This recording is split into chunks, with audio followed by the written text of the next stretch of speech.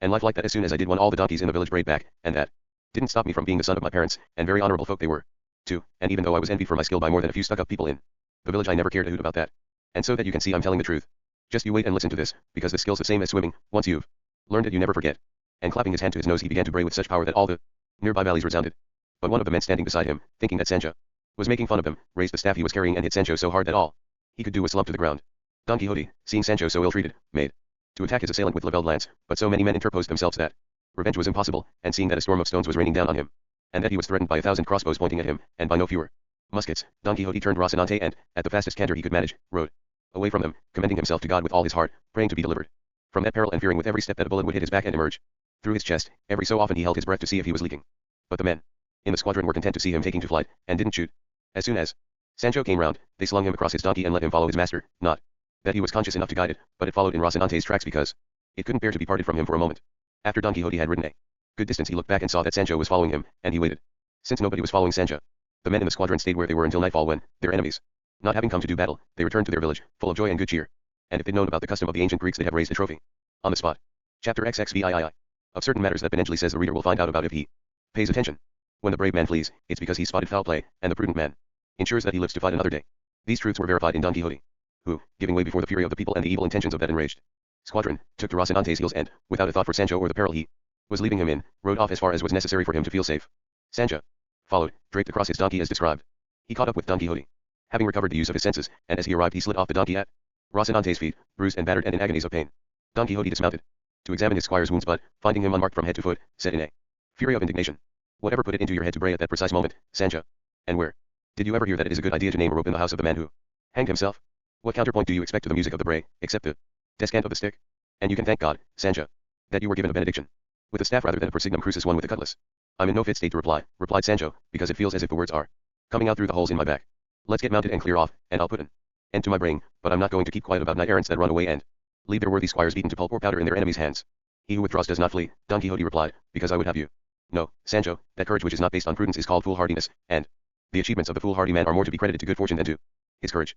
And so I confess that I withdrew, but not that I fled, and in so doing I followed the lead of many brave men who have saved themselves for better times, and the histories are full of such cases, about which I shall not tell you now because it would be of no benefit to you and no pleasure to me." By now Sancho was back on his donkey, with the help of Don Quixote, who remounted Rocinante, and they plodded towards the shelter of a poplar grove that they could see a half a mile away.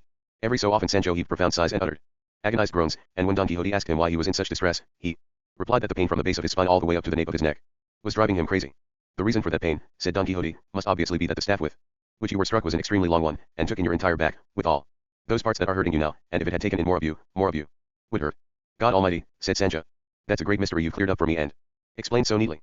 By my body and soul, was the cause of my pain so hard to find that I needed to be told that where the stick hit me it hurts? If it was my ankles hurting it might make some sense to be guessing why, but you don't need to be a great guesser to say that it hurts where I got thumped.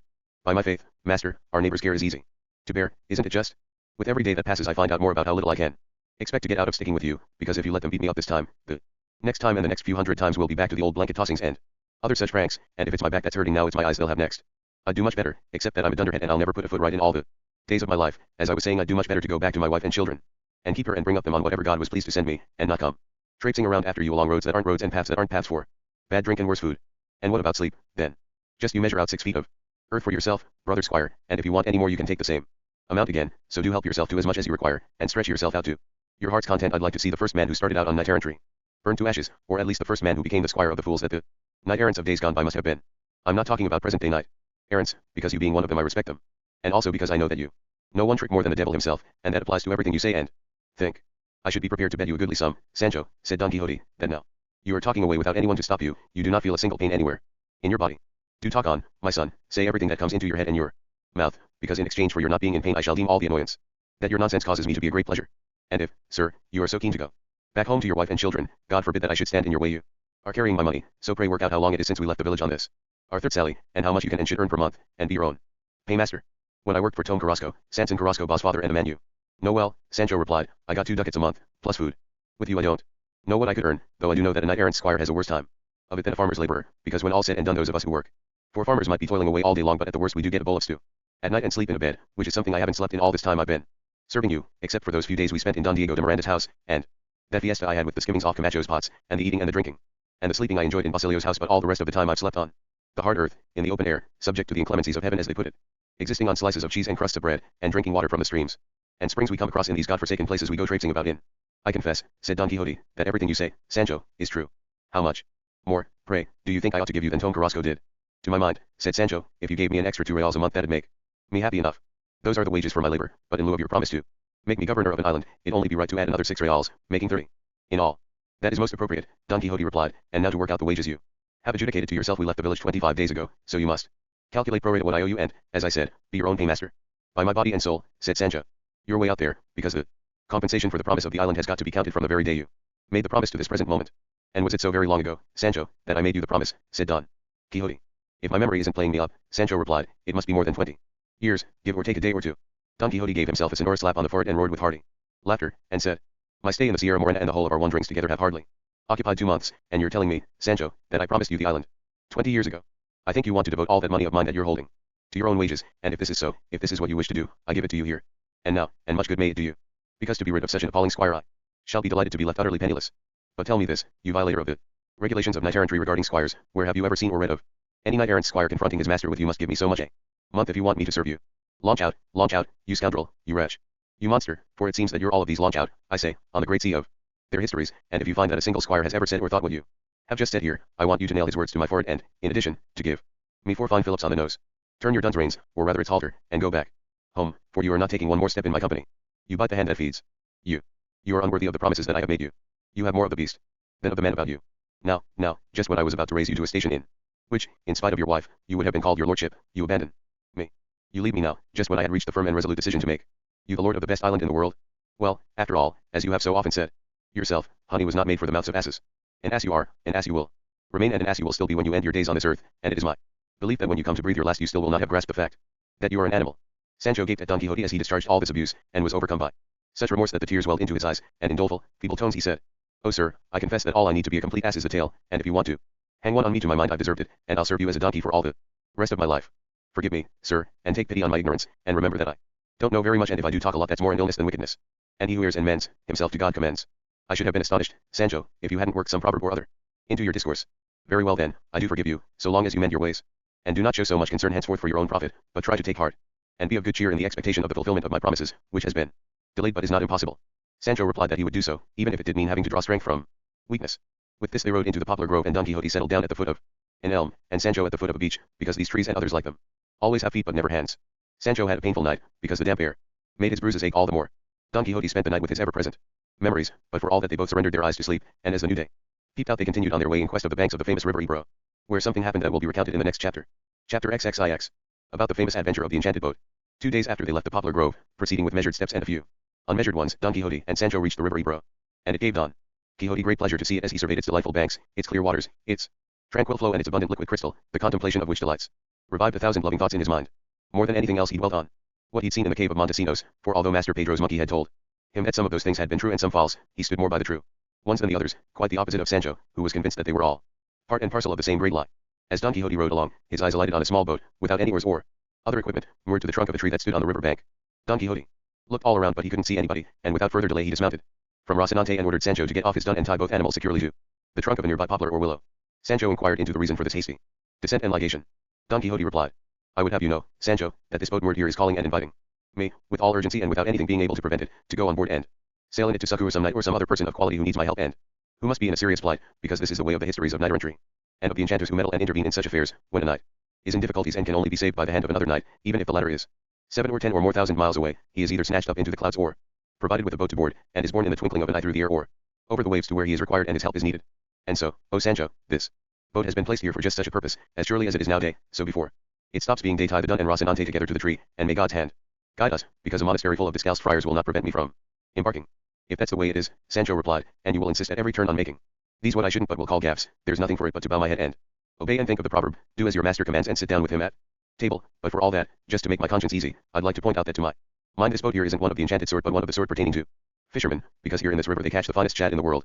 Sancho was saying this as he tied the animals to the tree, leaving them to the protection of the enchanters, with much grief in his soul. Don Quixote told him not to worry about leaving the animals unattended, because he who was going to care for them on a voyage of such long inquiry would see to their animal sustenance.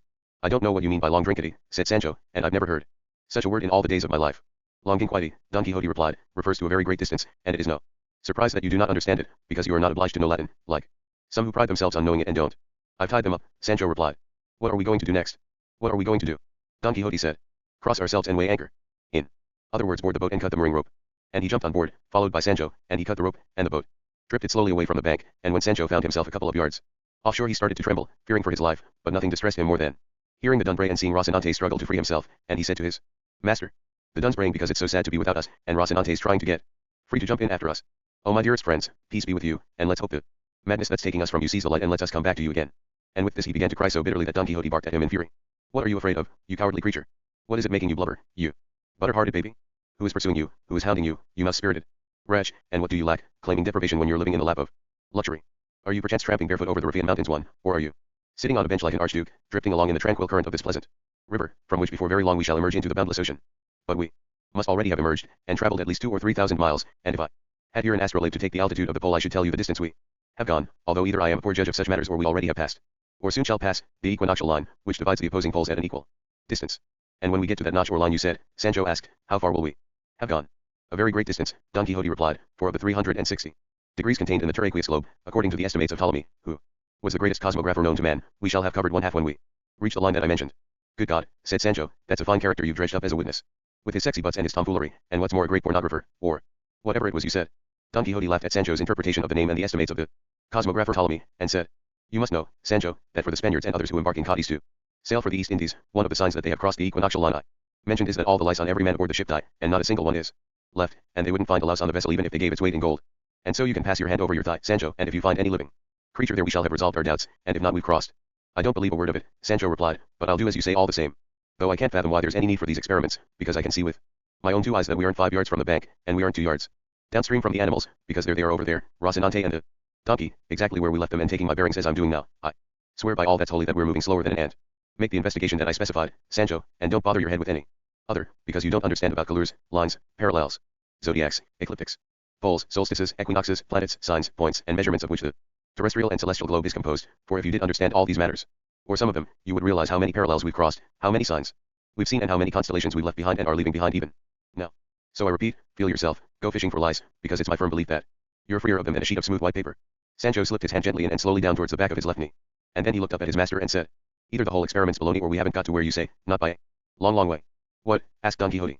Have you found something? Quite a few somethings, Sancho replied. And he shook his fingers and gave his hand a good wash in the river, along which the boat was gliding with the current, not propelled by any secret intelligence or hidden enchanter but by the flow of the water, as yet calm and smooth. And now they saw some large watermill standing in the middle of the river, and Don Quixote cried to Sancho, do you see? There, my friend, stands the city, castle, or fortress that must hold some knight under duress or some distressed queen, infanta, or princess, to succor whom I have been brought here. What the devil do you mean, city, castle, or fortress, sir? Said Sancho. Can't you see their watermills for grinding corn? Hush, Sancho, said Don Quixote. Although they look like watermills, that is not what they are. I have already told you that enchantments transfigure all things and deprive them of their natural forms. I don't mean to say that they really convert them from one thing into another, but that it seems as if they do, as experience has shown in the transformation of Dulcinea, the only refuge of my hopes. As he said this, the boat, drifting into the middle of the stream, began to move less slowly than hitherto. The millers, seeing a boat approaching down the river and realizing that it was going to be sucked into the mill race, came running out armed with long poles to stop it, and since their faces and their clothes were covered in flour they didn't make a pretty sight. They were shouting, you devils! Where do you think you're going? Do you want to get yourselves killed? What are you trying to do, drown and be hacked to pieces by these wheels? Did I not tell you, Sancho, Don Quixote commented, that we had come to where I shall show how far the valor of my arm extends? Look how many knaves and blackguards are sallying forth to do battle with me, look at all the monsters ranged against me, look at all the ugly faces grimacing at us. Well now you shall see, you villains. And standing in the boat he began to hurl threats at the millers.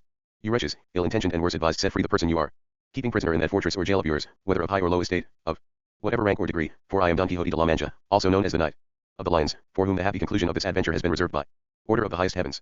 And as he said this he drew his sword and began to brandish it in the direction of the millers, who heard but couldn't understand his nonsense, and held out their poles to stop the boat, by now entering the mill race.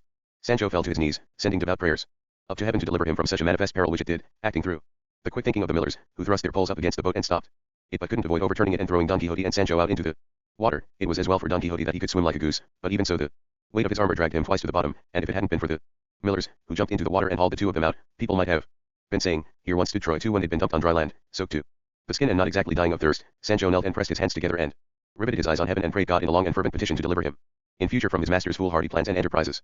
Next the fishermen who owned the boat, which had been smashed to pieces by the mill wheels, appeared on the scene, and when they saw the state it was in they started stripping Sancho and demanding payment for it from Don Quixote, who, with supreme calm, as if nothing had happened, told the millers and the fishermen that he would most gladly pay for the boat. on condition that they handed over to him, free and without ransom, the person or persons imprisoned in that castle. What persons and what castle are you on about, you lunatic? Replied one of the millers. Or maybe it's the girls who bring their wheat here to be ground that you want us to let you have. Enough, said Don Quixote to himself. It would be preaching in the wilderness to try to persuade this rabble to perform any virtuous action.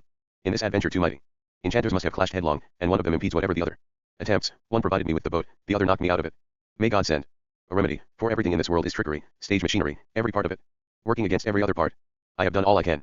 And, raising his voice and gazing at the water mills, he continued, my friends, whoever you are, still imprisoned in this jail, forgive me, because, unfortunately for me as well as for you I cannot relieve your distress.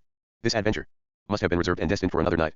Once he had said this he settled up with the fisherman, paying 50 reals for the boat, which Sancho handed over with bad grace, saying, one more boat ride like this one and our whole stock will sink to the bottom. The fisherman and the miller stared in amazement at these two figures whose ways seemed so unlike the ways of other men, and they couldn't make head or tail of what Don Quixote had said and asked, and dismissing the pair as madmen, they went away. The millers to their mills and the fishermen to their huts. As for Don Quixote and Sancho, they went back to their animals, and to being animals, and thus ended the adventure of the enchanted boat. Chapter XXX. About what happened to Don Quixote with the beautiful huntress. The knight and his squire were in a melancholy and peevish mood when they returned to their animals, particularly Sancho, for whom to break into their stock of money, as precious to him as his own two eyes, was to break his heart. In short, they remounted in silence and rode away from the famous river, Don Quixote deep in thoughts of his love, and Sancho deep in thoughts of his promotion, which at that time seemed very far distant, because in spite of all his oafishness he was well aware that all or at least most of his master's deeds were absurdities, and he was looking for a chance to make tracks one day and go back home without bothering about accounts or farewells, but fortune ordained that events should fall out quite other than how he feared they would. What happened was that on the following day, as the sun was setting and they were riding out of a forest, Don Quixote cast his eyes over a green meadow and at the far end of it he observed some people who, when he came closer, turned out to be falconers. He drew nearer still, and among them he saw a graceful lady on a pure white hack or palfrey with green trappings and a silver high saddle. She, too, was wearing green, and her attire was so splendid that she seemed like the very personification of finery. On her left hand she bore a goshawk, an indication to Don Quixote that she was some great lady, and the leader of the party, as indeed she was, and so he said to Sancho, hurry, Sancho my son, and tell that lady on the palfrey with a hawk on her hand that I, the Knight of the Lions, salute her wondrous beauteousness, and if her excellency grants me her leave I will go and kiss her hands and serve her in all that my strength permits and her highness commands. And mind, Sancho, how you speak, and take care not to slip any of those proverbs of yours into the message. So we found him out at last, the great slipper in of proverbs into messages, have we? Sancho retorted. Fancy saying a thing like that to me. This isn't the first time in my life I've taken messages to high and mighty ladies, you know. Apart from the one you took to the lady Dulcinea, Don Quixote replied, I am not aware that you have taken any, not at least while in my service. That's true enough, Sancho replied, but a good payer's a good pleasure, and where there's plenty to put in the pot the dinner is soon enough got. What I mean to say is that there isn't any need for you to come to me with advice and warnings, I'm ready for anything and I know a bit about everything. And I believe you, too, Sancho, said Don Quixote, so off you go, and God guide your steps. Sancho went away at top speed, forcing the dun out of its usual pace, and rode up to the beautiful huntress, and he dismounted, knelt before her and said, lovely lady, that knight over there called the Knight of the Lions is my master, and I'm a squire of his called Sancho Panza when I'm at home. This here Knight of the Lions, who not so long ago used to be called the Knight of the Sorry Face, has sent me to ask your excellency to be so kind as to grant him your leave so that, with your blessing, approval, and consent, he can come and carry out his dearest wish, which is none other, as he says and I believe him, than to serve your high and mightiness and beauteousness, and if your ladyship grants him it you will be doing something that will rebound to your advantage, and he will count it a most single favor and cause for joy. I must say, my dear good squire, the lady replied, you've delivered your message with all the ceremony that's appropriate on these occasions. Do rise from the ground, because it isn't right for the squire of such a great knight as the Knight of the Sorry Face, about whom we've already heard a great deal in these parts, to remain kneeling. Rise, my friend, and tell your master that he's most welcome to come and be served by me and my husband the duke in our nearby country house. Sancho rose, amazed as much by the fine lady's beauty as by her good breeding and courtesy, and even more by what she had said about having heard of his master the Knight of the Sorry Face, and if she hadn't called him the Knight of the Lions it must have been because he'd taken this name so recently. The Duchess, whose full title is not yet known, asked, tell me, my dear squire, is this master of yours not a gentleman about whom a history has been printed, the ingenious Hidalgo Don Quixote de la Mancha, and whose lady love goes by the name of Dulcinea del Toboso? The very same, my lady, Sancho replied, and that squire of his who plays his part, or ought to play his part in that their history and who's called Sancho Panza is me.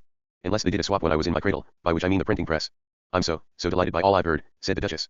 Go, my dear Panza, and tell your master that he must come to be made most welcome here on my estates, and that absolutely nothing else could give me greater pleasure. Overjoyed at this gracious answer, Sancho went back to his master and told him everything that the fine lady had said, and in his rustic language he praised her great beauteousness, charm, and courtesy to the skies. Don Quixote sat himself up straight and stately in his saddle, made his feet firm in his stirrups, adjusted his visor, spurred Rocinante forward and rode with graceful demeanor to kiss the Duchess's hands, and meanwhile she had her husband the Duke called, and told him, while Don Quixote was riding up, all about his message, and since they'd both read the first part of this history, and learned about Don Quixote's eccentric character, they waited with the utmost pleasure and eagerness to make his acquaintance, intending to play along with him, agree with everything he said and treat him as a knight errant for as long as he stayed with them, with all the ceremonies described in books of chivalry, which they'd read, and were very fond of. And now Don Quixote reached them with his visor raised and, as he made to dismount, Sancho went to hold his stirrup, but was unlucky enough to tangle his foot in one of the ropes on his pack saddle as he hurried down from his dun, and he couldn't pull it free, but hung there with his mouth and his chest pressed to the ground. Don Quixote, who wasn't used to dismounting without somebody holding the stirrup, thought that Sancho must by now be there doing so, and swung himself off the saddle, which must have been insecurely girthed because he dragged it after him, and both he and it ended up on the ground, to his shame and with many a muttered curse on the unfortunate Sancho, whose foot was still fettered. The Duke ordered his huntsmen to go to the rescue of the knight and his squire, and they picked Don Quixote up, much the worse for his fall, and he limped as best he could to kneel before the lord and lady, but the Duke would by no means allow this, and instead he dismounted, embraced Don Quixote and said, "It's such a shame, Sir Knight of the Sorry Face, that the first time you've shown yours in my estates it should all have turned out so inauspiciously. But the negligence of squires often leads to even worse results. The result for me of my meeting you, O valiant lord," Don Quixote replied, "could not possibly be a bad one, even if I had fallen into the depths of the bottomless pit, because the glory of having seen you would have raised me and brought me back even from there. My squire, God damn him, is better at loosening his tongue to babble mischief than at tightening a girth to secure a saddle, but in whatever state I find myself, fallen or risen, on foot or on horseback, I shall always be at your service and at that of my lady the Duchess, your worthy consort, and the worthy Queen of Beauty and paramount Princess of Courtesy. Step carefully now, my dear Don Quixote de la Mancha," said the Duke. "Where there is a Dulcinea del Toboso to be reckoned with, it is not right that other beauties should be praised." Sancho had by now disentangled himself from his noose and was standing nearby, and before his master could speak he said, "There's no denying, and anyone would have to say that my lady Dulcinea del Toboso is very beautiful, but the hair leaps up where you least expect it to, because I've heard that what they call nature is like a potter making vases out of clay, and anyone who can make one fine vase can make 2 or 3 or 100 of them. I'm only saying all this because the fact is that my lady the Duchess is every bit as easy on the eye as my lady Dulcinea del Toboso." Don Quixote turned to the Duchess and said, "I should like your highness to know that no knight errant in the world ever had a squire who was more talkative or more laughable than mine, and if your majesty is willing to make avail of my services for a few days he will prove the truth of what I say." To which the Duchess replied, "I place the highest importance on the fact that the good Sancho is laughable, because this is a sure sign that he's bright, jokes and witticisms, my dear Don Quixote, as you well know, don't go with dull wits, so since the good Sancho is laughable and witty, I can be certain that he's terribly clever and talkative," Don Quixote added. "So much the better," said the Duke, "because a wealth of humor can't be expressed in a paucity of words, and we'd better not let words use up all our time. The great Knight of the Sorry Face must come." "Of the lions your highness ought to say," said Sancho, "because there isn't any sorry face or sorry anything else anymore." "Of the lions be it, then," the Duke continued. "As I was saying, the Knight of the Lions must come to a castle of mine not far from here, where I shall give him the reception due to such an exalted personage, the reception that the Duchess and I give to all knights errant arriving there." By now Sancho had put Rocinante's saddle back on and had strapped it down tight, and Don Quixote remounted, and the Duke mounted a handsome steed, and off they rode, on either side of the Duchess towards the castle. The Duchess ordered Sancho to ride with her, because she simply adored listening to his clever conversation. Sancho didn't have to be asked twice, and he wormed his way in among the 3 of them, turning the conversation into a foursome to the delight of the Duchess and the Duke, who held it a great stroke of fortune to be able to receive in their castle such a knight errant, and such an errant squire. Chapter XXXI. Concerning many weighty matters. Sancho was overjoyed to find that he was, to his mind, one of the Duchess's own special favorites, because he thought that he was going to discover in her castle what he discovered in the houses of Don Diego and Basilio, fond as he was of good living, and therefore quick to seize by the forelock every opportunity to indulge himself. The history relates, then, that before they reached the country house or castle the Duke rode on ahead and gave all his servants instructions about how they were to treat Don Quixote, and when the night arrived with the Duchess at the castle gates, 2 lackeys or grooms instantly appeared, wearing those ankle-length robes known as dressing gowns, of finest crimson satin, and they swept Don Quixote up in their arms, saying, "Your highness must go and help my lady the Duchess to dismount." Don Quixote did so, and there was a great exchange of courtesies over the matter, but the Duchess's insistence triumphed, as she refused to descend from her palfrey in the arms of anyone other than the Duke, saying that she did not consider herself worthy to impose such a useless burden on such a great knight. At length the Duke came forward to help her off her horse, and as they walked into a great courtyard 2 beautiful maidens appeared and draped over Don Quixote's shoulders a large robe of the finest scarlet, and in an instant all the galleries around the courtyard were filled with menservants and maidservants crying, "Welcome to the cream de la cream of knight errantry." And then they produced flasks and sprinkled scented waters over Don Quixote and the Duke and Duchess, and Don Quixote was amazed by what was happening, and that was the first day when he was fully convinced that he was a real knight errant, not a fantasy one, seeing himself treated in the same way as he read that such knights used to be treated in centuries past. Sancho abandoned his dun, glued himself to the Duchess and entered the castle, and then he felt pangs of conscience about leaving his donkey all by itself and went up to a venerable duenna who'd come out with others to greet the Duchess, and muttered to her, "Señora Gonzales, or whatever it is you're called." "My name is Dona Rodriguez de Grijalba," the duenna retorted. "And what can I do for you, my good man?" To which Sancho replied, "I'd just like you to do me the favor of going out to the castle gate, where you'll find a dun donkey of mine. Kindly have it taken or take it yourself to the stables, because it's rather a jittery animal, the poor thing, and it won't be feeling at all happy on its own like that, not by any manner or means." "If the master's as clever as the servant," the duenna replied, "it's a fine pair we've got on our hands here. Off with you, my good man, and a plague on you and the person who brought you here, and you can look after your donkey yourself, because in this house we duennas are not accustomed to performing such chores." "Well, the honest truth is," Sancho replied, "that I've heard my master, and he's a wizard at histories, telling that one about Lancelot, and as for the fact that what I've got is a donkey, it's one that I wouldn't swap for Sir Lancelot's steed itself. When from Brittany he came, dames waited on that man of might, and duennas on his steed, one." "If you're some jester, my good man," the duenna replied, "you had better keep your jokes for those who'll be amused by them and pay you. From me you'll get nothing but a fig for them." "At least it'll be a good ripe fig," Sancho retorted, "because in the game of years you wouldn't lose by scoring too few points."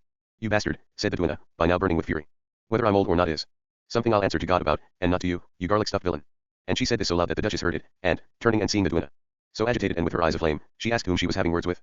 "I am having words," the retainer replied, "with this fellow here, who has urged me to go and take an ass of his from the castle gate to the stables, alleging as a precedent that this was done goodness knows where, and that dames waited on some character called Lancelot, and duennas on his steed, and on top of all that, just for good measure, he called me old. I'd consider that insult," the Duchess replied, "to be quite the very worst one that could ever be hurled at me." And turning to Sancho she said, I'll have you know, friend Sancho, that Dona Rodriguez is a very young woman, and she's wearing those weeds more from custom and because of her authority than because of her years. May all the years I've got left to live be bad ones, replied Sancho, if I meant it that way. No, I only said it because I'm so very fond of my donkey that I thought there wasn't any kindlier person I could entrust it to than Dona Rodriguez. Don Quixote was listening to every word, and said, is this an appropriate conversation, Sancho, for this place? Look, sir, replied Sancho, everyone's got to speak up about his needs wherever he is. It was here I remembered my dun, so it was here I spoke up about it, and if I'd remembered it in the stable then I'd have spoken up about it there. To which the Duke replied, Sancho's quite right, and he's in no way to blame, the dun's every need will be attended to, and Sancho has no cause to worry, because it will be treated every bit as well as its master. With these exchanges, enjoyed by all except Don Quixote, they reached the top of the stairs, and Don Quixote was taken into a hall decorated with rich cloth of gold and brocade. 6 maidens removed his armor and acted as pages, all of them trained and instructed by the Duke and Duchess as to what they had to do and how they should behave towards Don Quixote, to make him believe and see for himself that he was being treated as a knight-errant. After Don Quixote's armor had been removed he was left in his narrow knee breeches and his chamois leather doublet, and as he stood there lean and long and lank, with his jaws meeting up and kissing inside his mouth, he cut a figure that, if the maidens hadn't striven so hard to suppress their giggles, which was one of the precise orders given them by their master and mistress, would have made them explode with laughter.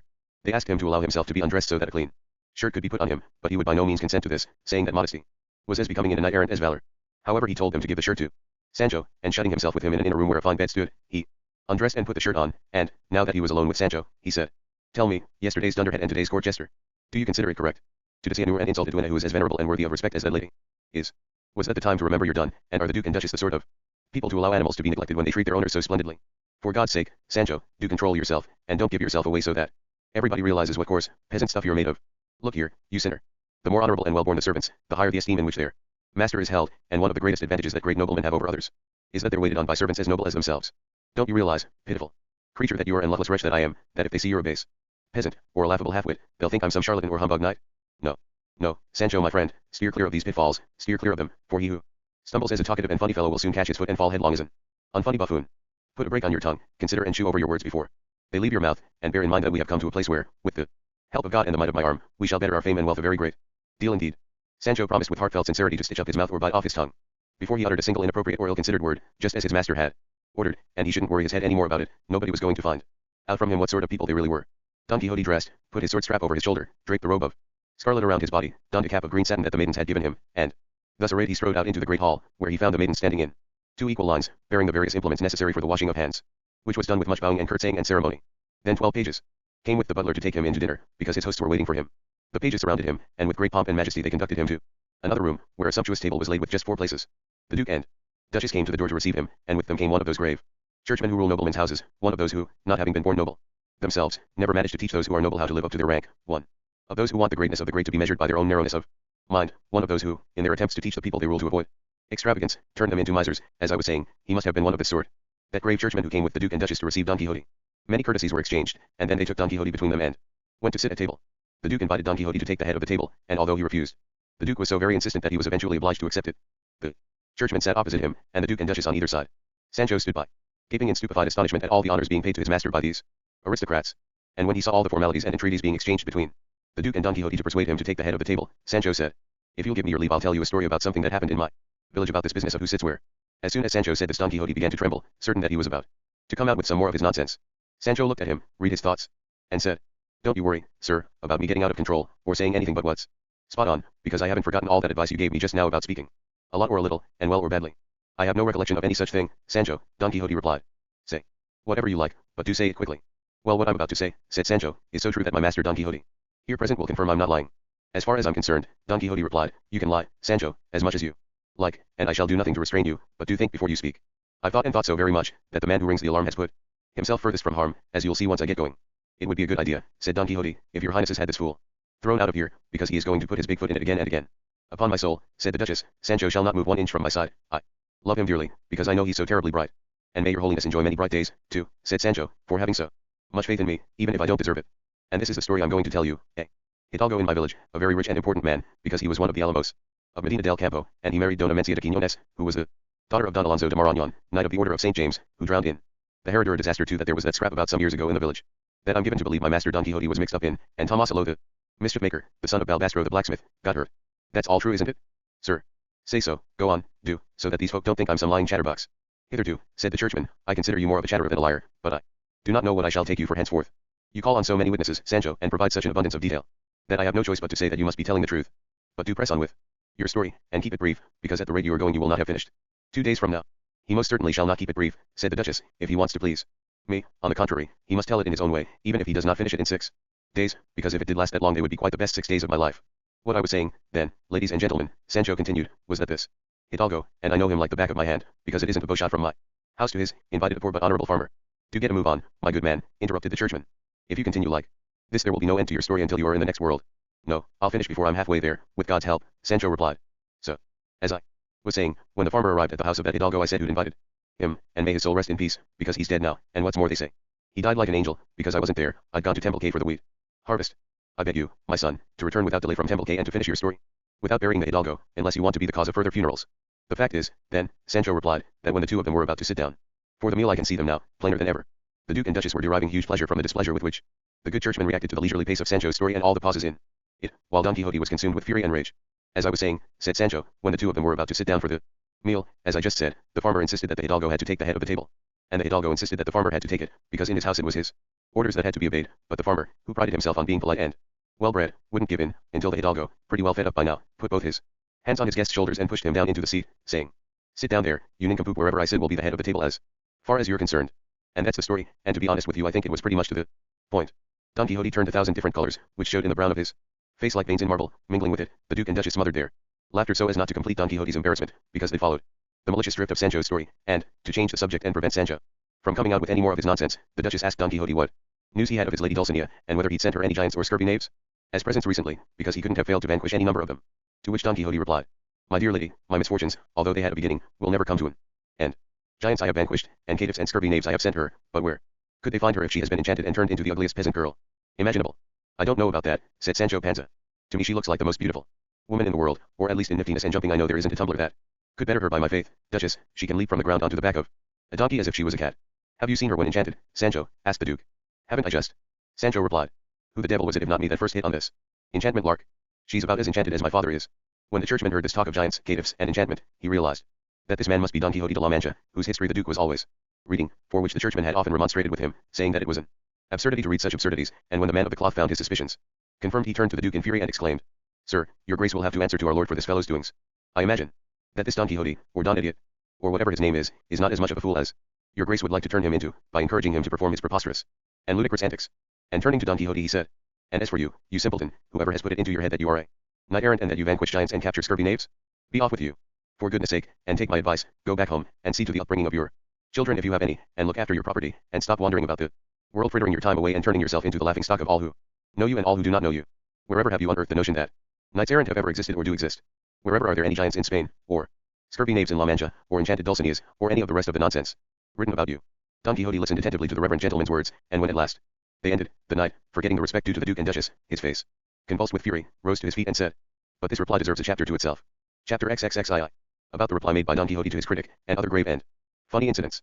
Don Quixote stood there, quivering from head to foot, and he spluttered, "The place where I am, the company in which I find myself, and the respect I feel and have always felt for your calling, all hold and bind the hands of my just fury, and both because of this and because I know that everyone knows that men of letters attack with the same weapons as women, their tongues, I shall employ my own tongue and engage in equal combat a man from whom one might have expected good advice rather than infamous insults. Pious and well-intentioned reproof requires other circumstances, other settings. At any rate, reproving me so harshly in public goes far beyond the limits of benevolent reproof, because this is better founded on gentleness than on harshness, and it is not right, without any knowledge of the sin, to call the sinner a fool and an idiot. Or else tell me this, for which of the idiocies that you have observed in me do you condemn me and insult me and tell me to go back home to take charge of my household and my wife and children, without knowing whether I have either? Is it appropriate to go bursting into other men's houses to rule their lives, or for certain people, brought up in the narrow confines of some hall of residence, and having seen no more of the world than that part of it lying within 50 or 100 miles around, to take it upon themselves to lay down the laws of chivalry and pass judgment on knights-errant? Is it perchance an empty nonsense or a waste of time to wander about the world in search, not of pleasure but of the rough and rutted footpath up which the virtuous climb to the heights of immortality? One, if I were considered a fool by knights, by grandees, by noblemen, by the highborn, I should hold it to be an irreparable affront, but to be thought stupid by scholars who have never ventured along the paths of chivalry does not concern me one iota. A knight I am and a knight I shall die, if it pleases the Lord above. Some take the broad road of proud ambition, others that of servile, lowly flattery, others that of deceitful hypocrisy, a very few that of true religion, but I, guided by my star, follow the narrow path of knight-errantry, in which exercise I scorn wealth but not honor. I have redressed outrages, righted wrongs, punished insolence, vanquished giants and felled monsters. I am a lover, merely because it is obligatory for knights errant to be lovers, yet I am not one of those debauched lovers but one of the platonic and continent sort. My intentions are always directed towards worthy ends, that is to say, to do good to all and harm nobody, and whether the man who believes this, puts it into practice and devotes his life to it deserves to be called a fool is something for your graces, most excellent Duke and Duchess, to determine. God, that was well said, said Sancho. But you don't need to put in any more good Words for yourself, sir, because there's nothing at all left to say, or think, or go on and on about.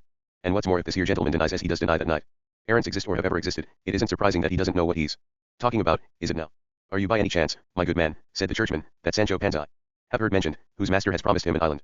That's me, Sancho replied, and I deserve it every bit as much as the next man. Keep good men company and you'll be one of the number, that's me. Not who you were bred with but who you are fed with, that's me. Well protected shall he be who finds himself a leafy tree, that's me.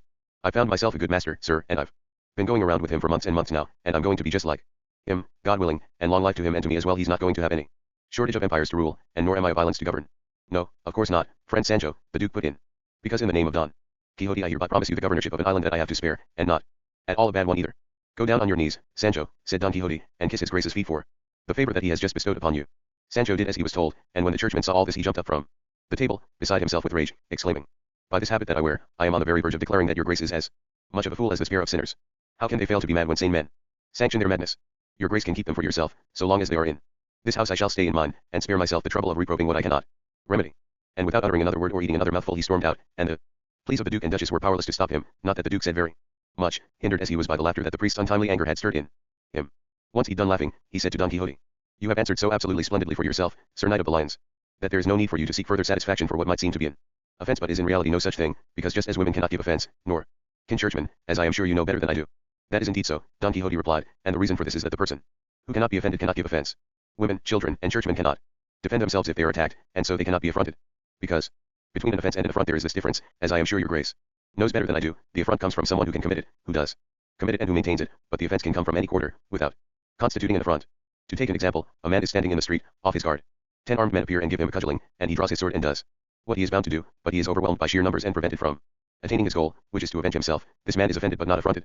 Another example will confirm my point. A man stands with his back turned, another man comes up behind him and gives him a cudgeling and runs away. The other man runs after him but cannot catch up with him. The cudgeled man has been offended but not affronted, because an affront must be maintained.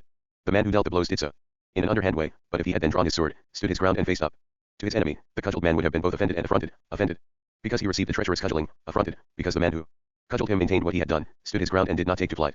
And so, according to the laws of that accursed business called the duel, I might have been offended a moment ago, but not affronted, because children are not affected by matters of honor and nor are women, nor can they flee, nor have they any need to stand their ground, and the same applies to men who are consecrated to the service of religion, because these three categories of people lack arms offensive and defensive.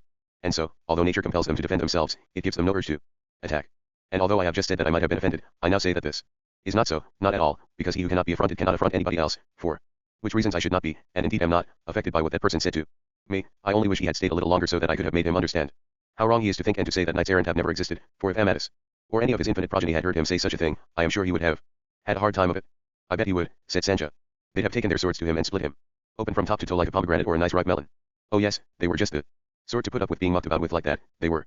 By all that's holy, if Ronald of Montalban had heard what that little runt just said he'd have given him one on the chops that would have kept him quiet for the next 3 years. Oh yes, he should have taken them on all right, and then he'd have seen how lightly he got off. The Duchess was ready to die with laughter as she listened to Sancho, whom she considered to be even funnier and madder than his master, and there were many people at that time who shared her opinion. In the end Don Quixote calmed down, the meal was finished and, once the tablecloths had been removed, 4 maidens appeared, one with a silver bowl, another with a jug also of silver, another with 2 luxurious, pure white towels over her shoulder and a fourth with her arms bare to the elbow, and in her white hands, yes, quite definitely white hands, a ball of maple soap.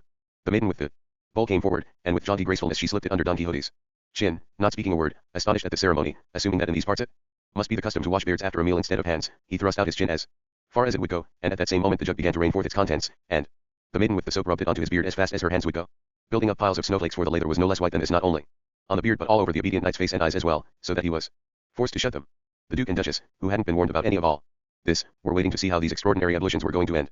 Once the barber had raised a good few inches of lather, she pretended that she had run out of water and told the maiden with the jug to go for more. Don Quixote wouldn't mind waiting. She went, and Don Quixote was left sitting there, the strangest and most ridiculous figure imaginable.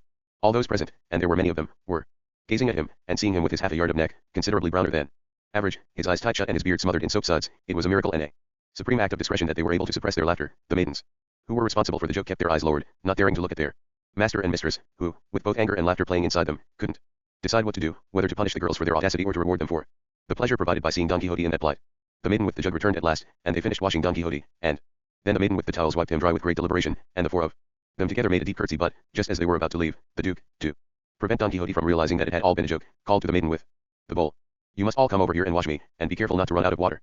She was a quick-witted and diligent lass, and she hurried over and clapped the bowl to the Duke's chin, just as she'd done to Don Quixote, and they hastily gave him a good wash and lathering, and, after leaving him clean and dry, curtsied and left. It was later known that the Duke had sworn that if they didn't wash him as they had Don Quixote, he would punish them for their audacity, a fate they cleverly avoided by lathering him. Sancho had been peering at the ceremony of the ablutions, and he said to himself, "Great God! What if it's the custom in these parts to wash squires' beards as well as knights? Upon my soul, God knows mine could do with a wash, and it'd be even better if they shaved it off for me." "What's that you're muttering to yourself, Sancho?" the Duchess inquired. "I was just saying, lady," he replied, "that I've always heard that at other noblemen's courts once the tablecloths are taken away they bring water to wash your fingers, but not light to scour your beard, but then they who live longest see most, though it's also said that long life brings long misery, yet having a good wash like that must be more of a pleasure than a hassle." "Don't you worry, dear Sancho," said the Duchess, "I'll get my girls to wash you, and even to boil you in bleach, too, if necessary." "The beard will be enough," said Sancho, "for the time being at least. As for the future, God's already made up his mind about that." "Butler," said the Duchess, "see what the good Sancho desires, and carry out his wishes in every particular." The butler replied that Señor Sancho would want for nothing, and then went away to eat, taking Sancho with him and leaving Don Quixote at table with the Duke and the Duchess, discussing many different matters, all connected with the exercise of arms and of knight-errantry. The Duchess begged Don Quixote, since he seemed to have such a splendid memory, to delineate and depict the beauty and the features of his lady, Dulcinea del Toboso, because, to judge from what fame proclaimed about her loveliness, she must be quite the loveliest creature in all the world, and even in all La Mancha. Don Quixote sighed when he heard the Duchess's request, and said, "If I could pluck out my heart and lay it before your Grace's eyes, here, upon this table on a plate, I should relieve my tongue of the toils of describing what can hardly be conceived, because your Grace would see her perfectly portrayed in it, but to what purpose should I set out to delineate and depict, detail by detail and feature by feature, the beauty of the peerless Dulcinea, when this is a burden worthy of better shoulders than mine, an undertaking to be entrusted to the brushes of Paracelsus, Timanthus and Apelles, and to the chisels of Lysippus to paint her on wood and sculpt her in marble and bronze, and to Ciceronian and Demosthenic rhetoric to praise her." "What does Demosthenic mean, Don Quixote, sir?" the Duchess asked. "It's a word I've never heard in all the days of my life." "Demosthenic rhetoric," Don Quixote replied, "means the rhetoric of Demosthenes, just as Ciceronian rhetoric is the rhetoric of Cicero, and they were the two greatest rhetoricians in the world." "Quite so," said the Duke, "and it wasn't very bright of you to ask such a question. But, in spite of what Don Quixote has just said, he'd give us great pleasure if he did portray her for us. I'm sure that even if he only does a rough sketch, it will be such as to excite envy in the most beautiful of women." "I would do so, of course," Don Quixote replied, "had her image not been erased from my mind by the misfortune that fell upon her not long ago, so terrible that I am more disposed to mourn for her than to describe her, because I should have your Grace's know that when I went some days ago to kiss her hands and receive her blessing, approval and consent for this thrift sally, I found a woman quite different from the one I was seeking. I found her enchanted and turned from a princess into a peasant, from a beauty into a scarecrow, from an angel into a devil, from a fragrance into a stench, from a model of eloquence into a rustic, from a sedate young lady into a jack-in-the-box, from light into darkness, and, in short, from Dulcinea del Toboso into some bumpkin from Sayago." "God save us," the Duke interrupted with a shout. "Who is it that has done the world such evil? Who has deprived it of the beauty that cheered it, the wit that amused it, the virtue that honored it?" "Who do you think?" replied Don Quixote. "Who could it be except one of the many malicious, envious enchanters that persecute me? An accursed breed, born into the world to obscure and obliterate the exploits of the good, and to light up and exalt the doings of the wicked. I have been persecuted by enchanters, I am persecuted by enchanters, and I shall be persecuted by enchanters until they have hurled me and my noble deeds of chivalry into the deep abyss of oblivion, and they wound me where they know it hurts me most, because to deprive a knight-errant of his lady is to deprive him of the eyes with which he sees, the sun by which he is lighted, and the food by which he is sustained. I have said it many times before, and now I shall say it yet again, the knight-errant without a lady is like a tree without leaves, a building without foundations, and a shadow without the body that throws it." "Well, that's that, then," said the Duchess. "But still, if we're to believe the history of Don Quixote that came out not long ago to the general approbation of the public, we understand from it, if my memory serves me correctly, that you've never seen the lady Dulcinea, and that no such person exists, but that she's a creature of fantasy whom you conceived and to whom you gave birth in your mind, and provided with all the charms and perfections that you chose." "There is a great deal to be said on that count," Don Quixote replied. "God knows well enough whether Dulcinea exists or not, and whether she is a creature of fantasy or not, and these are not the kinds of matters into which a complete investigation can or should be carried out. I neither conceived nor gave birth to my lady, although I do see her as being exactly as a lady ought to be if she is to possess all the qualities needed to make her famous throughout the world, that is to say, beautiful without blemish, dignified without pride, amorous yet modest, gracious from courtesy, courteous from good breeding, and, in short, noble because of her pedigree, since loveliness shines and displays itself with a higher degree of perfection when set off by good blood than in beauties of humble birth." "Quite so," said the Duke, "but you're going to have to allow me, Don Quixote, sir, to say what the history of your exploits that I've read forces me to say, because from it we can infer, even if it is conceded that Dulcinea does exist, in El Toboso or out of it, and even if she is as amazingly beautiful as you say that as regards blueness of blood, she isn't the equal of the Orianas, or the Alistragarius III, or the Madesimas, or others of this ilk, of whom those histories that you know so well are full." "To that I can reply," replied Don Quixote, "that Dulcinea is the daughter of her works, and that virtues ennoble the blood, and that a virtuous person of humble extraction is worthier of regard and esteem than a depraved aristocrat. And what is more, Dulcinea has qualities that can raise her to be a queen, complete with her crown and her scepter, for the merits of a beautiful and virtuous woman extend as far as working even greater miracles than that, and virtually, even if not formally, she has still greater good fortune stored up within her. All I can say, Don Quixote, sir," said the Duchess, "is that in everything you say you do pick your steps, and keep, as the saying goes, your weather eye open, and that from now on I shall believe and make everyone in my household, even including the Duke my husband if necessary, believe that Dulcinea del Toboso does exist, and that she is alive today, and is beautiful and highborn and worthy to have a knight like Don Quixote to serve her, which is the highest praise that I can possibly offer her. But I can't help worrying a little on one count, and bearing a certain grudge against Sancho Panza, and my worry is this, that the aforesaid history declares that when the said Sancho Panza took the said Lady Dulcinea a missive on your behalf, he found her receiving a sack of Wheat, and what's more it says that it was buckwheat, something that forces me to have my doubts about the nobility of her pedigree. To which Don Quixote replied, My dear lady, your grace must know that everything or nearly everything that befalls me goes beyond the ordinary bounds of what happens to other knights errant, whether because it is directed by the inscrutable will of the fates or because it is ordered by the malice of some envious enchanter. And since it is an established fact that all, or most, famous knights errant have some special gift, one that of being immune from enchantment, another that of being made of such impenetrable flesh that he cannot be wounded, like the famous Roland, one of the 12 peers of France, of whom it is said that he could only be sore wounded in the sole of his left foot, and that this had to be done with the point of a thick pin, and not with any other weapon, and so, when Bernardo del Carpio slew him at Roncesvalles, seeing that he could not wound him with steel, he lifted him up from the ground between his arms and squeezed him to death, remembering how Hercules had killed Antaeus, that fierce giant who was said to be a son of the earth. I infer from what I have just said that perhaps I might have some gift of this sort, not that of being invulnerable, because experience has often shown me that I am made of soft and not at all impenetrable flesh, nor that of being immune from enchantment, because I have found myself shut up in a cage, where the whole world would not have had the power to put me, except by force of enchantment, but, since I freed myself from that spell, it is my belief that there is no other that can harm me, and so, now that these enchanters have realized that they cannot practice their wicked arts on my person, they take their revenge on what I most love, and they try to take away my life by spoiling that of Dulcinea, for whom I live, and so I believe that when my squire took her my message, they turned her into a peasant girl engaged in such a lowly chore as sieving wheat, yet I have already said that the wheat was not buckwheat or indeed any other kind of wheat, but grains of pearl of Orient, and as proof of this fact, let me tell your graces how, as I was passing through El Toboso not long ago, I simply could not find Dulcinea's palace, and on the following day, although my squire Sancho saw her in her true form, which is the most beautiful form that there is in the world, she seemed to me like an uncouth, ugly village yokel, and not at all well spoken, whereas Dulcinea is urbanity itself. And since I am not enchanted, and all sound reasoning proves that I cannot be enchanted, she it is who has been enchanted, smitten and altered, changed and transformed, and it is in her person that my enemies have avenged themselves on me.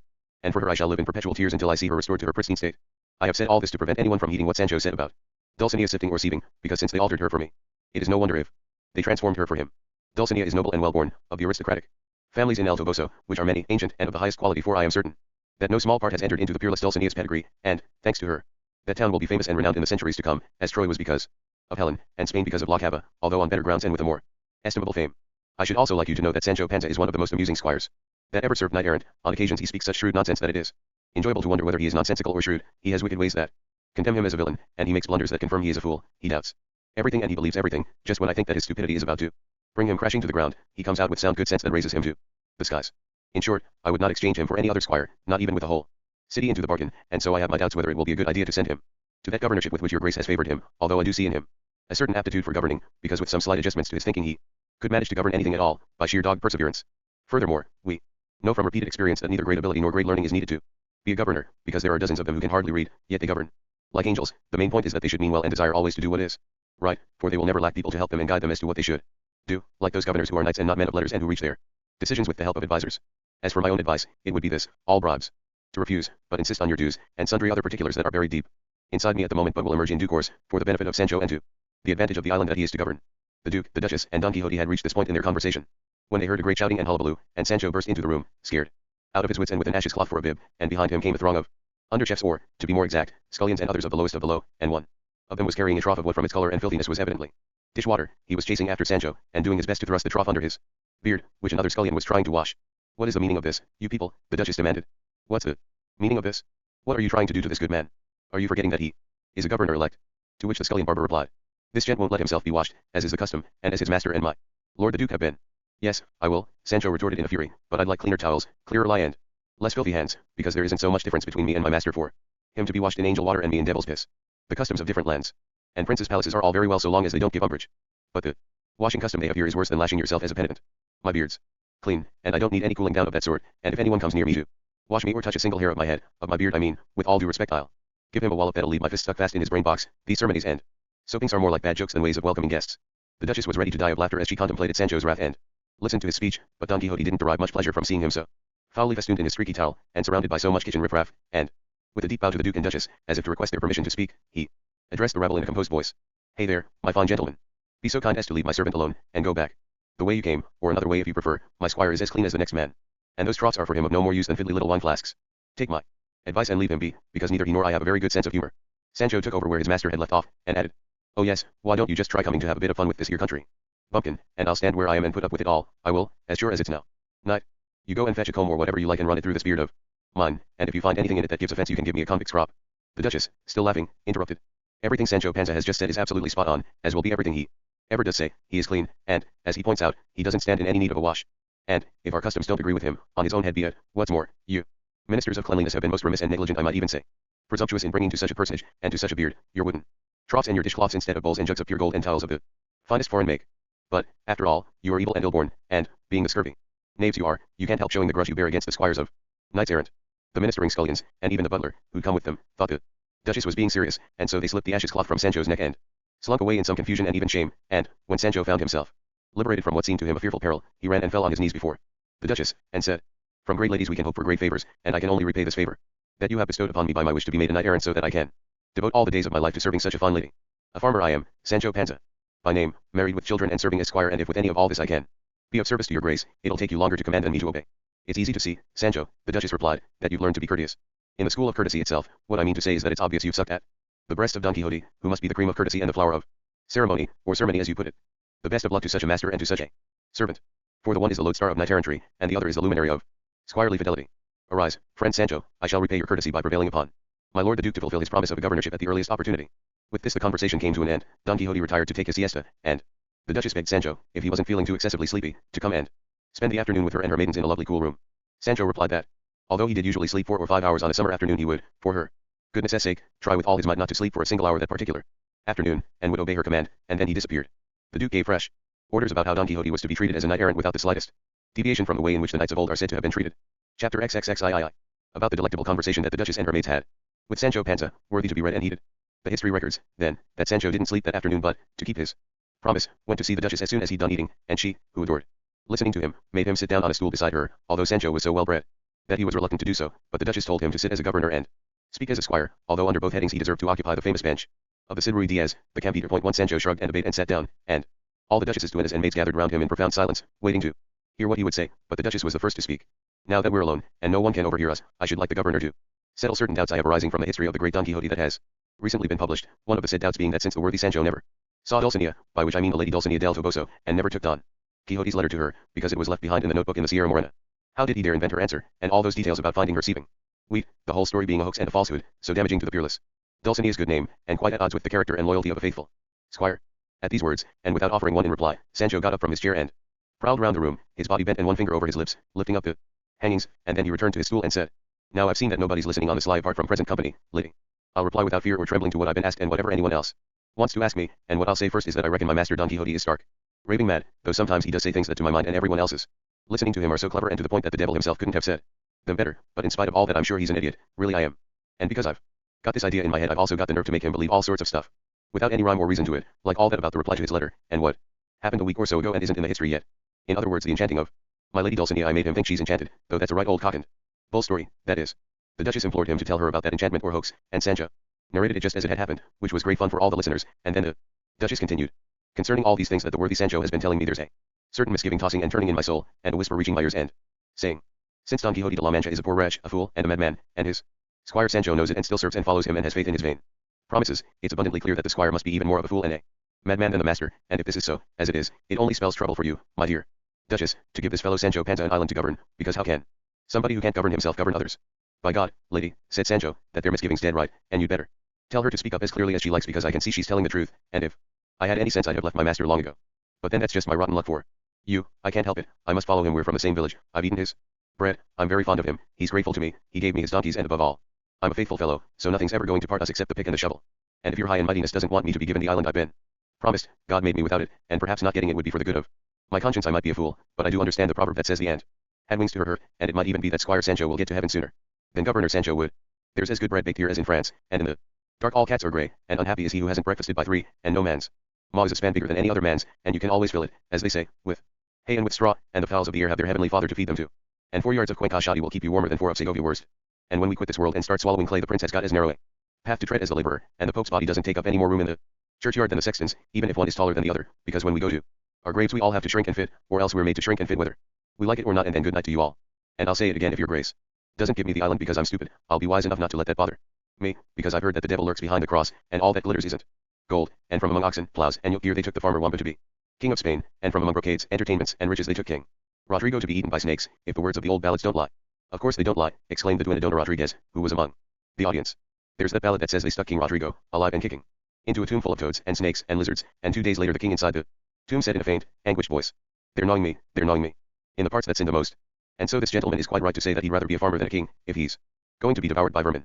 The Duchess couldn't contain her laughter as she listened to the nonsense spoken by her duenna, or her astonishment as she listened to Sancho's arguments and proverbs, and she said to him, "My dear Sancho knows very well that once a knight has made a promise he strives to keep it, even if it costs him his life. Now my lord and husband the Duke might be all that errant, but that doesn't stop him from being a knight, so he'll keep his word about that island he's promised you, in the face of all the envy and malice in the world.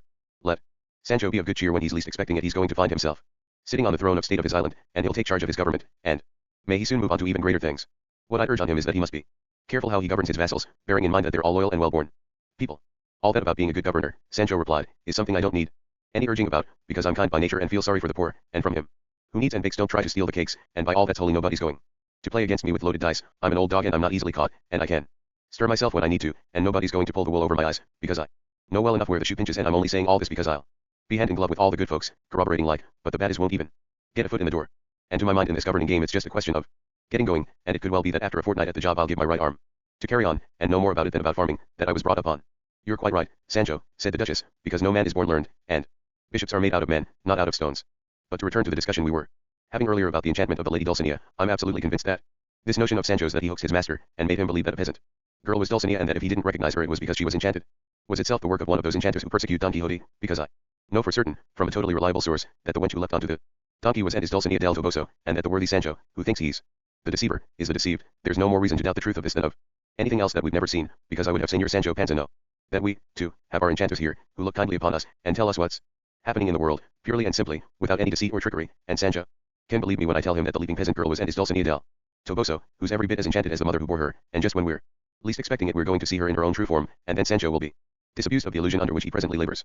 "You could be right," said Sancho Panza, "and now I can believe my master's story about what he saw in the cave of Montesinos, where he says he saw the lady Dulcinea del Toboso in the self-same clothes I said I saw her in when I enchanted her just for the fun of it, and it all must be the opposite of what I thought it was, just as you say, lady. Because nobody has any business to imagine that my poor wits could have dreamed up such a clever trick in the twinkling of an eye, and what's more I don't believe my master's mad enough to be led by my feeble arguings to believe something as far beyond the pale as that. But it wouldn't be right, lady, for your goodness to think that I'm a bad man. A dunderhead like me can't be expected to see into the wicked thoughts of those terrible enchanters, and I only made it all up to avoid being hauled over the coals by my master Don Quixote, and not with any idea of offending him, and if it's turned out topsy-turvy there's a God in heaven who judges our hearts." "Quite right, too," said the Duchess, "but now do tell me, Sancho, what's all this about the cave of Montesinos? I'd simply love to know." And Sancho Panza gave her a painstaking account of that adventure, as already related. Having heard it, the Duchess said, "From this episode we can infer that since the great Don Quixote says he saw down there the very same peasant girl that Sancho saw on the outskirts of El Toboso, she most certainly is Dulcinea, and that the enchanters are being very clever indeed, and all too officious." "That's just what I say, too," said Sancho Panza, "and if my lady Dulcinea del Toboso's enchanted, that's her bad luck, and it isn't up to me to take on my master's enemies, plentiful and spiteful as they seem to be. The plain truth is that the girl I saw was a peasant. I thought she was a peasant and I set her down as a peasant, and if she was Dulcinea that's nothing to do with me and it isn't my fault, and people had better heed what I'm saying or else. Oh yes, I'll let them all go on at my expense every 5 minutes I will, with their backbiting and their tittle-tattle." Sancho said this, Sancho did that, Sancho went back and Sancho returned, as if Sancho was some nobody, and not the same Sancho Panza that's going all over the world in books, so Sanson Carrasco told me, and he's been bachelored at Salamanca he has, and people like that can't lie, except when they feel like it or it's very much in their interest. So there's no need for anyone to come picking quarrels with me, and since I've got a good name and according to what I've heard my master say a good name is better than great riches 3 they can just shove me onto that island and they'll see wonders, because he who has been a good squire will be a good governor." "All the worthy Sancho's observations," said the Duchess, "are Catonian maxims, or at any rate drawn from the very bowels of Michael Verino, Florentibus Occidit Annus point 4. When all said and done, and to speak as Sancho speaks under a foul cloak there's often a fine drinker. To tell you the honest truth, lady," Sancho replied, "I've never drunk just for the sake of drinking. Out of thirst, maybe I'm no hypocrite, I do drink when I feel like it, and when I don't feel like it as well, and when I'm offered to drink too, so as not to seem choosy or rude, because if a friend drinks your health who could be so stony-hearted as not to drink his back. But even though I wear trousers I don't mess in them, and what's more knight-errant squires drink water most of the time, because they're always traipsing around woods, forests and meadows, mountains and crags, and they can't find a pittance of wine, not even if they give their eyes for it." "That I can well believe," the Duchess replied. "And now Sancho had better go and have a rest, and we'll speak at greater length by and by, and make arrangements for him soon to be shoved, as he puts it, onto his island." Sancho kissed the Duchess's hands again, and begged her to be so kind as to make sure that his dun was well looked after, being as it was the light of his life. "What dun is this?" asked the Duchess. "My ass," Sancho replied, "and so as not to call it by a nasty name like that I call it my dun, and when I came into the castle I asked this duenna here to look after it, and she got his head up as if I'd said she was ugly or old, when it ought to be more right and proper for duennas to feed asses than stand around decorating castle halls. God Almighty, how a certain hidalgo in my village hated females like that." "No, he must have been some peasant," said the duenna Dona Rodriguez, "because if he had been a well-born hidalgo he would have praised them to the skies." "Come now," said the Duchess, "no more of this, I want Dona Rodriguez to keep quiet, and Señor Panza to calm down, and the dun's comfort can be entrusted to me. Since it's so terribly precious to Sancho I'll place it in my esteem above the very apple of my eye." "Just place it in the stable, that'll do," Sancho replied, "neither me nor my dun are fit to be above the apple of your grace's eye for a single moment, and I'd as soon give myself a good knifing as stand for that, because although my master says that in the game of courtesy it's better to bust than fall short, when being courteous to asses and donkeys, you've got to tread very warily indeed." Let Sancho take his dun with him to his government, said the Duchess, and there. He'll be able to make it just as comfortable as he pleases, and even pension it off. Don't you imagine, Duchess, that you've said anything special there, said Sancho. I've seen a few asses go into government before now, so if I took mine with me that wouldn't be anything new. Sancho's words plunged the Duchess into further giggles of delight, and then she sent him away to sleep and went to tell the Duke all about their conversation, and these two plotted a hoax to play on Don Quixote, so contrived as to achieve renown and perfectly match the chivalresque style, and in the same style they played many other hoaxes on him, so appropriate and clever that they're the very best adventures in this great history. Chapter 30, which tells of the information that was received about how the fearless Dulcinea del Toboso was to be disenchanted, one of the most famous adventures in this book. The Duke and Duchess were highly amused by their conversations with Don Quixote and Sancho Panza, which confirmed their intention to play hoaxes that would seem just like adventures, and Don Quixote's description of his adventure in the cave of Montesinos gave them an idea for one that was bound to become famous. Yet what most astonished the Duchess was that Sancho was so very simple-minded as to have been made to believe as absolute truth that Dulcinea del Toboso had been enchanted, when he himself was the enchanter and the hoaxer. And so, 6 days later, after giving their servants instructions about what they were to do, the Duke and Duchess took Don Quixote hunting, with an array of beaters and hunters of which any crowned monarch would have been proud. They gave Don Quixote a hunting outfit and Sancho another, of the finest green worsted, but Don Quixote refused his, saying that he soon had to return to the harsh exercise of arms, and that he could not encumber himself with either wardrobes or stores. Sancho took what he was given, intending to sell it at the earliest opportunity. So the appointed day came, Don Quixote donned his armor and Sancho put on his hunting outfit and, riding his dun, which he refused to leave behind despite being offered a horse, he joined the gang of beaters. The Duchess emerged, sumptuously dressed, and Don Quixote, courteous and gallant as always, took the reins of her palfrey, although the Duke did not want him to, and they eventually reached a wood between two great hills, where, once all the hides and ambushes beside the tracks had been occupied and the hunters had been sent to their stations, the hunt began amidst such a racket and so much shouting and hallooing that people couldn't hear each other talk, what with the barking of the dogs and the blaring of the horns. The Duchess dismounted and, carrying her sharp spear, stationed herself where she knew wild boar often passed. The Duke and Don Quixote also dismounted, and stood on either side of her. Sancho placed himself behind all the others, without getting off his dun, which he didn't dare to leave for fear that it might come to some harm. And scarcely had they taken their stand in a line with several of their servants when they saw a vast boar rushing towards them, hard pressed by the hounds and chased by the huntsman, gnashing its teeth and its tusks and spraying foam from its mouth, and as soon as Don Quixote saw it he took up his shield, drew his sword and stepped forward to meet it. The Duke did likewise, clutching his spear, but the Duchess would have beaten them all to it if the Duke hadn't stopped her. Sancho alone, on seeing the great beast, abandoned his mount and ran away as fast as his legs would carry him, and tried to climb a tall evergreen oak without success, because when he was halfway up it, clinging onto a branch and struggling to reach the top, he had the great misfortune to break the branch and, as he came crashing down, to be hooked on a snag in the tree and left dangling there, unable to reach the ground. And finding himself in this plight, with his green coat being ripped open, and imagining that if the fierce beast came that way it would reach him, he started to scream so loud and to shout for help so insistently that all those who heard him but couldn't see him thought that he was in the jaws of some wild creature.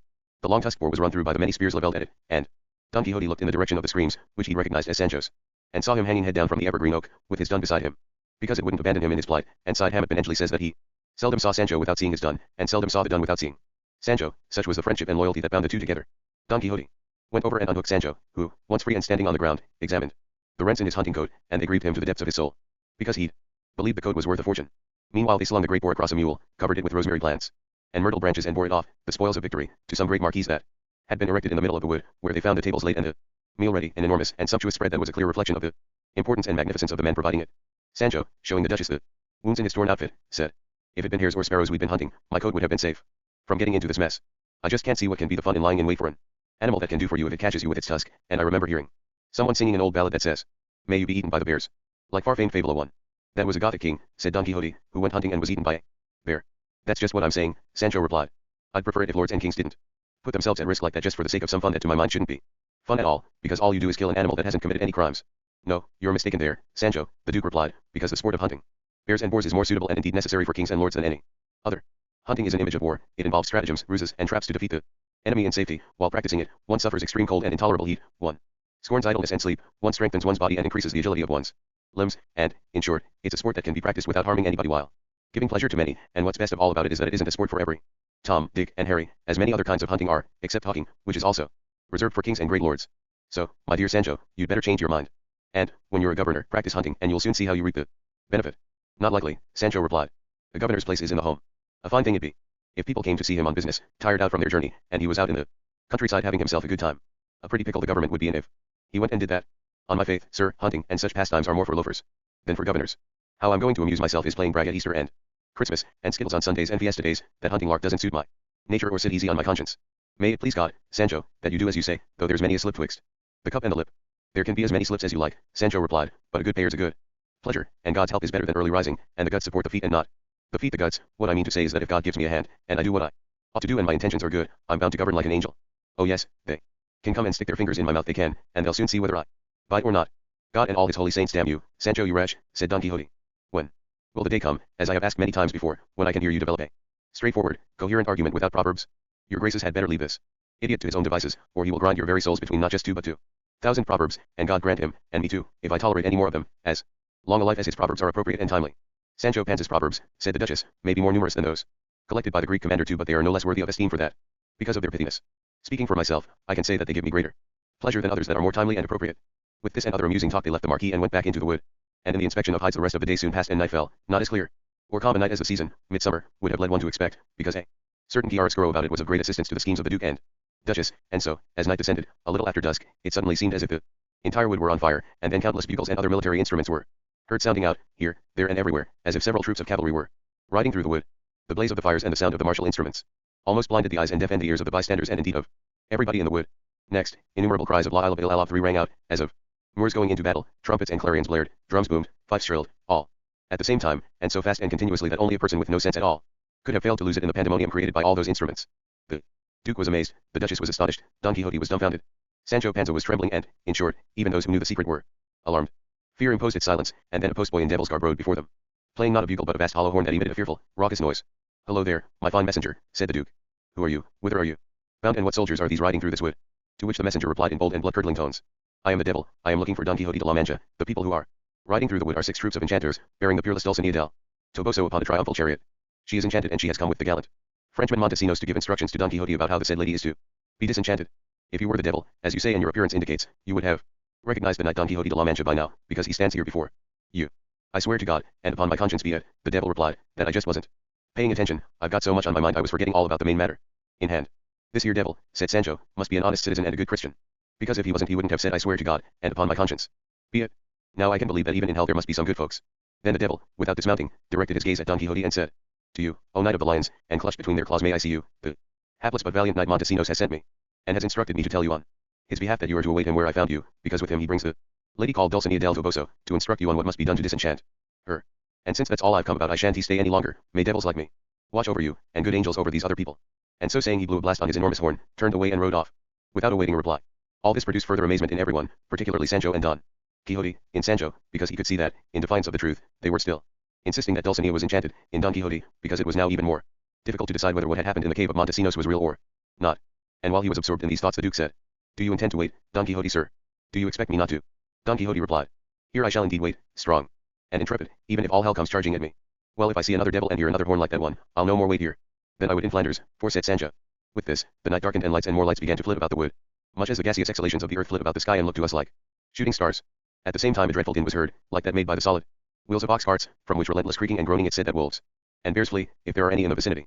To this great tempest of sound was added another that was greater still, because it truly seemed that in the 4 corners of the wood 4 separate battles were being fought at the same time. On one side the harsh racket of fearsome artillery rang out, on another countless muskets were being fired, not far away the shouts of the combatants could be heard, and in the distance the Moorish war cries were being repeated. In short, the bugles, the horns, the clarions, the trumpets, the drums, the artillery, the muskets and, above all, the fearsome creaking of the ox carts, made together such a chaotic and horrendous clangor that Don Quixote had to summon up all his courage to endure it, but Sancho's failed him, and left him fainting on the Duchess's lap, where she let him lie and hurriedly ordered cold water to be splashed on his face. This was done, and Sancho came to, just as one of the carts with the creaking wheels was approaching the hide in which they sat. It was pulled by 4 ponderous oxen, all swathed in black hangings, to each of their horns was tied a flaming wax torch, and on the cart was a high chair, and on this a venerable old man was seated, with a beard that was whiter than snow, and so long that it reached below his waist. He was dressed in a long robe of black buckram. Since the cart was festooned with lights, it was easy to see exactly what was on it. It was driven by 2 ugly demons also clad in buckram, with such hideous faces that Sancho, having seen them once, shut his eyes so as not to see them again. The cart rolled up to the hide, and the venerable old man rose to his feet and cried, "I am the sage Lurgandia." And the cart rolled on, without another word. After it another similar cart appeared, with another enthroned old man who, ordering his cart to be halted, said in a voice no less solemn, "I am the sage Alcaif, the great friend of Urganda the unknowable." And the cart rolled on. Then another cart approached in the same manner, yet the person sitting on the throne wasn't old like the other 2, but was a large, powerful man, a nasty-looking type, and as he arrived he stood up as the others had and said in an even hoarser and more devilish voice than theirs, "I am the enchanter Archelaus, the mortal enemy of Amadis of Gaul and all his tribe." And he moved on. These 3 wagons halted a short distance away, and the grating noise of their wheels ceased, and then what was heard was no noise at all, but the sounds of gentle, harmonious music, which cheered Sancho, who took it as a good sign. And he said to the Duchess, from whose side he hadn't stirred an inch, "Lady, where there's music there can't be mischief, nor where there are lights and it is bright." The Duchess replied. To which Sancho answered, "Flames give out light, and it's bright where there are bonfires, as we can see from all these around us, and they could well burn us, but music is always a sign of happiness and fiestas." "That remains to be seen," said Don Quixote, who had been listening. And he was right, too, as the next chapter shows. Chapter XXXV, in which the information given to Don Quixote about Dulcinea's Disenchantment is continued, with other amazing events. They could see that to the accompaniment of this agreeable music one of those vehicles, called triumphal chariots, was on its way towards them, drawn by 6 brown mules. Covered, however, with white drill, and on each mule a penitent was seated, also dressed in white, with a flaming wax torch in his hand. This chariot was twice or even 3 times as big as the carts, and upon its sides were another 12 penitents, all as white as snow and all bearing lighted torches, a sight both amazing and terrifying, and on a high throne a nymph was seated, wearing 1,000 pieces of silver cloth, with countless spangles glittering all over them, which made her if not magnificently then at least showily dressed. Her head was covered with a diaphanous veil, but the threads in its warp couldn't prevent a lovely maiden's face from being glimpsed between them. And the many lights made it possible to perceive not only her beauty but her age as well, for she seemed no older than 20 nor younger than 17. Next to her was a figure wearing one of those long garments called a dressing gown, with his head covered by a black veil, but at the moment when the chariot came before the Duke, the Duchess and Don Quixote, the music of the shawms ceased, and soon the harps and lutes being played in the chariot fell silent as well, and the figure in the robe came to his feet, threw open his robe, removed his veil and stood revealed as death itself, fleshless and hideous, which disquieted Don Quixote, scared Sancho, and elicited signs of fear from the Duke and Duchess. This living death stood there and, in a sleepy voice and with a tongue only half awake, began to speak. Merlin am I, of whom the histories state that I had the devil for my sire, a lie that passing years have authorized, the prince of magic and the treasure house, and monarch of the Zoroastic science, the enemy of ages and of times, that seek to cover up the splendid deeds of dauntless errant knights, for all of whom I've always had a soft spot in my heart. And though the nature of us sorcerers and wizards and enchanters normally is rigorous, relentless, and severe, yet mine is tender, kind, and affable, and fond of doing good to one and all. In gloomy Hades' darkest caves, my soul, to try to wall away those endless hours, was drawing raw muses and characters. When came the mournful voice of that fair maid, the peerless Dulcinea del Toboso, I learned of her enchantment and her woes, and how, from high-born lady, she was turned into a village wench. I felt so sad. I clothed my spirit in the hollow shell of these dry bones, so fearful and so dire, and rummaged in 100,000 books of this, my diabolical, foul science. And now I come to bring a remedy for such a grief, for such catastrophe. O you, the glory of all those who wear tunics of steel and coats of diamond, O light and lantern, path, lodestar, and guide of those who cast away ignoble sleep, and, leaping from the lazy down, embrace that which is more than flesh and blood can bear, the exercise of heavy, bloody arms. To you I say, O hero never praised enough, to you, Don Quixote, sir, O man of courage and of wisdom intertwined, you splendor of La Mancha, star of Spain, in order to recover and restore your peerless mistress to her pristine state, your squire, your Sancho, has to lash himself 3,000 times and then 300 more on both his buttocks, big and bold and bare, unto the air exposed, in such a way that they will smart and sting and vex him sore. For this has been decided by all those who work the spells that cost the maid so dear. And this, my noble lords, is why I'm here. By all that's holy, blurted Sancho, I'm not talking about 3,000 strokes of the lash. I won't give myself so much as 3 of them. I'd as soon stab myself 3 times as that. The devil can take that way of disenchanting a person. I don't see what my bum has got to do with magic spells. By God, if Señor Merlin hasn't found a better way than that to disenchant the lady Dulcinea del Toboso, she'll have to go enchanted to her grave. I am going to take you, said Don Quixote, you garlic-stuffed peasant, and tie you to a tree, naked as the day you were born, and give you not just 3,300 but 6,600 lashes, and I'll lay them on so thick that you won't be able to get rid of them, not if you rub your backside 3,300 times. And don't you answer me back, or I'll tear your very soul out of your body. When Merlin heard this he said, no, that will not do, because the worthy Sancho must take his lashing of his own free will, not by force, and at a time of his own choosing, for no deadline has been established, but he is allowed, if he wishes to abate his atonement by one half of the thrashing, to have it administered by another hand, although it must be a somewhat heavy one. No hand's going to touch me, Sancho retorted, not someone else's nor my own, not heavy nor light. Was it me that gave birth to the lady Dulcinea del Toboso by any chance, for my bum to have to pay for her sins? My master's the one who's accountable. Every 5 minutes he's calling her his life and his soul and his support and his stay, so he can and should do everything that's needed to disenchant her. But as for me taking the lashes, I announce them and all their works one.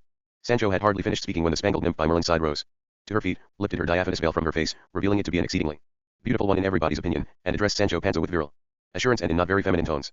O wretched squire, soul of lead, heart of cork, bowels of flint and granite, if you were being commanded, you thieving cutthroat, to hurl yourself to the ground from some high tower, if you were being asked, you enemy of humankind, to eat a dozen toads, 2 dozen lizards and 3 dozen snakes, if you were being urged to kill your wife and children with some fearsome, keen-edged scimitar, it would not be remarkable if you were reluctant and squeamish.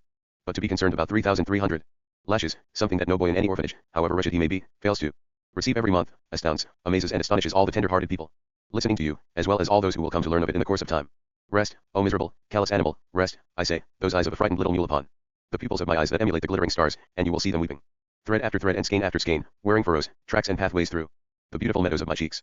Relent, you sly and spiteful monster, my blooming youth, I am still in my teens, I am 19, not quite 20, is being consumed and withered away beneath the coarse exterior of a rustic peasant girl, and if I don't look like one right now, this is a special favor conceded by Señor Merlin, here present, so that my loveliness can move you, for the tears of a grieving beauty turn cracks into cotton, tigers into lambs.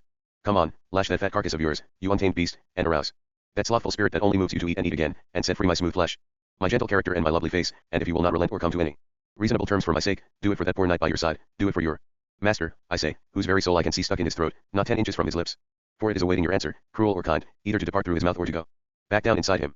When Don Quixote heard this he felt his throat and said, turning to the Duke, by God, sir, Dulcinea has spoken the truth, my soul is indeed stuck in my throat, just here, like the nut on a crossbow.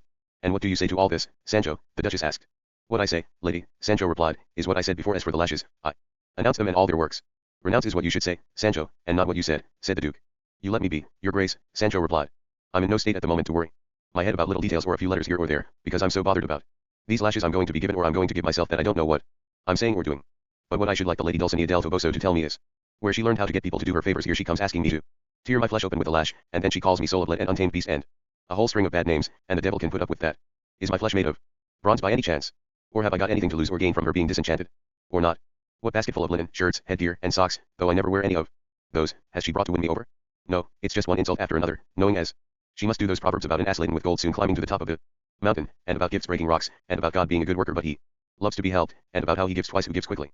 And then this master of mine, who ought to be patting my back and coaxing me to make me soft as wool and carded cotton, says that if he catches me he's going to tie me naked to a tree and double my dose of stripes, and these soft-hearted folk ought to bear in mind that they're not just asking for a squire to be lashed but a governor gilding the lily, as you might say. Well, they can all bloody well go away and learn how to ask for a favor. And learn some manners too, because times change and a man isn't always going to be in a good mood. Here I am ready to burst with grief because my green coat's all torn, and they come asking me to lash myself of my own free will, when I'd as soon do that as turn into an Indian chief.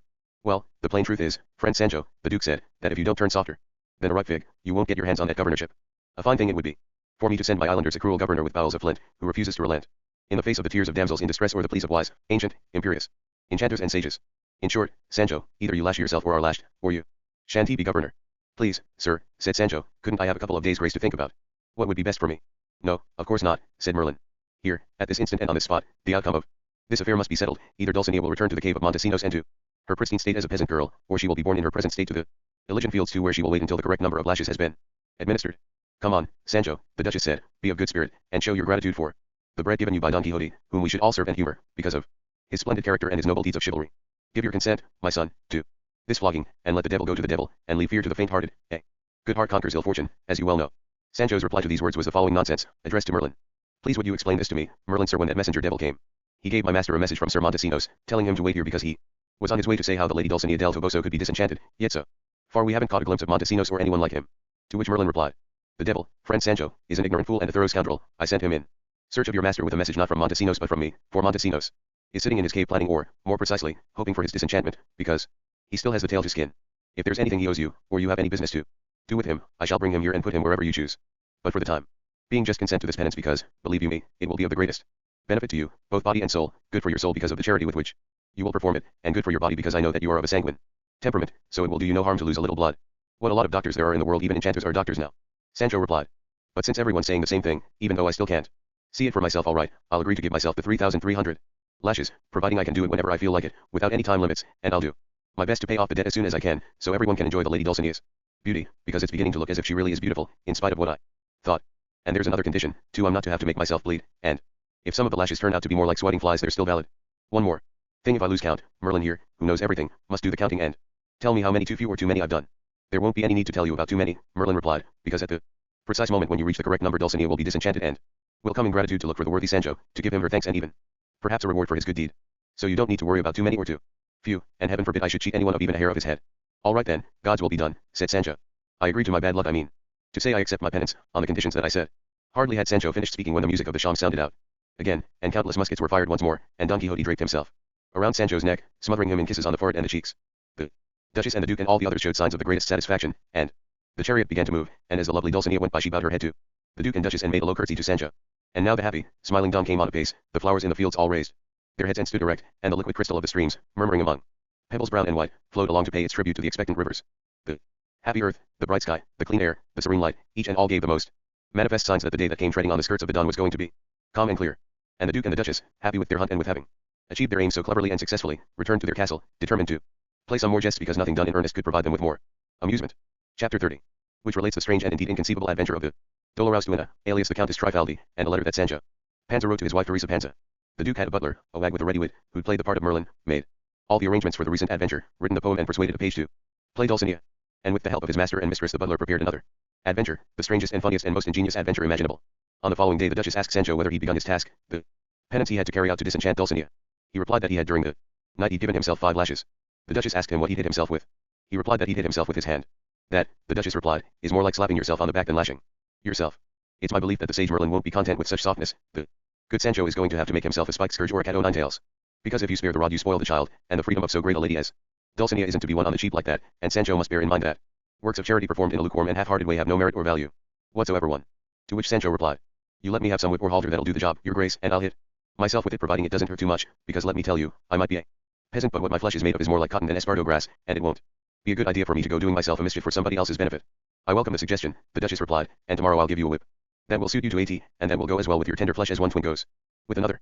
To which Sancho replied, I'd like your highness to know, my dear lady, that I've written a letter to my wife, Teresa Panza, telling her all about what's been happening to me since I left home, and here it is inside my shirt, because it only needs the address being written on it. I'd like your wise excellency to read it, because to my mind it's in tune with the governing. What I mean to say is it's written as governors ought to write. And who dictated it? The Duchess asked. Who do you think was going to dictate it if not this here sinner? Sancho retorted. And did you write it down, too? The Duchess said. Of course I didn't, Sancho replied. I can't read or write, though I can sign my name. Let's see it, then, said the Duchess, because I'm sure it displays the quality and clarity of your mind. Sancho pulled an unsealed letter out of his shirt, and when the Duchess took it she saw that this was what it said. Letter from Sancho Panza to his wife Teresa Panza. If I've had a good hiding, I've had some good riding upon a fine horse, as the thief said to the executioner too. What I'm saying is that if I've been given some good governing, it's costing me a good lashing. You won't understand this, Teresa my dear, for the time being, but you will later on. I'll have you know, Teresa, that I've decided. You'll go about in a coach, because that's the proper way. Any other way of going about is like going on all fours. The wife of a governor is what you are, so just think what the backbiting's going to be like.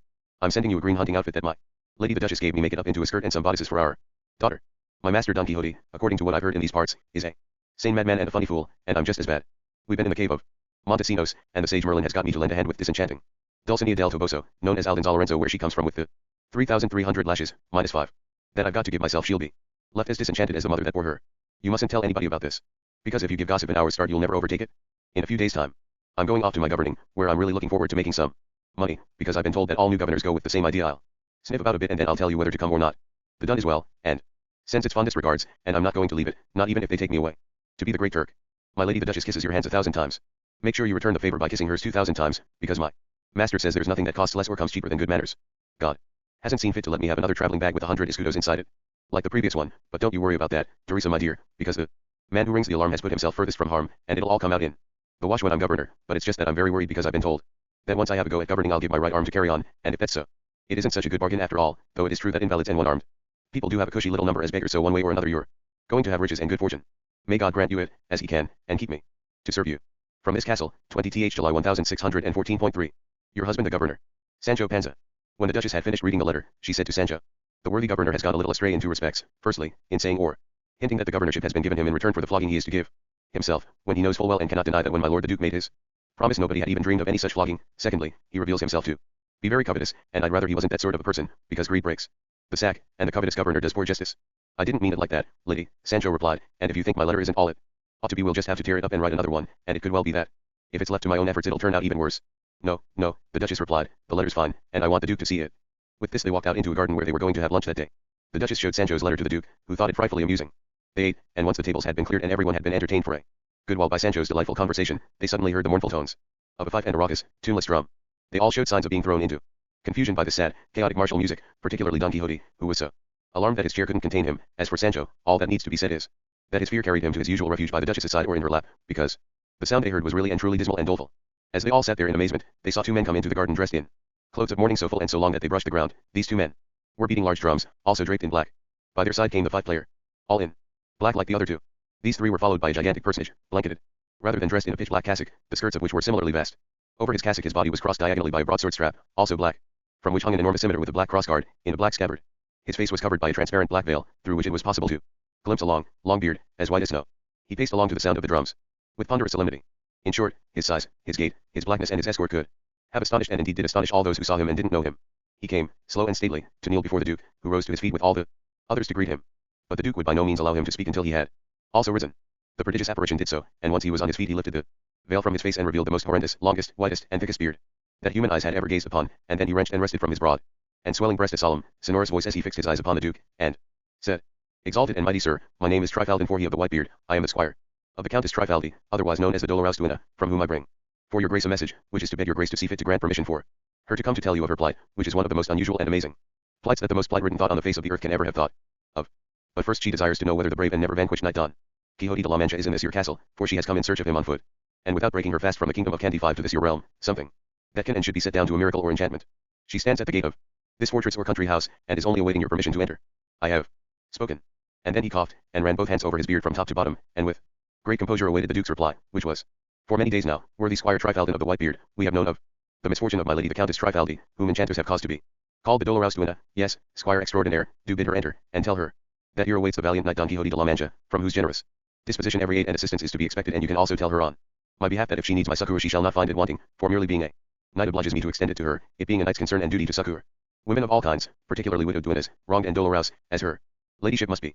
When Trifaldin heard this he bent his knee to the ground, made a sign to the players of fife and drum to start up, and departed from the garden to the same sounds and at the same pace as when he'd entered it, leaving everyone amazed at his presence and composure.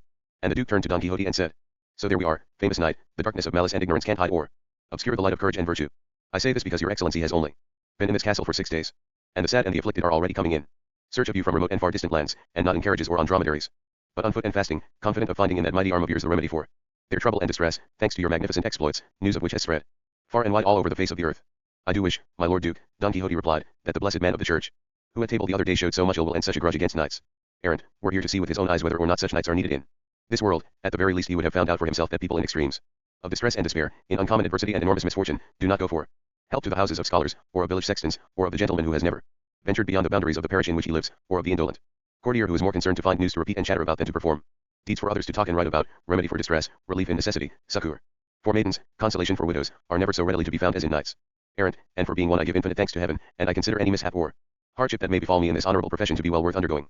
So let this duenna come forward, and ask what she will, for I shall confide her relief to the might of my arm and the dauntless resolve of my doughty spirit."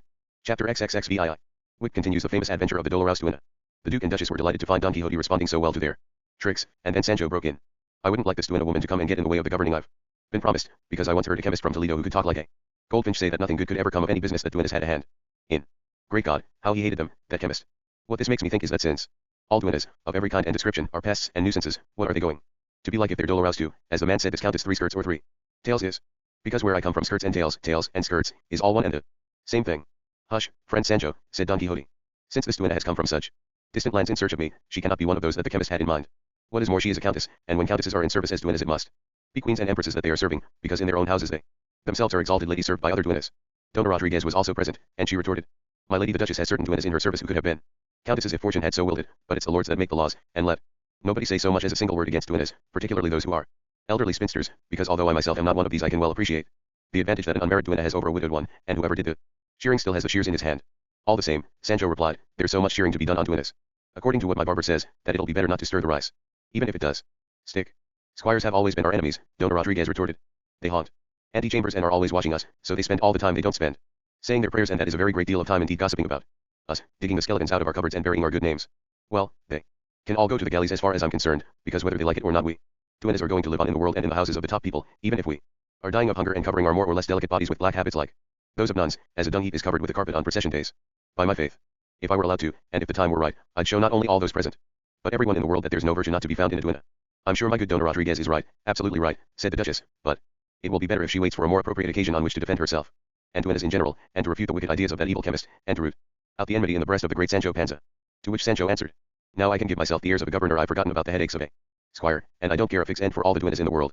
They'd have continued this stunnish conversation of theirs if they hadn't heard the fife and drum striking up again and telling them that the Dolorous duenna was making her entrance. The Duchess asked the Duke whether they hadn't better go out to receive her, since she was a countess, an eminent personage. "Being as she is a countess," Sancho replied before the Duke could, "I'd agree to your grace is going to meet her, but being as she is a duenna I think you shouldn't budge an inch." "Who told you to butt in like that, Sancho?" said Don Quixote. "Who told me, sir?" Sancho replied. "I butted in all by myself, as well I can, being a squire who's learned courtesy in your school, the school of the most courteous and well-bred knight in all courteousness, and in these matters, as I've often heard you say, as much is lost by a point too many as by a point too few, and a word to the wise is enough." "It is just as Sancho says," said the Duke. "We shall first see what this countess looks like, and thus judge the degree of courtesy appropriate to her." At this moment the players of fife and drum made their entrance as before. And here the author ended this short chapter and began another, continuing the same adventure, which is one of the most notable adventures in this history. Chapter 38, which relates the account given by the Dolorous duenna of her misfortune. Behind these melancholy musicians about a dozen duennas filed into the garden into lines, all dressed in ample nuns' habits made, it seemed, of milled serge, with white widows' weeds of fine muslin, so long that only the hems of their habits showed beneath them. Behind these duennas came the Countess Trifaldi, led by the hand by her Squire Trifaldin of the White Beard, and she was dressed in the finest unnapped black flannel that, if it had been napped, would have shown knots as big as the best Martas one. Chickpeas. Her skirt or tail, or whatever it's called, had 3 pointed trains, borne by 3 pages, also in mourning, forming an impressive geometrical figure with the 3 acute angles made by the points, so that all who saw the spiky dress realized that this must be the reason why the woman was called the Countess Trifaldi, which is the same as saying the Countess of the Three Skirts, and Benengeli says that this is true, and that her proper title was the Countess Lupin, because of the many wolves bred in her earldom, and if instead of wolves they had been goats or other horned beasts she'd have called the Countess Horny, because it's the custom in those parts for the lords to be named after whatever is most abundant on their estates. Nonetheless this Countess, to highlight the novelty of her skirt, left off Lupin and took on Trifaldi. The 12 duennas and their mistress entered at a processional pace, and their faces were covered with black veils that weren't transparent like Trifaldin's, but so closely woven that nothing could be seen through them. As soon as this squadron of duennas appeared, the Duke, the Duchess and Don Quixote stood up, as did all the others. Watching the slow procession, the 12 duennas stopped and formed a corridor along which the Dolorous duenna advanced, still holding Trifaldin's hand, and at this the Duke, the Duchess, and Don Quixote stepped forward some 12 paces to receive her. Sinking to her knees, she said in a voice that was not at all soft and delicate, coarse, and rough, more like, "May it please your graces to use less courtesy with this your manservant I mean, handmaid, because I'm so dolorous that I'm not going to be able to give you the right answers, due to the fact that my strange and unheard of misfortune has driven my wits clean out of my head and I don't know where they've gone, but it must be somewhere a long way off because the more I look for them the less I find them." "The person would have to be witless indeed, my lady Countess," the Duke replied, "who could not instantly see your quality in your person worthy, without any need for further inquiry, of the very cream of courtesy, the very flower of polite ceremony." And he took her hand, brought her to her feet and escorted her to a chair next to the Duchess, who also received her with the utmost courtesy. Don Quixote was silent, and Sancho was dying to see Trifaldi's face and those of some of her many duennas, but this would be impossible until they themselves chose to lift their veils. All were waiting in a tranquil silence to see who would break it, and it was the Dolorous duenna, with the following words: "I am confident, most powerful lord, exceptionally lovely lady and eminently wise company, that my extremely wretched affliction will find in your exceedingly brave breast a reception that will be no less placid than generous and dolorous, for my woe is so great that it is enough to soften the marble, mollify the diamonds and melt the steel of the hardest hearts in the world, but before it is brought into the domain of I won't say your ears but your hearing faculties, I should like you to apprise me of whether, in this fraternity, circle, or company, I can find the immeasurably undefiled Don Quixote de la Manchissima, and his singularly squirely Squire Panza." "Panza's over here," said Sancho before anybody else could reply, "and Don Quixotissimo, too, and so, Dolorosissima duennissima, you can say what positively ever you decidedly like, because here we all are, incredibly ready and unbelievably prepared to be your amazingly humble servants." At this, Don Quixote rose to his feet and addressed the Dolorous duenna. "If your afflictions, distressed lady, can hope to find any relief in any valor or strength possessed by any knight errant, here is mine which, although feeble and inadequate, will be entirely devoted to your service. I am Don Quixote de la Mancha, whose profession it is to assist the needy of every kind, and this being so, you do not need to win over my benevolence or have recourse to preambles, but can simply and without circumlocutions tell me of your griefs, because he who listens will, if he cannot cure them, at least share them with you."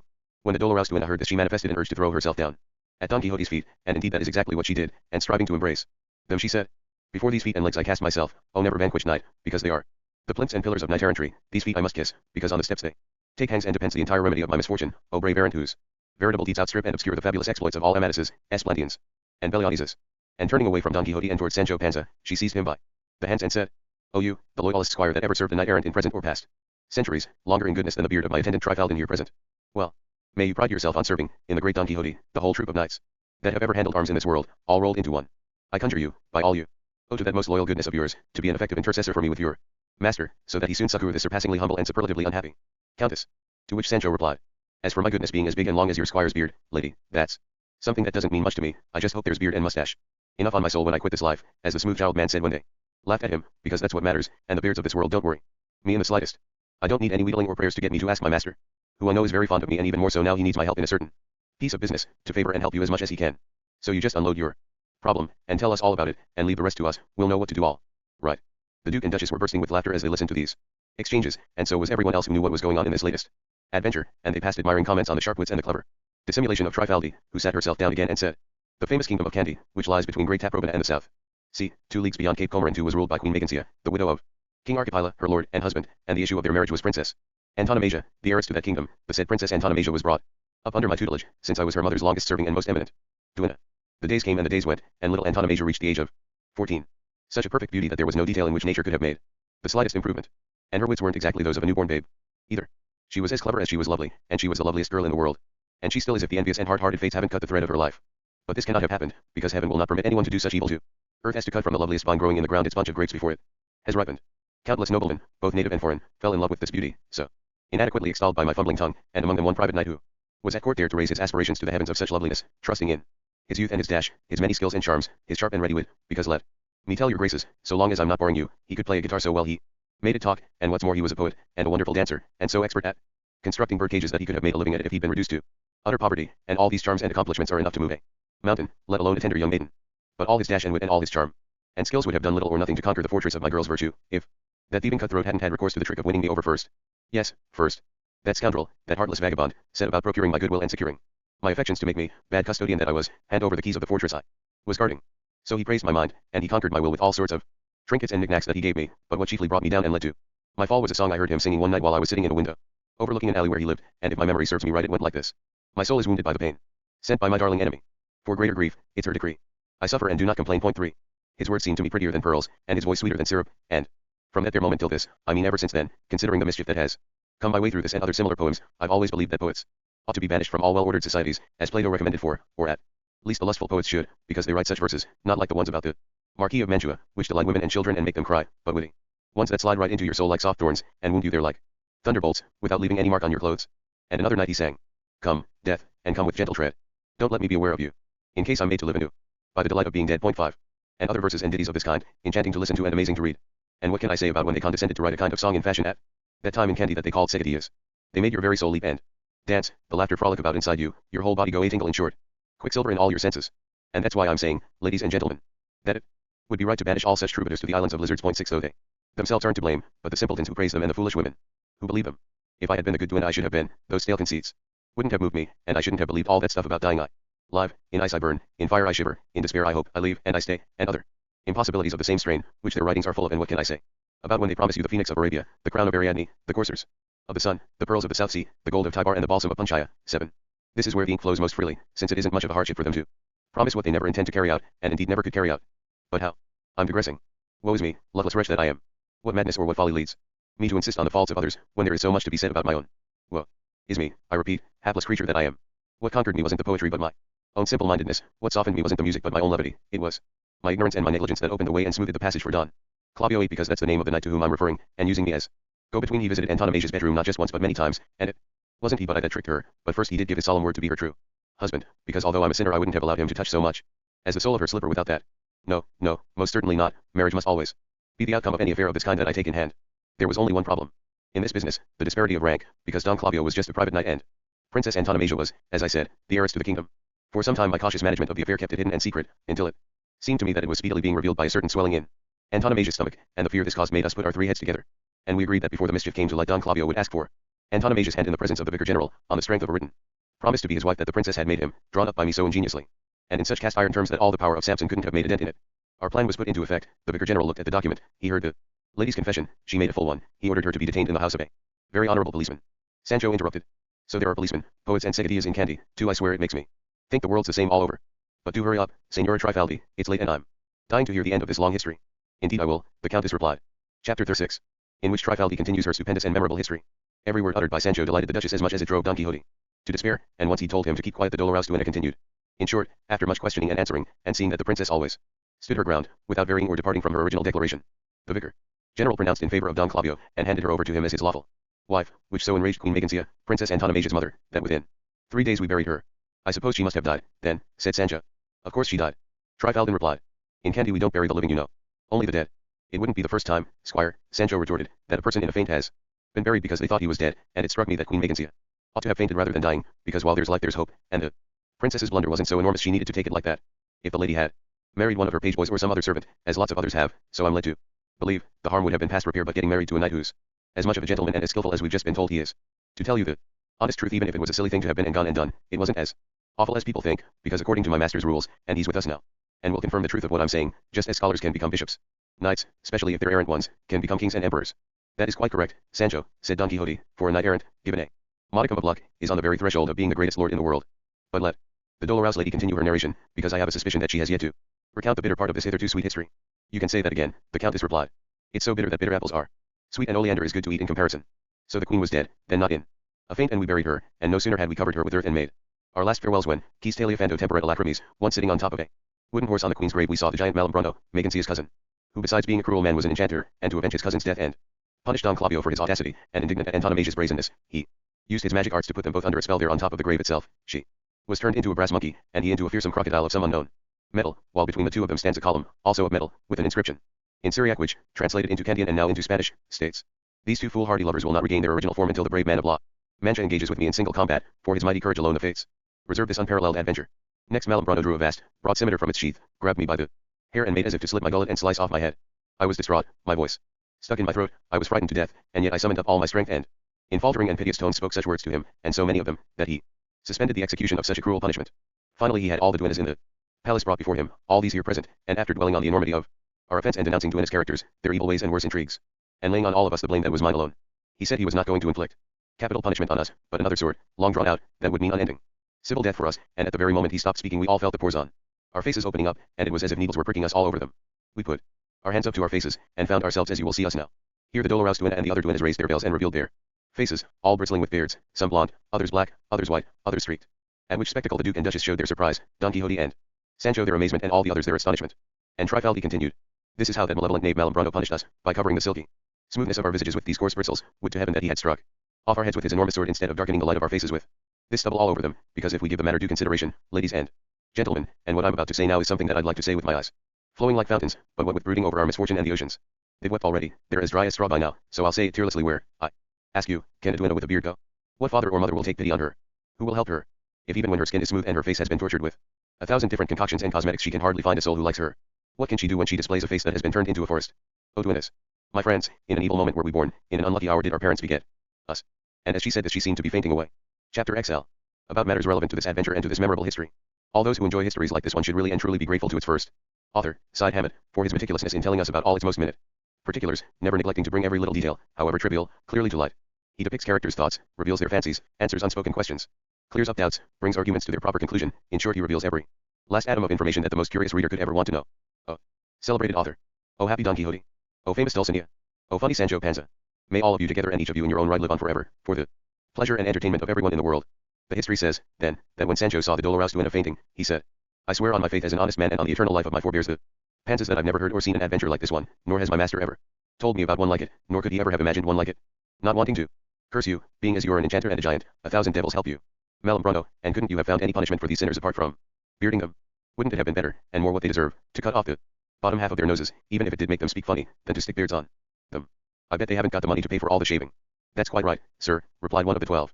Indeed we don't have the money to be shaved, so some of us have adopted an economical remedy, using patches or sticking plasters that we put on our faces, and when we rip them off we're left as smooth as the bottom of a stone mortar, because although there are women in Candy that go from house to house removing hair, plucking eyebrows, and doing other such hocus pocus associated with women, we duennas of my lady's household have never been willing to let them in, because most of them have a distinct whiff of those who have ceased being principals in their particular game and have turned to being third parties. So if we're not relieved by Don Quixote, we'll be carried to our graves in our beards. I shall go to the lands of the Moors and pluck mine out there, once said Don Quixote, if I do not rid you of yours. Trifaldi suddenly recovered from her fainting fit and said, the distant echo of your promise, valiant knight, reached my ears in the midst of my swoon, and was enough to bring me out of it and restore all my senses, and so I again beseech you, illustrious errant, indomitable sir, to put your gracious promise into effect. For my part I will do whatever is needed, Don Quixote replied. Please tell me, my lady, what that is, for my spirit is most willing to serve you. The fact is, said the Dolorous duenna, that from here to the kingdom of Candy, by land, it's 5,000 leagues, give or take a couple, but by air, in a straight line, it's 3,227. What you should also know is that Madame Bruno mentioned that whenever fortune sent me our knight and liberator, he himself would send a mount that would be much better and have fewer faults than the ones you hire, because it would be that very same wooden horse on which the brave Pierres carried off the fair Magalona, a horse controlled by a peg in its forehead that acts as a bridle, and it flies through the air so fast that you'd say it was being borne along by all the devils in hell. This horse, according to ancient tradition, was constructed by that sage Merlin. He lent it to Pierres, who was his friend and who made long journeys on it, and upon it bore away the fair Magalona, as I said, carrying her through the air on its crupper, and leaving all those watching them from earth dumbfounded, and Merlin only lent it to people he was very fond of or who paid him well, and from when the great Pierres rode it to this moment in time nobody else is known to have mounted it. But now Malumbrano, with his magic arts, has spirited it away, and he's in charge of it, and uses it on his trips, because he's always traveling through different parts of the world, and now he's here, and tomorrow he's in France, and the next day he's in Peru, and the best thing of all is that the horse doesn't eat or sleep or use horseshoes, and as it ambles through the air, without any wings, it gives such a smooth and easy ride that whoever's on it can carry a cupful of water in his hand, without spilling a single drop, and for this reason the fair Magalona loved riding it. At this Sancho said, for a smooth and easy ride there's nothing like my dun, even though it doesn't go through the air but on land I'll back it against any other ambler in the world. They all laughed, and the Dolorous duenna continued, and if Malumbrano does want to put an end to our misfortune, this horse will be here within half an hour of nightfall, because he explained that the sign with which he'd let me know that I found a knight I was looking for would be to send me the horse wherever I was, with all speed and dispatch. And how many people is there room for on this here horse? Sancho asked. The Dolorous duenna replied. 2, one on the saddle and the other on the crupper, and usually these two are the knight and his squire, so long as the knight hasn't got any born away maidens with him. What I'd next like to know, Dolorous lady, said Sancho, is what's this horse's name? Its name, the Dolorous duenna replied, is not that of Bellerophon's horse, called Pegasus, or that of Alexander the Great's horse, Bucephalus, or Orlando Furioso's Bergliadoro, or Bayard, the name of Renald of Montalban's horse, or Frontino, like Ruggiero's, or Bodes, or Pirithua, said to be the names of the horses of the sun to nor is it called Aurelia, like the horse on which the unfortunate Rodrigo, the last Gothic king of Spain, rode into the battle in which he lost his kingdom and his life. I bet, said Sancho, that since it wasn't given any of those famous names of well-known horses, it wasn't named after my master's horse Rocinante either, even though that name's more fitting than any of the others you've said so far. That is true, the bearded countess replied, but its name still suits it quite well, because it's called Clavelina the Swift, which reflects the fact that it's made of wood. and has a peg in its forehead and goes fast, and so, as regards its name, it can well compete with the famous Rocinante. The name isn't bad, Sancho replied, but what bridle or halter do you control it with? I have already said, Trifaldi replied, that it is controlled with the peg, by turning it one way or the other. The knight riding it makes it go wherever he likes, either high in the sky, or skimming and almost brushing the ground, or following the middle course that is sought and should be taken in all well-ordered actions. I can't wait to see it, Sancho replied, but you might as well go looking for figs on thistles as think I'm going to get onto it, on either the saddle or the crupper. That's a fine thing I must say. I can hardly manage to stay on my dun, on a pack saddle that's softer than silk, and now they're expecting me to sit on a crupper of wood, without so much as a pad or a cushion. Good God, I'm not intending to give myself a pounding like that to rid anyone of her beard. Let each of them get her own shave as best she can, because I'm not going with my master on a long journey like that. What's more, I can't be needed for the shaving of these ear beards, as I am for the disenchanting of my lady Dulcinea. Oh yes you are, my friend, Trifaldi replied, and you're needed so much that, without you, I believe, we'll achieve nothing. Oh, no, help, help, cried Sancho, what have squires got to do with their master's adventures? Is it right for them to get all the fame for the successful ones, and us all the hard work? By my body and soul, it wouldn't be so bad if the historians wrote, such and such a knight brought such and such an adventure to a happy ending. But only with the help of his squire named so, and without him he couldn't have done it. But no, all they do is right, Sir Paralipomenon of the Three Stars triumphed in the adventure of the Six Monsters, without so much as a mention for his squire, who'd been there all the time, just as if he didn't exist. So, ladies and gentlemen, I'll say it again, my master can go by himself, and much good may it do him, because I'm staying right here with my lady the Duchess, and it could well be that when he comes back he finds the lady Dulcinea's cause bettered no end, because in my spare time I'm planning to give myself such a good hiding that not a single hair will ever sprout on my body again. In spite of all that, you shall go with him if necessary, worthy Sancho, because there are good people who will beg you to, and these ladies' faces can't be left so bushy just because of your idle fears. That would certainly be most unfortunate. Help, help, help, was Sancho's reply. If this act of charity was to be done for orphaned maidens or charity girls, a man could take on any task, but to go through it all just to rid duennas of their beards, not bloody likely. I'd sooner see the whole lot of them bearded, from the biggest to the littlest, from the fussiest to the finickiest. You are indeed on bad terms with duennas, friend Sancho, said the Duchess, and you're excessively influenced by the opinion of that chemist from Toledo. Well, you really are wrong. You know there are duennas in my household who are the very models of duennas, and my Dona Rodriguez here won't let me say otherwise. You go ahead and do so all the same, your excellency, said Rodriguez, because God knows the truth about everything, and whether we duennas are good or bad, bearded or smooth, we are our mother's daughters like other women, and since God brought us into the world he knows why he did it, and I put my trust in his mercy and not in anybody's beard. Nevertheless, Señora Rodriguez, Señora Trifaldi and company, said Don Quixote, I trust in heaven that it will look with kindly eyes on your distress, for Sancho will do my bidding if Clavelino appears here and I fight Malambruno. I know that there can be no razor that will shave you ladies with greater ease than my sword will shave Malambruno's head from his shoulders. God suffers the wicked, but not forever. Oh, oh, the dolorous duenna broke in. May all the stars in the celestial regions look down upon you, valiant knight, with kindly eyes, and infuse into your spirit all courage and strength to make you the shield and protector of the abused and downtrodden order of duennas, loathed by chemists, gossiped about by squires and wheedled by page boys. Woe betide the trollop who in the prime of her life doesn't become a nun rather than a duenna. What unhappy women we duennas are, for even if we are descended in a direct male line from Hector of Troy for himself, our mistresses still can't desist from addressing us like the scum of the earth if this makes them feel like queens. Oh giant Malambruno, you may be an enchanter but you do keep your promises. Send us without delay the peerless Clavelino so that our misfortune can be brought to an end, because if the hot weather sets in and these beards of ours are still on our faces, what a pickle we'll be in then.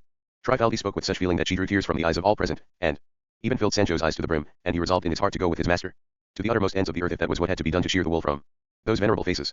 Chapter XLI. About the coming of Clavelino, and the end of this protracted adventure. As they spoke night came, and with it the moment for the arrival of the famous horse Clavelino, the delay in which was already troubling Don Quixote, because he supposed that since Malambruno was taking so long to send it, this must mean either that he was not the knight for whom this adventure was reserved, or that Malambruno did not dare to meet him in single combat.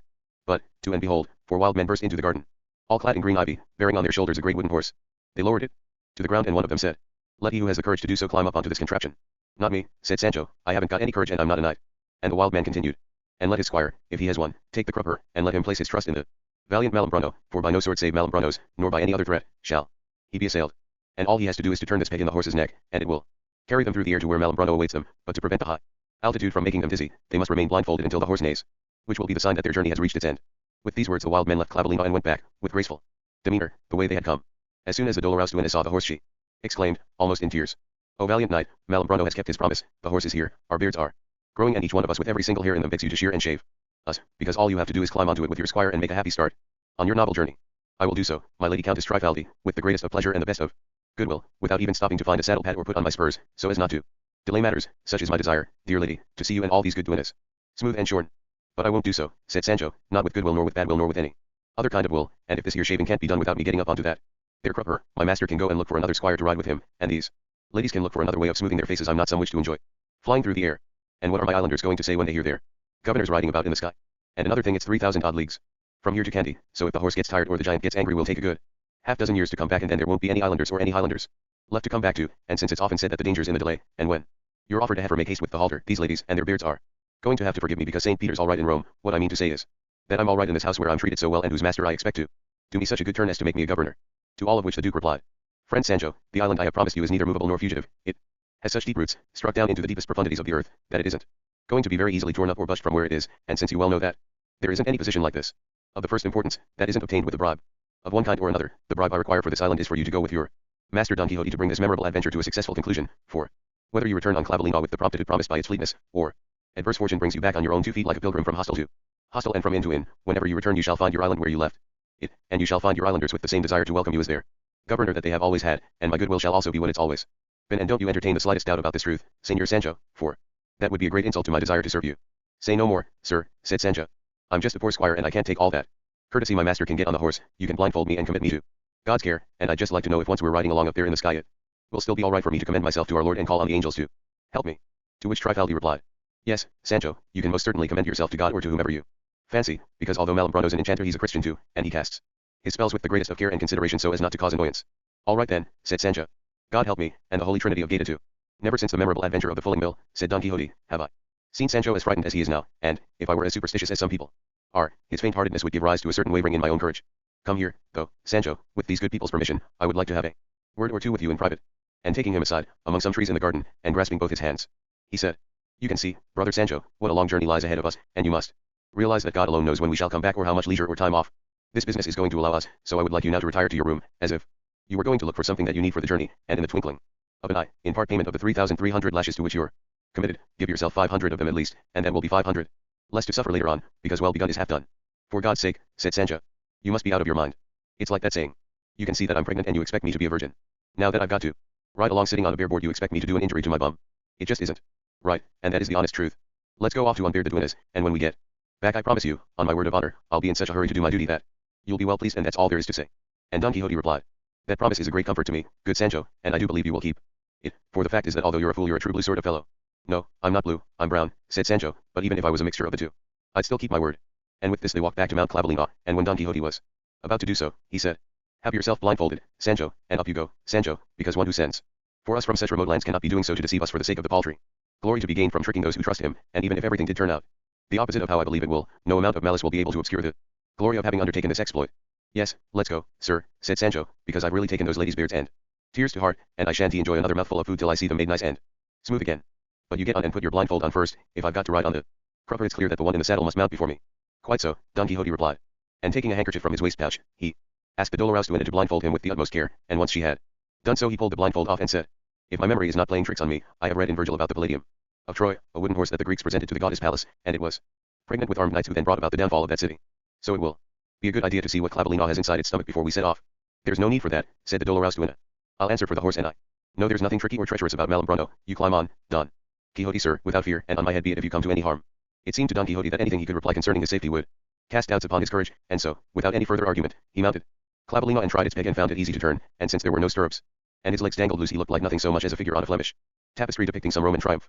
Sancho came up to climb on, in slow motion, and with bad grace, and, settling himself as best he could on the crupper, he found it much less soft than he would have liked, so he asked the Duke if he could be provided with a saddle pad or a cushion, even if it had to be taken from his lady the Duchess's drawing room or from some page boy's bed, because that horse's crupper seemed more like marble than wood.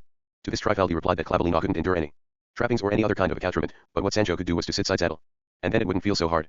Sancho did this, and said goodbye and allowed himself to be blindfolded, and, once this had been done, he pulled the blindfold off and, gazing down on everyone in the garden with tender, brimming eyes, begged them to help him in his plight by each saying some paternosters and ave maries, so that God would provide somebody to say some for them whenever they were in a similar pickle.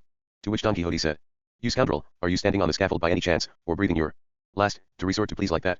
You wicked, cowardly creature, are you not in the very same place occupied by the fair Magalona, from which she did not descend into her grave but rose to be Queen of France, if the histories are to be believed? And I, who ride with you, can I not compare myself with the brave Pierres, who sat where I sit? Now, cover your eyes, you spiritless animal, and do not allow the fear that fills your body past your lips. Not in my presence at least. They'd better blindfold me, then, Sancho replied, and if you won't let me commend myself to God or even get someone else to do the commending, is it any wonder if I'm frightened that there might be some legion of devils wandering about the place waiting to dump us right in front of the execution squad at Parral below? 1. The pair were blindfolded again, and once Don Quixote was satisfied that all was in order he fell for the peg, and as soon as he touched it the duennas and everyone else cried, God guide you, valiant knight. God be with you, intrepid squire. There you go through the air, cleaving it swifter than any arrow. There you go, amazing and astonishing all who are watching you from earth.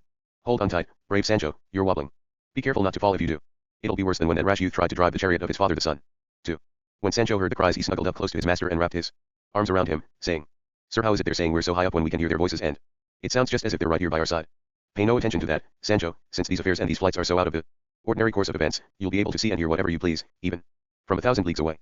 But don't hug me so tightly, you're pulling me off. I really don't know why you're so worried and so frightened, because I'd venture to affirm that never in all the days of my life have I mounted a horse that gave a smoother ride. Anyone would think that we were sitting in the same place all the time. Banish your fears, my friend, everything is going just as it should, and we have the wind astern. You're right there, Sancho replied, because there's such a strong wind back here. Where I am that it's just as if they were blowing 1,000 bellows at me. Which was true, because people were indeed pumping air at him from several great bellows. The adventure had been so well planned by the Duke and the Duchess and their butler that no detail was lacking to make it perfect. When Don Quixote felt the blast he said, there can be no doubt, Sancho, that we must be reaching the second region of the air, where hail and snow are born, thunder, lightning, and thunderbolts are born in the third region, and if we continue to climb like this we shall soon come to the region of fire, and I just don't know how to work this pick so that we don't fly up to where we'll both be roasted alive. 3. As he said this their faces were being warmed from a good distance with tow, easy to light and extinguish, hanging from a cane. When Sancho felt the heat he said, I'll be blowed if we aren't in that place of fire already, or really close to it, because a great chunk of my beard has just been singed, and I have a good mind to take off my blindfold, sir, and see where we are. Do no such thing, Don Quixote replied. Remember that true story about Dr. Torralba, who with the help of devils flew through the air on a cane with his eyes shut, and reached Rome in 12 hours, and alighted at the Torre de Nona, a street in that city, and witnessed the assault, and the sack, and the death of Bourbon, and the next morning was back in Madrid, where he described everything he'd seen. Well, he also said that as he was flying through the air the devil ordered him to open his eyes. And he did open them, and he found that he seemed to be so close to the horn of the moon that he could have held it in his hand, and he didn't dare look down at the earth for fear of fainting. Point 4. And so, Sancho, it would serve no good purpose to remove our blindfolds, for he whose charge we're in will care for us, and it may well be that we're circling and climbing so that we can swoop down on the kingdom of candy like a falcon hunting a heron, ensuring that it can catch its prey however much it tries to gain height, and even though it doesn't seem half an hour since we left the garden, we must have come a long way, believe you me. I don't know, I'm sure, Sancho Panza replied. All I can say is that if that lady Magellan 5 or Magalona was happy with this crop, her flesh can't have been all that delicate. As the Duke and the Duchess and all the others in the garden listened to this conversation between the two heroes, they were delighted with it, but they decided to bring the extraordinary and well-contrived adventure to an end, and they set fire to Clavelino's tail with some tow, and, since the horse was packed with firecrackers, it flew into the air with an enormous racket, hurling Don Quixote and Sancho Panza to the ground, scorched and singed. By this time the entire bearded squadron of duennas had disappeared from the garden, as had Trifaldi herself, and the other people stretched themselves out on the grass, as if they had fainted. Don Quixote and Sancho staggered to their feet, and when they looked around they were astonished to find themselves in the very same garden from which they'd flown, and to see so many people lying on the ground. And their astonishment grew even greater when on one side of the garden they saw a great lance thrust into the earth, and hanging from it by two green silk cords a smooth white parchment on which was written in large golden letters the following: The illustrious knight Don Quixote de la Mancha has successfully completed the adventure of the Countess Trifaldi, otherwise known as the Dolorous Duenna, and company, by merely attempting it. Malambruno regards himself as utterly and completely satisfied, and the duennas' chins are now shorn and smooth, and King Claudio and Queen Antonomasia have been returned to their pristine state. And once the squirely thrashing has been completed, the white dove shall be delivered from the pestiferous falcons pursuing her, and nestle in the arms of her own true love, for this has been ordained by the sage Merlin, the proto-enchanter of all enchanters. When Don Quixote read the parchment, it was clear to him that it referred to the disenchantment of Dulcinea, and thanking heaven for enabling him to carry out so mighty a deed in such safety and restore the original complexions to the faces of those venerable duennas, who were no longer to be seen, he went over to where the Duke and Duchess lay, still unconscious, and, seizing the Duke's hand, he said, Come now, good sir, take heart, there's nothing to worry about. The adventure's over without anyone being hurt, as is clearly shown by the document on that pillar over there. The Duke slowly came back to life, like someone awaking from a deep sleep, as did the Duchess and all the others lying in the garden, with such displays of terror and bewilderment that they almost persuaded themselves that what they were so good at acting in mere jest had happened in real earnest. The Duke read the notice with his eyes half closed, and then, with his arms wide open, he went to embrace Don Quixote and tell him that he was quite the finest knight ever seen in any age. Sancho was looking everywhere for the Dolorous Duenna to find out what her face was like without a beard, and whether she was as beautiful when beardless as her charming disposition had promised, but he was told that as soon as Clavelina had come down in flames from the sky and crashed to the ground, Trifaldi and her whole squadron of duennas had disappeared, and were now clean-shaven and bristleless. The Duchess asked Sancho how he had fared on his long journey, to which Sancho replied, I felt us going up, lady, just as my master told me, flying through the region of fire, and I wanted to peep out from under my blindfold, though when I asked my master for his permission he wouldn't let me, but I'm a bit on the curious side, keen to know what I'm not supposed to know, so on the sly and so no one would see me I pulled the blindfold aside next to my nose and looked down towards the earth, and it didn't seem any bigger than a mustard seed, and the men walking around on it were hardly any bigger than hazelnuts, so you can see how high up we must have been by then. To this the Duchess replied, Mind what you're saying, Sancho my friend, it seems that you didn't see the earth at all, but only the men walking on it, for clearly, if the earth looked like a mustard seed, and each man looked like a hazelnut, one man alone would have covered the entire earth. That's true enough, Sancho replied, but I got a side view, and saw all of it like that. Look here, Sancho, said the Duchess, a side view doesn't show everything of what one is looking at. I don't know about all this looking, Sancho replied, all I do know is that it'd be a good idea if your ladyship realized that since we were flying by magic I could see all the earth and all the men, whichever way I looked. And if you don't believe that, you won't believe this either. When I pulled the blindfold aside next to my eyebrows, I saw I was so close to the sky there weren't a couple of hands breadths separating us, so I can swear, lady, it's really really big. And, as it so happened, we were going along by the side of the seven sisters, that we also call the seven little goats in my part of the world, and I swear to God and my immortal soul that having been as I was a goatherd as a little lad, as soon as I saw them I felt the urge to go and play with them a bit. And if I hadn't satisfied that urge I reckon I'd have burst. So what am I going to do about it then? Without a word to a soul, or to my master either, I slipped as quiet from off Clavelina and I went to play with the goats, and they're as pretty as petunias or as flowers, for nearly 3/4 of an hour, and Clavelina didn't budge an inch from where it was standing. And while the worthy Sancho was amusing himself with the goats, the Duke asked, how was Don Quixote amusing himself? To which Don Quixote replied, since all these affairs and all these events are so out of the ordinary course of nature, it is not surprising that Sancho speaks as he does. For my part I can say that I did not peep out from behind my blindfold, either upwards or downwards, and that I did not see the sky, the earth, the sea, or the shore. It is true, however, that I felt I was passing through the region of the air, and was indeed coming very close to the region of fire, but I cannot believe that we went any further than that, because the region of fire lies between the sphere of the moon and the upper region of the air, so we could not have reached the sphere where the 7 little goats, as Sancho calls them, are located, without being burned to cinders, and since we did not go up in flames, either Sancho is lying or Sancho is dreaming. I'm not lying and I'm not dreaming either, Sancho retorted. If you people don't believe me, just ask me what those goats look like, and you'll see from my answer whether I'm telling the truth or not. Go ahead, then, Sancho, said the Duchess. 2 of them, Sancho replied, are green, 2 are red, 2 are blue and one's a mixture. That's a new kind of goat, said the Duke, and in this region of the earth such colors don't exist, by which I mean to say that goats of such colors don't exist. That's obvious enough, said Sancho. You'd expect there to be a difference between the goats of the sky and the goats of the earth. Tell me, Sancho, the Duke asked, were any of those goats wearing nice long horns? No, sir, Sancho replied, but then I've heard it said that none of that sort ever get beyond the horns of the moon. They didn't care to ask him anything else about his journey, because he seemed to be in the mood to roam throughout the heavens and give an account of everything that happened in them, without ever having stirred from the garden. This was the end of the adventure of the Dolorous Duenna, which gave the Duke and Duchess so much to laugh about, not just at the time but throughout their lives, and gave Sancho enough to have talked about for centuries, if only he had lived that long. And Don Quixote went up to him and whispered into his ear, Sancho, since you want people to believe what you saw in the sky, I want you to believe what I saw in the cave of Montesinos. I say no more. Chapter XLII. About the advice that Don Quixote gave Sancho Panza before he went to govern his island, together with other carefully considered matters. The Duke and Duchess were so delighted with the successful and amusing outcome of the adventure of the Dolorous Duenna that they decided to continue with their jest, seeing that they had such a suitable subject, which ensured that it would be taken in earnest, and so, having told their servants and tenants how to behave to Sancho during his governorship of the promised island, on the day following Clavelina's flight, the Duke told Sancho to dress and make himself ready to go and be a governor, because his islanders were yearning for him as for rain during a drought.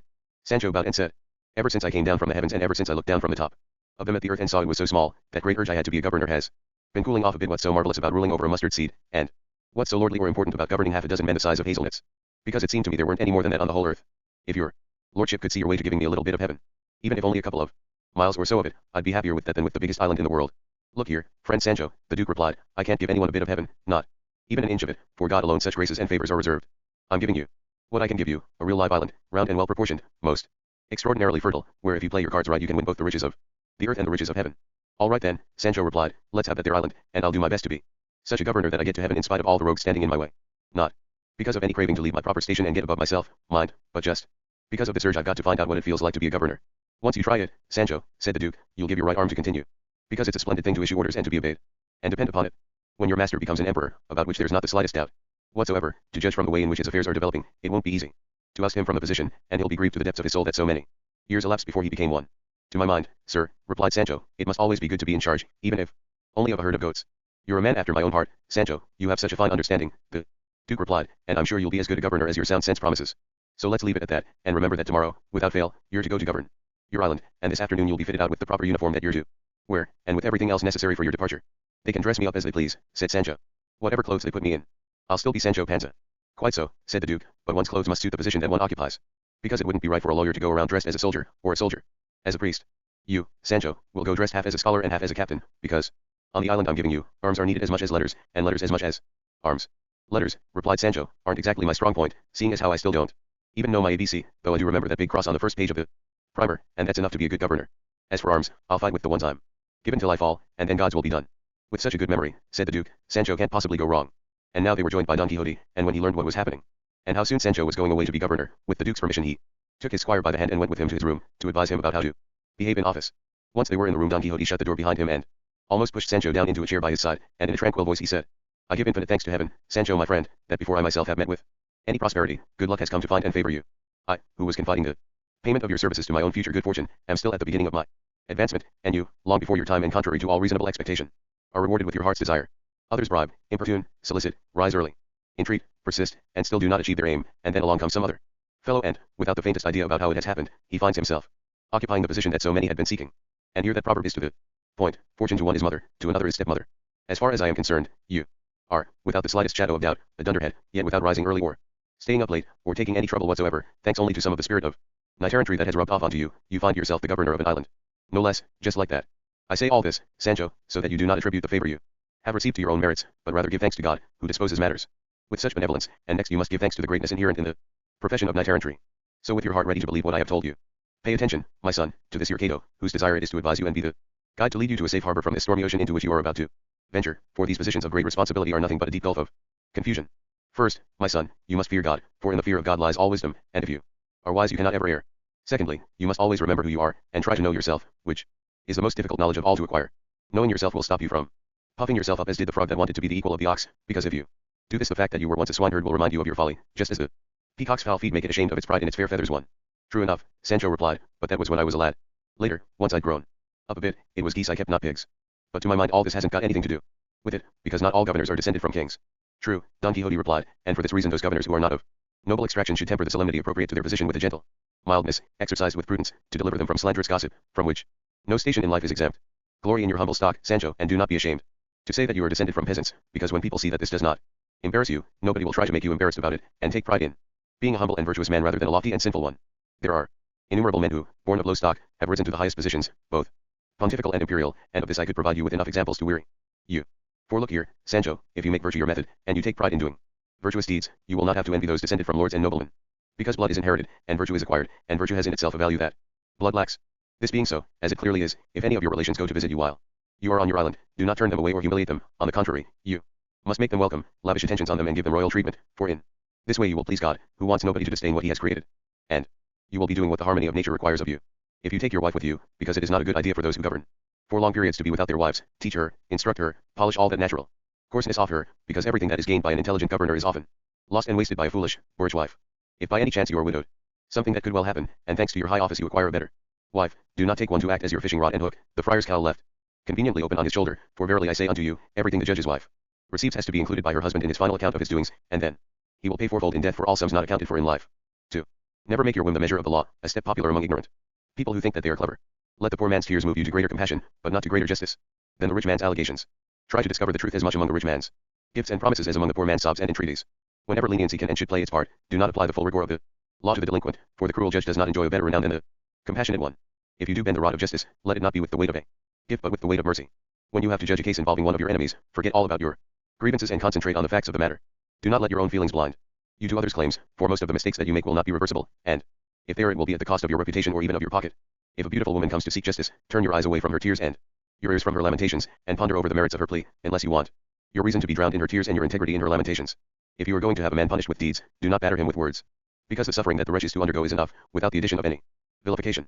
Think of the culprit whose case comes before you as one worthy of pity, subject to all the propensities of our depraved nature, and, as far as you can, without prejudice to the contrary party, be compassionate and lenient, for although all God's attributes are equally excellent, mercy shines out and catches the eye more than justice. If you follow these rules and precepts, Sancho, your life will be long, your fame eternal, your rewards abundant, your happiness indescribable. You will marry your children to whomsoever you please, they and your grandchildren will have titles, you will live in peace and enjoy everyone's approbation, and as you come to the end of your days death will overtake you in your tranquil, ripe old age, and your great-great-grandchildren will close your eyes with their tender, delicate little hands. The instructions I have given you so far are for the embellishment of your soul. Listen now to instructions for the embellishment of your body. Chapter Slain. About the second set of instructions that Don Quixote gave Sancho Panza.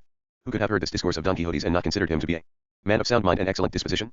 But, as has so often been pointed out in the course of this great history, he only talked nonsense when people led him on to the subject of chivalry, and when discussing all other matters he showed a clear and confident understanding, so that his actions were always discrediting his ideas, and his ideas his actions, but in these second instructions that he gave Sancho he showed a ready wit and raised both his good sense and his madness to a high level.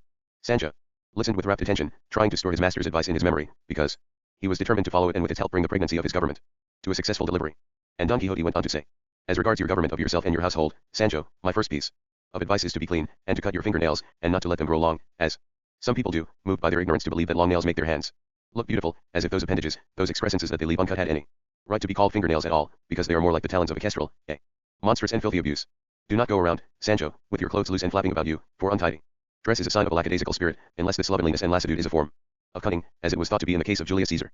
Put out discreet feelers to discover what your new position might be worth, and if it will allow you to give your servants liveries, let them be modest and practical ones, not spectacular and showy, and divide them between your servants and the poor. What I mean to say is that if you have a mind to give clothes to 6 pages, give them to 3 pages and 3 poor men, and in this way you will have pages on earth and pages in heaven. This new system of giving livery is one to which the vainglorious cannot aspire. Do not eat garlic or onions, so that people do not notice from your smell that you are a peasant. Walk sedately, speak with deliberation, but not so that you seem to be listening to yourself, for affectation is always bad. Eat little for lunch and even less for dinner, because the health of the entire body is forged in the smithy of the stomach. Be temperate in your drinking, and bear in mind that wine keeps neither secrets nor promises. Be careful, Sancho, not to chew on both sides of your mouth at the same time, and do not eructate when in company. I don't know what eructate means, said Sancho. And Don Quixote said, to eructate, Sancho, means to belch, and this is one of the most vulgar words in our language, even though it is very expressive, so well-spoken people have had recourse to Latin, and they now call belching eructating, and belches eructations, and if certain others do not understand these terms it does not matter much, because usage will make them more and more familiar, so that they will be readily understood, and this enriches the language, which is in the control of the people and of usage. Honestly, sir, said Sancho, one of the warnings and pieces of advice that I'm planning to keep in my memory is that one about not belching, because it's something I often do. Eructating, Sancho, not belching, said Don Quixote. Eructating's what I'll say from now on, Sancho replied, and I promise I won't forget. Also, Sancho, you must not mix that multitude of proverbs into everything you say. For although proverbs are brief maxims, you often drag them in so inappropriately that they seem more like nonsenses. Only God can do anything about that, Sancho replied, because I know more proverbs than will fill a book, and so many of them come crowding into my mouth when I'm talking that they're all fighting against each other in there to get out, but my tongue just pushes out the first ones it comes across, even if they aren't all that apt. But I'll be careful from now on to say the ones that go well with the gravity of my job, because where there's plenty to put in the pot the dinner is soon enough got, and he who shuffles doesn't cut, and the man who rings the alarm has put himself furthest from harm, and it's a clever one who can have his cake and eat it. That's right, Sancho, said Don Quixote. Cram your proverbs in, thread them together, string them out, nobody's going to stop you. Mother whips me, and I whip my top. I'm telling you to avoid proverbs, and in one instant you've delivered a whole litany of them with as much to do with what we're talking about as walking down a blind alley at midnight. Look here, Sancho, I'm not saying that a proverb's a bad thing when it's relevant, but loading everything that one says with them, stringing them together without rhyme or reason, makes one's discourse flimsy and vulgar. When you ride on a horse, do not lean back in the saddle, or stiffen and stretch your legs so that they stick out from the horse's flanks, but do not relax so much, either, that you look as though you were riding your dun, for going on horseback turns some men into knights and others into stable boys. Moderate your sleep, for he who does not rise with the sun does not enjoy the day. And remember, Sancho, that diligence is the mother of good fortune, and that its opposite, sloth, never attained any worthwhile goal. And although this last piece of advice that I am going to give you does not contribute to the embellishment of your body, I want you to bear it constantly in mind, for I believe that it will be of no less use to you than those I have given you so far, and it is that you must never become involved in arguments about pedigrees, not at least when they are being compared with each other, because in such comparisons one family is bound to emerge as superior, and you will be hated by the family that you disparage, and you will not be rewarded in any way by the family that you exalt. As for clothes, you should wear full breeches, a long coat, a somewhat longer cloak. Knee breeches most certainly not, because these are suitable neither for knights nor for governors. And this, Sancho, is all the advice that occurs to me for the moment. Time will move on, and my future instructions will be designed to suit the event, so long as you take care to keep me informed about your circumstances. Sir, said Sancho, I can well see that everything you've said is good and holy and helpful, but what use is it going to be if I can't remember any of it? It's true that the bits about not letting my nails grow long and about marrying again if I get the chance won't slip my mind, but as for all the rest of that great mishmash and hodgepodge you came out with, I can't and shan't remember any more about it than about last year's clouds, so it'll have to be given me in writing. Because although I can't read or write I'll hand it over to my confessor so he can hammer it into my head when needed. Ah, sinner that I am, replied Don Quixote. How ill it becomes a governor not to be able to read or write. For I would have you know, Sancho, that if a man cannot read, or is left-handed, this argues one of two things, either he was the son of the very lowest and wretchedest of parents, or he was so wicked and badly behaved that neither good habits nor a good education could find their way into him. This defect of yours is a very grave one, and so I should like you to learn to sign your name at least. I can sign my name all right, Sancho replied, because when I was steward of the confraternity back in the village I learned to draw some letters like the ones men mark their bundles with, and people said they spelt my name, and anyway I'll pretend I've hurt my right hand and I'll make someone else sign for me, because there's a remedy for all things but death, and I'll have the power and I'll have the cudgel, so I'll do whatever I like, and besides, the judge's son goes safe to his trial. And when I'm governor, which is higher up than judge, roll up, and take a look at her.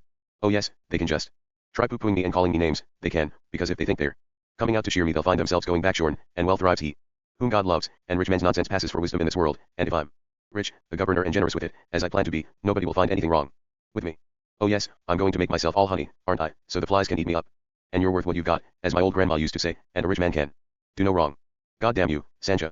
Don Quixote broke in. 60,000 devils take you and your proverbs. You've spent the last hour stringing them together, and torturing me with every single one. You mark my words, these proverbs of yours will take you to the gallows one day, your subjects will remove you from power because of them, or rise up in rebellion. Tell me, where do you find them all, you ignoramus, and how do you bring them to bear on what you're saying, you blockhead? If I want to use one in an appropriate way I have to work and sweat as if I were digging a ditch. For God's sake, master, Sancho replied, what silly little things you do moan about. Why the devil get all worked up about me using my own property? Because I haven't got any more property or riches than proverbs and more proverbs. And I've just thought of a few more of them that would have fitted in here like pears in a basket, but I'd better not come out with them, because silence is golden. No wonder you're poor, then, Sancho, said Don Quixote, because you don't know what silence is. You're all gossip, and more gossip, but in spite of all that I should like to know what are these proverbs that come to your mind as being relevant. Here, because I'm ransacking my memory, which is a good one, and I can't find any. What could be better, said Sancho, than never stick your thumb between two wisdom teeth, and to get out of my house, and what do you want with my wife? There's no reply, and whether the pitcher strikes the stone or the stone the pitcher, it's bad for the pitcher, all of which really fit the bill. Nobody had better pick a quarrel with his governor or anyone else above him, because he'll get hurt, like anybody who puts his finger between two wisdom teeth, and even if they aren't wisdom teeth so long as their teeth it comes to the same thing. And to what your governor says there's no Answer, any more than to get out of my house, and what do you want with my wife? And as for the pitcher and the stone, a blind man can see that. So anyone who can see a mote in another's eye had better see the beam in his own one, otherwise people will start talking about the dead woman who was frightened of a corpse, and, as you well know, a fool knows more in his own house than a wise man in another's. No, that at least is not true, Sancho, Don Quixote replied, a fool knows nothing, either in his own house or in another's, for on a foundation of folly no edifice of good sense can ever be constructed. Let us leave it at that, Sancho. If you govern badly, the blame will be yours and the shame will be mine, but I comfort myself with the knowledge that I have done my duty in advising you as sincerely and as sensibly as I can, and so I have discharged my obligation and kept my promise. May God guide you, Sancho, and govern you while you govern, and rid me of this fear I still have that you're going to turn the whole island on its head, something I could avoid by telling the Duke all about you, by informing him that that fat little body of yours is nothing but a sackful of proverbs and mischief. Sir, Sancho replied, if you don't think I'm up to this governing, I'll give it up here and now, because I'm more concerned about the smallest snippet of my soul than the whole length of my body, and I can stay alive as plain Sancho on bread and onions just as well as I can as governor on partridges and capons, and what's more, when we're asleep we're all the same, great and small, rich and poor. And if you think about it, you'll realize that you were the one who put me up to this here governing lark in the first place, because I don't know any more about governing islands than a vulture does, and if you think I'm going to sell my soul to the devil for the sake of being a governor, let me tell you I'm more interested in going as Sancho to heaven than as a governor to hell. By God, Sancho, said Don Quixote, I think you're worthy to be governor of a thousand islands just for those last few words you've spoken. You're a good-natured fellow, and, without that, no amount of knowledge is of any use. Commend yourself to God, and try not to err in your main resolve. What I mean is that you must always set out with the clear objective of doing right in every matter with which you deal, for heaven always favors good intentions. And now let's go to eat, because I believe these good people are waiting for us. Chapter XLIV. How Sancho Panza was taken to his governorship, and the strange adventure that happened to Don Quixote in the castle. It is said that in the original manuscript of this history one reads that when Cide Hamet came to write this chapter his translator did not render it as the Moor had written it, with some sort of complaint against himself for having undertaken such a dry and limited history as this one about Don Quixote, always feeling himself restricted to talking about him and Sancho, never daring to venture out into any digressions or more serious and entertaining episodes. And Cide Hamet added that to have his mind, his hand and his pen always constrained to writing about one subject and speaking through the mouths of so few characters was intolerable drudgery, which yielded nothing to the author's advantage, and that to avoid this problem he had in the first part had recourse to certain tales, like those of inappropriate curiosity and the captive captain, which stand, as it were, apart from the main story, although the other tales narrated there are events in which Don Quixote himself was involved and which could not be omitted. Cide Hamet also thought, he says, that many people, with all their attention engrossed by the deeds of Don Quixote, might not have any attention left for the tales, and might leaf through them in haste or exasperation, without noticing their elegance and artistry, which would have been plain to see had they been published by themselves and not as mere adjuncts to Don Quixote's mad antics and Sancho's tomfoolery. And so in this second part he decided not to include any disconnected or even tagged on tales, but rather some similar looking episodes developing, however, out of events of the true history itself, and even these would be limited in number and told in no more words than were strictly necessary, and since he restricts himself to the narrow confines of the narrative, even though he has the ability, capacity, and intelligence to deal with the entire universe, he begs not to be rewarded with scorn for his labors, and to be praised not for what he writes but for what he has refrained from writing. And then the history continues, saying that once Don Quixote had finished eating on the day he gave Sancho his advice, he handed him that very afternoon a written version, so that he could get someone to read it to him, but no sooner had Sancho received the papers than he dropped them and they found their way into the hands of the Duke, who showed them to the Duchess, and the two of them were struck by new astonishment at Don Quixote's madness and ingenuity, and so, to continue with their hoaxes, that afternoon they sent Sancho off with a great retinue to the town that for him was to be an island. And it so happened that the man in charge of this operation was a butler of the Duke's, very intelligent and very humorous, for there can be no humor without intelligence, who had played the part of the Countess Trifaldi with such panache, and, thanks to these qualities, and to being coached by his master and mistress in handling Sancho, he had been so wonderfully successful. And as soon as Sancho saw this butler, he thought he was looking at the face of Trifaldi herself, and turning to his master he said, Sir, the devil can whisk me off in 2 shakes of a lamb's tail from where I'm standing now if you don't admit that this butler of the Duke's here present has got exactly the same face as the Dolorous Duenna. Don Quixote took a close look at the butler, and then replied to Sancho, there will be no need for the devil to whisk you off, Sancho, with or without the shakes of a lamb's tail, a reference that I fail to understand, for the Dolorous Duenna's face is indeed the butler's, but this does not mean to say that the butler is the Dolorous Duenna, for if he were, this would imply a major contradiction, and now is not the time to make such inquiries, which would take us into inextricable labyrinths. Believe me, my friend, we must pray most earnestly to our Lord to deliver us from wicked sorcerers and evil enchanters. This isn't some joke I'm playing on you, sir, Sancho replied. I heard him speak a little while back and it sounded exactly as if it was Trifaldi's voice I had in my ears. All right, I'll shut up about it, but I'll be keeping my eyes peeled from now on to see if he gives any other signs that back up or do away with this suspicion of mine. Yes, that is what you must do, Sancho, said Don Quixote, and you must keep me informed about everything you discover concerning this matter, and indeed about everything else that happens to you in your government. So off Sancho went at last, accompanied by a great retinue. He was dressed in scholar's clothes, and over them he wore an ample topcoat of tawny watered camlet, with a cap of the same material, and he was riding with Arab-style short stirrups on a mule, and behind him, by order of the Duke, came his done in asinine accoutrements of flaming silk. Sancho would turn his head every so often to gaze at his ass, in whose company he felt so happy that he wouldn't have changed places with the Emperor of Germany. On saying goodbye to the Duke and Duchess he had kissed their hands, and had accepted his master's blessing, given with tears and received with a whimper. Now let the good Sancho go in peace and prosperity, kind reader, and be prepared for 2 bushels of laughter, which is what you can expect when you learn how he behaved in office, and meanwhile pay attention to what happened to his master that night, for if it doesn't make you laugh, at least you will spread your lips in a simian grin, because Don Quixote's doings have to be received with either astonishment or laughter. It is recorded, then, that no sooner had Sancho left than Don Quixote began to miss him, and if he'd been able to revoke Sancho's commission and deprive him of his governorship he would have done so. The Duchess noticed how melancholy he was and, Asked him why he was sad. If it was because of Sancho's absence, there were squires, duennas and maids in her house to wait upon him and satisfy his every desire. The truth is, my lady, Don Quixote replied, that I do miss Sancho, but this is not the principal motive for my appearing to be sad, and of all the offers that your excellency is making me I only accept that of the goodwill with which they are made, and, for the rest, I beg your excellency to allow me to wait upon myself in my own room. Truly, Don Quixote, sir, said the duchess, this cannot be. You'll be waited on by 4 of my maids, as beautiful as flowers. As far as I am concerned, replied Don Quixote, they will not be flowers, but thorns, stabbing my soul. They shall as soon enter or even approach my room as fly. If your grace insists on doing me unright favors, pray permit me to be alone, and to wait upon myself inside my own room, and to build a wall there between my desires and my virtue. I am unwilling to relinquish this habit for all the generosity that your grace wishes to extend to me. In short, I shall sleep in my clothes rather than allow anyone to undress me. Say no more, Don Quixote, sir, say no more, the duchess replied. For my part I assure you that I'll give orders that not one fly must enter your room, let alone a maid.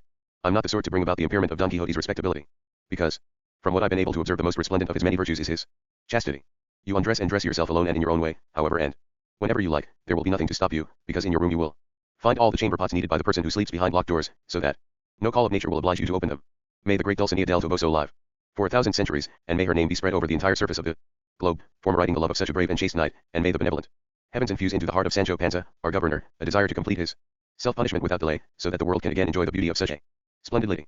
To which Don Quixote said, Your Highness has spoken like the person you are, for no lady who is not excellent has any place in an excellent lady's mouth, and Dulcinea will be more fortunate and more famous throughout the globe because your grace has praised her than for all the praises that the most eloquent orators in the world could bestow upon her. Well now, Don Quixote, sir, replied the duchess, it's nearly time for dinner, and the duke must be waiting. Come with me and let's eat, and then you'll go early to bed. Because your journey from Kandy yesterday wasn't such a short one that it didn't leave you feeling slightly shattered. I do not feel at all shattered, my lady, Don Quixote replied, because I would venture to swear to your grace that never in my life have I mounted a more sedate or easy-paced horse than Clavelina, and I really do not know what can have moved Malumbrando to discard such a swift and graceful steed, and burn it like that, for no reason at all. One can well imagine, the duchess replied, that he repented of the wrong he'd done to Trifaldi and company, and to other people as well, and of the evil deeds he must have committed as a sorcerer and enchanter, and therefore decided to do away with the tools of his trade, and that he burned Clavelina because it was the principal one of these, which made him most restless in his wanderings from land to land, and its burnt ashes and the trophy with the placard ensure that the great Don Quixote de la Mancha's valor lives eternally. Don Quixote thanked the duchess again, and once he'd finished his dinner he retired alone to his room, not allowing anyone in to wait upon him, so fearful was he of finding opportunities that could induce or oblige him to abandon the chastity that he preserved for his lady Dulcinea's sake, with his thoughts always fixed on the virtue of Amadis, the flower and mirror of knights errant. He locked the door behind him and he undressed by the light of 2 wax candles, and, as he was taking off his stockings, such a disaster happened, so unworthy of such a personage. He burst out, not in size or anything else that could have thrown doubts upon the perfection of his manners, but rather in one of his stockings, where a couple of dozen stitches came undone, turning it into something resembling a window lattice.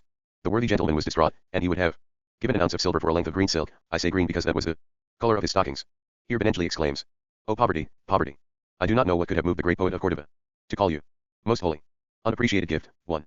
Although I am a Moor, I well know, from conversations I have had with Christians, that holiness is made up of charity, humility, faith, obedience, and poverty, but even allowing for all that, I do declare that anybody who can manage to be happy, being poor, must have much of God in him, unless it is that kind of poverty about which one of their greatest saints says, possess all things as if you did not possess them. 2. And this they call poverty of spirit, but you, that other poverty about which I am speaking, why do you choose to batter hidalgos and well-born people more than others? Why do you reduce them to smearing lamp black on their shoes, and to wearing coat buttons, some of which are of silk, others of twisted horsehair, and others of glass? Why must their collars always be narrow, floppy, and irregularly ruffled, rather than broad, starched, and properly supported on a frame? In this detail it will be observed that the use of broad collars and starch is an ancient one. And he continues, what a wretch is the well-born man who feeds his honor by dining badly alone, making a hypocrite of the toothpick armed with which he goes out into the street after not having eaten anything that makes him need to use one. What a wretch, I repeat, is he, whose honor is so easily alarmed that he thinks the patch on his shoe, the perspiration marks on his hat, the coarse threads in his cloak, and the hunger in his stomach can be seen from a mile away. Such thoughts were revived in Don Quixote when the stitches came undone, but he was comforted when he saw that Sancho had left him some riding boots, which he decided to wear the next day. Finally he lay himself down, deep in thought and sorrowful, both because he was missing Sancho so much and because of the irreparable disaster to his stocking, which he wished he could have darned, even with silk of a different color, one of the clearest signs of wretchedness that a hidalgo can give in the midst of his grinding penury. He blew out the candles, it was hot and he couldn't sleep. He got up and eased open the window, with the grill on it, looking out onto a beautiful garden, and as he opened it he heard people moving about and talking below him. He listened. The people started speaking louder, so that he could hear these words.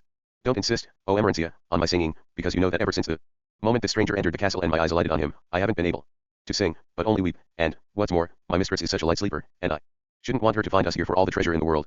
And even if she stays asleep and doesn't wake up, my song would be wasted if this new Aeneas, who has come to my land to make a mockery of me 3 also stays asleep and doesn't wake up to hear it. Don't keep saying that, dear Altisidora, was the reply. I'm sure the Duchess is indeed asleep, and everyone else in the house too, except the lord of your heart and rouser of your soul. Just now I heard him opening the window with the grill in his room, so he must be awake. Sing, my darling sufferer, softly and quietly to the sound of your harp, and if the Duchess hears us we'll blame the heat. That isn't the point, O Emerencia, Altisidora replied, but rather that I shouldn't want my song to reveal the secrets of my heart, so that I'm thoughtful and flighty. made by those who don't know about the mighty force of love. But come what will, better a blush on your face than a blot in your heart. And as she said this, Don Quixote heard the gentle tones of a harp. He marveled, because in that instant his memory was crowded with the infinite number of similar adventures involving windows, grills, and gardens, serenades, sweet nothings, and fainting fits that he'd read about in his vain books of chivalry. He immediately assumed that one of the Duchess's maidservants was in love with him, and that her modesty forced her to keep her passion secret. He was afraid of being conquered by her, but he made a firm resolution not to yield, and, commending himself with all his soul and all his might to his lady Dulcinea del Toboso, he decided to listen to the music, and so, to let them know that he was there, he pretended to sneeze, which gave the maids great pleasure because they wanted nothing better than for Don Quixote to be listening. Now that she'd run her fingers over her harp strings and tuned them, Altisidora began singing this ballad. Oh, you, stretched out upon your bed, in sheets of Holland, yawning, and sleeping soundly as a log, all night long till morning, the bravest and the best of nights that Mancha ever bore, more pure and simple, finer far, than all Arabia's ore. Now listen to a mournful maid, full grown and partly whole. The light of your two blazing suns has fired her very soul. You roam in search of daring do, but find another's plight. You deal out wounds and then refuse to cure and put them right. So now you tell me, valiant youth, and may your pangs be sped. Were you conceived on Libyan sands, on jackass for mountains bred? And was it snakes that suckled you? And was your babyhood tended upon horrendous heights, in the wildness of the wood? Your Dulcinea may well take pride, so stout and strong and smart, on conquering a fearsome beast, taming a tiger's heart. For this she will be far renowned, from Jeremy to Henry's, Pisur to Arlen's eye, and take us to Manzanares. Point 5.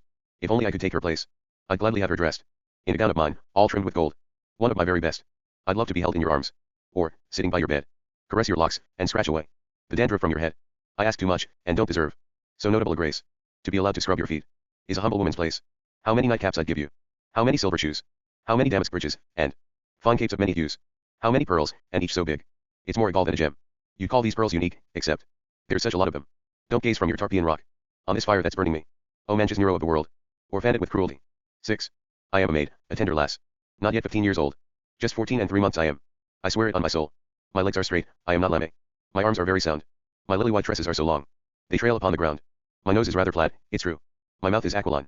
My teeth, though, are of best topaz, and make my looks divine. My voice, you'll note, if listening, can well compete with any. My character, I do declare, is quite as good as many. Such graces are your quiver's spoils. Take them, or you'll be poorer. A maiden in this house am I. My name's Altisidora.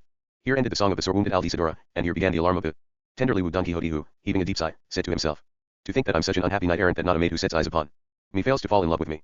To think that the peerless Dulcinea del Toboso is so hapless that she isn't allowed to enjoy alone this incomparable constancy of mine. What do you want of her, you queens? Why do you persecute her, you empresses? Why do you hound her, you 14 and 15-year-old maids? Allow the poor wretch to rejoice, glory and triumph in the lot that love has bestowed on her with the conquest of my heart, and the surrender of my soul. Look here, you enamored crew, for Dulcinea alone I am puff pastry and almond paste, and for all other women I am flint, for her I am honey, and for you aloes, for me Dulcinea alone is beautiful, intelligent, virtuous, graceful and well-born, and all other women are ugly, stupid, immoral, and low-born, to be hers, and no others. Nature brought me into this world. As for Altisidora, let her weep or let her sing. As for that little madam whose fault it was that I was thrashed in the castle of the enchanted Moor, let her despair. Dulcinea's must I be, harassed, embarrassed, pure, well-born and chaste, in spite of all the powers of sorcery in the world.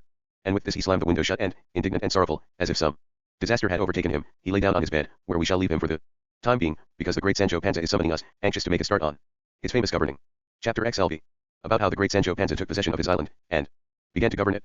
O perpetual discoverer of the antipodes, torch of the world, eye of heaven, sweet swayer of wine coolers, Thymbrius one here, Phoebus there, now archer, now physician, father of poetry, inventor of music, O you who always rise and never set, despite all appearances. On you I call, O sun, with whose help man begets man, on you I call to help me enlighten the darkness of my wits so that I can proceed step by step through the narration of the great Sancho Panza's governorship, for without you I feel tepid, feeble and uncertain. Let me say, then, that Sancho arrived together with his retinue at a town of about 5,000 inhabitants, one of the best towns that the Duke owned.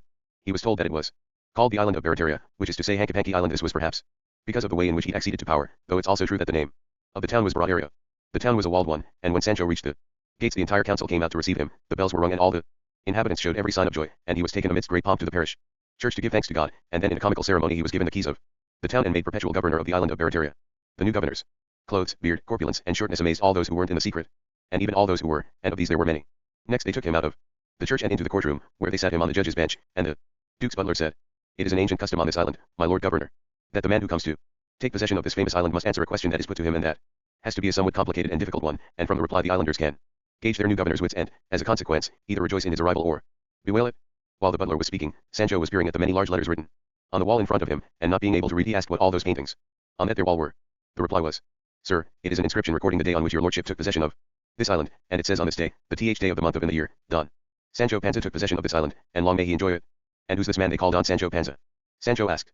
"Why, it's your lordship," the butler replied. "The only Panza who has ever set foot on this island is the one sitting on that bench." Look you here then, my man, said Sancho.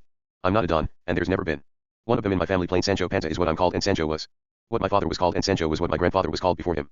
And they were all Panzas without any dons tagged on in front or behind, and I'm thinking, there must be more dons on this island than pebbles, but enough said. God in heaven knows what I mean, and it could even be that if I last 5 minutes in this job I'll give all these dons a good thinning out, because there must be such a swarm of them as to be as much of a nuisance as mosquitoes. Now the butler can go ahead with his question, and I'll answer the best I can, and the islanders can bewail or not just as they please.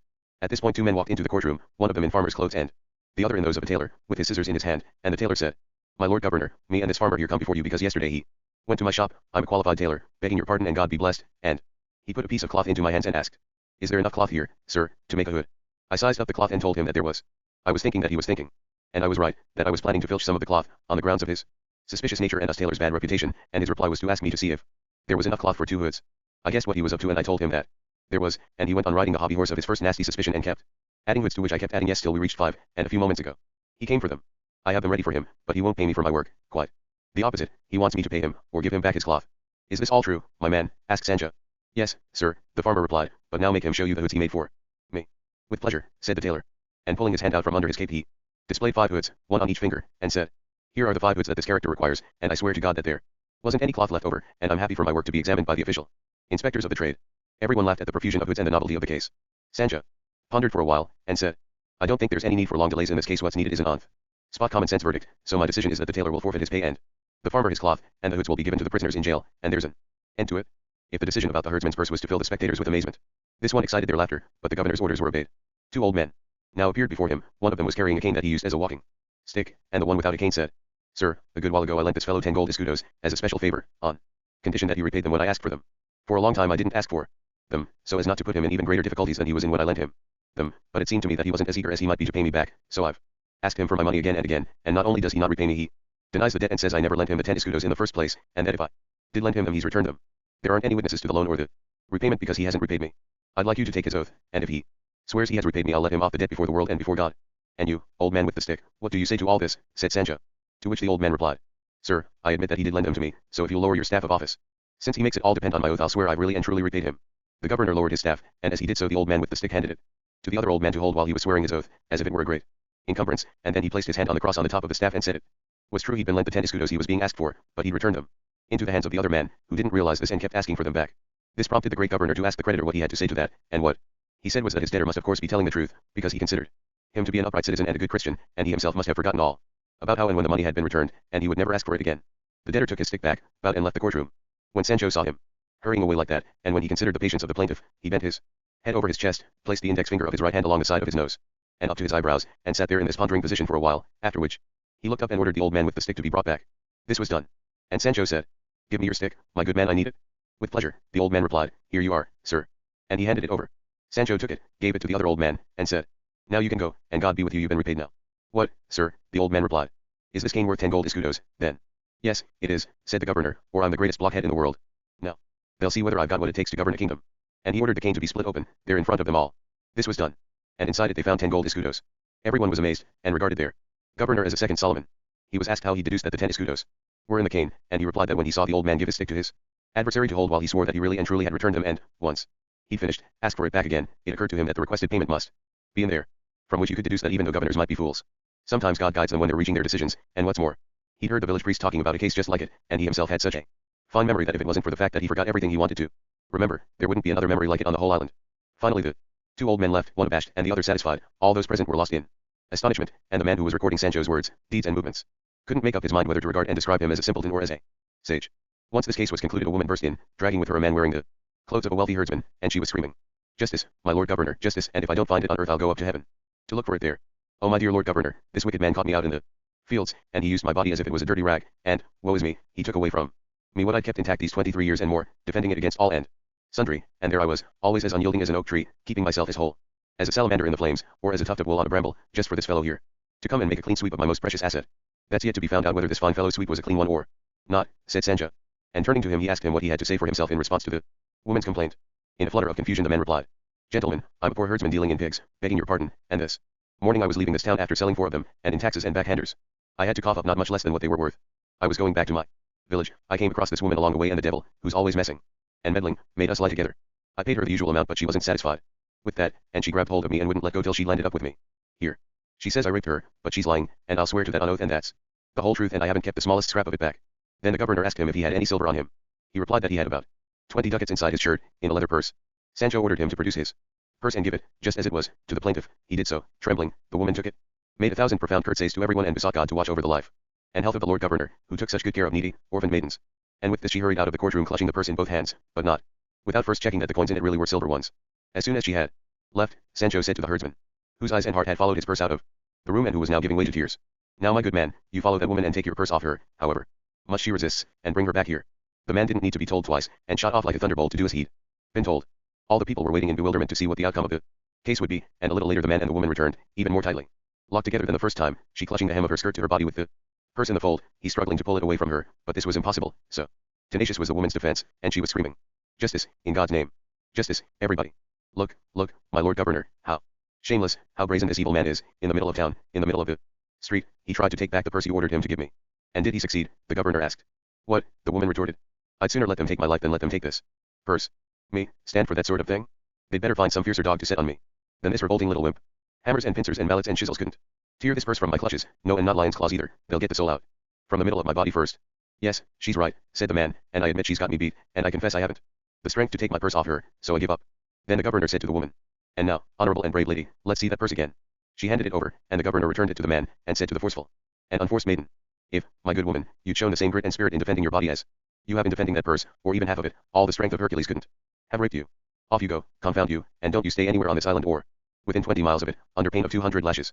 Get out, now, I say, you fraud, you swindler, you brazen little hussy." The woman took fright and slunk away disgruntled and hanging her head, and the governor said to the man, "And now, my man, off you go to your village with your money, and from now on, if you don't want to lose it, try not to get the urge to lie with anybody." The man thanked him as worst he could, and went away, and everyone was again struck with amazement at their new governor's verdicts and decisions. All of this was recorded by the chronicler and sent to the duke, who was eagerly awaiting it. And the good Sancho will also have to wait now, because his master is urging us to hurry back to him, thrown into turmoil by Altisidora's music. Chapter XLVI. About the dreadful goat bell scare and cat fright suffered by Don Quixote. In the course of the enamored Altisidora's wooing, we left the great Don Quixote engrossed in the thoughts that had been aroused by the enamored maiden Altisidora's music. They accompanied him to his bed where, as if they were pleased, they didn't allow him a moment's sleep or rest, especially when backed up by memories of the latter in his stocking, but since time is a fast mover, and there isn't a ravine that can check its course, he rode along on the back of the hours, and morning soon came. And then Don Quixote abandoned the soft feathers of his bed and, not wasting a moment, donned his chamois leather doublet and hose, and his riding boots, to hide the disaster to his stockings. He threw on his cloak of scarlet and clapped on his head a cap of green velvet, adorned with silver braid. He hung from his shoulder his sword strap, with its fine, keen sword. He picked up a large rosary that he always carried with him, and he swaggered with great pomp and ceremony into the antechamber, where he came across the Duke and Duchess, already dressed and apparently waiting for him. And as they walked along a gallery he found Altisidora and her friend stationed there, and the instant Altisidora saw Don Quixote she pretended to faint, while her friend took her into her lap and hastened to unlace her bodices. Don Quixote saw all this, came up to them and said, "I know what causes these attacks." "Well, I don't," the friend replied, "because Altisidora is the healthiest maid in this house, and I've never heard as much as a single sigh from her all the time I've known her, and the devil take all the knights errant in the world if they're equally unappreciative. Be off with you, Don Quixote sir, because this poor girl won't come to her senses with you around." To which Don Quixote replied, "Please have a lute placed in my room tonight, and I shall console this afflicted maid as best I can, for when love is dawning, to be soon undeceived is the best cure." And he walked on, so as not to be criticized by anyone watching.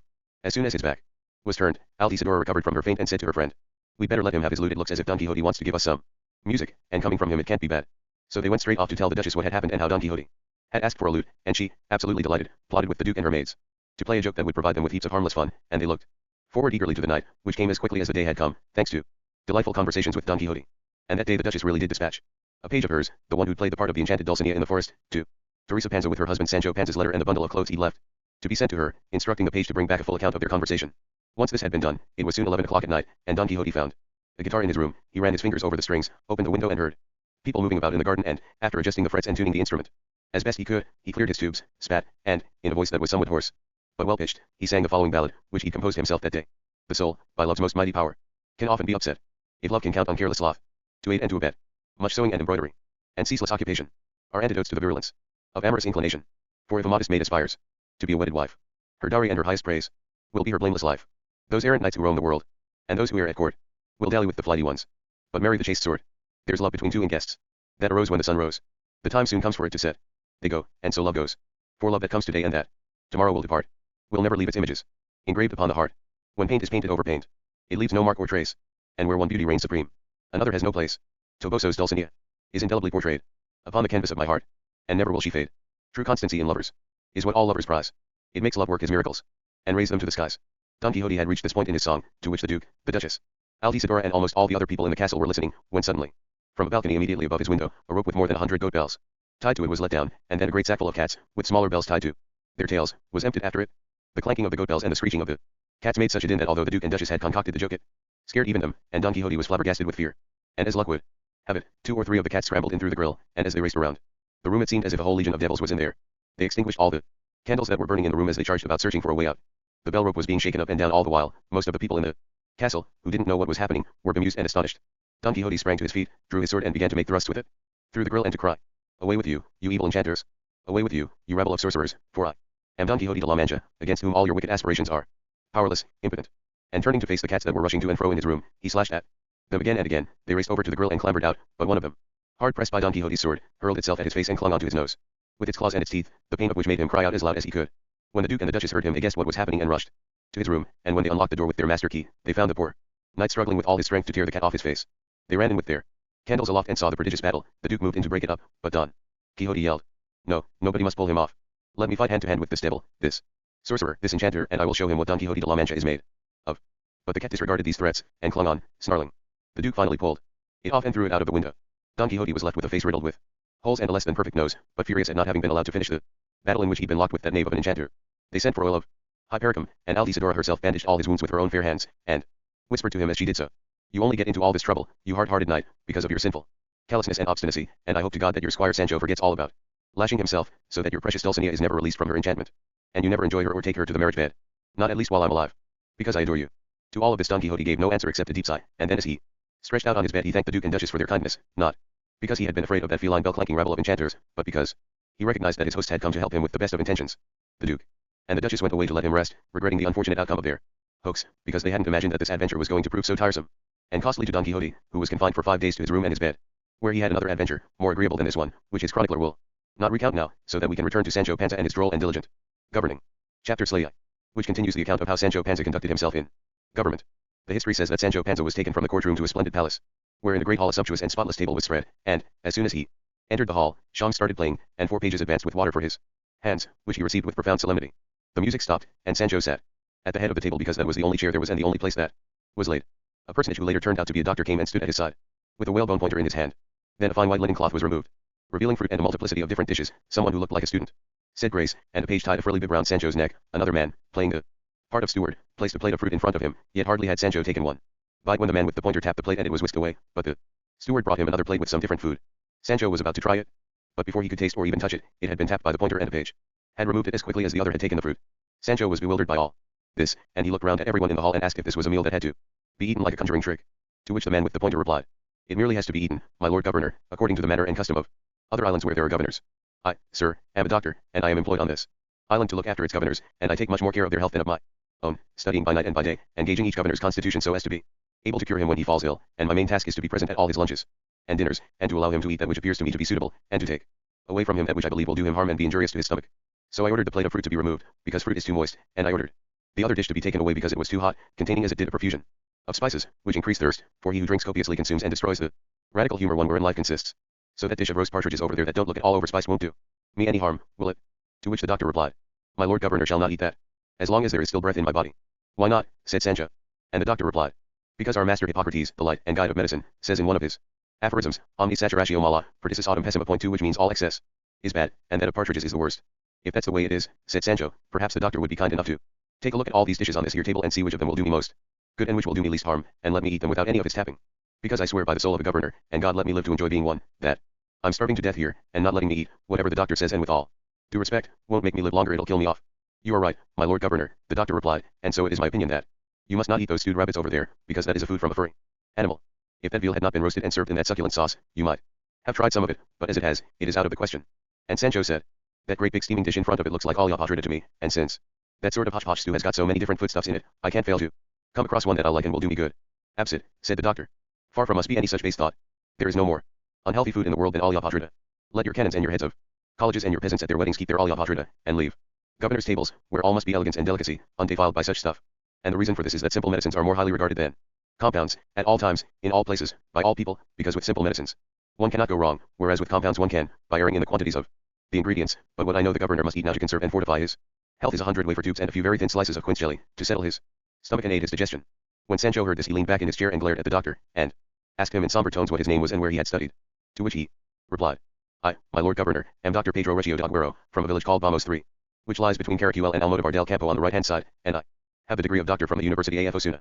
Well, now, this here Dr. Pedro Recio de Bloody Aguero, from Vamos, a village on the right-hand side as we go from Caracuel to Almodovar del Campo, and a graduate of Osuna, had better get out of my sight at once, and if he doesn't I swear by all that's holy that I'll grab a cudgel and thump every single doctor off this island, starting with him, all those I consider ignorant that is, because wise, prudent and sensible doctors, I'll honor and revere like divines. And I'll say it just once more, this Pedro Recio had better get out of here, because if he doesn't I'll grab this chair where I'm sitting and I'll smash it over his head, and they can ask me about it when I hand in my final report if they like, because I'll clear myself by saying I did God good service by killing a bad doctor, a scourge of society. And now let's have something to eat. Otherwise you can stuff this governing lark, because a job that doesn't even keep you in food isn't worth having. Seeing the governor so enraged threw the doctor into a panic, and he started vamosing out of the hall, but at that very moment a post horn sounded in the street and the steward looked out of the window and turned back with the words, it's a messenger from my master the Duke, and the message he's bringing must be an important one. The messenger ran in, sweating and flurried, and taking a letter from inside his shirt. He placed it in the governor's hands, and Sancho placed it in the butler's hands, and told him to read the address, which said, to Don Sancho Panza, governor of the island of Barataria, to be delivered to him personally or to his secretary. Hearing which Sancho said, which of you's my secretary? And one of them replied, I am, sir, because I can read and write and I'm a Basque for. With that tagged on, said Sancho, you could be secretary to the emperor himself.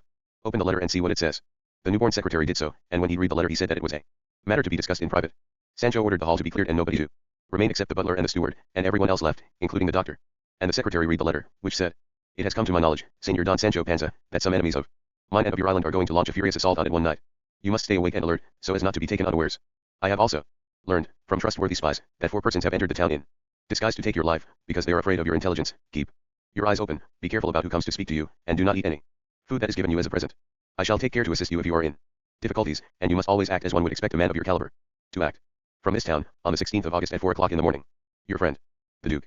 Sancho was astonished, and the other 3 men seemed to be astonished as well, and, turning to the butler Sancho said, what has to be done now, without delay, is to stick Dr. Reggio in a dungeon, because, if anyone's going to kill me it's him, with the most horrible and adminicular death of all. Starvation. I also think, said the steward, that you shouldn't eat any of the food on this table. Because it was a gift from some nuns and, as people say, the devil lurks behind the cross. I don't deny that, Sancho replied, and for the time being you can let me have a hunk of bread and about 4 pounds of grapes, because there can't be any poison in them. The fact is I can't go without food, and if we're to be prepared for these battles threatening us we've got to be well nourished, because the guts support the heart and not the heart the guts. And you, secretary, can reply to my lord the Duke and tell him that his orders will be obeyed exactly as issued, and kiss my lady the Duchess's hands for me. And tell her not to forget to send a messenger with my letter and my bundle to my wife, Teresa Panza. I'll consider that a great favor and I'll take good care to serve her with everything in my power. And while you're about it you can stick in a hand kissing for my master Don Quixote de la Mancha so that he can see I'm a grateful servant, and since you're such a good secretary and such a good Basque you can add whatever else you like that fits the bill. And now clear those tables and give me some food, and then I'll see off all the spies and killers and enchanters that come pitching into me and my island. At this point a page came in and said, there's a farmer here, come on business, and he wants to talk to you about a matter that he says is of supreme importance. They're very strange, said Sancho, these people who come on business. Can they really be so thick they don't realize this isn't the right time to come? Aren't we governors, we judges, men of flesh and blood who've got to be allowed to rest for as long as we need to, or do they think we're made of marble? I swear to God that if this governing of mine lasts, which it won't as far as I can see, I'll put the screws on more than one of these people coming here on business. Now go and tell that fellow to come in, but have him check first to make sure he isn't one of those spies, or my killer. No, he isn't that, sir, the page replied, because he looks like a simple soul, and, unless I'm very much mistaken he's as good as gold. Have no fear, said the butler, we're all here with you. Might there be a chance, steward, said Sancho, that now that Dr. Pedro Reggio isn't here I could eat something solid and substantial, even if it's only a hunk of bread and an onion. Tonight, at dinner, the lack of a lunch will be made up for, and your lordship will be fully satisfied, the steward said. God grant it, said Sancho. And the farmer came in, a man of good presence, and anyone could tell from miles away that he was a decent, honest soul. The first thing he said was, which of you is the Lord Governor? Which do you think? The secretary replied. The one sitting in the chair, of course. I shall humble myself in his presence, then, the farmer said. And sinking to his knees, he begged Sancho for his hand so that he could kiss it. Sancho refused, and told him to get up and say what he wanted. The farmer obeyed, and said, Sir, I'm a farmer, from Miguel Turra, a village 7 miles from Ciudad Real. We've got another vamos here, said Sancho. Get on with it, my man. What I can say for my part is that I know Miguel Turra very well, because it isn't far from my own village. It's like this, then, sir, the farmer continued. By God's mercy I was married by the prescribed rites and rituals of the Holy Roman Catholic Church. I have 2 sons, both students, the younger studying for his BA and the elder for his MA. I am a widower, because my wife has died, or to be more accurate an incompetent doctor killed her by purging her when she was pregnant, and, if it had pleased God that the child had been born and it had been a boy, I should have had him study for his doctorate so that he didn't feel envious of his brothers the BA and the MA. It seems, then, said Sancho, that if your wife hadn't gone and died, or been killed, you wouldn't be a widower. No, sir, certainly not, the farmer replied. So that's cleared that up, then. Sancho replied. Get a move on, my man, this is a time for sleep not business. What I was saying, said the farmer, is that the son of mine who's going to be a BA fell in love with a girl in the same village called Clara Perlrina, the daughter of Andres Perlrino, a farmer of great wealth, and the surname Perlrino isn't inherited from their ancestors, but comes from the fact that everyone in the family's paralytic, and people call them the Perlrinos to make it sound better, although if truth is to be told that girl is just like a pearl of Orient, and looked at from the right-hand side she's like a flower of the field, not so much from the left, because the eye's missing on that side. It popped out when she had the smallpox, and although she's got these big pockmarks all over her face, her admirers say they aren't pockmarks at all but graves where her lovers' souls are buried. She's such a clean girl that to avoid dirtying her face her nostrils are, as you might say, rolled up, and look just as if they were running away from her mouth, and yet she's a real good looker, because she's got a big mouth, and if it wasn't for the missing 10 or a dozen teeth it could stand out among the very best mouths there are. I won't say anything about her lips, because they're so slender and delicate that if you could wind lips like yarn you could make a whole skein out of them, but since their color is different from what's usual in lips, they're like miraculous lips, because they're streaked blue and green and purple, and my lord governor must forgive me for painting in such detail the qualities of the young woman who will one day be my daughter, because I love her dearly and she doesn't seem at all bad looking to me. You can paint whatever you like, said Sancho, because I'm really enjoying the picture. If I'd had any lunch, there wouldn't be any better pudding for me than what you're painting. I haven't served you the pudding yet, the farmer replied, but if it isn't being served now, it soon will be. As I was saying, sir, if I could paint her stature and her gracefulness it would amaze you, but this isn't possible, because she's bent double with her knees rammed up against her mouth, yet in spite of that it's easy to see that if she could stand up she'd hit her head on the ceiling, and she'd have given my BA son her hand in marriage by now, only she can't open it up, because it's withered, but in spite of that anyone can see what a fine and well-formed hand it is from her long, furrowed nails. Very well, said Sancho, and now just make believe, my man, that you painted her all the way from head to foot. What is it you want? Come to the point without beating about the bush or sidestepping, without cutting anything out or adding anything on. What I would like, sir, the farmer replied, is for you to do me the favor of writing a letter of recommendation to her father, asking him to allow this marriage to go ahead. For we aren't unequal in either the gifts of fortune or the blessings of nature, because, to tell the truth, my lord governor, my son is possessed of the devil, and there isn't a day when he isn't tormented 3 or 4 times by the evil spirits, and as a result of falling into the fire his face is all crinkled like parchment, and his eyes are a bit weepy and bleary, but he's as good-natured as an angel, and he'd be a real saint if he didn't cudgel and punch himself so much. Is there anything else you want, my good man? Sancho replied. Yes, there is something else I'd like. The farmer replied, only I daren't say what it is, but no, I will come out with it, whether it goes down well or not, because I don't want it rotting away inside of me. It's just this, sir, I'd like you to give me 3 or 600 ducats towards my boss dowry. What I mean to say is towards setting up his house, because after all they'll live on their own, so as not to have to put up with their in-laws meddling. Are you quite sure there isn't anything else you'd like? Said Sancho. Don't you go and hold it back through being bashful or shy. No, that's all, the farmer replied. As he said this, the governor rose to his feet, grasped the chair in which he'd been sitting and said, I swear by all that's holy, you boorish, inconsiderate bumpkin, that if you don't take yourself out of my sight I'll break your head open with this chair. You villain, you bastard, you painter of the devil himself, you come asking me for 600 ducats. At this time of day? And where have I got 600 ducats, you evil-smelling wretch? And why should I give them to you, even if I did have them, you wheedler, you blockhead? And what do I care about Miguel Turra, or the whole tribe of Perlrinos? Get out I say, and if you don't I swear by the soul of my master the duke that I'll do as I said. I don't think you're from Miguel Turra at all, you're some wheedler sent here from hell to tempt me. You scoundrel, I haven't been governor for a day and a half and you expect me to have 600 ducats. The steward signaled to the farmer to leave the hall, which he did with his head bowed and looking frightened that the governor might turn his fury into action, because the rogue had played his part with great conviction. But let's leave Sancho with his fury, and may peace reign again among them all, and let's return to Don Quixote, whom we left with his face bandaged and treated for his feline wounds, from which he still hadn't recovered 8 days later, and on one of those days he had an experience that side. Hammett promises to relate with all the precision and truthfulness with which he relates everything, however trivial, in this history. Chapter Slay 8th. About what happened to Don Quixote with Dona Rodriguez, the Duchess's duenna, and other events worthy to be recorded and remembered eternally. The sore wounded Don Quixote was exceeding fretful and melancholy, with his face bandaged and marked not by the hand of God one but by the claws of a cat. Such are the mishaps incidental to knight errantry. He didn't appear in public for 6 days, and on one of the nights, when he couldn't sleep as he brooded on his misfortunes and on Altisidora's persecution of him, he heard someone unlocking the door of his room and imagined that the enamored maid was coming to assail his chastity and expose him to the temptation of failing in the fidelity that he owed to his lady Dulcinea del Toboso. No, he said, persuaded that everything he just imagined was true, and speaking in a voice loud enough to be heard. The greatest beauty in the world shall not be able to make me renounce my adoration of her whose image is printed and engraved in the center of my heart and in the depths of my bowels, whether, my lady, you have been transformed into an uncouth peasant wench, or into a nymph of gold and takest weaving cloth of gold and silk, or whether Merlin or Montesinos hold you wherever they will, because you are mine everywhere, and everywhere I have been and shall be yours. As he ended the speech the door opened. He rose to his feet on his bed, wrapped from head to foot in a yellow satin bedspread, with a nightcap complete with ear flaps on his head, and bandages on his face and mustache, on his face because of the scratches, and on his mustache to stop it from drooping, and in this costume he looked like the weirdest ghost imaginable. He riveted his eyes on the door and, expecting to see the infatuated, lovelorn Altisidora walk in, what he did see was a venerable duenna wearing white widow's weeds with braided hems, so long that they swathed her from head to toe. In the fingers of her left hand she was holding half a lighted candle, and with her right hand she was shading her face to keep the glare out of her eyes, which were covered by an enormous pair of spectacles. Her tread was light, and her feet moved softly. Don Quixote peered down at her from his watchtower, and when he saw her clothes, and took note of the silence of her movements, he thought that some witch or sorceress had come in that garb to do some evil deed, and he began to cross himself at speed. The vision came closer, and when she was in the middle of the room she raised her eyes and saw Don Quixote crossing himself as fast as he could, and if he was frightened when he saw her she was petrified when she saw him, so tall and so pale, in his bedspread and his disfiguring bandages, and she screamed, "My God! What is this I see?" And the shock made her drop her candle, and finding herself in the dark she turned to run away, but in her alarm she tripped over her skirts and crashed to the floor. The terrified Don Quixote blurted I conjure you, you ghost or whatever, to tell me who you are and what it is you want from me. If you are a lost soul, tell me so, I shall do everything within my power to help you, for I am a Christian and a Catholic and only want to do good to everybody, and to this end I have received this order of knight-errantry that I profess, the exercise of which extends even as far as doing good to souls in purgatory.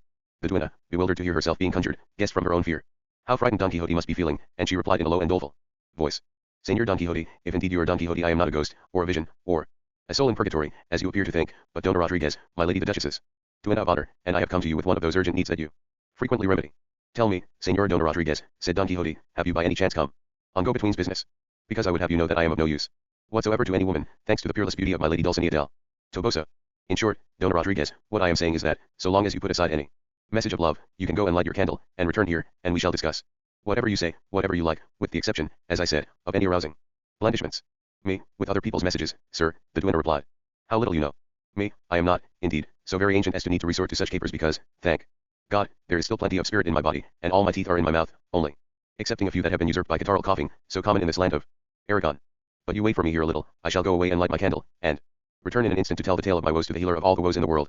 And without stopping for a reply she groped her way out of the room, where Don Quixote was left, calm again, and thoughtful, as he awaited her, but then 1,000 thoughts came crowding into his brain concerning this new adventure, and he considered that he had judged and acted most unwisely in putting himself at risk of breaking the faith that he had pledged to his lady, and he said to himself, who can tell whether the devil, who so subtle and crafty, is trying to trick me with a duenna, having failed with empresses, queens, duchesses, marquesses, or countesses?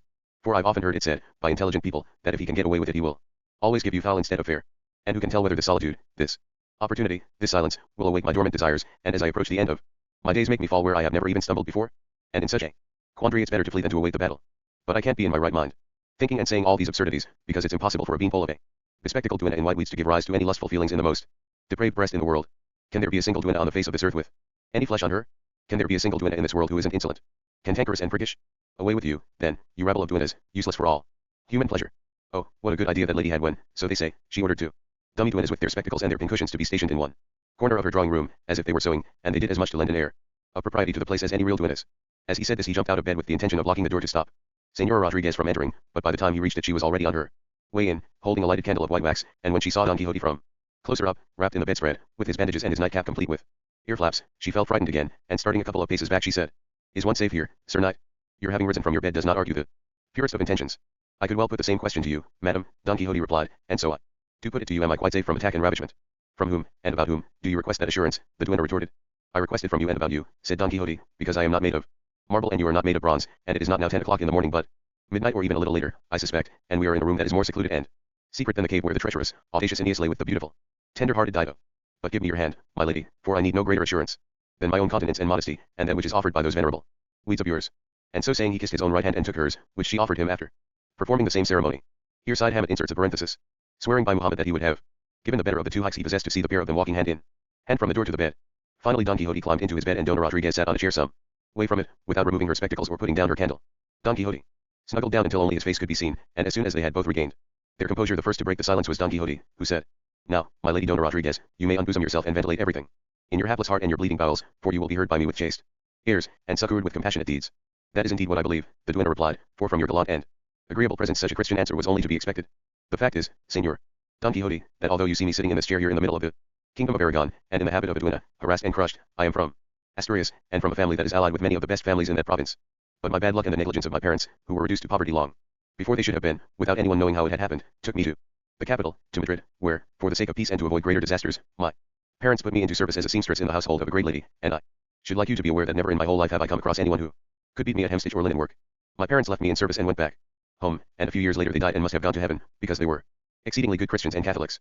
I was left an orphan, depending on the wretched wages and miserable favors given to maidservants in palaces, and, just at that time, without any encouragement whatsoever on my part, a squire in that household fell in love with me, a man advanced in years, full-bearded and of good presence and, above all, as much of an aristocrat as the king himself, because he hailed from the ancient hills of Leon. Point 2 We weren't so very secretive about our love that our lady didn't find out about it, and to prevent tittle-tattle she had us married according to all the rules and rituals of our Holy Mother the Roman Catholic Church, and from this marriage a daughter was born to put an end to all my good fortune, if I'd ever had any. Not that I died in childbirth, because it was a straightforward one, and came at the right time, but because a little later my husband died from a certain shock that he received, and if there were time to tell you about it I know you would be amazed. And here she began to weep tender tears, and then she said, Do forgive me, Don Quixote sir, I can't help it, because whenever I remember my prematurely deceased husband my eyes brim with tears. God Almighty. The magnificence of the man as he rode along with my lady behind him on that powerful mule, as black as jet itself. Because in those days people didn't ride about in carriages or litters, as they say is the fashion now, and ladies rode on their squires' cruppers. And There's just one thing that I cannot refrain from telling you, so that you may appreciate what a well-bred and punctilious man my husband was. As they were riding into the Calle de Santiago, in Madrid, a rather narrow street, one of the city councillors happened to come riding out of it with two alguacils in front of him, and as soon as my beloved squire saw him he turned the mule's reins, indicating that he was going back to accompany the councillor home. My lady, on his crupper, whispered, "What are you doing, you wretch? Don't you realize I'm riding here behind you?" The councillor, out of politeness, drew rein and said, "Pray continue on your way, sir, it is I who should accompany my lady Dona Quixote, for this was my mistress's name." My husband still insisted, hat in hand, on accompanying the councillor to his house. And this prompted my lady, beside herself with rage, to take a large pin or maybe it was a bodkin from her needle case and plunge it into my husband's loins, and he screamed and writhed, which sent my lady tumbling to the ground. Two of her lackeys came to pick her up, as did the councillor and his alguacils. Guadalajara gate was in uproar, by which I mean to say that the idlers hanging about it were. My mistress walked home, and my husband staggered into a barber's shop saying that his bowels had been pierced through and through. News of my husband's act of courtesy spread throughout the town, so much so that boys would chase after him in the street, and because of this end, because he was a little short-sighted, my lady the Duchess dismissed him, and the grief of this I'm certain was the death of him. I was left a poor forsaken widow, and with a daughter on my hands growing in beauty like the foam on the waves of the sea. In the end, since I had a good reputation as a seamstress, my lady the Duchess, then recently married to my lord the Duke, brought me with her here to the kingdom of Aragon, and she brought my daughter, too. The days came and the days went, and my daughter grew up, with all the graces in the world. She sings like a lark, she dances in the ballroom like the wind, she capers in the country dance like a wild thing, she reads and writes like a schoolmaster, she counts like a miser.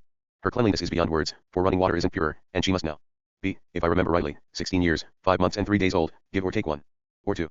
To cut the story short, the son of a wealthy farmer who lives in one of my lord the Duke's villages not far from here fell in love with this girl of mine. And in due course, they came together, I don't know how it happened, and by promising to marry her he seduced her, and now he refuses to keep his promise, and even though my lord the Duke knows all about it, because I've complained to him not just once but often and asked him to order this farmer's son to marry my daughter, he always turns a deaf ear and hardly even listens to me, and the reason is that the seducer's father is a wealthy man, and keeps lending the Duke money and standing surety for his other debts, so the Duke doesn't want to annoy or upset him in any way. And what I would like you to do, my dear sir, is to undertake to redress this wrong, either by pleas or by arms, because, according to what everybody says, you were born into this world to right wrongs and rectify abuses and succor the unfortunate. Consider my fatherless daughter and her charms and her youth and all the other fine qualities about which I have told you. Because I solemnly swear before God that of all my lady's maids there isn't one who can hold a candle to her. And that girl they call Altisidora and look upon as the most charming and elegant of the lot, compared with my daughter, doesn't come within half a dozen miles of her. And I'd like you to know, my dear sir, that all that glitters is not gold, because this girl Altisidora has more vanity than good looks, and more brazenness than modesty. Besides not being very healthy, there's an objectionable quality about her breath that makes it unbearable to stay close to her for a single moment. And even my lady the Duchess, but I'd better keep quiet about that, because they say that walls have ears. Upon my soul, Dona Rodriguez, what is wrong with my lady the Duchess? Demanded Don Quixote. When one has been besought in such a way, the duenna replied, one cannot fail to respond with the whole truth to what one has been asked. Can you envisage, Don Quixote, sir, my lady the Duchess's beauty, that complexion, comparable to the face of a bright, burnished sword, those cheeks of milk and carmine, with the sun in the one end, the moon in the other, and that elegance of hers as she treads the ground as if she scorned it, so that she seems to be scattering good health wherever she goes? Well, just let me tell you she can thank God for all that in the first place, and in the second place, she can thank those 2 flowing fountains in her legs, those issues that drain out of her all the noxious fluids the doctors say she's full of. Holy Saint Mary, said Don Quixote.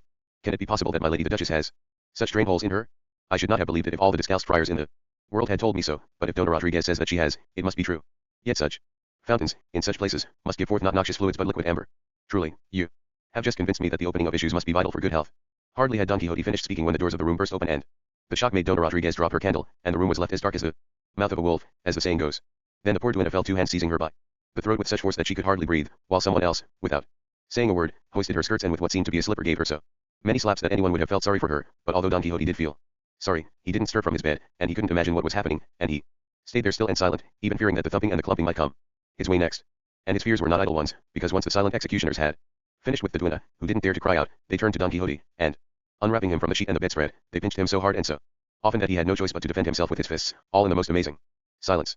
The battle lasted for almost half an hour, and then the ghosts departed and Dona Rodriguez gathered up her skirts and walked out bemoaning her disaster without a word. To Don Quixote who, pinched and aching, bewildered and plunged in thought, was left by himself, where we too shall leave him longing to discover who was the perverse enchanter that had reduced him to such a state.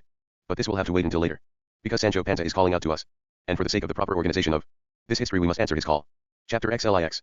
About what happened to Sancho Panza when he made his rounds of the island. We left the great governor fuming with rage at that wheedling, portrait-painting farmer, who, coached by the butler, who in his turn had been coached by the Duke, had made fun of him, but Sancho held his own against them all, foolish, uncouth and fat though he was. And he said to everyone present, including Dr. Pedro Recio, who, now that the secret reading of the Duke's letter was over, had come back into the hall. Now I really do see that judges and governors ought to be and need to be made of bronze, so as not to be worn out by all the pestering from these folks who come on business and expect you to be listening to them and dealing with them at all hours of the day and night, and attending only to their affairs, come what may. And if the poor old judge doesn't listen to them and deal with them, either because he can't or because that isn't the time fixed for audiences, they soon start cursing him and gossiping about him, and backbiting him, and even going into all sorts of details about his family. So, all you fools and idiots coming on business, don't be in such a hurry, wait until the proper time. Don't come when it's time for me to be eating or sleeping, because judges are made of flesh and blood, and must give to nature what nature naturally needs all except me. That is, because I can't give my nature any food, thanks to Dr. Pedro Recio Vamos here. Present, who wants me to die of hunger and then claims that this death is life, and God send the same fate to him and all his breed, by which I mean all bad doctors, because the good ones deserve palms and laurels. All those who knew Sancho Panza were amazed to hear him speaking with such elegance, and they didn't know how to account for it, unless it could be put down to the fact that posts of responsibility and importance quicken some wits and deaden others. In the end, Dr. Pedro Recio Agiro from Vamos promised to allow him to eat some dinner that evening, even if it did mean transgressing all the aphorisms of Hippocrates. This cheered the governor up, and he looked forward to the dinner hour with an intense desire, and although it seemed to him that time was standing still, the longed for moment did eventually arrive, and he was given cold beef and onions drenched in oil, and boiled calves' feet, the calves being somewhat advanced in years. Sancho tucked in with more gusto than if he'd been given francolins from Milan, pheasants from Rome, veal from Sorrento, partridges from Oran or geese from Lavajos, and as he ate he turned to the doctor and said, "Look here, doctor, from now on don't bother to give me choice food or dainty dishes, because that'd only unhinge my stomach. It's used to goat meat, cow meat, fat, bacon, salt beef, turnips, and onions, and if it's ever given palace food it's a bit squeamish about that, and sometimes even goes all queasy. What the steward can do is bring me these great messes of pottage they call a las patridas, and the messy they are, the better they look, and he can shove into them whatever he likes as long as it's edible. And I'll thank him for that and pay him back for it one day, and don't anyone try to pull the wool over my eyes, so let's get on with it, long live us, and let's eat together in peace and good fellowship. Because when God sends the dawn he sends it for everyone. As I govern this island, all bribes I'll refuse but insist on my dues, and everyone had better watch out and mind their own business, because I'll have them know the devil's among the tailors, and if I'm given cause people are going to see marvels. Oh, yes, I'm going to make myself all honey, aren't I, so the flies can eat me up. Truly, my lord governor, said the steward, what you say is quite correct, and I hereby offer in the name of all the islanders on this island to serve you with all diligence, love, and goodwill, because the mild style of government that you have adopted from the outset leaves them no room for doing or thinking anything that could redound to your disservice. Right you are then, Sancho replied, and they'd be fools if they did or thought anything different. And I'll say it again, you take very good care over what I'm given to eat, and what my done is too, because that's the most important part of this whole business, and when the time comes let's make our rounds. I'm planning to rid this island of all sorts of rubbish and tramps and idlers and layabouts, because I'll have you know, my friends, that useless, lazy people in a society are like drones in a beehive, eating up the honey that the worker bees produce. I'm planning to help farmers, keep hidalgos privileges, reward the virtuous, and above all respect religion and the honor of the clergy. What do you think about that, my friends? Is there anything in what I say, or am I beating my brains out for nothing? There is so much in what you say, my lord governor, said the butler, that I am astounded to see that a man as untaught as you are, being, I believe, totally illiterate, can make so many observations full of wise maxims and good counsel, so different from what those who sent us here and we who have come here had been given to expect from your mind. In this world every day brings a new surprise, jests turn into earnest, and jesters find the tables turned upon them. So night had come, and the governor had eaten his dinner, by Dr. Pedro Recio's leave. They made ready to go on their rounds, and Sancho left with the butler, the secretary, the steward, the chronicler whose task it was to record his deeds, and alguacils and clerks. There were so many people that they could have formed a decent-sized battle squadron. Sancho strutted along bearing his staff of office in the middle of the group, aside for sore eyes, and after they'd walked down a few streets they heard the sounds of a knife fight. They ran to see what was up, and found that it was only two men fighting, who stopped when they saw the authorities on their way, and one of them cried, "Help, help, in the name of God and the king. Is it something they let people do here? Holding others up in the middle of the town, robbing them in the street." "Calm down, my good man," said Sancho, "and tell me what's caused this scrap." "Because I'm the governor," the man's adversary said. "My lord governor, I shall explain briefly.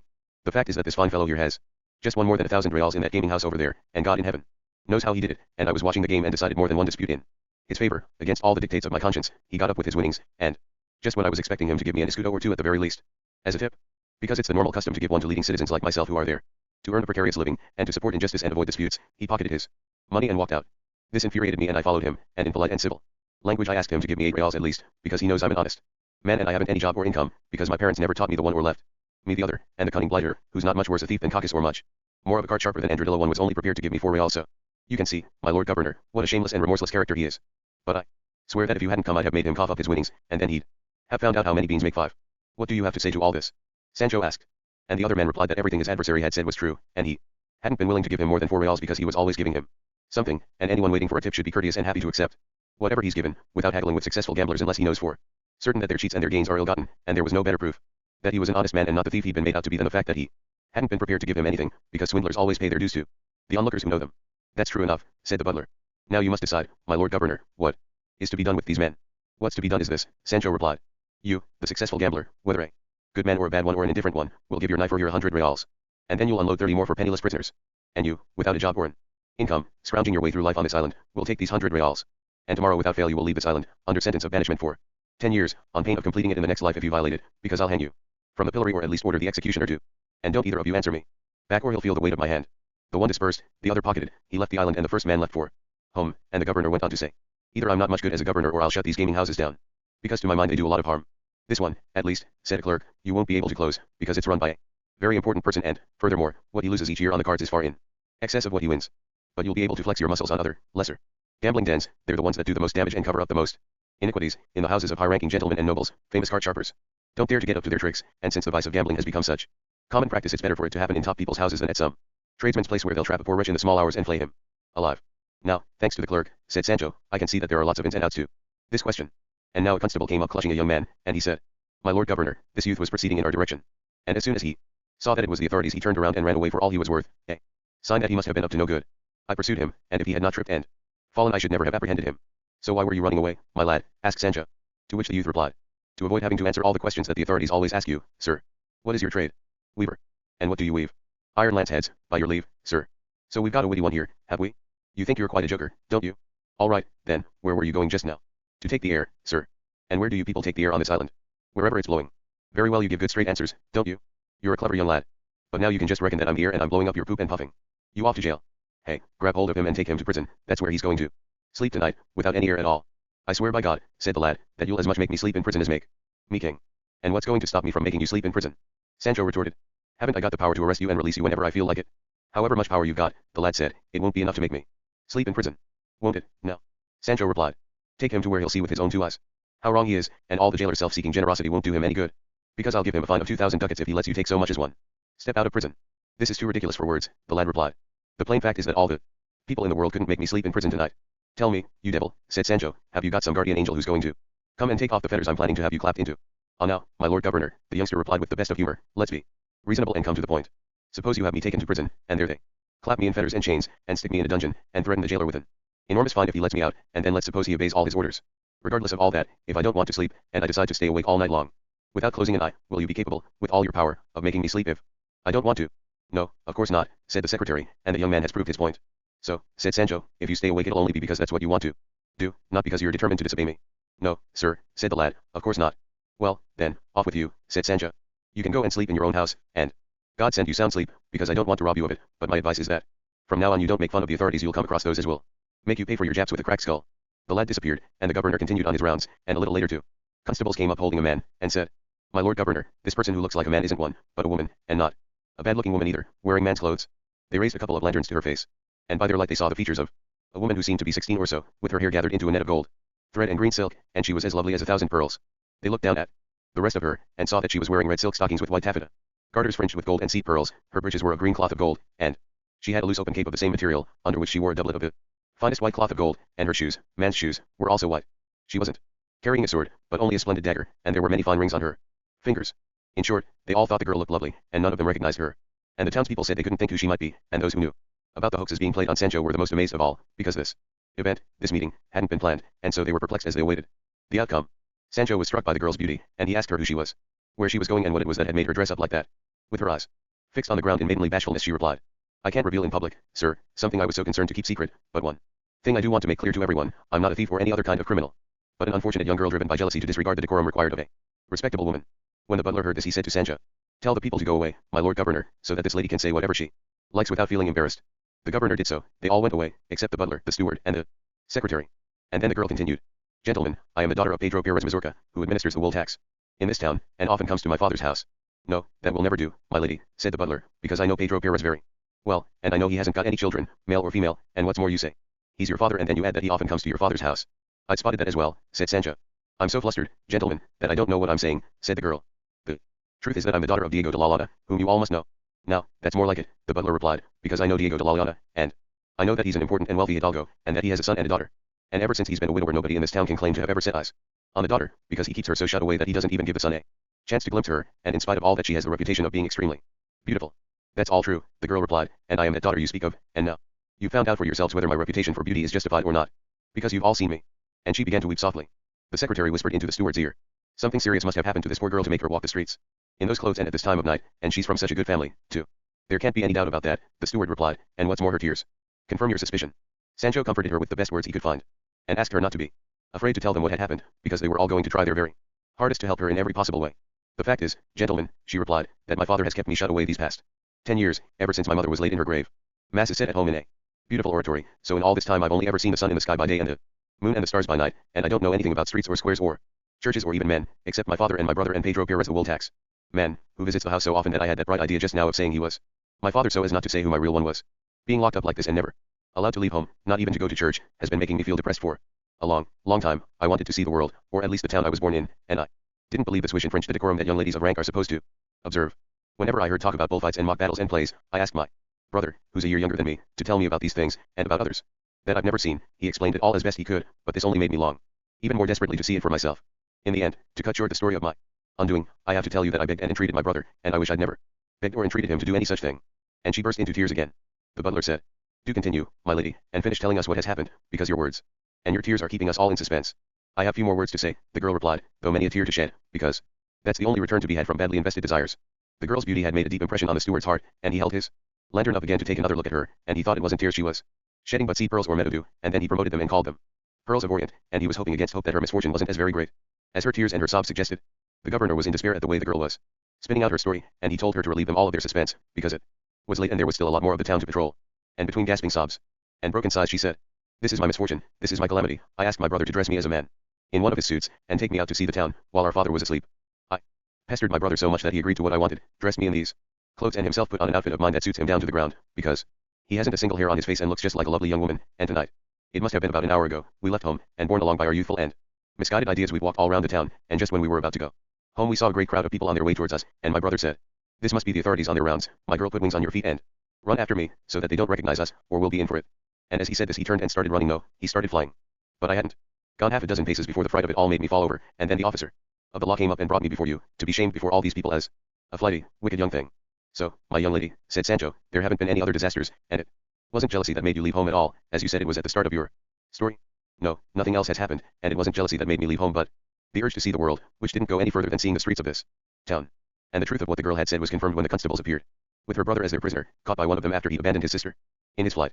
He was wearing nothing less than a splendid skirt, over his shoulders a blue damask mantilla with fine gold trimmings, his head unadorned by any veil or anything else apart from his own tresses, as fair and curly as rings of gold.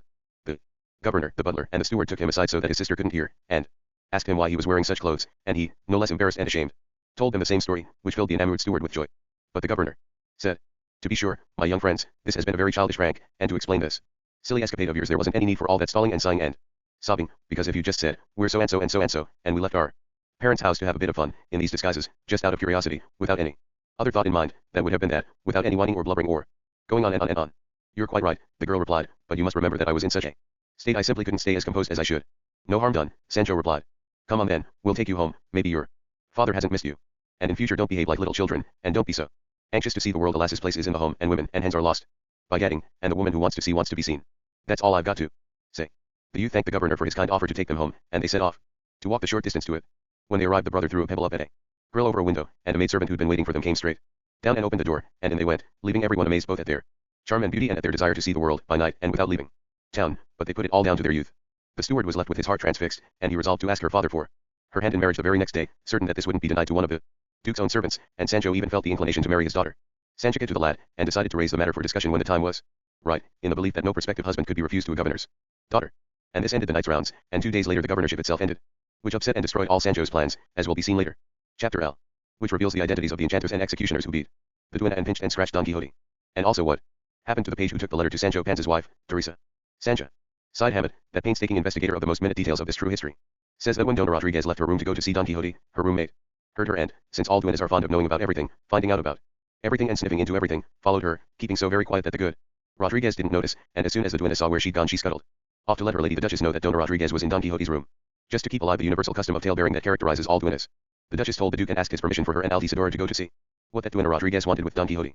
The Duke gave it, and the two women inched their way along on tiptoe until they were outside Don Quixote's door, so close to it that they could hear everything being said inside the room, and when the Duchess heard Rodriguez opening to the public the secret garden of flowing fountains in her legs she couldn't restrain herself, and nor could Altisidora, and so, burning with rage and thirsting for revenge, they burst into the room and riddled Don Quixote and thrashed the duenna in the way described, because insults directed against women's beauty and their pride in it arouse all fury within them and inflame the desire for revenge.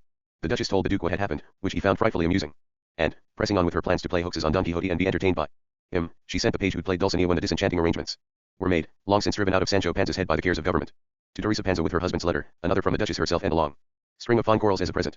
The history states that this page was intelligent and sharp-witted, and that, anxious as he was to serve his master and mistress, he was happy to travel to Sancho's village, and just before reaching it he saw a group of women doing their washing in a stream and asked them if they could tell him whether one Teresa Panza lived there, the wife of a certain Sancho Panza, the squire of a knight called Don Quixote de la Mancha, and on hearing the question a young lass who was washing jumped up and said, "That Teresa Panza you said is my mother, and that Sancho's my father, and that Knights are master. Well, come with me, young lady, said the page, and take me to your mother. Because I bring her a letter and a present from that father of yours. I'll be very happy to, sir, replied the lass, who seemed to be about 14. And, leaving the clothes she was washing with one of her companions, and without putting anything on her head or her feet, she was barefoot and disheveled, she jumped out in front of the page's horse and said, "You come with me, our house is at the beginning of the village, and my mother's at home, and she's very sad because she hasn't had word from my father for ever so long." "Well, I bring such very good news for her," said the page, "that she'll have to give God hearty thanks for it." And leaping, running, and skipping along, the girl eventually reached the village, but, rather than going into her house, she shouted from the door, "Come here, Mother Teresa, come here. Come here, there's a gentleman here with letters and other things from Daddy." These shouts brought her Mother Teresa Panza to the door, spinning a distaff of tow, and wearing a brown skirt, which was so skimpy that it looked as if she'd been punished by having it shortened at the placket point. One, she wore a bodice, also brown, and an open-necked blouse. She wasn't very old, although she seemed to be past 40, but she was strong, erect, wiry and weather-beaten, and when she saw her daughter, and the page on his horse, she said, "What's this, girl? What gentleman is this?" "A servant of my lady Dona Teresa Panza," the page replied. And as he spoke he leapt down from his horse and went humbly to kneel before Señora Teresa, saying, "Give me your hands, Señora Dona Teresa, as the lawful wedded wife of Señor Don Sancho Panza, rightful governor of the island of Barataria." "Oh, sir, get away with you, don't do that," Teresa replied. "I'm not a palace lord at all, just a poor farming woman, a clodhopper's daughter and a squire errant's wife, not the wife of any governor." "Madam," the page replied, "you are the most worthy wife of a most eminently worthy governor, and as proof of this fact be so good as to accept this letter and this present." And he took from his pocket a string of corals with a gold bead every couple of inches, put it round her neck and said, "This letter is from my lord the governor, and another letter I bring, and this string of corals are from my lady the duchess, who has sent me to you." Teresa was dumbfounded, and so was her daughter, who said, "I'll be blowed if our master Don Quixote isn't mixed up in all this. He must have given Daddy that government or earldom he promised him so often." "You're quite right," the page replied. "It's thanks to Don Quixote that Señor Sancho is now the governor of the island of Barataria, as you will be able to confirm in this letter." "Do read it out to me, good sir," said Teresa, "because although I can spin I can't read a thing." "Me neither," added Sanchica, "but you two wait here and I'll go and fetch somebody to read it, the priest maybe, or that student Sanson Carrasco, and they'll be only too happy to come, to hear news of my father." "There's no need to fetch anyone, I can't spin, but I can read, and so I'll read it out." And he did read it out, but since it has already been given it isn't repeated here, and then he fished out another letter, from the Duchess, and it said, "My dear Teresa, your husband's most excellent qualities of goodness and cleverness have moved and indeed obliged me to ask my husband the Duke to give him the governorship of one of the many islands that he possesses. I'm told he's governing like a perfect angel, which makes me so very happy, and as a consequence my lord the Duke is happy as well, and so I give the most fulsome thanks to heaven that I wasn't mistaken when I chose him for the governorship, because I want Señora Teresa to know that it's no easy matter to find an able governor nowadays, and may God treat me as well as Sancho governs. With this I'm sending you, my dear, a string of corals with gold paternosters. I do wish they could have been pearls of Orient, but then it's the thought that counts, isn't it? The time will come when we'll get to know each other personally and converse together, but only God knows the future. Give my kindest regards to your daughter Sanchica, and tell her from me to hold herself in readiness, because I intend to marry her to a man of high rank when she least expects it. I'm told that there are fine fat acorns to be had in your village. Do send me a couple of dozen of them, as it's a gift that I shall prize most highly, coming from you, and write me a long letter telling me how you are and how everything is with you, and if there's anything you need you only have to say so, and your every word will be my command, and God keep you from this town. Your ever-loving friend, the Duchess." "Oh," said Teresa. "What a good, straightforward, down-to-earth lady. Give me ladies like that any time, not the hidalgo's wives you get in this village, thinking that just because they are hidalgo's wives the very wind hasn't got any right to blow on them. And they put on such airs and graces when they go to church that anyone would take them for queens, and they seem to think it's beneath them to even look at a working woman. And now this good lady, a duchess and all, calls me her friend and treats me as an equal. Equal to the highest bell tower in all La Mancha, that's where I'd put her. As for the acorns, sir, I'll send her ladyship a whole gallon of them, and they're so fine and fat. They're a sight for sore eyes. And the first thing to do now, Sanchica, is to make sure that this gentleman's properly looked after. See to his horse, get some eggs from the stable, cut off a good big hunk of nice fat bacon, and let's get him a meal fit for a king. He deserves it for all the good news he's brought us and for that lovely face of his, and in the meantime I'll go and give the neighbors the happy news, and the priest and Master Nicholas the barber too. They're so good to your father and always have been." "Yes, mother," Sanchica replied, "but you're going to have to give me half that string of corals, mind, because I don't take my lady the Duchess for such a fool as to send it all to you." "It's all yours, my dear," Teresa replied, "but let me wear it for a few days, it truly seems to gladden my heart." "You'll also be glad," said the page, "when you see the bundle in this bag, an outfit of the finest worst that the governor only wore for one day's hunting, all for Señora Sanchica." "May he live 1,000 years," replied Sanchica. "And the same goes for the man that brought it, or even 2,000, if need be." Teresa hurried out of the house carrying the letters and with the string of corals round her neck, and she was drumming her fingers on the letters as if they were a tambourine. And coming across the priest and Sanson Carrasco she started dancing and yelling, "We aren't the poor relations anymore, oh no. We've got a government, we have. Oh, yes, the finest of your fine hidalgo's wives can come looking for trouble, she can, and I'll leave her looking just like new, I will." "What's the meaning of this, Teresa Panza? What madness is this, and what papers are these?" "The madness is only that these here are letters from duchesses and governors, and what I've got round my neck is fine coral, the Ave-Maries that is, and the paternosters are made of beaten gold, and I'm a governess. God alone can understand you, Teresa. We certainly don't know what you mean." "You can read all about it here," Teresa replied. And she gave them the letters. The priest read them aloud for Sanson Carrasco to hear. And Sanson and the priest glanced at each other with looks of amazement at what the letters said, and the young graduate asked who had brought them. Teresa replied that if they came home with her they'd see the messenger for themselves. He was a young lad as pretty as a picture, and he'd brought another present worth even more. The priest took the string of corals from her neck, looked at them and then looked at them again. Satisfying himself that they were good ones, he was again struck with amazement, and said, I swear by this habit I'm wearing that I just don't know what to say or think about. These letters and these presents, on the one hand I can see and feel the excellence of this coral, and on the other hand I read that a duchess writes to ask for a couple of dozen of acorns. Stuff and nonsense. Carrasco interrupted. But let's go to see the bearer of this letter, he'll solve the problem for us. This is what they did, and Teresa went with them. They found the page sieving some barley for his horse and Sanchica slicing off a chunk of fat bacon to mix with scrambled eggs for the page's dinner. His looks and his fine clothes pleased both men, and, after the exchange of courteous greetings, Sanson asked for news of Don Quixote and Sancho Panza, because although they'd read the letters written by Sancho and her ladyship the Duchess, they were still confused and couldn't fathom this business of Sancho's governorship of an island. What was more, when all or nearly all the islands in the Mediterranean Sea belonged to his majesty.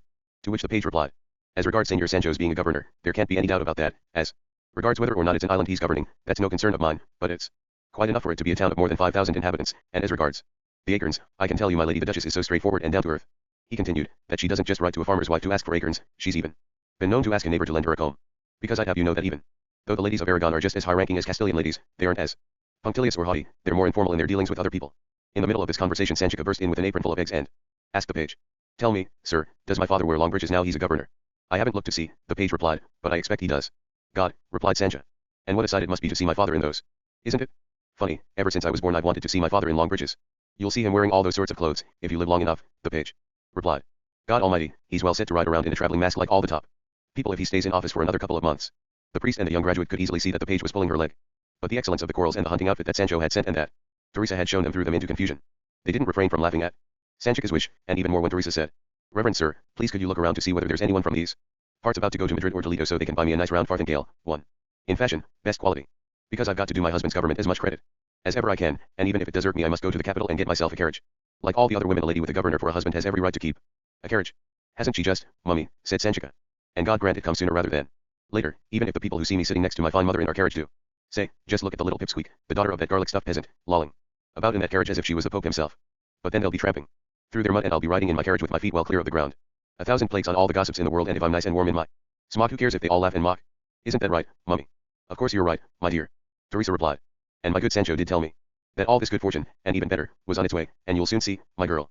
He won't let up till he's made me a countess. It's all a question of starting to get the luck coming your way, and as I've often heard your dear father say, who's just as much the father of Proverbs as he's the father of my children, when you're offered a heifer, make haste with the halter, so when you're offered a government grab it, when you're offered a countship collar it, and when they say come here boy with something worth eating, go and get your teeth around it. Oh yes, I'm going to be caught napping, I am, and I won't answer the door when all this good fortune comes knocking, oh no. And what do I care, Sanchica added, if people who see me all stuck up and snooty do say, dress a dog in fancy linen, and so on, if that's what they feel like saying. When the priest heard this, he said, I can only believe that every member of this breed of panzas was born complete with a sack full of proverbs inside him. I haven't met a single one who doesn't reel them off at all hours of the day and in all his conversations. That is true, said the page, because my lord governor Sancho comes out with them all the time, and although lots are off the point they're still good to listen to, and my lady the Duchess and the Duke are delighted with them. And do you still assert, my dear sir, said the graduate, that this story about Sancho being governor is true, and that there actually is a duchess who sends his wife presents and writes to her? Because even though we have handled the presents and read the letters, we still can't believe it, and we think this must be another of those escapades of our neighbor Don Quixote, who fancies that everything is done by enchantment, and so I'm on the verge of saying that I'd like to touch and feel you too, to see whether you're a fantasy messenger or a man of flesh and blood. All I know, gentlemen, the page replied, is that I am a real messenger, and that Senor Sancho is a genuine governor, and that my master and mistress the Duke and Duchess can give and have given him the governorship, and that I have heard that the said Sancho Panza is performing his duties most admirably. Whether or not there's any enchanting mixed up in all this is something that you'll have to argue out among yourselves, because that's all I know, and I swear it on the lives of my parents, who are still alive and whom I love dearly. That could all well be true, the graduate replied, but tubitat Augustinus too. I don't care who doubts it, said the page, because what I've just said is the honest truth, which will always prevail over any lie, as oil floats on water, and if you don't believe me, operibus credite, et non verbis, one of you come back with me and your eyes will see what your ears don't believe. Bags I go, said Sanchica. Do take me with you, sir, on the crupper of your horse. I'd love to go and see my dear father. Governor's daughters must not travel alone along the highways, but attended by coaches and litters and great retinues of servants. For God's sake, Sancho replied, I can go on a donkey as well as in any carriage. So we found her at last, the finicky little prude, have we? Keep quiet, girl, said Teresa, you don't know what you're saying, and this gentleman's quite right, because circumstances alter cases. When it was Sancho it was Sancho, and now it's governor it's my lady. I don't know if what I'm saying makes any sense. Senora Teresa is making more sense than she realizes, said the page, and now I'd like something to eat and see to it quickly, because I intend to return this afternoon. To which the priest replied, you must come to share my humble board. Senora Teresa is more amply provided with goodwill than with a dinner service to do justice to such a fine guest. The page refused the priest's offer, but he had to relent, because it was a better one. And the priest was happy to take him home, because this provided the opportunity to ask at leisure about Don Quixote and his doings. The graduate offered to write Teresa's answers to her letters, but she didn't want the graduate poking his nose into her affairs, because she thought he was rather too fond of pulling people's legs, so she gave one bread roll and 2 eggs to an altar boy who knew how to write, and he penned 2 letters for her, one to her husband and the other to the Duchess, all her own work, and they aren't the worst letters in this great history, as will be seen in due course. Chapter Lee. About the progress of Sancho's government, and other most excellent events. Day dawned after the night of the governor's rounds, a sleepless night for the steward. With his thoughts engrossed by the face, the dash, and the beauty of the girl in disguise.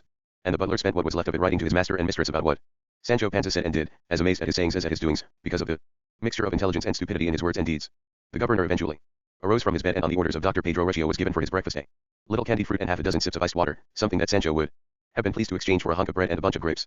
But seeing that it was a question of compulsion rather than choice, he submitted to it, with desolation in his soul and tribulation in his stomach, because Pedro Recio had persuaded him that a tiny amount of delicate food sharpened the mind, this being what was needed by people appointed to govern and to fill positions of responsibility in which it is not so much their physical as their mental powers that they have to employ. All this sophistry kept Sancho hungry, so much so that he secretly cursed the governorship and even the person who had presented him with it. But he went to work on his candied fruit and his hunger, and he began his judging, and what he first had to consider was a problem posed by a stranger in the presence of the butler and his henchman, and it was this. Sir, a great river divided a lord's estate into two parts. Do pay attention, please. It's an important case and rather a difficult one.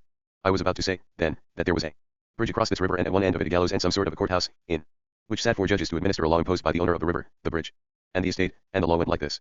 If anybody wishes to cross this bridge, he must first state under oath where he is going, and for what purpose, and if he tells the truth he is to be allowed to cross it, and if he tells a lie he is to be hanged on the gallows that stand there, without any possible reprieve. Despite knowing about this law and its rigorous enforcement, many people used the bridge, and it immediately became clear that their statements were true, and the judges allowed them across. But it so happened that one man took his solemn oath and then stated that his purpose was none other than to die on those gallows standing there. The judges considered his statement and said, if we allow this man to go free and cross the bridge, then his statement was a false one, and according to the law he must die, but if we hang him, he stated that he was going to die on those gallows, and according to the same law he should go free. You are asked, my lord governor, what the judges should do with this man, because to this day they remain perplexed and undecided. And having heard about your fine, incisive mind, they've sent me to beg you for your opinion about such a complex and puzzling case. To which Sancho replied, I must say these judges who've sent you to me could have spared themselves the trouble, because I'm not one of your incisive sorts at all, thick, more like. Still, you tell me the story again in words I can understand, who knows, I might hit upon an answer. The problem poser repeated again and again what he'd said the first time, and finally, Sancho said, I reckon I can sum up this whole rigmarole in a brace of shakes like this. This bloke says under oath he's going to die on the gallows, and if he does die, he's told the truth. And according to the law he deserves to go free and cross the bridge, and if they don't hang him, he's told a lie, and according to the same law he deserves to be hanged. It is precisely as my lord governor says, said the messenger, and as far as a full understanding of the case goes, his account leaves nothing to be desired or open to doubt. What I say, then, Sancho replied, is that they ought to let the part of the man that told the truth go across the bridge, and hang the part of the man that told the lie, and in this way they'll fulfill the conditions to the letter. But, my lord governor, the problem poser replied, that will make it necessary to divide the man into 2 parts, the deceitful part and the truthful part, and if this is done, he's bound to die, and so none of what the law demands will be achieved, and it's of vital necessity to comply with it. Look here, my man, Sancho replied, either I'm a blockhead or it'd be as reasonable to kill that traveler of yours as to let him live and cross the bridge, because if the truth he told saves him, his lie condemns him just as much, and if this is so, which it is, I reckon you should tell those gentlemen who sent you here that since the reasons for condemning him and for acquitting him balance each other out, he should be let free to cross the bridge, because doing good is always more highly praised than doing harm, and I'd give you this decision under my hand and seal if I knew how to sign my name. And in this case I haven't been speaking out of my own head, because what came into my mind was one of the rules that along with lots and lots of others my master, Don Quixote, laid down for me on the night before I came to be governor of this island. And it was that when there were any doubts about justice I should go for leniency and mercy, and it pleased God to let me remember it now, because it fits this case like a glove. Quite so, the butler replied, and it's my belief that Lycurgus himself, who gave the Lacedaemonians their laws, couldn't have given a better decision than the one that the great Panza has just given. And with this let this morning's audience be closed, and I shall arrange for my lord governor to eat a lunch that he will greatly enjoy. Yes, that's what I want, and no messing about, said Sancho, let me have some food. And then cases and problems can rain down on me for all they're worth, and I'll sort them out in mid-air. The butler was as good as his word, because he thought it would be a burden on his conscience to starve such a wise governor, and what's more he was planning to be rid of him that same night, by playing the last hoax with which he'd been charged. And after the governor had lunched that day against all Dr. Vamos's rules and aphorisms, as the tables were being cleared, a messenger came with a letter from Don Quixote for the governor. Sancho ordered the secretary to look through it and, if it contained nothing secret, to read it out aloud. Once the secretary had examined it he said, it can most certainly be read aloud, because what Don Quixote writes here deserves to be printed in letters of gold, and this is what it says. Letter from Don Quixote de la Mancha to Sancho Panza, governor of the island of Barataria. Whereas I was expecting to receive news of your negligence and your blunders, friend Sancho, I have had reports of your intelligent behavior, for which I have given particular thanks to heaven, which can lift the needy out of the dunghill too and turn fools into men of good sense. I am told that you govern as if you were a man, and that you are a man as if you were an animal, because your behavior is so humble. And I want you to bear in mind, Sancho, that it is often advisable and necessary to oppose the humility of one's heart for the sake of the dignity of one's position. Because the fine apparel worn by the person in a post of great responsibility must accord with the requirements of this post and not with the preferences of his own humble disposition. Wear good clothes, dress up a stick and it does not look like a stick. I am not saying that you should wear trinkets or regalia, because you are a judge, not a soldier, but that you should wear the clothes that your office requires, ensuring that they are clean and tidy. To gain the goodwill of the people you govern there are 2 things that you must do, among others. In the first place, be polite to everybody, although I have already told you about that. And secondly, try to ensure a plentiful supply of food, because nothing wearies the hearts of the poor as much as hunger and deprivation. Do not publish too many edicts, and ensure that those you do publish are good ones, and above all that they are observed and obeyed, for edicts that are not obeyed might as well not exist. They serve only to indicate that the ruler who has the intelligence and authority to publish them lacks the courage to enforce them, and laws containing threats that are not carried out are like the log that was the king of the frogs, and that frightened them at first, but in time they came to scorn it and climb on top of it. Point 3. Be a father to virtue and a stepfather to vice.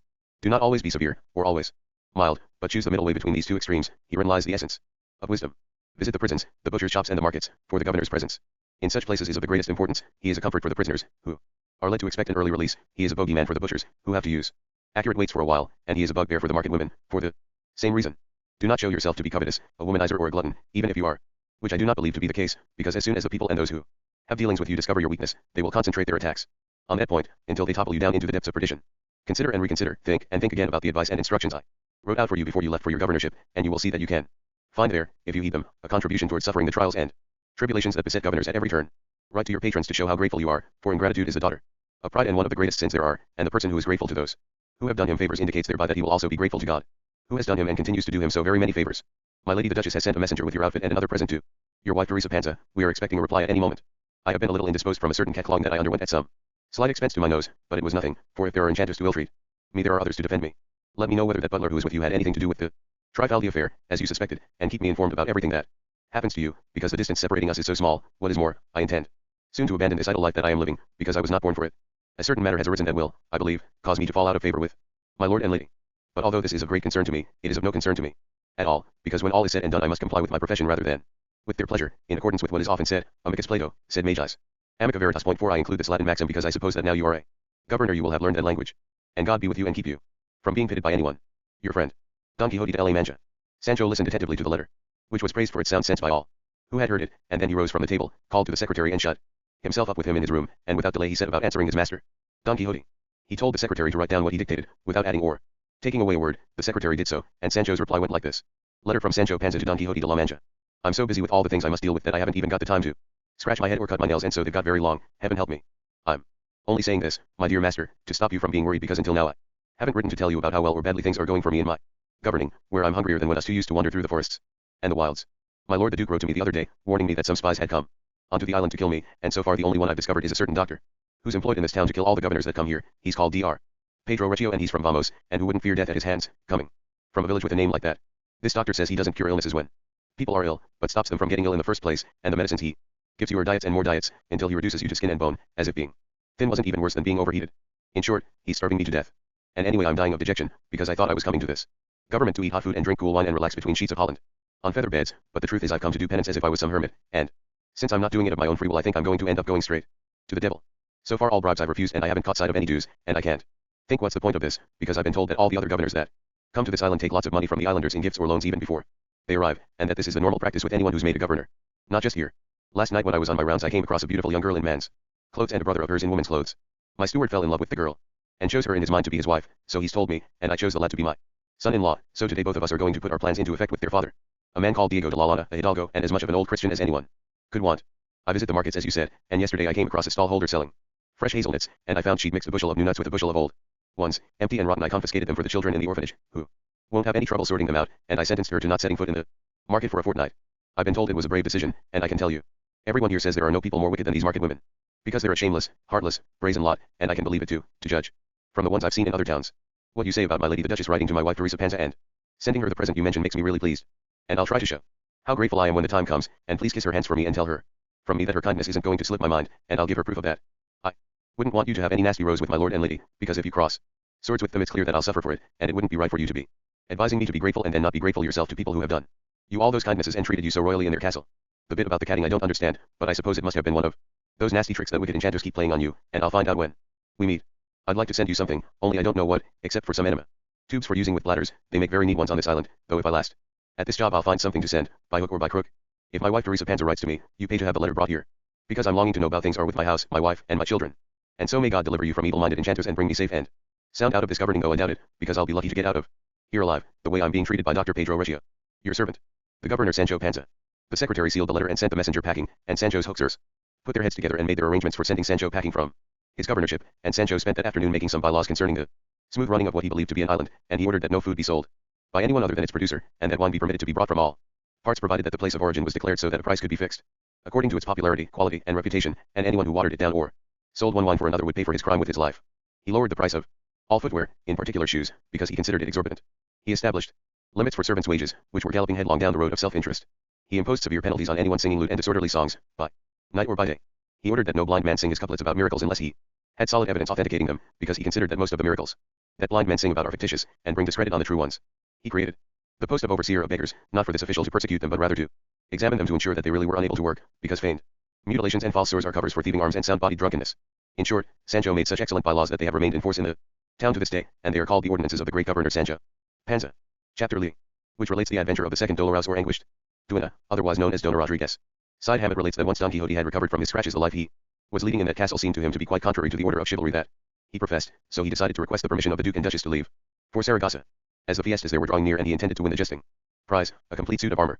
But one day when he was at table with the Duke and Duchess, and beginning to put his intention into effect and ask for their permission, lo, and behold, the door of the great hall was flung open and two women, as it later transpired, walked in, draped in mourning from head to foot, and one of them came up to Don Quixote, threw herself flat on the floor at his feet with her lips pressed to them, and poured out such sorrowful, profound, and painful sighs that all who could see and hear her were thrown into consternation, and although the Duke and Duchess thought this was some hoax that their servants were playing on Don Quixote, the anguished insistence with which the woman sighed and groaned and sobbed made them feel uncertain, until the compassionate Don Quixote raised her from the floor and begged her to remove the veil from her tearful face.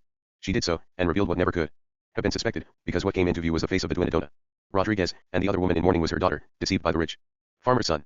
All those who knew her were astonished, and the Duke and Duchess more than anyone else, because although they considered her a simple soul, they hadn't thought her quite so stupid as to perform such antics. Finally Dona Rodriguez turned to her master and mistress and said, "Please will your excellencies be so kind as to give me permission to converse briefly with this knight, because this is what I have to do in order to extricate myself from the dilemma created for me by the presumption of an evil-minded peasant." The Duke said she had his permission and could converse with Don Quixote as much as she liked. She turned to face Don Quixote and addressed him. "Some days ago, most valiant knight, I gave you an account of the treacherous wrong that a wicked farmer perpetrated on my deeply beloved daughter, this unfortunate creature standing here before you, and you promised to support her cause and redress the wrong that she has suffered, but now it has come to my attention that you intend to depart from this castle in quest of whatever good fortune God may send your way, and so, before you slip off along those highways, I should like you to challenge this untamed rustic and compel him to marry my daughter in accordance with the promise he made her, before he lay with her, to be her husband, because to expect my lord the Duke to do us any justice is to go looking for figs on thistles, for the reason of which I have already informed you in private. And may our Lord grant you good health and not deprive us of his protection." To these words Don Quixote replied with great gravity and ceremony, "Good duenna, temper your tears, or, rather, wipe them away, and spare your sighs. For I hereby make myself responsible for succoring your daughter, who would have done better not to be so ready to believe lovers' promises, which are for the most part quick in the making and slow in the keeping, and so by my lord the Duke's leave I will depart immediately in search of that heartless youth, and I will find him, and I will challenge him, and I will kill him should he refuse to fulfill his promise, for the principal occupation of my profession is to forgive the humble and punish the arrogant, that is to say, to succor the wretched and destroy the cruel." "There isn't any need," the Duke replied, "for you to go to the trouble of looking for the rustic that this good duenna is complaining about, nor is there any need for you to ask for my permission to challenge him. I consider him challenged already, and I will make it my personal responsibility to ensure that he's aware of this challenge and accepts it, and comes to answer for himself to this my castle, where I shall provide the two of you with a fair field, observing all the conditions that are and must be observed on such occasions, and ensure that equal justice is done to each party, as is required of all those noblemen who make list available to those who engage in combat within the bounds of their territories." Given that assurance, then, and by your grace's kind leave, Don Quixote replied, "I can declare that for just this one occasion I set aside my rank as hidalgo and lower myself to the level of the offender, and make myself his equal, thus enabling him to fight me, and so, although he is absent, I hereby challenge him, on the grounds that it was wicked of him to deceive this poor young woman who was once a maiden and now, because of him, is not, and that he must either keep the promise he gave her to be his lawful wife or die in single combat." And pulling off a glove he hurled it into the middle of the hall, and the Duke went and picked it up saying that, as he'd already said, he accepted this challenge on his vassal's behalf, and he fixed the date for the encounter as 6 days later, and the place as the castle courtyard, and the arms as those customary among knights, lance and shield and plate armor and the normal accessories, without any fraud, trickery, or use of lucky charms, all this to be checked and inspected by the judges of the combat. But above all it's necessary for this good duenna and this naughty damsel to agree to place their cause in Don Quixote's hands, because otherwise nothing can be achieved, nor can the challenge be carried into due effect. "I agree," the duenna replied. "So do I," her daughter added, all tearful, bashful and fretful. Now that this formality had been settled and the Duke had worked out how he was going to handle the affair, the women in mourning withdrew, and the Duchess ordered that from then on they were not to be treated as her servants but as ladies in distress, who had come to her house to beg for justice, and so they were given their own room, and waited on like strangers, to the astonishment of the other maidservants, who couldn't think where the folly and impudence of Dona Rodriguez and her unfortunate daughter were going to lead. As all this was going on, and just to add the finishing touch to the party and bring the meal to a fine conclusion, lo and behold, the page who'd taken the letters and presents to Teresa Panza, the wife of the governor Sancho Panza, walked into the hall, which delighted the Duke and Duchess, who were longing for news of his journey, and when they asked him about it he replied that he couldn't answer in public or in a few words, but requested their excellencies to be so kind as to wait until the three of them could be alone together, and in the meantime they could derive some entertainment from the letters. And he produced 2 letters and placed them in the Duchess's hands. The address on one of them said, "Letter to my lady the Duchess, what share name of I don't know where," and the other said, "To my husband Sancho Panza, the governor of the island of Barataria, and God prosper him longer than me." The Duchess was on tenterhooks, as they say, waiting to read her letter, and after opening it and glancing through it and seeing that she could read it aloud for the Duke and everyone else to hear, she did so. Letter from Teresa Panza to the Duchess. "It made me really happy, my lady, to get the letter your grace wrote me. I'd been looking forward to it ever so much. The string of corals is a very fine one, and my husband's hunting outfit's every bit as good. Your ladyship making my husband Sancho governor has cheered everyone in the village up no end, even though nobody believes it, in particular the priest and Master Nicholas the barber and Sanson Carrasco the graduate, but I don't care about that, because so long as it's true, which it is, they can all say what they like, though to tell you the honest truth, if it wasn't for the quarrels and the outfit I wouldn't have believed it myself, because in this village everyone thinks my husband's a blockhead, and they can't imagine what could be any good at governing apart from a herd of goats. God grant it, and point him in the direction that'll be best for his children. I've decided, my dear lady, by your leave, not to sit here waiting for opportunity to knock twice, and to go up to the capital to loll about in a carriage and put the thousands of people who already envy me's noses out of joint. So I'm asking your excellency to tell my husband to send me a bit of money, a good fair bit, everything's dear in the capital, a loaf costs a real, and meat 30 maravedis a pound, it's unbelievable. And if he doesn't want me to go, please tell him to say so in good time. My feet are itching to get on the road, because my friends and neighbors all tell me that if me and my daughter go about all proud and pompous in the capital, my husband will get to be more well known through me than me through him, because lots of people are bound to ask, who are those ladies in that coach, and then one of my servants will reply, the wife and daughter of Sancho Panza, the governor of the island of Barataria, and in this way Sancho will get to be well known, and I'll be thought highly of, so let's press on regardless. There haven't been any acorns in the village this year, and I'm as sorry can be about that, but all the same I'm sending your grace about half a gallon of acorns that I went into the woods to look for, and I couldn't find any bigger. I'd have liked them to be as big as ostrich eggs. Don't forget to write, your high and mightiness, and I'll make sure to reply and tell you how I'm keeping and give you all the news from the village, where I'm praying to our Lord to look after your grace and not to forget about me. My daughter, Sancha, and my son both kiss your hands. Your servant, who's even keener to see your ladyship than to write to you, Teresa Panza. Everyone was tremendously delighted to listen to Teresa Panza's letter, in particular the Duke and Duchess, and the Duchess asked for Don Quixote's opinion about whether it would be right to open the letter addressed to the governor, because she imagined it must be absolutely topping. Don Quixote said that he would indeed open it, just to please them. And he did so and saw that this was what it said. Letter from Teresa Panza to her husband Sancho Panza. I got your letter, dearest Sancho, and I can promise you and I can swear to you as a Catholic and as a Christian that I was within an inch of going mad. I was so happy. Look here, my dear, when I heard you're a governor I thought I'd drop dead there. And then from the sheer bliss of it, because as you well know they say sudden joy can kill you just as much as awful pain can. Your daughter Sancho was so happy she wetted herself without noticing what she'd done. Here I was, with the outfit you sent in front of me, the quarrels my lady the Duchess sent round my neck, the letters in my hands, the lad that brought it all standing there, and yet I really did think that everything I was seeing and touching was a dream. Who'd have thought a goat herd could get to be a governor of islands? You know what my mother used to say, my dear. The longer we live the more we learn, and I'm only coming out with this because I'm hoping to learn a bit more if I live a few more years, and I'm not intending to stop until you're an exciseman or a tax collector, because although they're jobs that send you straight to the devil if you take unfair advantage, the fact is you do get your hands on some real money. My lady the Duchess will tell you how very much I want to go to the capital. You ponder it over and let me know what you think, and I'll try to do you credit by going around in a carriage. The priest, the barber, the graduate, even the sexton can't bring themselves to believe you're a governor, and they say it's all a trick or something done with magic.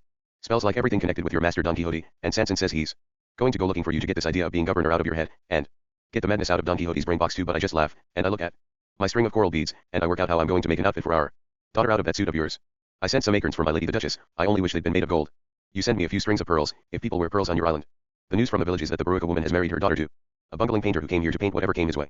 The council told him to paint His Majesty's arms over the town hall door. He asked for 2 ducats, which they let him have in advance. He worked away for a week, at the end of which he still hadn't painted a thing, and then he said he couldn't manage all those baubles and frippery. He gave the money back, but in the meantime he got himself married in the character of a good tradesman, though it's true he's put his paintbrush aside for a spade, now, and goes out into the fields looking like a right gentleman. Pedro de Lobo's son has taken minor orders in the hope of becoming a priest, and when Mingo Silvado's granddaughter Minguilla found out, she sued him for breach of promise. The gossips say he's put her in the family way, but he denies it flat. There aren't any olives this year, and there isn't a drop of vinegar to be had in the whole village. A company of soldiers came through. They took 3 of the village girls off with them. I'm not going to tell you which ones. They might come back, and there won't be any lack of men to take them as wives, with all their blemishes, however virtuous or otherwise. Sanchik is making lace. She's earning 8 clear maravedis a day that she puts in a piggy bank towards her trousseau, but now she's a governor's daughter. You'll give her dowry and she won't have to work for it. The fountain in the square's dried up, and the pillory's been struck by lightning, and I couldn't care less. Awaiting your reply and decision about me going to the capital, and God keep you for longer than me, or as long, because I wouldn't want to leave you in this world without me. Your wife, Teresa Panza. The 2 letters provoked applause, laughter, praise, and amazement, and as a finishing touch the messenger arrived with the letter sent by Sancho to Don Quixote, which was also given a public reading, and cast doubts upon the governor's stupidity. The Duchess went off with the page to discover what had happened to him in Sancho's village, and he provided her with a full account without omitting a single detail. He gave her the acorns and a cheese that Teresa had given him because it was a very fine one, even better than Troncan cheeses. The Duchess was delighted to receive it, and will leave her in this state so that we can describe the end of the governorship of the great Sancho Panza, that flower and mirror of all island governors. Chapter LII. About the troubled conclusion to Sancho Panza's governorship. To think that anything in this life will remain forever in the same state is an idle fancy. On the contrary, it seems that life goes round and round like a wheel. Spring chases summer, summer chases harvest, harvest chases autumn, autumn chases winter, and winter chases spring, and time turns and turns again in this continuous circle. Only human life rushes on to its end faster than time itself, without any hope of renewal, except in the other life, which has no bounds to limit it. Thus speaks Said Hammett, the Muslim philosopher, because many people, without the illumination of faith, guided by their own natural lights, have understood the brevity and transience of our present life, and the permanence of the eternal life to come. But here our author is speaking in this way because of the speed with which Sancho's government was undone, ended, and destroyed, and vanished into shadow and smoke. He was lying in bed on the 7th night of his governorship, sated not with bread or with wine, but with sitting in judgment and giving opinions and making decrees and bylaws. And, in spite of his hunger, sleep was beginning to close his eyelids, when he heard such a hullabaloo of bells and shouts that anyone would have thought the whole island was sinking into the sea. He sat up in bed and listened hard, to try to make out the Cause of this uproar, not only did he not succeed, but his bewilderment and his terror were increased when to the shouts and the bells was added the din of countless bugles and drums, and he clambered out of bed, put on a pair of slippers because of the dampness of the floor, and not even pausing to grab a dressing gown or anything similar. He rushed out of the door of his room in time to see more than 20 people approaching along the gallery carrying swords and flaming torches and crying, to arms, Lord Governor, to arms. Hordes of enemies have invaded the island, and we're lost if your skill and courage don't come to our rescue. Amidst all this noise, this frenzy, this pandemonium, they charged up to where Sancho stood stupefied and fascinated by what he was seeing and hearing, and one of them said, arm yourself at once, your lordship, unless you want to be destroyed and the whole island with you. What do you mean arm myself, said Sancho. What do I know about arms or rescues? It'll be better to leave all this to my master Don Quixote, he'll see to it good and proper in a brace of shakes, because I swear as I'm a sinner I haven't got the foggiest about what to do in tight corners like this. Oh, my lord governor, said another. This is no joking matter. Arm yourself, we've brought arms offensive and defensive, and come out into the main square and be our guide and our captain, because that's your place by right, as our governor. You'd better get my armor on, then, Sancho replied. And they brought out two full-length wooden shields with which they come provided, and clapped them on him over his shirt without letting him put any other clothes on, one shield in front and the other behind, with his arms sticking out through holes that they had made, and they bound him tight with rope so that he was boarded up and walled in, as stiff as a distaff, unable to bend his knees or stir a single step. They put a lance in his hand, and he leaned on it to prevent himself from falling over. Once they'd made him ready, they told him to march onward, and lead them, and inspire them all, because if he was their guide, their lantern, and their lodestar, all would be well. And how do you expect me to march, poor wretch that I am? Sancho replied. I can't get my knee joints working, with these ear boards clamped onto my body like this. What you'll have to do is carry me out and put me at one of the post urns, propped upright or wedged across it, and I'll guard it with this lance or with my body. Come now, Lord Governor, said another, it's more your fear than the boards that keeps you from walking. Get a move on, for goodness sake, it's late, and the shouts are getting louder, and danger's pressing. This urging and these insults stung the poor governor into trying to move, and the result was that he fell to the floor with such a crash that he thought he'd been broken into little pieces. There he lay like a turtle in its shell, or like a side of bacon being salted between two kneading trays, or like a boat stranded on the sand, but seeing him down there didn't make his hoaxers feel at all sorry for him. On the contrary, they extinguished their torches, redoubled their cries and repeated to arms, trampling back and forth over poor Sancho and hacking away with their swords at his shields, and if he hadn't shrunk himself up small and pulled his head in between those boards, things would have gone very badly for the unfortunate governor who, squashed into that narrow space, was sweating rivers and begging God with all his heart to deliver him from that peril. Some stumbled over him and others fell, and there was even one who stood on top of him for a good while, and from there, as from a watchtower, issued orders to the troops, crying, here, boys, here, this is where the enemy's pressing hardest. Guard that gate, shut that other one, prise those ladders off the walls. Bring fire pots, pitch, and resin in. Cauldrons of burning oil. Barricade the streets with mattresses. And he reeled off the names of every single piece of rubbish and every instrument and implement of war used to repel an attack on a city, and the battered Sancho, listening to it all and enduring it all, was saying to himself, oh, if only the Lord would let the island be lost once and for all, and I was dead or out of this agony. Heaven heard his plea, and, when he was least expecting it, he heard people shouting, victory, victory. The enemy's attacks are abating. Here, Lord Governor, get up and come and enjoy the triumph and share out the booty that has been captured from the enemy by the might of that invincible arm of yours. Just pick me up, the aching Sancho groaned. They helped him to his feet, and then he said, you lot can take any enemy I've beaten and nail him to my forehead, as far as I'm concerned. I'm not going to share out any booty, but just pick some kind friend, if I've got any of those, to let me have a mouthful of wine, because I'm drying up, and to wipe away all this sweat, because I'm turning into water. He was mopped down, given some wine, released from the shields, and then he sat down on his bed and fainted from fear, shock, and fatigue. By now the hoaxers felt sorry that they'd taken things so far, but Sancho's return to consciousness mitigated the sorrow that his faint had caused them. He asked what time it was, and the answer was that day was dawning. He didn't reply, and uttering not another word he began to dress, buried in his silence, and everyone gazed at him wondering why he was in such a hurry to put his clothes on. Once this was achieved, he hobbled little by little, because his battering prevented him from hobbling much by much, to the stable, followed by all the others. And he went up to his dun, hugged it, gave it a kiss of peace on the forehead, and, not without shedding some tears, said, come here, my companion and my friend, and my fellow sufferer in my toils and my woes, when I was content with your company and hadn't got anything to think about, except remembering to mend your tackle and feed your body. My hours, my days, and my years were happy ones, but ever since I left you and I climbed the towers of ambition and pride, my soul has been invaded by 1,000 miseries, 1,000 woes, and 4,000 vexations. As he said this, he was putting the pack saddle onto the donkey, and nobody spoke a word to him. Once the pack saddle was in place, he struggled up onto his dun and, addressing the butler, the secretary, the steward, Dr. Pedro Recio, and all the many others present, he said, now make way, gents, and let me go back to my old freedom. Let me go and look for my past life, so that it can deliver me from this present death. I wasn't born to be a governor or defend islands or cities from the enemies that choose to attack them. I know more about plowing and digging, about pruning and layering vines, than about making laws or defending provinces or kingdoms. St. Peter's all right in Rome. In other words, each man's all right doing the job he was born for. It suits me better to have a reaper sickle than a governor's scepter in my hand. I'd rather guzzle my bread and meat soup than be in the clutches of a mean and meddling medical man who starves me to death, and I'd sooner lie in the shadow of an evergreen oak in the summer and snuggle up inside a nice thick sheepskin coat in the winter, and be free, than be tied down by being governor and lie between sheets of Holland and dress up in savory fur. Goodbye to you all, then, and tell my master the Duke that naked I was born and naked I remain, so neither lose nor gain. In other words, I hadn't got a penny when I was made governor, and I haven't got a penny now. I'm stopping being one, very different from governors of other islands. And now make way for me, let me clear off, I'm going to get some plasters on. To my mind every single one of my ribs is bruised, thanks to all those enemies who've been going for walks on top of me. There will be no need for that, my lord governor, said Dr. Recio, for I shall give you a potion for falls and batterings that will immediately restore you to your pristine health and vigor, and, as regards food, I promise to mend my ways and allow you to eat in abundance whatever you want. Tard biatches, Sancho replied, you're a bit late in sheeping, as the Galician soldier said to the chicken that hatched from the egg he just swallowed. I'd as soon turn Turk as stay here. This isn't the sort of jape you put up with twice. By God, I'd as soon stay in this government or take on another one, even if I was given it on a plate, as fly to heaven without wings. I'm a panza I am, we're all stubborn and once we say no. No it is, come what may, in the face of the whole world. The ants' wings can stay here in the stable they were what lifted me up into the air to be eaten by swifts and other such birds, so let's start walking the earth again with firm feet, and if they aren't adorned with fancy cordovan leather shoes they won't go short of rough old rope-soled sandals. Every ram with its you, and don't stretch your legs out any further than your sheet will reach, and let me out, it's getting late. To which the butler said, but my lord governor, we should most willingly allow you to depart, even though we shall be very sorry to lose you, because your fine mind and your Christian behavior force us to want you to stay. Yet it is common knowledge that every governor, before he leaves the place he has been governing, must give an account of his administration. You must do so for your 10 days in power, and then you can go, and God's peace go with you. Nobody can demand that from me, Sancho replied, except someone ordered to buy my lord the duke. I'm going to be seeing him, and I'll give him a full account, and what's more, since I'm leaving empty-handed, as I am, no further proofs needed to show that I've governed like an angel. By God, the great Sancho's right, said Dr. Recio. And it's my opinion that we should let him go, because the duke is going to be delighted to see him. They all agreed to this and allowed him to leave, first offering him their company and anything else he needed for the well-being of his person and the comfort of his journey. Sancho said that he only wanted a bit of barley for his dun and half a cheese and half a loaf for himself, because the journey was a short one and he didn't have any call for more or better provisions. They all embraced him and, weeping, he embraced them all. And he left them lost in amazement, at both his words and his firm and wise decision. Chapter Live. Concerning matters relevant to this history, and not to any other, the Duke and Duchess decided that the challenge issued by Don Quixote to their vassal, for the reason given, should go ahead. And since the young man was in Flanders, where he fled to avoid having Dona Rodriguez as a mother-in-law, they made arrangements for a Gascon lackey called Tozelos to take his place, and first gave him a thorough course of training in everything he had to do. 2 days later the Duke told Don Quixote that 4 days after that his opponent would arrive and present himself at the lists, armed as a knight, and would maintain that the girl was lying in her throat, and even in her beard, if she said that he'd promised to marry her. Don Quixote was overjoyed at the news, and promised himself to work miracles in this affair, and counted himself fortunate indeed to be offered an opportunity to show the Duke and Duchess what the might of his valorous arm was capable of achieving. And so he waited in raptures of joy for the 4 days to pass, and, measured by his impatience, they seemed to him like 400 centuries. We shall let them pass by, just as we let many other things pass by, and go off to ride with Sancho, who felt half happy and half sad as he came on his dun, in search of his master, whose company he enjoyed more than being governor of all the islands in the world.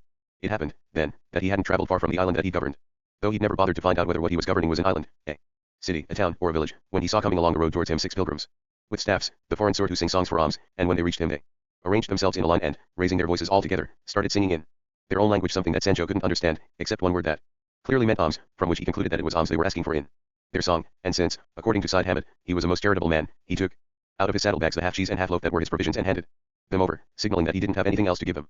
They were happy to accept the food, and said, Geld, Geld. I don't understand what you're asking me for, my good people, Sancho replied. Then one of them took a purse out from inside his shirt and showed it to Sancho, from which he understood that they were asking for money, and then he put his thumb on his throat and extended his hand upwards to indicate that he didn't have a farthing on him.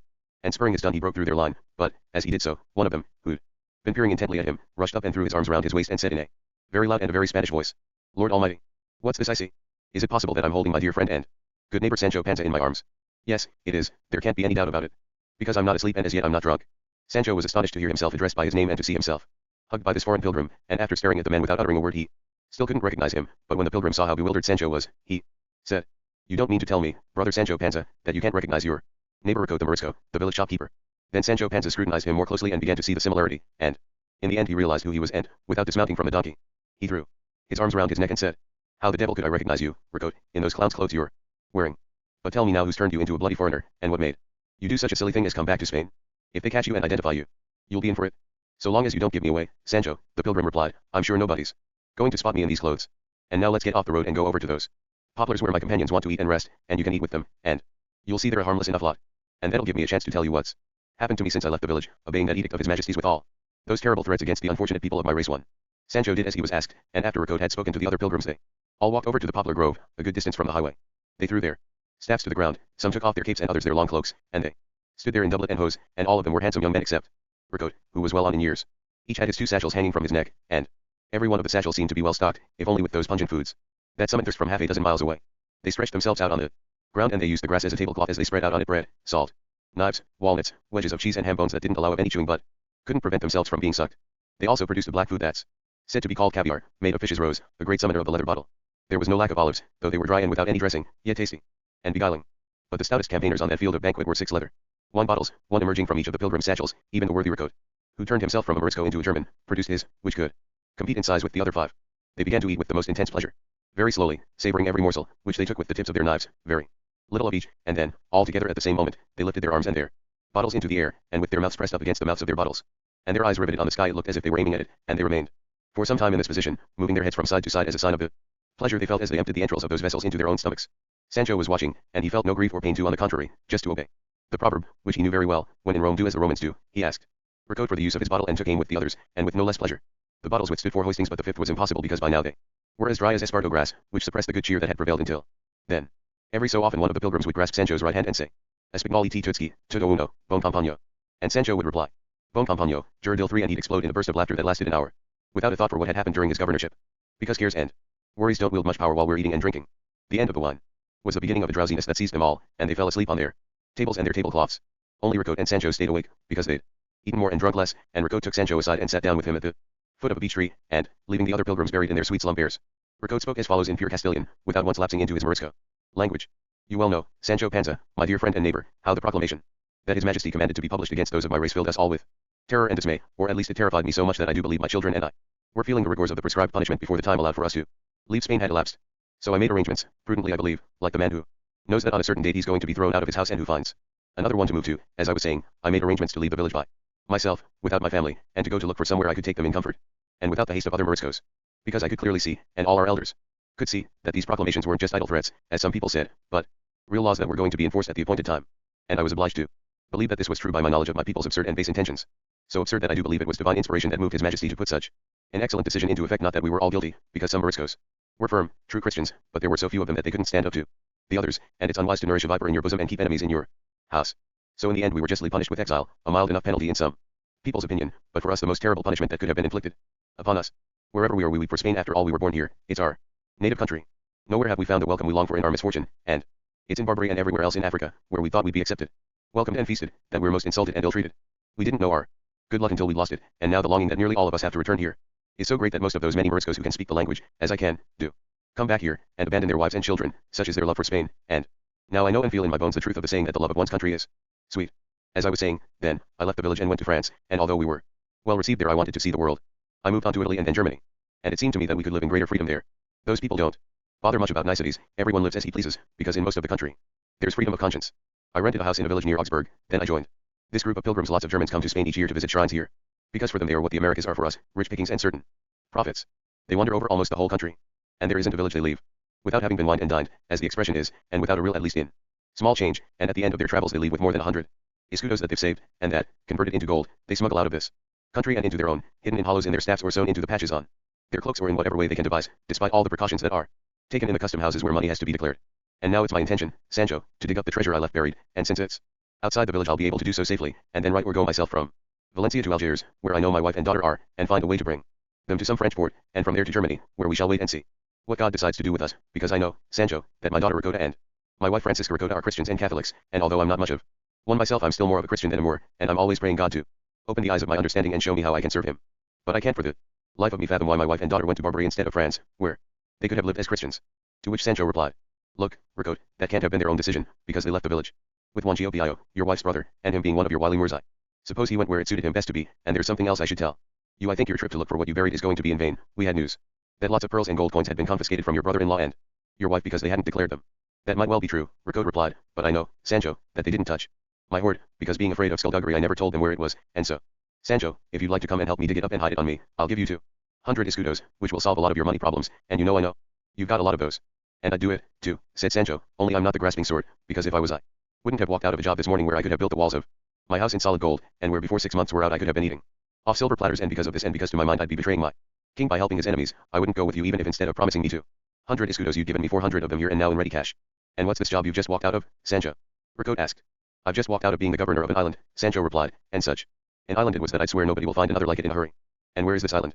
Ricotta asked. Where is it? Sancho replied. It's 6 miles from here, and it's called the island of Barataria. Come off it, Sancho, said Ricotta. Islands are in the middle of the sea, there aren't any of them on dry land. What are you talking about? Sancho replied. I'm telling you, Ricotta my friend, that I left it this morning, and only yesterday I was governing it as I pleased like a Sagittarian, but in spite of that I gave it up, because to my mind it's a risky job being a governor. And what did you get out of governing? Ricotta asked. What I got out of governing, Sancho replied, was finding out that I'm no good at governing anything except a herd of goats, and that any profit you get out of this governing business comes at the price of your rest and your sleep and even your food, because it looks as if governors of islands can't eat much, especially if they've got doctors to look after their health. I don't understand what you're on about, Sancho, said Ricote, but it's my belief that it's all balderdash, because who on earth would give you an island to govern? Was there any shortage of men more skilled than you at being governors? Shut up, Sancho, and come to your senses, and consider again whether you'd like to go with me, as I said. To help dig up my buried treasure there really is so much of it that it's well worthy to be called a treasure, and as I said I'll give you quite enough to live on. I've already told you, Ricote, said Sancho, that I'm not going to do any such thing. I shan't turn you in, and you'd better be satisfied with that, so you just go on your way. For God's sake, and leave me to go on mine. I'm well aware that our honest gains will lose, and our dishonest ones will lose us into the bargain. I shan't insist, Sancho, Ricote replied. But tell me, were you in the village when my wife, my daughter, and my brother-in-law went away? Yes, I was, Sancho replied, and I can tell you your daughter was looking so beautiful that everyone in the village came out to see her, and they all said she was the loveliest creature in the world. She was crying and she was hugging all her friends and acquaintances and everyone who'd come to see her, and she asked them all to commend her to God and Our Lady his mother, and with such feeling that it made me cry too, and I'm not normally a crybaby. And the honest truth is that many a one felt the urge to hide her away, and ride after them and carry her off, but they were all afraid to flout the king's orders, and this held them back. The one who looked most smitten was Don Pedro Gregorio, that rich young heir you know only too well, and they say he was head over heels in love with her, and once she left he was never seen in the village again. And we all thought he'd gone after her to steal her away, but nothing more has been heard about it. I always felt in my bones, said Ricote, that young gentleman was in love with my daughter, but trusting as I did in my Ricote's strength of character I'd never worried about it, because you'll have heard, Sancho, that Morisco girls have seldom if ever become involved in love affairs with men from old Christian families, and I'm sure that my daughter, who, I believe, was more interested in being a Christian than in being in love, wouldn't have paid any attention to that rich young heir's advances. God grant you're right, Sancho replied, because it would have been a bad business for both of them. And now let me be off, Ricote my friend, I want to be back with my master Don Quixote tonight. God go with you, dear Sancho. These friends of mine are beginning to stir, and it's time for us to be on our way, too. And they hugged each other, and Sancho climbed onto his dun, and Ricote clutched onto his staff, and they parted. Chapter LV. About things that happened to Sancho on the road, and others. Excellent. Beyond compare. Dallying with Ricote prevented Sancho from reaching the Duke's castle that day, but he came within a couple of miles of it by the time night fell, a rather dark and cloudy night. But as it was summer this didn't worry him very much, so he moved a little off the road with the intention of waiting until morning, but as his wretched luck would have it, he was looking for somewhere to make himself comfortable when he and his dun tumbled into a deep, pitch-black hole between two old buildings, and as he fell he commended himself to God with all his heart, imagining that he wasn't going to stop until he reached the bottom of the pit of hell. But this didn't happen, because after about 5 yards the dun hit the ground, and Sancho was still on top of it, unscathed. He ran his hands all over his body, and he held his breath to see if he was still in one piece, or had a hole in him somewhere, and, finding himself sound in wind and limb, he thanked the Lord God over and over again for his mercy, because he felt certain he must be broken into 1,000 pieces. He also ran his hands over the sides of the hole, to find out if it would be possible to climb out of it unaided, but they were all smooth, and lacking any handholds, which grieved him to his heart, particularly when he heard his dun moaning in pain and piteous tones, and this wasn't surprising, nor was it complaining without good reason, because the fact is that it was in a bad way. Oh, dear, said Sancho. What unexpected things keep happening to people who live in this wretched world. Who'd have said that the man who yesterday was sitting on a throne as the governor of an island bossing his servants and his vassals around would today be buried in a hole in the ground without anyone to rescue him or any servant or vassal to come to his aid. Me and my donkey are going to starve to death down here if the donkey doesn't die first from its bruising and battering, and me from my sorrow and grief. At any rate I'm not going to be as lucky as my master Don Quixote de la Mancha was when he went down into the cave of that there enchanted Montesinos, and found people to look after him better than in his own home. Anyone would think he'd gone as a paying guest. And he saw fair and pleasant visions there, he did, and what I'm going to see here, as far as I can tell, is toads and snakes. What a poor unlucky devil I am, and look what all my follies and my fancies have come to. When it pleases heaven for somebody to find me, they'll take away my bones, all fleshless and white and smooth, and the bones of my good done with them, and that will tell them who we are. Anyone, at least, who knows that Sancho Panza never parted from his ass, nor his ass from Sancho Panza. I'll say it again, what poor wretches we are, our bad luck hasn't let us die in our own village and among our own people, where, even if there wasn't any remedying our disaster, at least there'd have been someone to lament it and to close our eyes when we breathe our dying breath. Oh my friend and companion, how badly I paid you for your good services. Forgive me and beg fortune, as well as you can, to get us out of this miserable plight we're in, and I promise to put a crown of laurel on your head so that you look like any poet laureate, and I'll put you on double rations, too. Thus did Sancho Panza lament, and his donkey listened without offering one word in reply. Such was the distress and anguish that the poor creature was in. After a night spent in piteous moanings and lamentations, day finally came, and by its resplendent light Sancho saw that it was out of the question to climb unaided out of that pit, and he began to groan and shout, in case there was anyone to hear him, but he was crying in the wilderness, because there was nobody in the whole area, and then he did give himself up for dead. The dun was lying on its back, and Sancho Panza managed to get it to its feet although it could hardly stand, and taking a hunk of bread out of the saddlebags, which had suffered the same fate and fallen with them, he gave it to the donkey, to whom it was not unwelcome, and Sancho said, as if it could understand him, in all kinds of grief bread brings us relief. As he said this he spotted a gap on one side of the hole, sizable enough to take one person if he stooped and made himself small. Sancho Panza did so and found it broad and spacious inside. He could see it because through what could be called its ceiling a sun ray shone in and lit it up.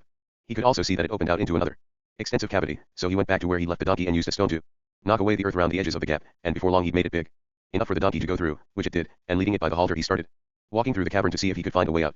Sometimes he was in half gloom, sometimes without any light at all, but never without fear. God Almighty help me, he was saying to himself, that's a disaster for me. Would have been better as an adventure for my master Don Quixote. He'd have taken these pits and dungeons for floral gardens and palaces of Galliana when he would, and he'd be expecting to come out from this dark narrow hole into some meadow full of flowers. But poor old me, without any luck, without anyone to tell me what to do, without any Courage every step I take makes me imagine that another even bigger hole's going to open at my feet and swallow me up good and proper. We can bear without a groan any ill that comes alone. Thinking all these thoughts, he imagined that he must have walked about a couple of miles when he made out a dim light that looked like the light of day finding its way in. Somehow, and indicating that this road into the other world, as he had conceived it, led to some opening into this one.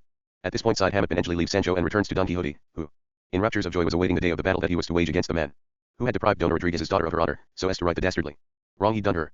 And it so happened that Don Quixote rode out one morning to train and practice for the combat in which he was to be engaged on the following day, and when he urged Rocinante into a charge or gallop, the horse stepped so close to a pothole that if Don Quixote hadn't tugged on the reins it would have been impossible to avoid falling in. But he did manage to halt his horse and he didn't fall into the hole, and edging a little closer, without dismounting, he peered into those depths, and as he peered he heard shouts inside, and by straining his ears to the utmost he could make out the words, "Hey you up there. Is there anyone listening, any charitable knight to feel sorry for a sinner that's been buried alive?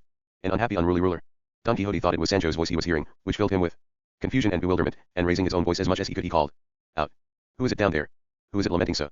Who do you think it is down here lamenting so?" Came the reply, "If not for harassed Sancho Panza the governor, for his sins and his misfortune, of the island of Barataria, and once upon a time the squire of the famous knight Don Quixote de la Mancha." When Don Quixote heard this, his amazement was redoubled and his astonishment was triplicated as it occurred to him that Sancho must be dead and that his soul was in torment down there, and borne on the wings of this notion he said, "I conjure you by everything by which I can conjure you as a Catholic and a Christian, to tell me who you are, and if you are a soul in torment, pray tell me what you want me to do for you, for just as it is my profession to aid and assist the needy in this world, so I shall also obey its precepts by assisting and aiding the needy in the other world, who cannot help themselves." "In that case," came the reply, "you up there speaking to me must be my master Don Quixote de la Mancha. By the sound of your voice you can't be anyone else, that's for certain." "Don Quixote I am indeed," replied Don Quixote, "he whose profession it is to aid and succor both the living and the dead in their hour of need. So do please tell me who you are, because you have plunged me into bewilderment. For if you are my squire, Sancho Panza, and you are dead, and the devils have not carried you off, and by God's mercy you are in purgatory, then our Holy Mother the Roman Catholic Church can perform ceremony sufficient to remove you from where you now languish, and I shall entreat the Church to do so, employing every penny at my disposal, so you must now bring yourself to tell me who you are." "I swear by all that's holy," came the reply, "and by the birth of anyone you like, Don Quixote de la Mancha, sir, that I am your squire Sancho Panza, and I've never died in all the days of my born life but after I left my governing, for reasons I'd need more time to explain. Last night I fell into this hole where I'm lying now, and the Don fell in with me, and it'll back me up in what I'm saying because here it is by my side. And what's more, it appears that the donkey did understand what Sancho had said, because it began to bray with such power that the whole cave reverberated." "What a splendid witness," said Don Quixote. "I know that bray as well as if I myself had given birth to it, and it is indeed your voice that I can hear, dear Sancho. Wait where you are, I shall go to the Duke's castle, not far from here, and I shall bring someone to pull you out of this hole into which your sins must have cast you." "Yes, off you go, sir," said Sancho, "and do come back soon, for God's sake I can't stand being buried alive down here, I'm dying upright."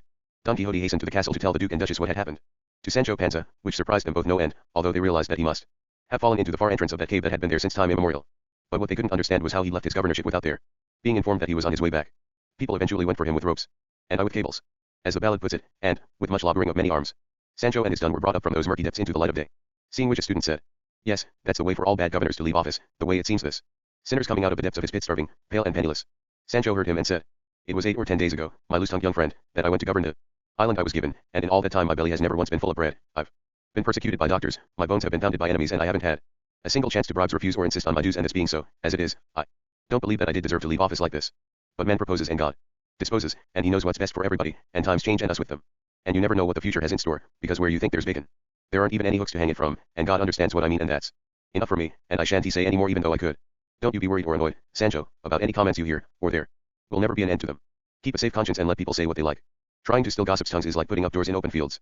If the governor leaves office rich they say he's a thief, and if he leaves it poor they say he's a milksop and a fool." This time, Sancho replied, "They're going to say I'm a fool not a thief, that's for sure."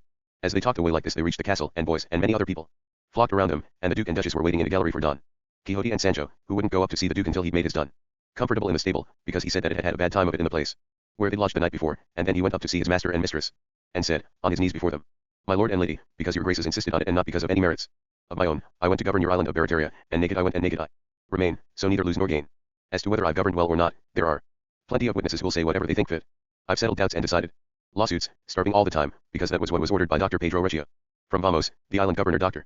We were attacked by enemies by night, and after they got us into a really tight corner the islanders said that we had come off victorious and free thanks to the might of my arm, and God grant them as much prosperity as there is truth in that particular tale.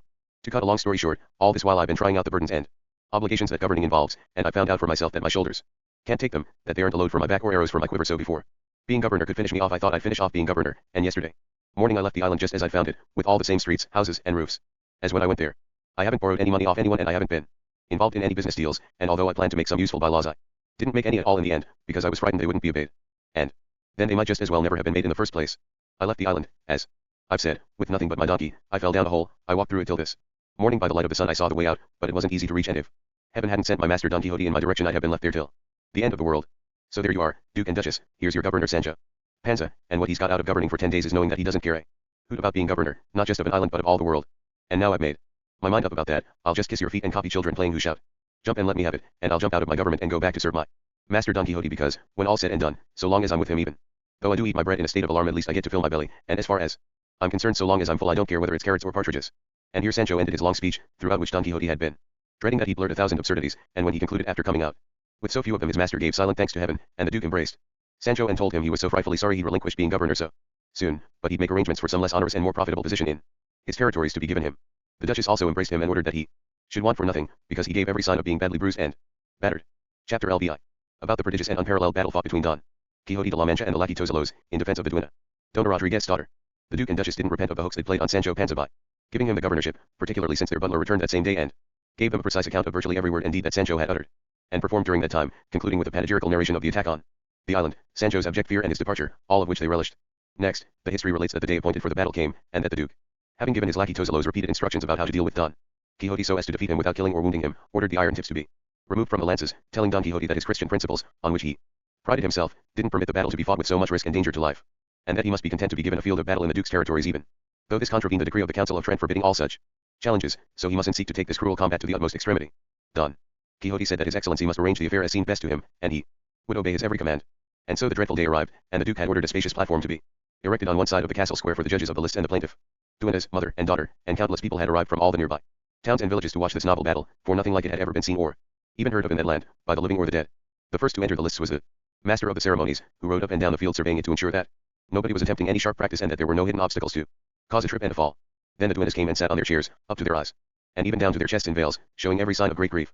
A little after Don Quixote had presented himself, the large lackey Tozelos made his appearance on one side of the square to a fanfare of trumpets, riding a powerful horse with thundering hoofs. His visor was down and he was stiffly encased in strong and gleaming armor. The horse was a Friesland, broad and dapple grey, from each fetlock hung half a hundredweight of wool. This brave combatant had been carefully coached by his master, the Duke, to deal with the valiant Don Quixote de la Mancha, and warned on no account to kill him, but to find a way to elude the first clash, which must cause the man's death if they met at full tilt. He rode round the square, and when he came to where the ladies were seated he stared for some time at the one who wanted him for her husband. The master of the field summoned Don Quixote, already in the square, and with Tozelos by his side he asked the duennas whether they consented to Don Quixote de la Mancha defending their cause. They confirmed that they did, and that they would accept whatever action he took on their behalf as correct, valid and binding. By this time the Duke and Duchess had taken their places on a balcony overlooking the lists, which were surrounded by countless people waiting to watch this unprecedented, cruel battle. The conditions of the combat were that if Don Quixote was victorious his opponent would marry Dona Rodriguez's daughter, and if he was defeated his opponent was quit of any such pledge, and need give no further satisfaction. The master of the ceremonies allocated to each man his position, ensuring that neither had the son of the other. Drums rolled, trumpet blasts filled the air, the ground quaked underfoot, the hearts of the gazing multitude were in suspense, some fearing and some hoping for a happy or a sad ending. And Don Quixote, commending himself with all his heart to our Lord God and his lady Dulcinea del Toboso, was waiting for the signal to charge. But our lackey had other thoughts. He was only thinking what I shall now reveal. It seems that while he was staring at his fair enemy he was thinking that she was the most beautiful woman he'd ever seen in all his life, and that little blind boy, commonly known by the name of Love, didn't like to waste this opportunity of triumphing over a lackey soul and placing it on his list of trophies, so creeping up on him unseen he plunged an arrow 6 feet long into the poor lackey's left side and pierced his heart through and through, which he was able to do at his ease because love is invisible and comes and goes wherever he likes without anyone asking him what he's up to. So, as I was about to say, when the signal was given to charge, our lackey was in ecstasies as he thought about the beauty of the woman whom he'd made the mistress of his heart, and he didn't pay any attention to the trumpet blast, unlike Don Quixote, who charged towards his enemy the instant he heard it, at the fastest speed that Rocinante could manage, and when his good squire Sancho saw him go, he bellowed, "God guide you, cream of knight-errants. God give you victory, because right is on your side."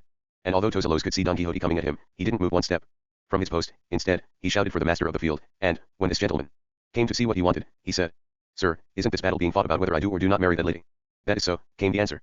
"Well," the lackey said, "I'm concerned about my conscience, and I'd be laying a heavy burden on it if I went ahead with this battle, so I declare myself defeated and I want to marry the lady at once."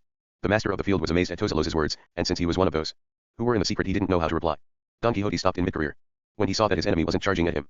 The Duke didn't know what had prevented the battle from going ahead, and the master of the field went to explain what Tozelos had said, which both bewildered and infuriated the Duke. While all this was going on, Tozelos rode over to Dona Rodriguez and cried, "My lady, I want to marry your daughter, and I don't want to accomplish through strife and struggle what I can achieve in peace and without risk to life." The valiant Don Quixote heard him and said, "This being so, I am released and absolved of my promise. Let them marry, and good luck to them, and Saint Peter bless what the Lord has given." The Duke had come down into the castle square, and he went up to Tozelos and said, "Is it true, sir, that you are surrendering, and that, driven by your uneasy conscience, you intend to marry this young lady?" "Yes, sir," Tozelos replied. "Quite right, too," Sancho Panza interrupted. "Give to the cat what you were going to give to the mouse, and save yourself some trouble." Tozelos was unlacing his helmet as he walked away, and he begged for somebody to come quickly to help, because there was hardly any air left for him to breathe and he couldn't bear being shut up for so long in those cramped quarters. The helmet was soon off his head, and the face of a lackey was revealed for all to see. At this sight Dona Rodriguez and her daughter cried, "This is a fraud, this is a fraud. Tozelos, my master the Duke's lackey, has been put in the place of my real husband. Justice, in the name of God and the king, against such mischief, not to say villainy." "Do not be distressed, ladies," said Don Quixote, "for this is neither mischief nor villainy, or if it is, it has not been the Duke's work, but rather that of the wicked enchanters who pursue me and who, envious of the glory I was going to gain in this victory, have converted your future husband's face into that of this man who you say is the Duke's lackey. Take my advice, and marry him despite all my enemies' mischief. There cannot be any doubt that he is the man whom you desire to obtain as a husband." When the Duke heard this, his fury almost dissipated in laughter, and he said, "The things that happened to Don Quixote are so extraordinary that I myself am on the verge of believing that this lackey of mine isn't my lackey at all, but let's try this ruse. Let's put the wedding off for, say, a fortnight, and we'll keep this dubious character locked up, and in this period he might possibly return to his pristine form, because the hatred those enchanters feel for Don Quixote surely won't last that long. Particularly when they realize that it's of so little avail to practice these tricks and transformations." "Oh, sir," said Sancho, "it's something these scoundrels do all the time, changing all the things to do with my master from one into another. A knight he beat some time ago, called the Knight of the Spangles, they changed him into the shape of the young graduate Sanson Carrasco, from our village and a great friend of ours, and my lady Dulcinea del Toboso, well, they turned her into a rough peasant girl, so to my mind this here lackey's going to die a lackey and live a lackey all the days of his born life." To which Rodriguez's daughter said, "This man who wants me for his wife can be whoever he likes, I'm grateful to him all the same, because I'd rather be the lawful wife of a lackey than the cast-off mistress of a gentleman, though the man who cast me off isn't one of those." To be brief, the upshot of all these doings and sayings was that Tozelos was to be locked up to await the outcome of his transformation. Everybody acclaimed Don Quixote's victory, although most people were dejected and depressed because the participants in the long-awaited combat hadn't hacked each other to pieces, just as boys are disappointed when the condemned man they've been awaiting doesn't come out to be hanged, because he's been pardoned either by the aggrieved party or by the judge. The crowds went away, the Duke and Don Quixote returned to the castle, Tozelos was locked up, Dona Rodriguez and her daughter were overjoyed that in one way or another the affair was going to end in marriage, and Tozelos was hoping for no less. Chapter LVII. Concerning how Don Quixote took his leave of the Duke, and an incident involving the Duchess's maid, the sharp-witted, brazen Altisidora.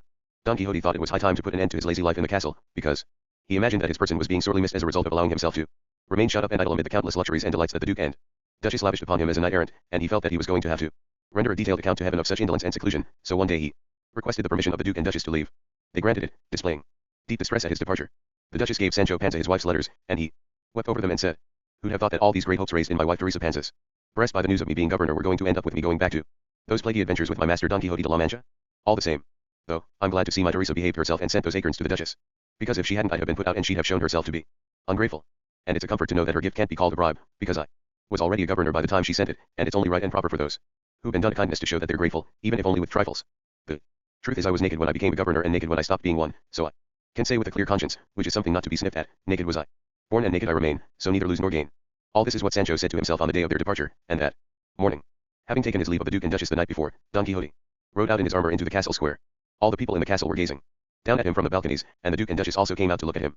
Sancho was sitting on his dun, complete with saddlebags, traveling bag and provisions, beside himself with glee because the butler who'd played Trifaldi had given him a purse containing 200 gold escudos to cover their expenses, and Don Quixote didn't know about it yet.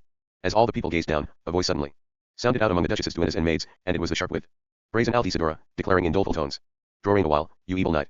Attend to what I plead. Stop wearying those tortured flanks of your unruly steed.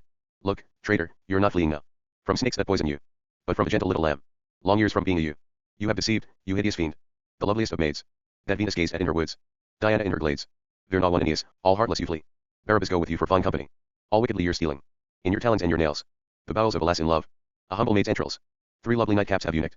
2 garters, black and white, from lakes so smooth they can compare with marble shining bright. You're bearing off 2,000 sighs, and they could well destroy in greedy flames 2,000 Troys, if there was that much Troy point to. Virna, Aeneas, all heartless you flee.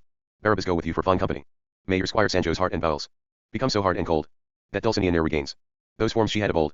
May the consequences of your crime be reaped by that sad maid, because for sinners, in this land, the just have often paid. May terrible catastrophes dog all your finest schemes. Your faith become forgetfulness. Your pleasures, wistful dreams. Virna, Aeneas, all heartless you flee. Barabbas go with you for fine company. May you, from Seville to Marchena, for bad faith gain renown. From Loja to Granada 3 from England to London town. And if you play at whist or bridge, canasta or piquet, may not one ace or king or queen ever come your way. Arid when you have your corns cut off, may there be blood galore. And when you have your teeth pulled out, may the stumps rot in your jaw. Virna, Aeneas, all heartless you flee.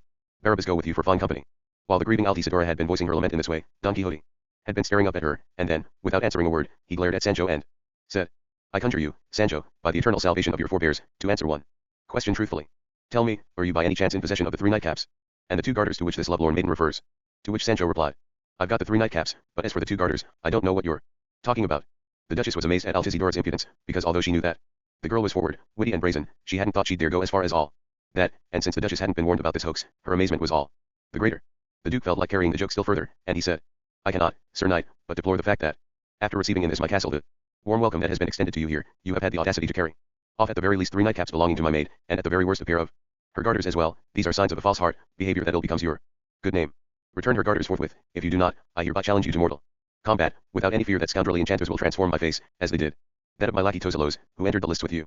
God forbid, Don Quixote replied, that I should unsheath my sword against your illustrious person, from whom I have received such favors. I shall return the nightcaps.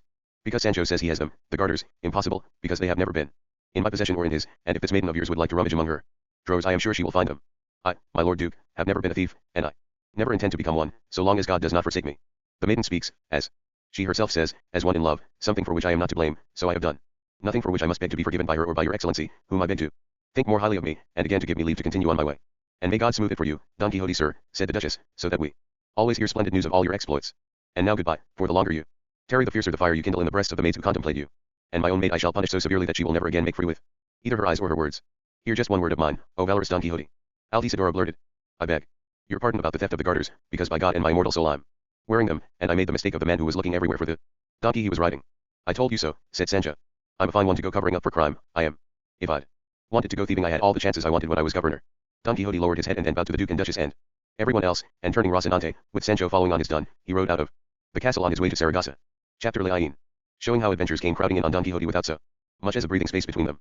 When Don Quixote found himself in open country, free at last from Altisidora's amorous advances, he felt that he was in his own element again, and that his spirits were reviving for the fresh pursuit of his chivalresque goals, and turning to Sancho he said, Freedom, Sancho, is one of the most precious gifts bestowed by heaven on man. No treasures that the earth contains and the sea conceals can compare with it, for freedom.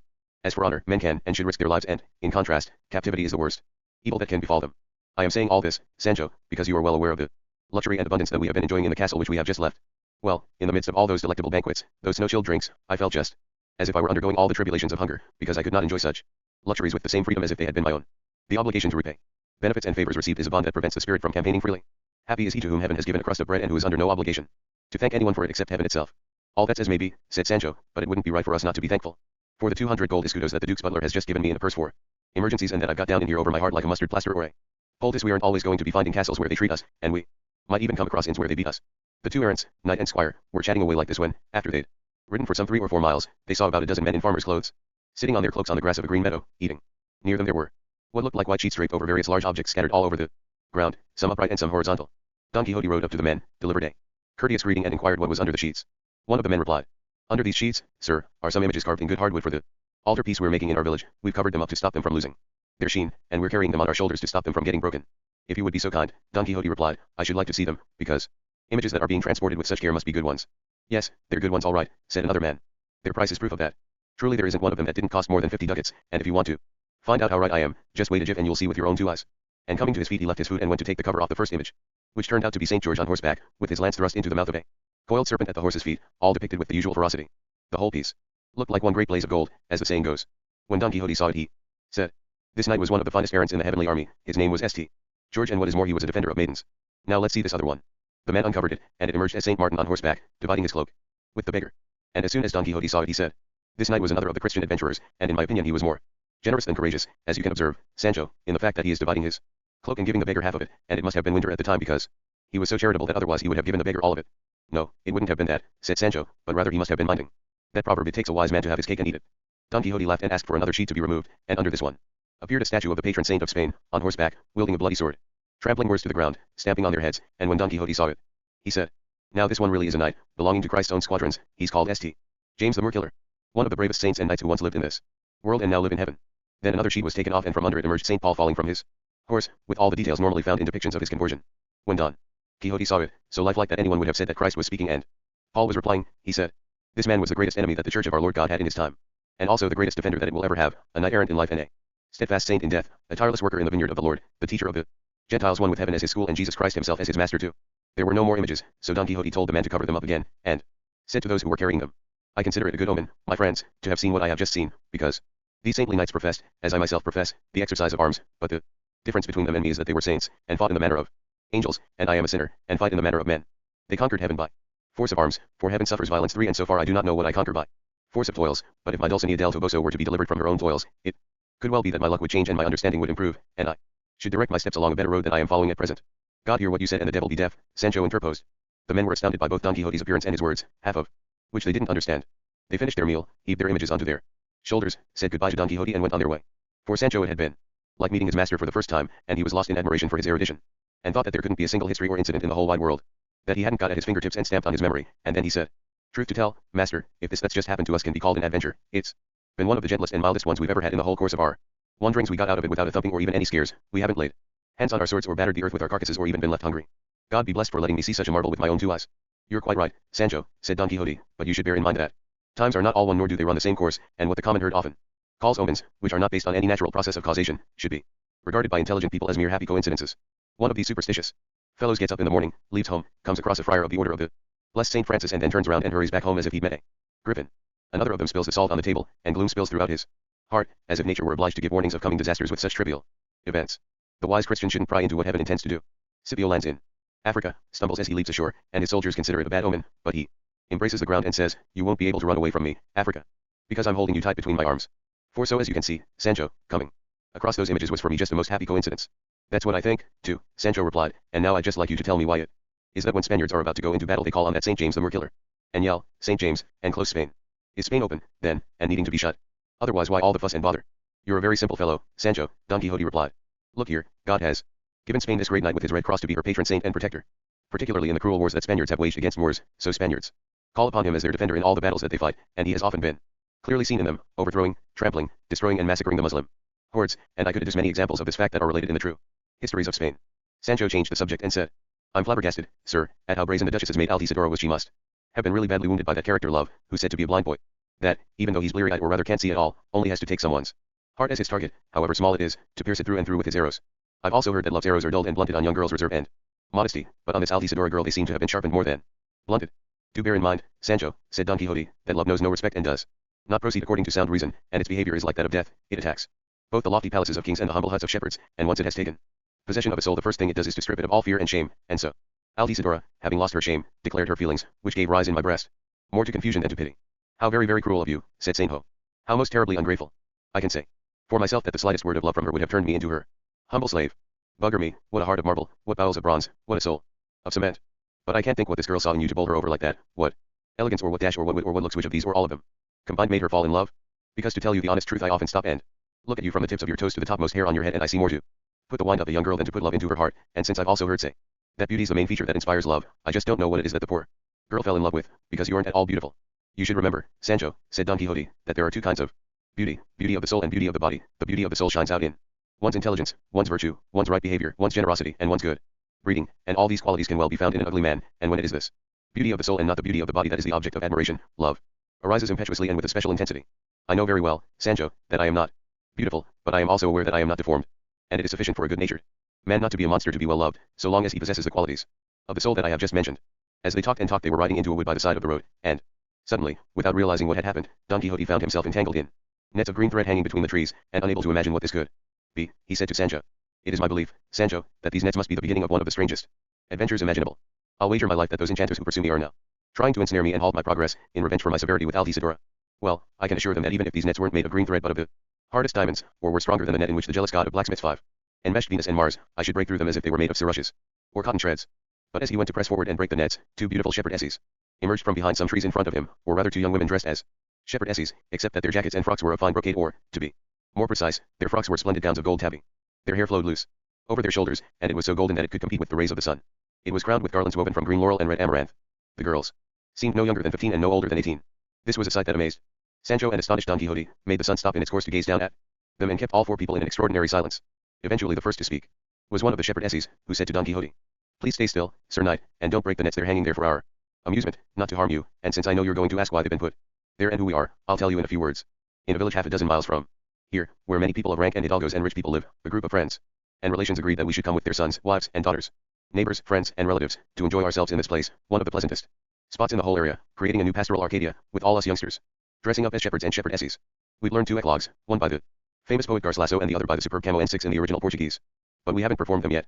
We first came here yesterday. We pitched some tents that they say are called marquees, among the trees on the bank of a flowing stream that waters all these meadows. Last night we hung these nets from the trees to catch any innocent little birds that we can scare into flying in this direction. If, sir, you'd like to be our guest, you'll be entertained with courteous generosity, because for the present no Sadness or grief is going to find its way into this place. She stopped, and remained silent. Don Quixote replied. To be sure, most lovely lady, Actaeon's wonder and amazement when he chanced to spy Diana bathing in the water 7 can have been no greater than my astonishment on seeing your beauty.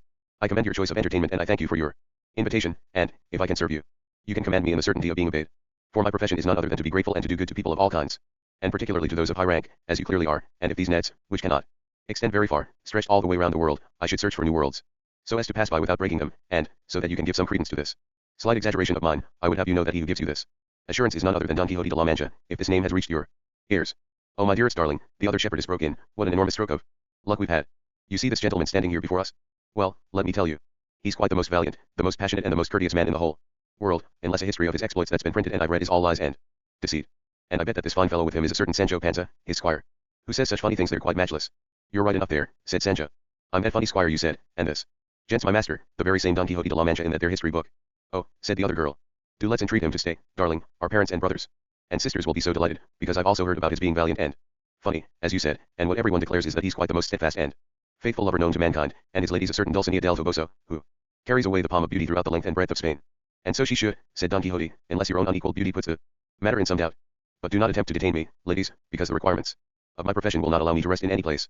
At this moment the brother of one of the two shepherdesses came up, dressed in shepherd's clothes that were every bit as splendid and showy as those of the girls. They told him that the man with them was the valiant Don Quixote de la Mancha and that the other one was his squire Sancho, about both of whom he already knew, because he'd read their history. The gallant shepherd offered his services and asked Don Quixote to accompany him to the marquise. Don Quixote had no choice but to agree, and off they went. Now it was time to catch the birds, and the nets were filled with different varieties that, deceived by the color of the thread, fell into the danger from which they were fleeing. More than 30 people assembled there, all gorgeously attired as shepherds and shepherdesses, and in a moment they were informed about who Don Quixote and his squire were, which delighted them all, because they, too, already knew about him from his history. They all walked to the marquise. They found the tables laid sumptuous, plentiful, and spotlessly clean. They honored Don Quixote by giving him pride of place. Everyone was staring at him, amazed to be seeing him. At the end of the meal, once the tables had been cleared, Don Quixote cleared his throat and spoke up. Although some people say that the worst sin men commit is pride, I say that it is ingratitude, bearing in mind what is often said, hell is full of ingrates. This sin is one that I have tried to avoid as far as I have been able, ever since I have been capable of rational thought. And if I cannot repay good deeds done me with other good deeds, I put in their place my desire to do them, and if this is insufficient I make them publicly known, because anyone who makes the good deeds done him generally known shows that he would repay them with others if he could, for those who receive are usually inferior to those who give, and this is why God is above everyone, because he gives to everyone, and man's gifts cannot equal God's gifts. There is an infinite distance between them, but this inadequacy, this deficiency is, to some extent, compensated for by gratitude. I, then, grateful for the favor done me here, and unable to respond in like measure, restricted by the narrow limits of my powers, offer what I can, the special contribution that I am able to make, and so I declare that I shall maintain, for 2 whole days, in the middle of the highway leading to Saragossa, that these 2 damsels, disguised as shepherdesses, are the most beautiful and courteous maidens in the world, only excepting the peerless Dulcinea del Toboso, the sole mistress of my thoughts, and by this I mean no offense to any of the ladies and gentlemen listening to me. Sancho had been listening, with rapt attention, and when he heard all this he gave a great shout and said, Can there really be people in this world who dare to say and to swear that this master of mine's a madman? Just tell me this, you shepherds, is there a village priest, however clever and studious, who could say what my master's just said, and is there any knight errant, however famous for being brave, who could make the offer my master's just made?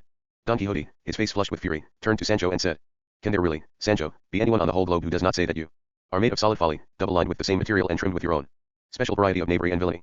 Who has told you to go meddling in my affairs, and deciding whether I am clever or stupid? Keep your mouth shut and don't answer back, and go and saddle Rocinante if he has been unsaddled. We are off to fulfill my promise, and since right is so clearly on my side you can reckon all those who contradict me as already defeated. And seething with rage he rose from his chair, leaving all the people amazed and wondering whether to consider him mad or sane.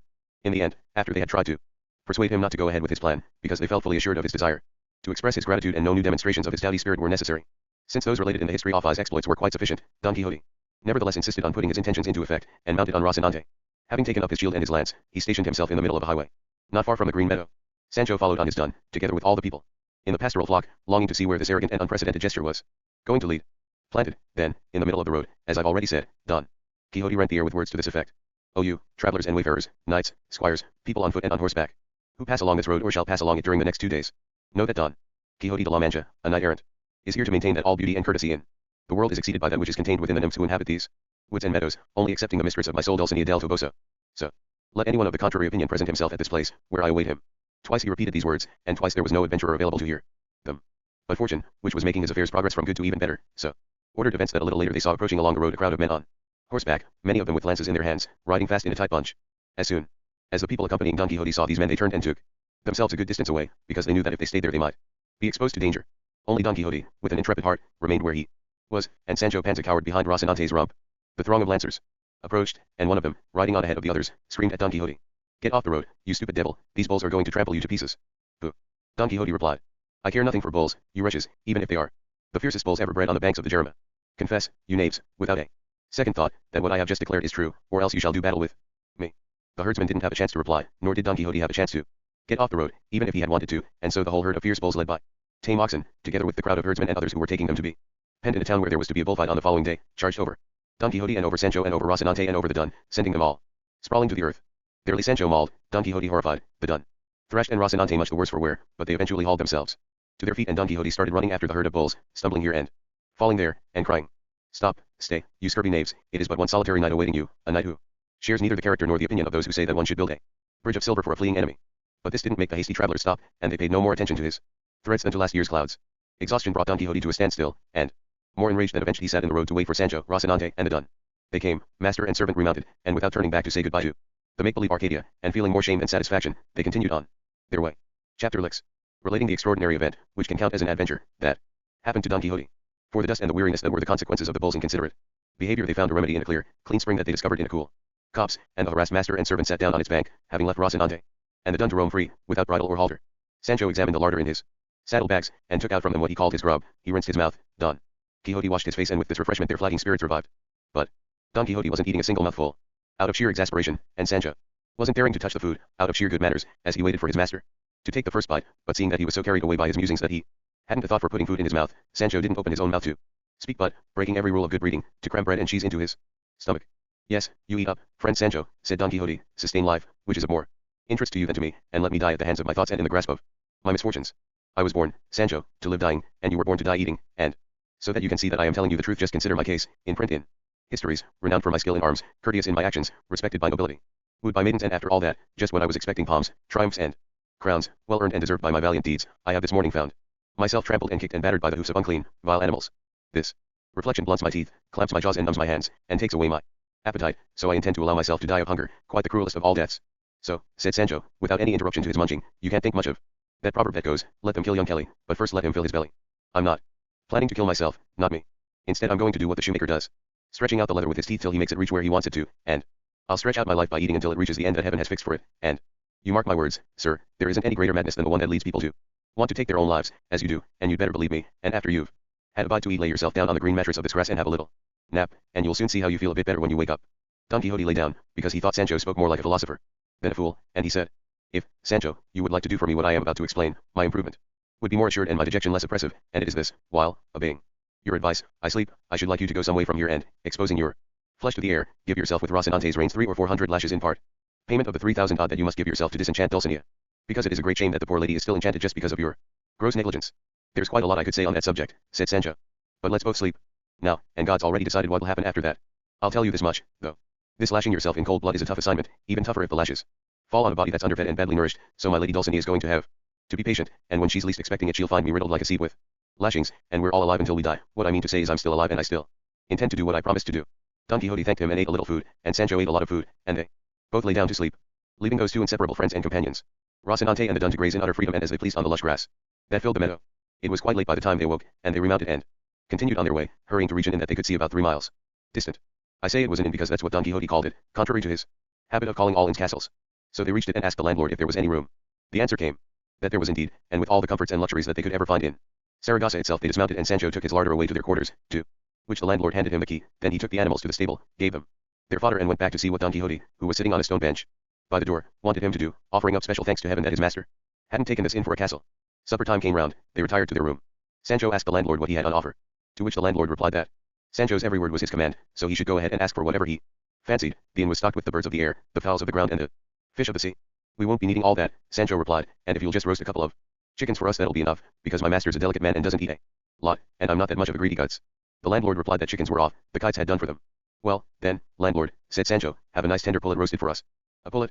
Upon my soul, the landlord replied. I have to be honest, only yesterday I sent more than 50 of them off to town to be sold, but apart from pullets, you go ahead and ask for whatever you like. That can't be a reason, Sancho said, for not having any veal or kid. At the present moment in time, the landlord replied, we haven't, we've run out, but there'll be plenty next week. That's a fat lot of good to me, Sancho retorted. But I bet all those items you haven't got are made up for by the lashings of eggs and bacon you have got. For God's sake, the landlord replied. This guest here's got a good sense of humor. I tell him I haven't any pullets or hens, and he expects me to have eggs. Dream. Up still further delicacies if you like, but do stop asking me for hens. Bloody hell, said Sancho. Let's sort this out. Just tell me once and for all what you have got and you can leave the dreaming out of it, landlord. The innkeeper said. What I really and truly have got is a pair of cow heels just like calves' feet, or a pair of calves' feet just like cow heels. They've been stewed with plenty of chickpeas, onions and salt pork, and at this very moment they're saying, come and eat me, come and eat me. Bags I have them, said Sancho, and don't let anyone touch them. I'll give you more than anyone else for them, because I can't think of anything I'll enjoy more, and I don't give two hoots whether they're feet or heels. Nobody's going to touch them, said the innkeeper, because the other guests staying here are so high up that they brought their own cooks, stewards, and provisions with them. If it's being high up we're talking about, said Sancho, there's nobody higher up than my master. But the job he's doing doesn't let you have pantries or larders, so we just lie down in the middle of a field and stuff acorns and medlars. This was all the conversation that Sancho had with the innkeeper, because he was unwilling to answer the next question, what on earth was this job of his master's? So supper time came round, Don Quixote retired to his room and the landlord brought the stew, just as it was, and Don Quixote sat down to eat it with a will. It seems that in a room next to Don Quixote's, divided from it only by a flimsy partition, he heard someone saying, I beg you, Don Geronimo, while dinner's being fetched, do let's read another chapter of the second part of Don Quixote de la Mancha 1. The instant Don Quixote heard his name he started to his feet and pricked up his ears to listen to what these people were saying, and he heard Don Geronimo's reply. Why do you want to us read all that nonsense, Don Juan? Nobody who has read the first part of the history of Don Quixote de la Mancha can possibly derive any pleasure from reading the second part. All the same, said Don Juan, it'll be as well to read it, because there's no book so bad that there isn't something good in it. What I most dislike about this one is that it describes Don Quixote as no longer in love with Dulcinea del Toboso. When Don Quixote heard this he flared up and cried. If anyone claims that Don Quixote de la Mancha has forgotten or can forget Dulcinea del Toboso, I shall, with equal arms, force him to acknowledge that he is very far from the truth, because neither can the peerless Dulcinea del Toboso be forgotten, nor is Don Quixote capable of forgetting. His motto is constancy, and his profession is to observe this principle with ease and without constraint. Who is that answering us? Came the reply from the other room. Who do you think it is? Sancho replied, if not the very same Don Quixote de la Mancha.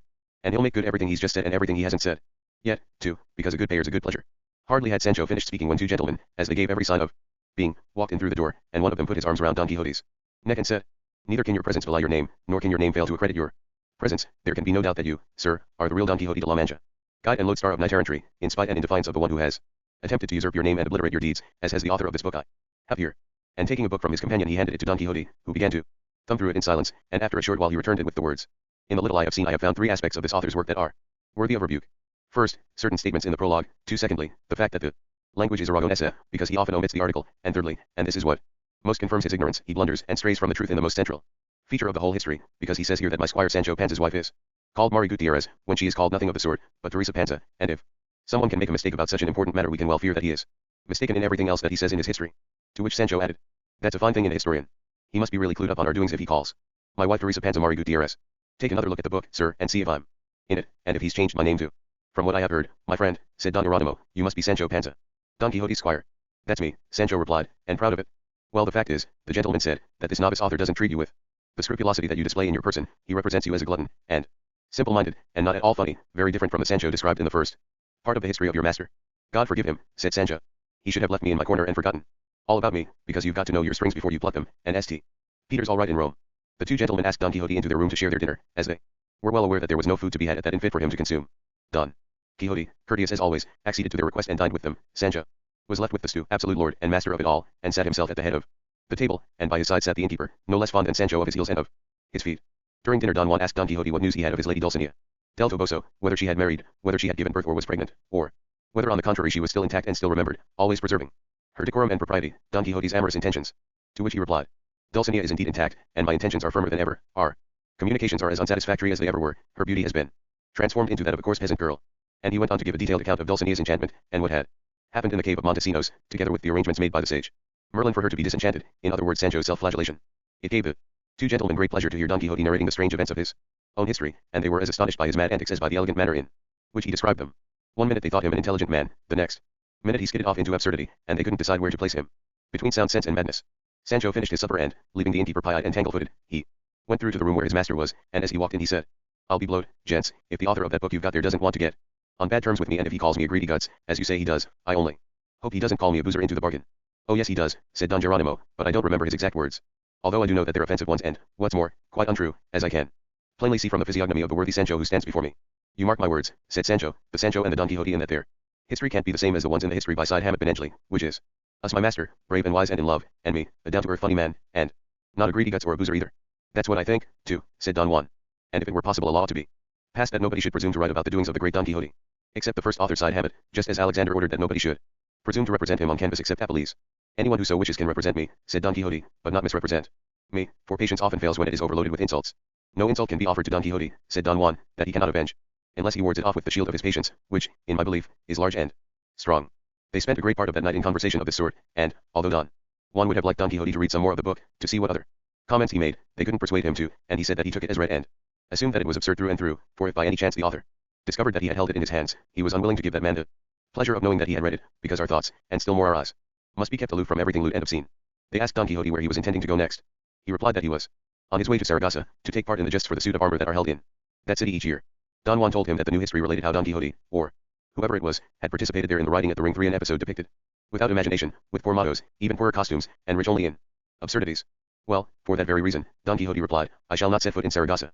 And thus I shall announce that novice historians lie to the whole world, and people will be made aware that I am not the Don Quixote about whom he writes. That will be an excellent move, said Don Geronimo, and they hold other justs in Barcelona, where Don Quixote will be able to display his prowess. And that is what I intend to do, said Don Quixote, and now, with your permission, it is time for me to retire to bed, and please count me in the number of your firmest friends and most devoted servants. Me too, said Sancho, who knows, I might come in handy sometime.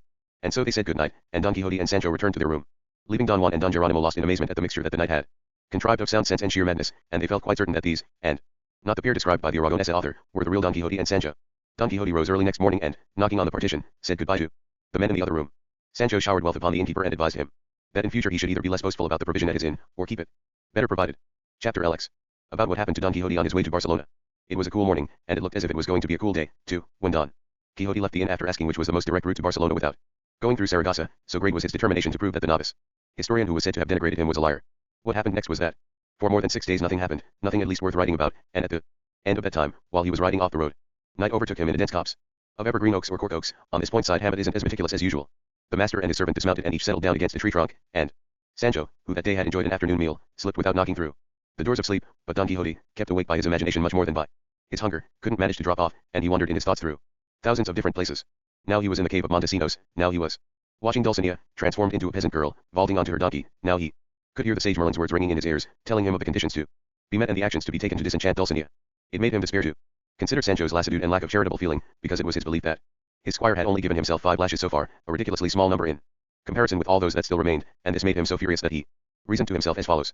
If Alexander the Great cut the Gordian knot, saying, to cut is as good as to untie, and if that didn't prevent him from becoming the lord and master of all Asia, the same could apply to the disenchantment of Dulcinea if I lash Sancho whether he likes it or not, because if the condition is that he must receive 3,000 odd lashes, what do I care whether he applies them himself or someone else does so for him, since what matters is that he must receive them, wherever they come from.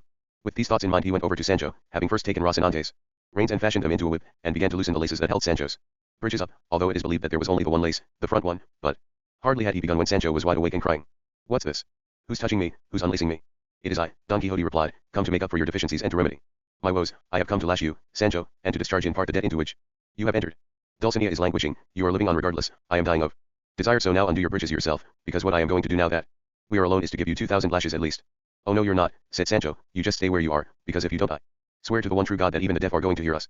The lashes I said I'd give myself have got to be voluntary ones, not forced on me, and right now I don't feel like lashing myself. It's enough if I promise to give myself a good hiding or at least a good swatting just as soon as I get the urge. No, it can't be left to your goodwill, Sancho, said Don Quixote, because your heart is hard and, although you're a peasant, your flesh is soft. And as he spoke he was struggling to untie him, to which Sancho responded by jumping to his feet, hurling himself at his master, grappling with him and then sticking a leg in, to leave him lying face upwards on the ground, and then Sancho clamped his right knee to his master's chest and held his wrists to the ground so that he couldn't move and could hardly even breathe. Don Quixote was gasping. What, you traitor? You defy your own natural lord? You raise your hand against the man who feeds you? I don't make the king or break the king. Sancho replied, I only help my master one. In other words me. You promise to leave me alone, and not try to lash me yet, and I'll let you go, but if not, you'll die here and now, you traitor. Don't Sancho's enemy too. Don Quixote made his promise, and swore by his life not to lay a finger on him, and to leave it to him to choose with absolute freedom when to lash himself. Sancho stood up, and took himself a good way off, and as he went to lean against another tree he felt something touching his head. He raised his hands and they came into contact with 2 feet in their shoes and stockings. He shuddered with fear and went to another tree, and the same thing happened there. He screamed to Don Quixote for help. Don Quixote came, and when he asked Sancho what had happened and what he was frightened of, Sancho replied that all those trees were full of human feet and legs. Don Quixote felt them, and immediately realized what the cause might be, and said, There's no need to be afraid, these legs and feet that you can feel and cannot see must belong to outlaws and bandits who have been hanged from these trees. In these parts the authorities hang them 20 or 30 at a time when they catch them, from which I deduce that we must be near Barcelona. And he was quite right, too. As they were leaving, they raised their eyes and saw the fruit that was hanging from those trees, bandits' corpses. Day was breaking, and if the dead bandits had frightened them, they were no less distressed when more than 40 live bandits suddenly surrounded them, telling them in Catalan to stay where they were, and not to move an inch until their captain arrived. Don Quixote was standing, his horse unbridled, his lance leaning against a tree, and, in short, was utterly defenseless, so he thought it best to fold his arms and bow his head, saving himself for a better opportunity. The bandits hurried to ransack the dun and empty the saddlebags and the traveling bag, and it was fortunate for Sancho that the duke's escudos and the money they'd brought with them from the village were safe in a waist pouch he was wearing, but for all that, these fine fellows would have skinned him to see if there was anything hidden between his hide and his flesh, if their captain hadn't arrived at that very moment. He was a man of maybe 34, and was robust, of larger than average build, with a stern look in his eye, and dark in complexion. He was riding a powerful horse, wearing a steel coat of mail and had 4 little carbines, known in those parts as petronales, at his sides. He saw that his squires, as those of that profession are called, were about to take all Sancho Panza's possessions. He ordered them to stop, and was instantly obeyed. So the waist pouch escaped. The captain was astonished to see a lance leaning against the tree, a shield lying on the ground, and Don Quixote standing there dressed in armor, and sunk in thought, with the most forlorn and dejected face that sadness itself could ever have worn. He rode over to the knight and said, "Don't be so sad, my dear good fellow, you haven't fallen into the hands of some cruel Osiris, but into those of Roque Guinart III, and about them there's more of kindness than cruelty."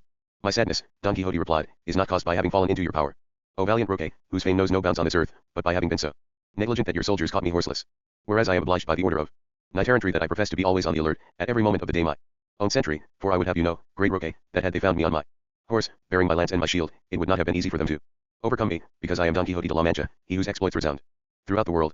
Roque Guinart could tell at once that Don Quixote's weakness was more a question of insanity than of courage, and although he'd heard him mentioned on a few occasions, he'd never thought that his exploits were real, nor had he been able to persuade himself that such a humor could prevail in any man's heart, and so he was overjoyed to have come across the knight, because he could now probe from close up what he'd heard from afar, and he said, "Valiant knight, do not take umbrage or consider the present setback as some piece of ill luck, because it could well happen that this stumble straightens the crooked path of your fortune, for heaven, in strange, mysterious, roundabout ways, inconceivable to man, raises the fallen and makes the poor wealthy." Don Quixote was about to thank him when they heard behind them a noise like a troop of horse, although it was only one animal, ridden at a furious gallop by a youth who seemed to be about 20, wearing green damask with trimmings of gold, knee breeches, and loose open cape, his hat worn aslant and feathered in the Walloon style, tight-fitting wax boots, spurs, dagger and sword, all gilt, a small musket in his hands, and 2 pistols at his sides. Roque turned his head at the noise and saw this handsome figure, who said as he drew close, "I've come in search of you, O brave Roque, hoping to find in you if not a remedy, then at least some comfort in my misfortune, and not wanting to keep you in suspense. Because I can see you haven't recognized me, let me tell you who I am. I'm Claudia Geronima, the daughter of Simon Forte, your special friend and the deadly enemy of Clocal Torrellis, who's your enemy too, because he belongs to the opposite faction. And, as you know, this Torrellis has a son called Don Vicente Torrellis, or at least he had a son of that name not 2 hours ago. This man has caused me great misfortune, and, to cut short my tale of woe I'll tell it in few words. He saw me, he wooed me, I heeded him, I fell in love with him, all behind my father's back, because there's no woman, however secluded the life she lives, however demure she is, who hasn't more than sufficient time to put her unbridled desires into effect. In a word, he promised to marry me, and I made him the same promise, but we didn't go any further than that. Yesterday, I discovered that, forgetful of his pledge to me, he was about to marry another woman, and that this morning he was going off for the ceremony, news that overwhelmed and infuriated me, and since my father wasn't at home I had the opportunity to put on the clothes you see me wearing, and by riding hard on this horse I caught up with Don Vicente about 3 miles from here, and, without waiting to make any accusations or listen to any excuses, I fired this musket at him and these 2 pistols as well, and I think I must have put more than 2 bullets into his body, opening in it doors through which my honor, dripping with his blood, could gain its freedom. There I left him surrounded by his servants, who didn't dare do anything to defend him, nor did I give them the chance. I've come to look for you so that you can take me to France, where I have relations I can live with, and also to ask you to protect my father and stop Don Vicente's many relatives from taking cruel revenge on him." Amazed at the lovely Claudia's forthrightness and courage, her striking presence and the events she related, Roque said, "Come with me, madam, and let's go and find out whether your enemy is dead, and then we'll see what's best for you." Don Quixote, who had been listening carefully to what Claudia said and Roque Guinart replied, spoke up. "Nobody need take the trouble to defend this lady, I undertake to do so. Give me my horse and my arms, and wait for me here, because I will go in search of that knight and force him, dead or alive, to keep the promise that he made to this beautiful woman. And nobody should doubt that, either," said Sancho, "because my master's a dab hand at matchmaking. Not many days ago he forced this other bloke to marry this maiden after he too had refused to keep his promise, and if it wasn't for the fact that the enchanters that pursue him turned the bloke's face into a lackey's face, by now the maiden wouldn't be a maiden anymore." Roque's mind was focused on the lovely Claudia's predicament rather than on what the master and his servant were saying, and he didn't hear them. He ordered his squires to return to Sancho everything that they'd taken off his dun, and to go back to where they'd spent the night, and then he left with Claudia at top speed to look for the wounded or dead man, Don Vicente. They reached the place where she'd caught up with him, and all they found was recently spilt blood, but looking around in all directions they made out some people on a hillside and rightly assumed that it must be Don Vicente being carried away dead or alive to be buried or treated. They hastened to catch up with them, and, as the group was moving slowly, it was easy for them to do so. They found Don Vicente in his servant's arms, begging them in a weak and weary voice to allow him to die where they were, because the pain of his wounds made it impossible for him to go any further. Claudia and Roque jumped from their horses and ran up to him. The servants cringed in Roque's presence, Claudia flustered in Don Vicente's presence, and, caught between pity and severity, she went up to him and, taking his hands in hers, she said, "If you'd given me these hands as we'd agreed, you would not be in this plight." The wounded gentleman's eyes were half closed. He opened them and, recognizing Claudia, said, "I can now see well enough, lovely and deluded lady, that you're the one who has killed me, a punishment I never deserved, because neither in my intentions nor in my actions have I ever offended you." "Isn't it true, then," said Claudia, "that you were on your way this morning to marry Leonora, rich Balbistro's daughter?" "No, it isn't true," Don Vicente replied. "It must have been my evil fortune that brought you that rumor so that in your jealousy you would take my life, but dying as I am in your arms I count myself lucky. And to show you that I'm telling the truth, I want you to press my hand and accept me as your husband, if you will, because I haven't any Better satisfaction to offer for the wrong you imagine that I've done you. Claudia wrung his hand, which so wrung her own heart that she fainted on Don Vicente's bloody breast, and then he was seized by the spasm of death. The bewildered Roque didn't know what to do. The servants went for water to splash onto the lovers' faces. This brought Claudia round, but not Don Vicente, he was dead. When Claudia realized that her darling husband was no longer alive, she rent the air with her sighs, wounded the heavens with her lamentations, tore her hair and let it blow loose in the wind and mauled her face, together with all the other demonstrations of grief and suffering that could ever be expected from an afflicted breast. "O cruel and thoughtless woman," she cried. "How ready you were to put your evil intentions into practice. O raging force of jealousy, to what a desperate end you lead those who take you into their bosoms. O my husband, whose wretched fortune, making you my own darling, has taken you from the bridal bed to the grave." Such were Claudia's doleful lamentations, and they drew tears from Roque's eyes. Even though he was a man who never wept. The servants were crying, Claudia fainted again and again, and the whole area seemed like a field of sorrow and a place of misfortune. Eventually Roque Guinart ordered Don Vicente's servants to take his body to his father's village, which was close by, to be buried. Claudia told Roque that she wanted to go to a convent where an aunt of hers was abbess, to live out the rest of her days there, in the company of another better and more eternal husband. Roque commended her pious intent and offered to accompany her wherever she pleased, and to defend her father against the dead man's relatives and against the whole world, if it tried to attack him. But Claudia would not on any account allow him to accompany her, and, thanking him for his offer in the best words she could muster, she took her leave in tears. Don Vicente's servants carried his body away, Roque went back to his men, and that was the end of the love of Claudia Geronima. No wonder, since the web of her lamentable story was woven by the cruel and indomitable hands of jealousy. Roque Guinart found his squires where he'd ordered them to stay, and Don Quixote in their midst, mounted on Rocinante and making a speech in which he was trying to persuade them to give up that way of life, so dangerous both for the body and for the soul, but since most of them were Gascons, unruly peasants, Don Quixote's speech made little impression on them. When Roque arrived he asked Sancho Panza if his men had returned all the prized possessions that they had taken from the Dun. Sancho replied that they had, except 3 nightcaps that were worth 3 cities. "What are you saying, man?" said one squire. "I've got them here, and they aren't worth 3 reals. "True enough," said Don Quixote, "but my squire values them as he does because of the person who gave them to me." Roque Guinart commanded them to be returned forthwith, and then he told his men to form up in a line, and ordered all the clothes, jewels, money and everything else that they'd stolen since the last distribution to be brought forth, and making rapid calculations and putting cash in the place of whatever couldn't be divided, he shared it out among his company so wisely and fairly that nobody was given 1 farthing more or less than what distributive justice requires. Once this had been done, leaving everyone perfectly happy and satisfied, Roque said to Don Quixote, "If one weren't so meticulous in one's dealings with these people, it would be impossible to live with them." To which Sancho said, "From what I've seen here, justice is such a fine thing that it's needed even among thieves." One of the squires heard him and raised his musket by its barrel, and would have smashed Sancho's head open if Roque Guinart hadn't shouted at him to stop. The flabbergasted Sancho promised himself never to unbutton his lips again while he was among these people. At that moment various other squires appeared, men posted as sentries along the roads to observe the people passing by and keep their leader informed of the situation, and they said, "Sir, not far from here, on the road to Barcelona, a great crowd of people is on its way." To which Roque replied, "Did you notice whether they're the sort that come looking for us, or the sort that we go looking for?" "The sort we go looking for, definitely," the squire said. "Off you go, then, all of you," Roque replied, "and bring them to me here immediately. And don't let a single one of them escape." They obeyed him, and Don Quixote, Sancho, and Roque were left alone, waiting to see what the squires brought back, and during this interval Roque said to Don Quixote, "This life of ours must seem strange to you, Don Quixote, strange adventures, strange incidents, and all of them dangerous, and I'm not surprised if it does, because I do have to confess that there's no way of life more uneasy or troubled than ours. I was driven to it by some sort of desire for revenge, a feeling that's powerful enough to convulse the most placid heart. I am by nature a compassionate and well-intentioned sort of fellow, but, as I said, the desire to avenge myself for an affront that I suffered so overturns all my better impulses that I still persist in this way of life, even though I know I shouldn't. And since deep calls unto deep for and one sin calls forth another sin, one revenge has linked up with another in such a chain that I don't only attend to my own revenges but to those of other people as well. But although I'm buried in the labyrinth of my own confusion, God has allowed me not to lose all hope of emerging safely from it one day." Don Quixote was amazed to hear Roque speaking such good, sound sense, because it had been his belief that among those involved in the business of robbery and murder, there couldn't be anyone capable of clear thinking, and he said, "Señor Roque, the beginning of good health lies in knowing the disease and in the patient's willingness to take the medicine prescribed by the doctor. You are ill, you know what your disease is, and heaven, or, more accurately, God, who is our doctor, will give you medicines to cure you, medicines that cure gradually, not all of a sudden by some miracle. What is more, intelligent sinners are closer to being cured than foolish ones, and since you have shown your good sense in the words that you have just spoken, you only have to be of good spirit and hope for an improvement in the disease of your conscience. And if you want to take an easy shortcut to the road of your salvation, come with me and I shall teach you how to become a knight-errant, and you will suffer so many trials and tribulations that if they are regarded as penances they will put you in heaven in a brace of shakes." Roque laughed at Don Quixote's advice and, changing the subject, told him about the tragic episode of Claudia Geronima, which brought grief to Sancho's heart, because he thought that the beautiful, forthright, spirited girl was a bit of all right. And now the squires arrived with their prize, 2 gentlemen on horseback, 2 pilgrims on foot, and a coach full of women with half a dozen servants accompanying them on foot and on horseback, and a pair of footmen traveling with the gentlemen. The squires surrounded them all, and both victors and vanquished kept a profound silence, waiting for the great Roque Guinart to speak. He asked the 2 gentlemen who they were and how much money they had on them. One of them replied, "We're captains in the Spanish infantry, sir, our companies are in Naples and we're on our way to embark on one of 4 galleys that are said to be in Barcelona with orders to sail for Sicily. We have about 200 or 300 escudos and they make us feel rich and happy, because the poverty that we soldiers are used to doesn't allow us any greater treasures than this." Roque put the same question to the pilgrims, and the answer was that they were on their way to embark for Rome, and that between them they might have about 60 reals.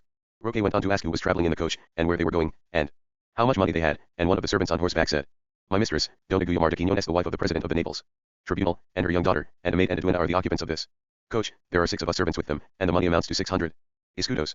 And so, said Roque Guinart, we have here 900 escudos and 60 reals. My soldiers must number about 60, someone work out how much each of them gets. Because I'm no good at figures. When the highwaymen heard this they raised their voices and cried, long live Roque Guinart, in spite of all those thieving murderers who want to do for him. Faced by the confiscation of their property, the captains showed their distress. The judge's wife was plunged into sorrow and the pilgrims weren't at all pleased. Roque kept them in suspense for a short while, but not wanting to prolong their suffering. Evident from a mile away, he said, turning to the captains. Please be so kind, captains, as to lend me 60 escudos, and perhaps the judge's wife will lend me 80, to keep these men happy, because the priest dines on his singing, and you can continue on your way free and unmolested, with the safe conduct that I shall give you, so that if you come across any others of my squadron scattered about these parts they won't do you any harm. It isn't my intention to offend soldiers or women, particularly those of high rank. With countless well-turned phrases the captains thanked Roque for being so courteous and so generous, as they saw it, as to let them keep some of their own money. Dona Guiomar de Quiñones tried to throw herself from the coach to kiss the great rock's hands and feet, but he wouldn't allow her to do any such thing. On the contrary, he begged her forgiveness for the wrong that he was doing her, forced as he was to comply with the obligations of his wicked calling. The judge's wife ordered one of her servants to hand over the 80 escudos assessed as her contribution, and the captains had already paid out their 60. The pilgrims were about to surrender their miserable pittance. But Roque told them to stop and, turning to his men, he said, it works out at 2 escudos each, with 20 left over, give 10 to these pilgrims, and the other 10 to this worthy squire, so that he can speak well of this adventure. Writing materials, with which he always kept himself provided, were brought, and he handed out safe conducts to be presented to the leaders of his squadrons, and then he said goodbye and let them all go free, amazed at his nobility, his gallant disposition and his unusual behavior, and regarding him as more of an Alexander the Great than a notorious robber. One of the squires muttered in his mixture of Gascon and Catalan, this here captain is fitter to be a friar than a bandit, if he wants to be so generous. Again, he'd better do it with his own money, not ours. The wretch hadn't spoken softly enough to prevent Roque from hearing, and he raised his sword and almost split the squire's head in two, saying, that's how I punish insolence and effrontery. All his men were dumbfounded, and none of them dared utter a word, such was their obedience. Roque drew aside and wrote a letter to a friend of his in Barcelona, saying that he had with him the famous Don Quixote de la Mancha, the knight errant about whom people were talking so much, and that he was the funniest and most intelligent man in the world, and in 4 days' time, on St. John the Baptist's day, he would be left in the middle of the city beach, in full armor, on his horse Rocinante, with his squire Sancho on an ass, and please would he tell Roque's friends the Niaros about this, so that they too could have some fun with him. He'd have liked his enemies the Cadelles to be deprived of this pleasure, but that was going to be impossible, because Don Quixote's mixture of madness and sound sense, and his squire Sancho Panza's drollery, couldn't fail to delight everybody. Roque sent this letter off with one of his squires, who changed from his bandit's clothes into those of a farmer, went to Barcelona, and delivered it. Chapter LXI. About what happened to Don Quixote as he rode into Barcelona. Together with other events with more truth and good sense about them. Don Quixote stayed with Roque for 3 days and 3 nights, and if he'd stayed with him for 300 years he wouldn't have run out of things to see and marvel at in his way of life. They'd be in one place at dawn, eat lunch somewhere else, sometimes they'd be running away from an unknown pursuer, at other times they'd be lying in wait for an unknown prey. They slept on their feet, breaking their sleep to move on from one spot to another. They were forever sending out spies, listening to sentries, blowing on the fuses of their muskets, although there weren't many of these, because they all had their carbines. Roque spent the nights away from his men in places that they couldn't find out about, because all the edicts published by the Viceroy of Catalonia putting a price on his head kept him nervous and apprehensive, and he didn't dare trust anybody, in the fear that his own men might either kill him or hand him over to the authorities. A truly wearisome, wretched life. Finally, using unfrequented roads, shortcuts, and secret paths, Roque, Don Quixote, and Sancho, with another 6 squires, made their way to Barcelona. They reached the beach on the night before St. John the Baptist's day, and Roque embraced Don Quixote and Sancho, to whom he gave the 10 escudos he'd promised but not yet delivered, and left them, after exchanges of 1,000 offers of future service. Roque went away. Don Quixote was left to wait for the day, just as he was, on horseback, and it wasn't long before the white face of the dawn began to peep from the balconies of the east, gladdening the plants and the flowers rather than the ear, although to gladden that too. There came the sound of shawms and drums, and of horse bells, the mind your backs, make way, of outriders who seemed to be emerging from the city. The dawn yielded to the sun, which, with a face broader than a buckler, was easing itself above the horizon. Don Quixote and Sancho gazed all around them. They gazed at the sea, which they'd never seen before, and it seemed vast, endless, much bigger than those lakes of Ruidera that they'd seen in La Mancha. They saw galleys moored off the beach, which lowered their awnings and displayed themselves decked with pennants and streamers that fluttered in the wind and kissed and caressed the water. Bugles, trumpets and shawms rang out inside them, and filled the air near and far with melodious warlike notes. The galleys began to move and to make as if to launch an attack as they glided over the still waters, and the appearance of a great number of gentlemen who rode out of the city on handsome horses, wearing magnificent gala dress, was the response on land. The soldiers on the galleys were firing countless cannon, and those on the city walls and in the forts were replying with heavy artillery fire that rent the air with its dreadful roar, to be answered in turn by the cannon on the decks of the galleys. The happy sea, the joyful earth, the clear air, just occasionally smudged with artillery smoke, seemed to be inspiring a sudden gaiety in all the people. Sancho couldn't imagine how those huge hulks moving about on top of the sea could have so many feet. And now the gentlemen in gala dress galloped cheering and yelling and hooping too, where Don Quixote sat on his horse in confusion and bewilderment, and one of them, the one to whom Roque had written, cried to Don Quixote, welcome to our city, O mirror, beacon and lodestar of all knight errantry and its gospel every word. Welcome I say, O valiant Don Quixote de la Mancha, not the fraudulent, fictitious, apocryphal one recently displayed to our gaze in false histories, but the true, genuine, and legitimate knight described for us by Side Hammett Ben Engley, the flower of historians. Don Quixote made no answer, and the gentlemen didn't wait for him to do so, but, wheeling and whirling about with all their followers, they careered around him in a labyrinthine spiral, and he turned to Sancho and said, they recognized us immediately. I'll wager they read our history, and even the other one recently published by that Aragonese fellow. The gentleman who had spoken to Don Quixote came back and said, "Be so kind, Don Quixote sir, as to accompany us, we're all your servants, and great friends of Roque Guinart." To which Don Quixote replied, "If courtesy breeds courtesy, yours, Sir Knight, is the child or at least the close relative of that of the great Roque. Take me where you please, for I shall have no other will than yours, even more so if you wish to employ it in your service." The gentleman replied in no less courteous terms. And they all clustered around Don Quixote and, to the sounds of the shawms and drums, rode with him to the city, and, as they entered it, the evil one, the source of all the evil in this world, and the boys, who are more evil than the evil one or, to be more exact, two of them, particularly bold and mischievous, wormed their way through the crowd and one lifted up the dun's tail, and the other Rocinante's, and they rammed under each a handful of gorse. When the poor creatures felt the pricking of this original variety of spur they pressed their tails down, which increased their torment so much that they bucked and bucked until they threw their riders to the ground. Don Quixote, shamed and humiliated, went to remove this plumage from his poor old nag, and Sancho did the same for his dun.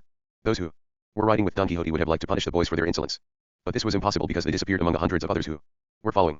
Don Quixote and Sancho remounted and, with the same pomp and music, they reached their guide's house, a large and stately one, as befitted a wealthy gentleman, and we shall leave him in it for a moment, because that is what Side Hammett wants us to do. Chapter LXII. Concerning the adventure of the enchanted bust, together with other trivialities that cannot be left untold. Don Quixote's host was called Don Antonio Moreno, and he was a wealthy, intelligent gentleman, fond of good, wholesome entertainment, and now that he had Don Quixote in his house he started looking for ways in which, without doing him any harm, he could reveal his capers to the public, because a jest that hurts is no jest, and no sport is any sport at all if it damages others. So what Don Antonio first did was to have the armor taken off Don Quixote and to display him, wearing the tight chamois leather doublet and hose in which we've described him on other occasions, on a balcony overhanging one of the main streets in the city, in full view of the people and the boys, who stared up at him as if he were a monkey. The men in the magnificent gala dress galloped past again, as if they had donned it for him alone rather than to celebrate that festive day, and Sancho was overjoyed because he believed that he'd stumbled in some mysterious way upon another wedding like Camacho's, another house like Don Diego de Miranda's, another castle like the Duke's. Some of Don Antonio's friends lunched with him that day, and they all honored Don Quixote and treated him as a knight-errant, and he was puffed up with pride and bursting with delight. Sancho came out with so many funny comments that all the servants in the house and indeed all the people listening to him were hanging on his every word. As Sancho waited at table, Don Antonio said, "We've heard here, good Sancho, that you're so fond of chicken blancmange and meatballs that if there's any left over you save it for the following day inside your shirt." "No, sir, that isn't true," Sancho replied, "because I'm cleaner than I'm greedy, and my master Don Quixote here present knows that us too often get by for a week on a handful of acorns or walnuts. It is true that if they happen to give me a heifer I do make haste with the halter. What I mean to say is that I eat what I'm given and I take things as they come, but if anyone's been saying I'm some champion eater and not at all clean with it, let me tell him he's wrong, and I'd have used a different word to say so if it wasn't for my respect for present company." "To be sure," said Don Quixote, "the frugality and the cleanliness of Sancho's eating habits are worthy to be engraved on sheets of bronze to remain in the eternal memory of the centuries to come. It is true that when he is hungry he might seem to be something of a glutton, because he eats at speed and chews on both sides of his mouth at the same time, but in cleanliness he leaves nothing to be desired, and during the time when he was governor he learned such fastidious table manners that he ate grapes and even pomegranates with a fork."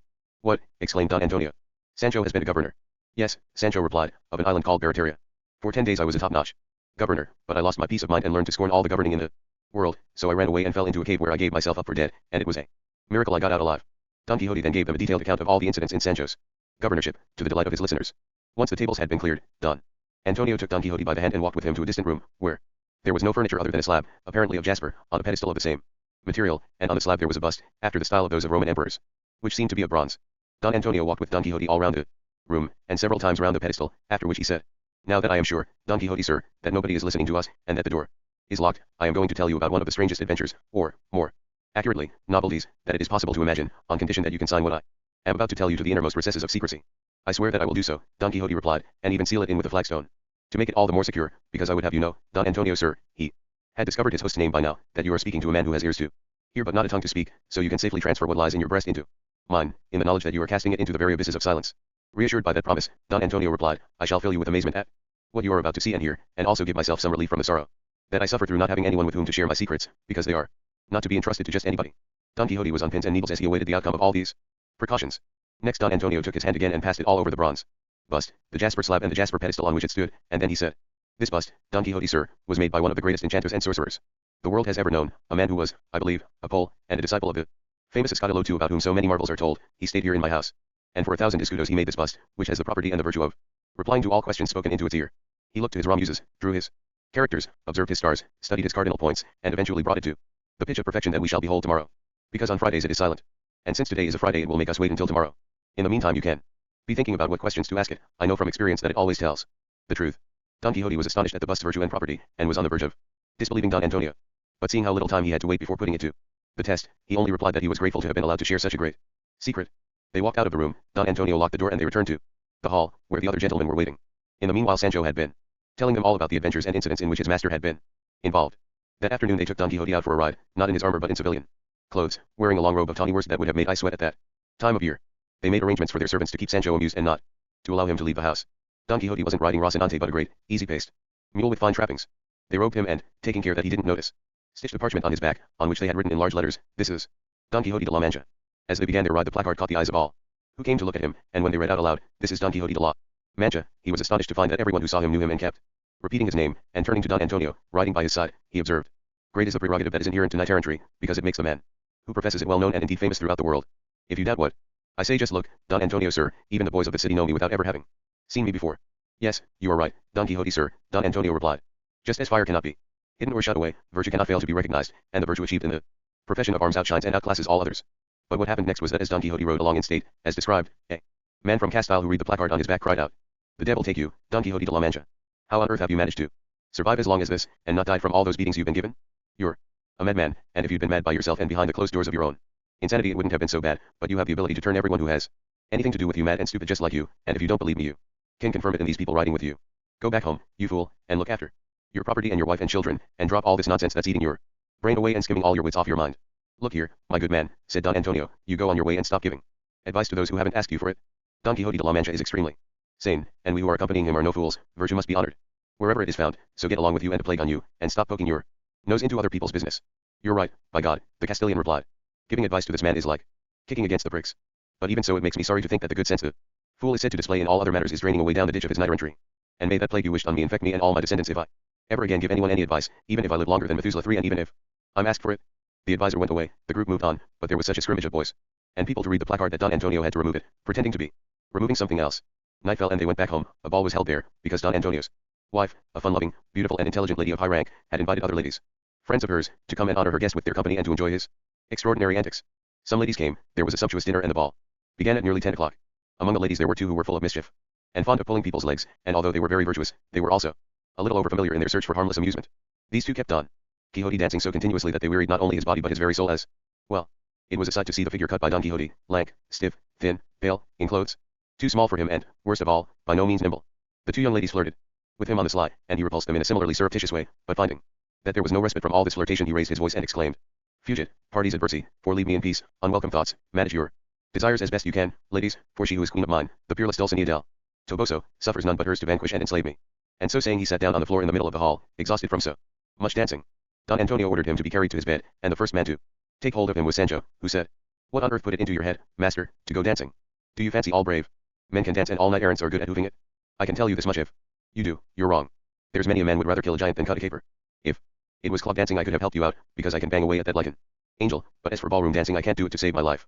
With these and other words Sancho gave everyone at the party a good laugh, and then he deposited his master in bed, covering him up to make him sweat out the chill he'd caught dancing.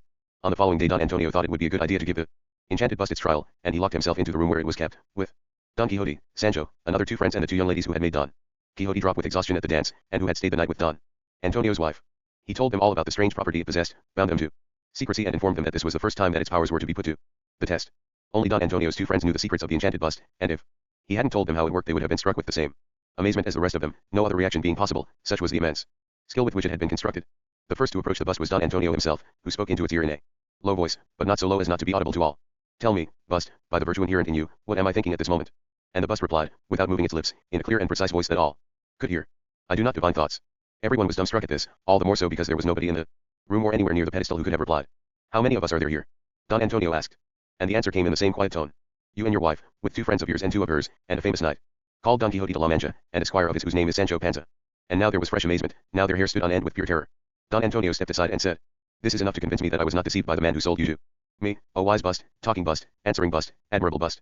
Now someone else come up and ask whatever they like." And since women are generally impatient and inquisitive, the first person to come forward was one of his wife's two friends, and her question was, "Tell me, bust, what must I do to become very beautiful?" And the reply was, "Be very virtuous." "I'm not asking you anything else," said the questioner. Next her friend came up and said, "I'd like to know, bust, whether my husband loves me or not." And the bust replied, "Consider how he behaves to you, and you will find out for yourself." The married lady went away saying, there was no need of a question to get that answer, because it's obvious that a person's behavior reveals his feelings. Next one of Don Antonio's friends stepped forward and asked, "Who am I?" And the reply was, "You know that." "That isn't what I'm asking you," the gentleman replied. "I want you to tell me whether you know me." "Yes, I do," came the reply. "You are Don Pedro no Arise. That's all I need to know, because it's enough to convince me, oh bust, that you know everything." And he stood aside and Don Antonio's other friend went up and asked, "Tell me, bust, what does my elder son want?" "I have already said," came the reply, "that I do not divine thoughts, but all the same I can tell you that what your son most wants is to bury you." That's right, said the gentleman. It stands out a mile, doesn't it? And that's all I'm asking. Don Antonio's wife came up and said, I really don't know what to ask you, oh bust, I'd just like you to tell me whether I'm going to enjoy my good husband's company for many years to come. And the reply was, yes, you will, because his health and his temperance promise many years of life, which many men cut short by their intemperance. And then Don Quixote stepped forward and asked, tell me, oh you that answer so well, was what I describe as having happened in the cave of Montesinos the truth or a dream? Will my squire Sancho's lashing ever come to be? Will Dulcinea ever be disenchanted?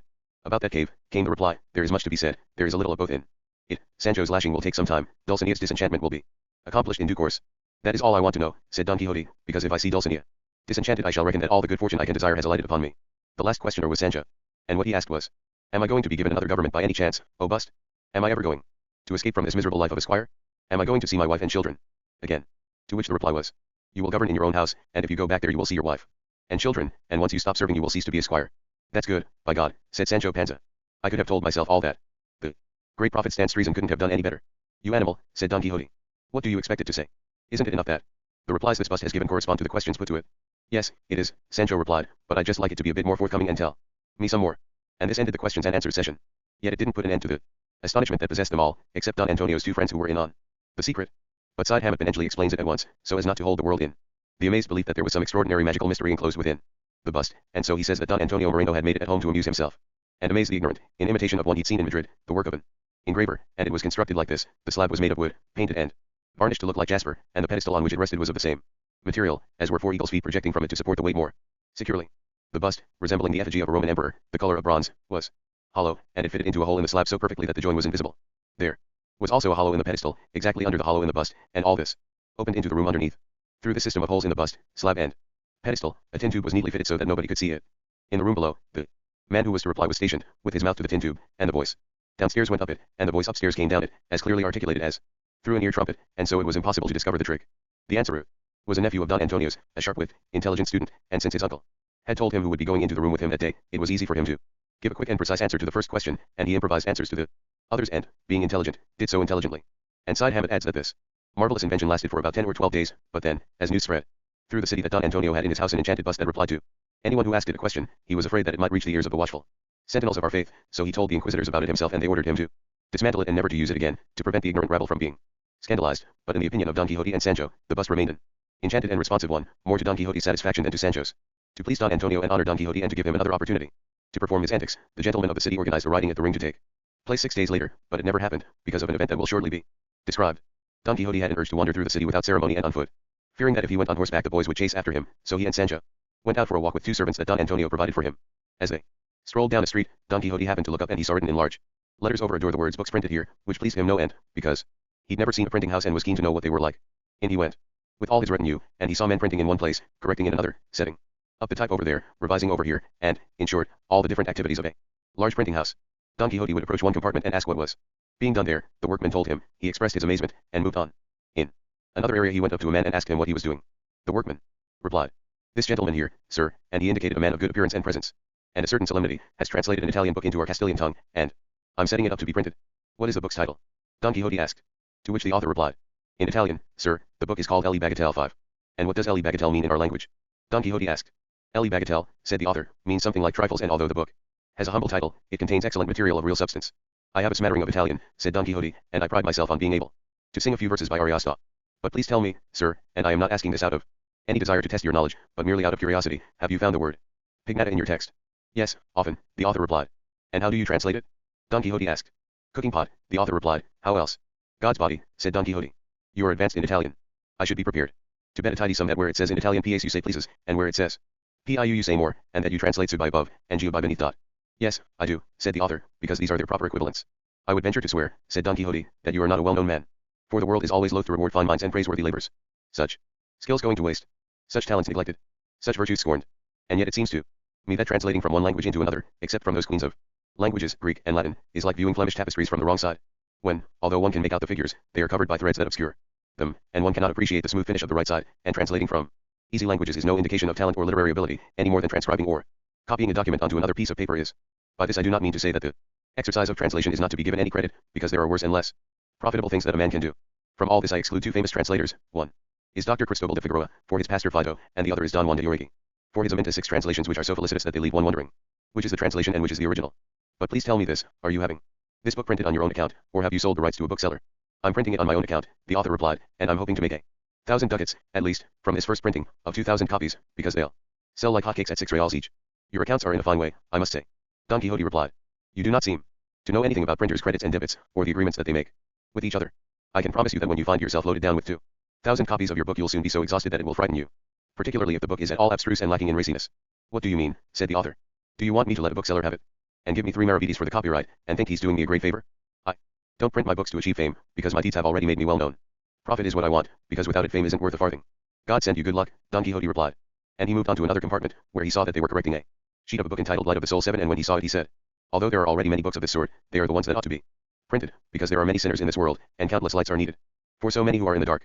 He walked on and saw people correcting another book, and, when he asked what its title was, they replied that it was called the second part of the ingenious Hidalgo. Don Quixote de la Mancha, written by somebody from Tordesillas. Yes, I have heard about that book, said Don Quixote, and I really and truly did believe that it had been burned to ashes for its insolence, but it will have its Martinmas. Like all hogs, 9 because fictional histories are good and entertaining in so far as they approach the truth or what looks like it, and true histories are the better the truer they are. With these words he stalked out of the printing house, looking cross. And on that same day Don Antonio made arrangements for him to see the galleys that were moored off the beach, which delighted Sancho, because he'd never been on board a galley. Don Antonio informed the Commodore that he was going to take a guest of his to see them. That afternoon the famous Don Quixote de la Mancha, about whom the Commodore and all the inhabitants of the city had heard, and what happened on board will be related in the next chapter. Chapter the 8th. About the disaster that happened to Sancho Panza on his visit to the galleys, and the strange adventure of the beautiful Morisco girl. The answer that the enchanted bust had given Don Quixote led him to many different speculations, not one of them, however, hitting on the secret of the trick, and all of them ending up with the promise, for him a true one, of Dulcinea's disenchantment. To this thought he returned again and again, and he rejoiced in the belief that he would soon see its fulfillment, and as for Sancho, although he hated being governor, he still longed to command and be obeyed again, a misfortune inseparable from the exercise of power, even mock power. To cut the story short, that afternoon their host Don Antonio Moreno went with his 2 friends and Don Quixote and Sancho to inspect the galleys. The Commodore had been notified of their visit, which he welcomed because of the chance it gave him to see 2 such famous men as Don Quixote and Sancho, and as soon as they set foot on the beach all the galleys lowered their awnings and sounded their shawms, then the pinnace was launched, swathed in rich carpets and cushions of crimson velvet, and as Don Quixote boarded it the flagship fired the cannon on her deck, and the other galleys did likewise, and as Don Quixote climbed the starboard ladder all the galley slaves greeted him as they always greet any very important personage who comes on board, crying, who, 3 times. The Admiral, for that is what we had better call him, a high-ranking gentleman from Valencia, shook hands with Don Quixote and then embraced him, saying, I shall mark this day with a white stone, because it is one of the happiest that I ever expect to enjoy, this day when I behold Don Quixote de la Mancha, an occasion and a sign showing that in him is contained and epitomized all the worth of knight-errantry. Don Quixote, overjoyed to find himself treated in such a lordly manner, replied in no less courteous terms. They all went to the poop, which was finely adorned, they sat on the benches there and the boatswain walked onto the midship gangway and piped the order to strip, which was done in an instant. Sancho was astonished to see so many half-naked men, and was even more astonished when he saw the awning being raised at such a speed that it seemed to him that all the devils in hell were at work there, but this was small beer compared with what I shall narrate next. Sancho was sitting on the awning bollard by the starboard stroke who, following instructions previously given, seized him and raised him aloft, upon which all the galley slaves, standing ready, rolled him along on upstretched arms from bench to bench, along the starboard side, so fast that the poor man couldn't see what was happening and felt certain that all those devils from hell were flying away with him, and they didn't stop until they passed him back along the port side and deposited him on the poop. Poor Sancho was left panting, sweating, and exhausted, unable to imagine what had happened to him. Having witnessed Sancho's wingless flight, Don Quixote asked the Admiral whether this was a ceremony undergone by all those who came aboard a galley for the first time. Because if by any chance it was, he, who had no intention of taking up that particular career, was unwilling to perform such exercises, and he swore to God that if anyone approached him to seize him and roll him along he would kick his soul out of his body. And as he said this he came to his feet and grasped his sword. At that moment they lowered the awning and brought the lateen yard down from the top of the mast to the bottom, with a deafening racket. Sancho thought that heaven was coming off its hinges, and was about to fall on his head, and, petrified, he doubled up and tucked it between his knees. Don Quixote wasn't his usual self, either, and he shuddered and hunched his shoulders as the color drained out of his face. And now the galley slaves hoisted the lateen yard again, making as much of a racket as when they lowered it, but always without uttering a single word, as if they didn't have any voices or any breath in their throats. The boatswain gave the signal to weigh anchor and, leaping into the middle of the gangway with his lash, he began to tickle the galley slaves' ribs, and the vessel slowly put out to sea. When Sancho saw all those red feet, as he took the oars to be moving all together, he said to himself, now these really are magic spells, and not the ones my master goes on about. Whatever can these poor wretches have done to be whipped like that, and how can this one man, walking around the place whistling, dare to whip so many men? Now I know that this is hell, or purgatory at least. Don Quixote saw how closely Sancho was observing what was happening, and he said, ah, friend Sancho, how quickly and at what little cost to yourself you could, if you so wished, strip to the waist and join these gentlemen, and complete the disenchantment of Dulcinea. For immersed in the pain and the grief of so many, you'd hardly be aware of your own, and, what's more, it might well be that the sage Merlin would consider each of these lashes, since they're delivered with a hard and heavy hand, to be worth 10 of the ones you'll have to give yourself in the end. The Admiral was about to ask what were these lashes and this disenchantment of Dulcinea, when the pilot called. Montuic one is signaling that there's a vessel with oars on the coast, to the west. On hearing this the Admiral jumped into the gangway and cried, come on, my lads, don't let her get away. It must be some pirate brigantine from Algiers that they're warning us about from the watchtower. The other 3 galleys came alongside the flagship to receive their orders. The Admiral told 2 of them to put out to sea, and he and the other galley would hug the coast, so that the vessel wouldn't be able to escape. The slaves plied their oars, driving the galleys forward at such speed that they seemed to be flying. When the two that had put out to sea were about 2 miles offshore, they sighted a vessel that they judged to be of 14 or 15 oars, as indeed she was, and when she saw the galleys she took to flight in the hope that her speed might save her, but it wasn't to be, because the flagship was one of the fastest vessels on the sea, and gained on her so rapidly that the men on the brigantine realized that escape was impossible, and her captain told his men to drop their oars and surrender, so as not to annoy the man in charge of our galleys. But fortune had other ideas, and ordered that just as the flagship was close enough for the men on the brigantine to hear the shouted orders to surrender, 2 Torikis, that is to say 2 drunken Turks, who were in the brigantine with a dozen others, fired their muskets and killed 2 soldiers on our forecastle.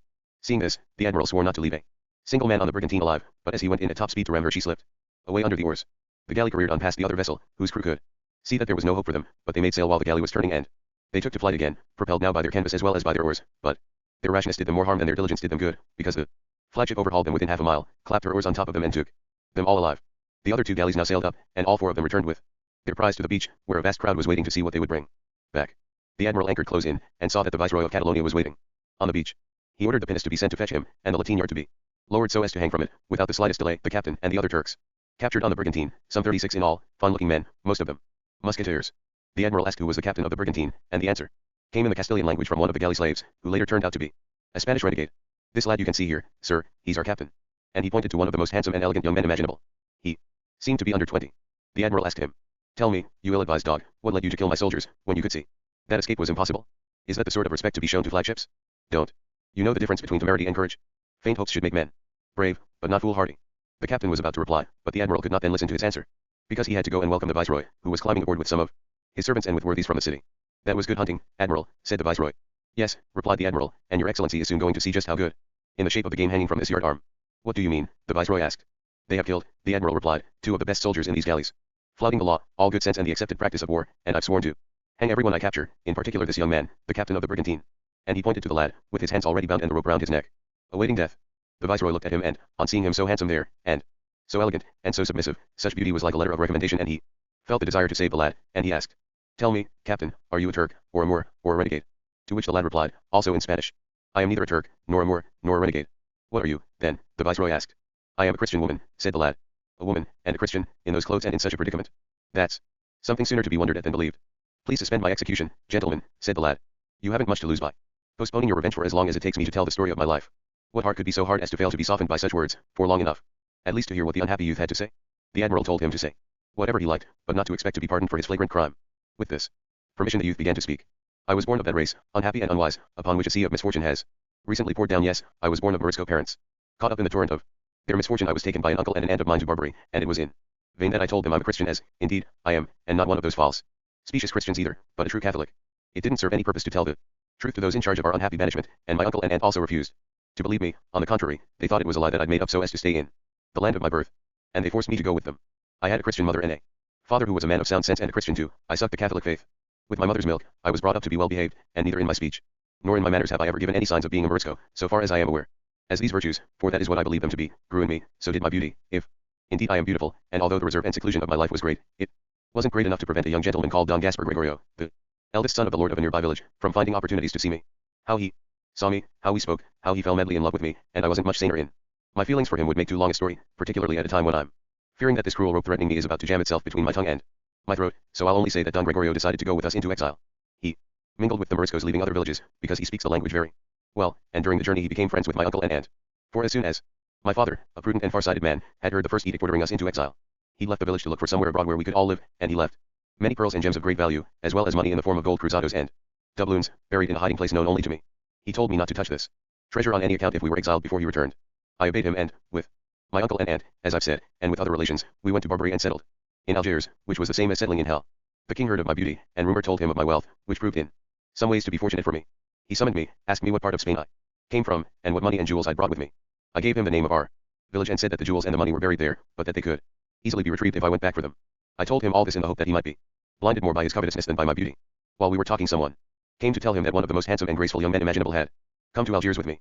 I immediately realized that he was referring to Don Gaspar Gregorio, whose good looks exceed those of the most praised Adonises in the world. This threw me into confusion as I considered the danger that Don Gregorio was facing, because among those barbaric Turks a handsome boy or youth is much more highly prized than any woman, however beautiful she may be. The king ordered the young man to be brought so that he could take a look at him, and asked me whether what had been said about him was true. As if inspired by heaven, I said that it was, but that I also had to tell him that this wasn't a young man at all but another woman, and I begged him to allow me to go and dress her in her proper clothes so that she could display her full beauty and be less embarrassed to appear in his presence. He told me that I was welcome to do so and that on the following day we would talk about how I was to return to Spain to recover the hidden treasure. I talked to Don Gaspar. I told him how dangerous it would be to reveal that he was a man. I dressed him as a Moorish woman. And that same afternoon I took him into the presence of the king, who was thunderstruck when he saw her, and decided to keep her as a present for the Great Turk, and to avoid the danger that she must face in his own harem, because he didn't trust himself, he had her lodged in the house of some Moorish ladies of high rank, where she could be guarded and waited upon, and she was taken there straight away. What our feelings were, I can't deny I love him, is something that can be left to the imagination of all separated lovers. The king then arranged for me to return to Spain in this brigantine and to be accompanied by 2 native Turks, the ones who killed your soldiers. This Spanish renegade, pointing to the man who'd spoken first, also came with me, and I know that he's a secret Christian and that his plan is to stay in Spain, not to return to Barbary. The rest of the crew are Moors and Turks who are only here to row. The 2 Turks, greedy and insolent, disregarded the orders that we'd been given for me and this renegade to be landed, wearing the Christian clothes with which we'd been provided, as soon as we reached Spain, and chose instead to make raids along the coast and take some prize if they could, fearing that if they put us ashore something might occur that would make us reveal that the brigantine was still at sea, and then if there happened to be any galleys along this coast it would be captured. Last night we sighted the shore and, not knowing about these 4 galleys, we were discovered. The rest you know. To sum up, Don Gregorio is still dressed as a woman and living among women, in the most extreme danger, and here am I, with my hands tied, awaiting, or to be more precise, fearing the loss of my life, of which I'm weary by now. This, gentlemen, is the end of my sad story. As true as it is wretched, all I ask is that you allow me to die as a Christian because, as I've said, I haven't played any part in the crimes that the people of my race have committed. And she fell silent, her eyes swollen with tender tears, and many of those present wept with her. The viceroy, moved by tender compassion, went up to her without a word and with his own hands removed the rope that bound her beautiful hands together. While this Christian Morisco had been telling her extraordinary story, an old pilgrim who had boarded the boat with the viceroy had been gazing at her, and the instant she stopped speaking he threw himself at her feet and, hugging them, cried in words broken by 1,000 sobs and sighs, "Oh Anna Felix, my poor unhappy daughter. I'm your father Ricote, come back to look for you because I couldn't live without you, my darling." At these words Sancho opened his eyes and raised his head, which had been bowed, as he brooded over his dreadful trip round the galley, and when he looked at the pilgrim, he recognized the very same Ricote that he'd met on the day when he'd stopped being governor, and he was certain the young woman was his friend's daughter, and she, now unbound, hugged her father and mingled her tears with his, while Ricote said to the admiral and the viceroy, "This, gentlemen, is my daughter, less happy in her adventures than in her name. Her name is Anna Felix, and her surname is Ricote, and she is as famous for her own beauty as for my wealth. I left my native land to search abroad for some place that would accept and shelter us, and having found it in Germany I came back in these pilgrims' clothes with some Germans to look for my daughter and dig up the treasure that I'd buried. I didn't find my daughter but I did find the treasure, which I have with me, and now, in this strange roundabout way you have seen, I found the treasure that's the most precious of them all, my beloved daughter. If our lack of blame, and her tears and my tears, can, without contravening your system of justice, open doors to mercy, do be merciful to us, because we have never had any intention of doing you harm, and have never connived with our people, who have quite justly been thrown into exile." And then Sancho said, "I know Ricote well, and I know that what he's saying about Anna Felix being his daughter is true, though as for all that other stuff about coming and going and having good or bad intentions, I won't go poking my nose into that." All were amazed at this extraordinary series of events, and the admiral said, "Your tears do indeed prevent me from fulfilling my vow. Go free, lovely Anna Felix, and live all the years that heaven has allotted you, but the insolent and foolhardy wretches who committed the crime must pay the penalty." And he ordered the 2 Turks who had killed his soldiers to be hanged at once from the yard-arm, but the viceroy entreated him not to do so, because theirs had been more an act of madness than of valor. The admiral did as the viceroy had asked, because it is not easy to take revenge in cold blood. Next they tried to work out how to rescue Don Gaspar Gregorio from the danger in which he'd been left, and Ricote offered more than 2,000 ducats in pearls and other jewels. Many schemes were suggested, but none as likely to succeed as the one proposed by the Spanish renegade, who offered to go back to Algiers in a small boat of perhaps 6 oars, manned by Christians, because he knew when, how, and where he could and should land, nor was he ignorant of the house where Don Gaspar was being held. The admiral and the viceroy doubted whether they could rely on the renegade or trust him with a crew of Christians, but Anna Felix made herself answerable for him, and her father Ricote undertook to pay the Christians ransom if they were captured. Once they'd agreed on these plans the viceroy went ashore, and Don Antonio Moreno took the Morisco woman and her father home with him, after the viceroy had asked him to treat them with the utmost kindness and consideration. As for himself, he offered for their pleasure everything his house contained. So great was the benevolence and sympathy that Anna Felix's beauty had inspired in his breast. Chapter LXIV. Concerning the adventure that caused Don Quixote more grief than any of the previous ones. Don Antonio Moreno's wife, the history says, was overjoyed to have Anna Felix in her house. Won over by her beauty and her intelligence, because the Morisco girl was remarkable for both, she gave her a warm welcome, and everyone in the city came to see her as if summoned by church bells. Don Quixote told Don Antonio that the decision they'd reached about freeing Don Gaspar hadn't been a wise one, because the plan was too dangerous to be practicable, and it would be better to land him in Barbary with his arms, his armor, and his horse, and then he'd rescue the young man in the teeth of all the Moorish hordes, just as Don Gayferos had rescued his wife Melisendra. "Don't you forget," said Sancho when he heard this, "that Don Gayferos rescued his wife on dry land and took her back to France over dry land too. But if we do by any chance rescue Don Gregorio, we won't have any way to bring him back to Spain, because of seas in between. There is a remedy for all things but death," Don Quixote replied. "Once the boat comes up to the beach we shall be able to climb aboard even if the whole world tries to stop us." "You make it all sound as easy as pie," said Sancho, "but there's many a slip twixt the cup and the lip, and I'm all for the renegade. He seems a good sort to me. Kind-hearted." Don Antonio said that if the renegade was unsuccessful they would adopt the expedient of sending the great Don Quixote to Barbary. 2 days later the renegade left in a fast boat with 6 pairs of oars and an excellent crew, and 2 days after that the galley sailed for the east. Once the admiral had asked the viceroy to keep him informed about the freeing of Don Gregorio and about the Anna Felix affair, the viceroy undertook to do so. And one morning, as Don Quixote went out to ride along the beach in full armor, because, as he so often said, arms were his bed hangings and his rest the bloody fray, and he never felt comfortable without them. He saw a knight approaching him, also in full armor, with a shining moon painted on his shield, and once this knight was close enough to be heard, he shouted to Don Quixote, "Illustrious knight," and never sufficiently praised Don Quixote de la Mancha. "I'm the Knight of the White Moon, I am, and my unprecedented exploits have perhaps brought me to your attention. I've come to fight you and to test the strength of your arm, so as to make you recognize and confess that my lady, whoever she happens to be, is far more beautiful than your precious Dulcinea del Toboso, and if you confess this truth good and proper, you'll save your life, and save me the trouble of taking it, too, and if you fight, and I defeat you, the only satisfaction I demand is for you to put aside your arms, stop looking for your adventures, go back to your village for a year and stay there without ever touching your sword, in peace and quiet and beneficial tranquility, because this is what's needed for the increase of your wealth and the salvation of your soul, and if you defeat me, my life will be at your mercy, and my armor, arms, and horse will be your spoils, and the fame of my exploits will pass from my name to yours. Think about what's best for you, and let's have a speedy reply, because I've only got a day to do this bit of business." Don Quixote was plunged into bewilderment both by the arrogance of the Knight of the White Moon and by his reason for challenging him, and he replied with severe serenity, "Knight of the White Moon, whose exploits had not until this moment come to my attention, I would dare to swear that you have never seen the illustrious Dulcinea, because if you had seen her, I know that you would have taken good care not to venture upon this issue, since the sight would have undeceived you of the notion that there ever has existed or can exist any beauty comparable with hers. And so, without saying that you lie, but merely that what you claim is incorrect, I accept your challenge on the conditions that you have stipulated, and I do so with instant effect, so as not to exceed the one day to which you are restricted. And I only exclude from the conditions the transfer of the fame of your exploits to me, because I do not know exactly what these exploits are. I am quite content with my own exploits, exactly as they are. So choose your ground, I shall do the same, and may Saint Peter bless what God bestows." The Knight of the White Moon had been noticed by people in the city, and the Viceroy had been informed that he was talking to Don Quixote de la Mancha. The Viceroy, thinking this must be some new adventure fabricated by Don Antonio Moreno or another gentleman in the city, rode out at once to the beach accompanied by Don Antonio and many others, just as Don Quixote was wheeling Rocinante round to go and take up his position.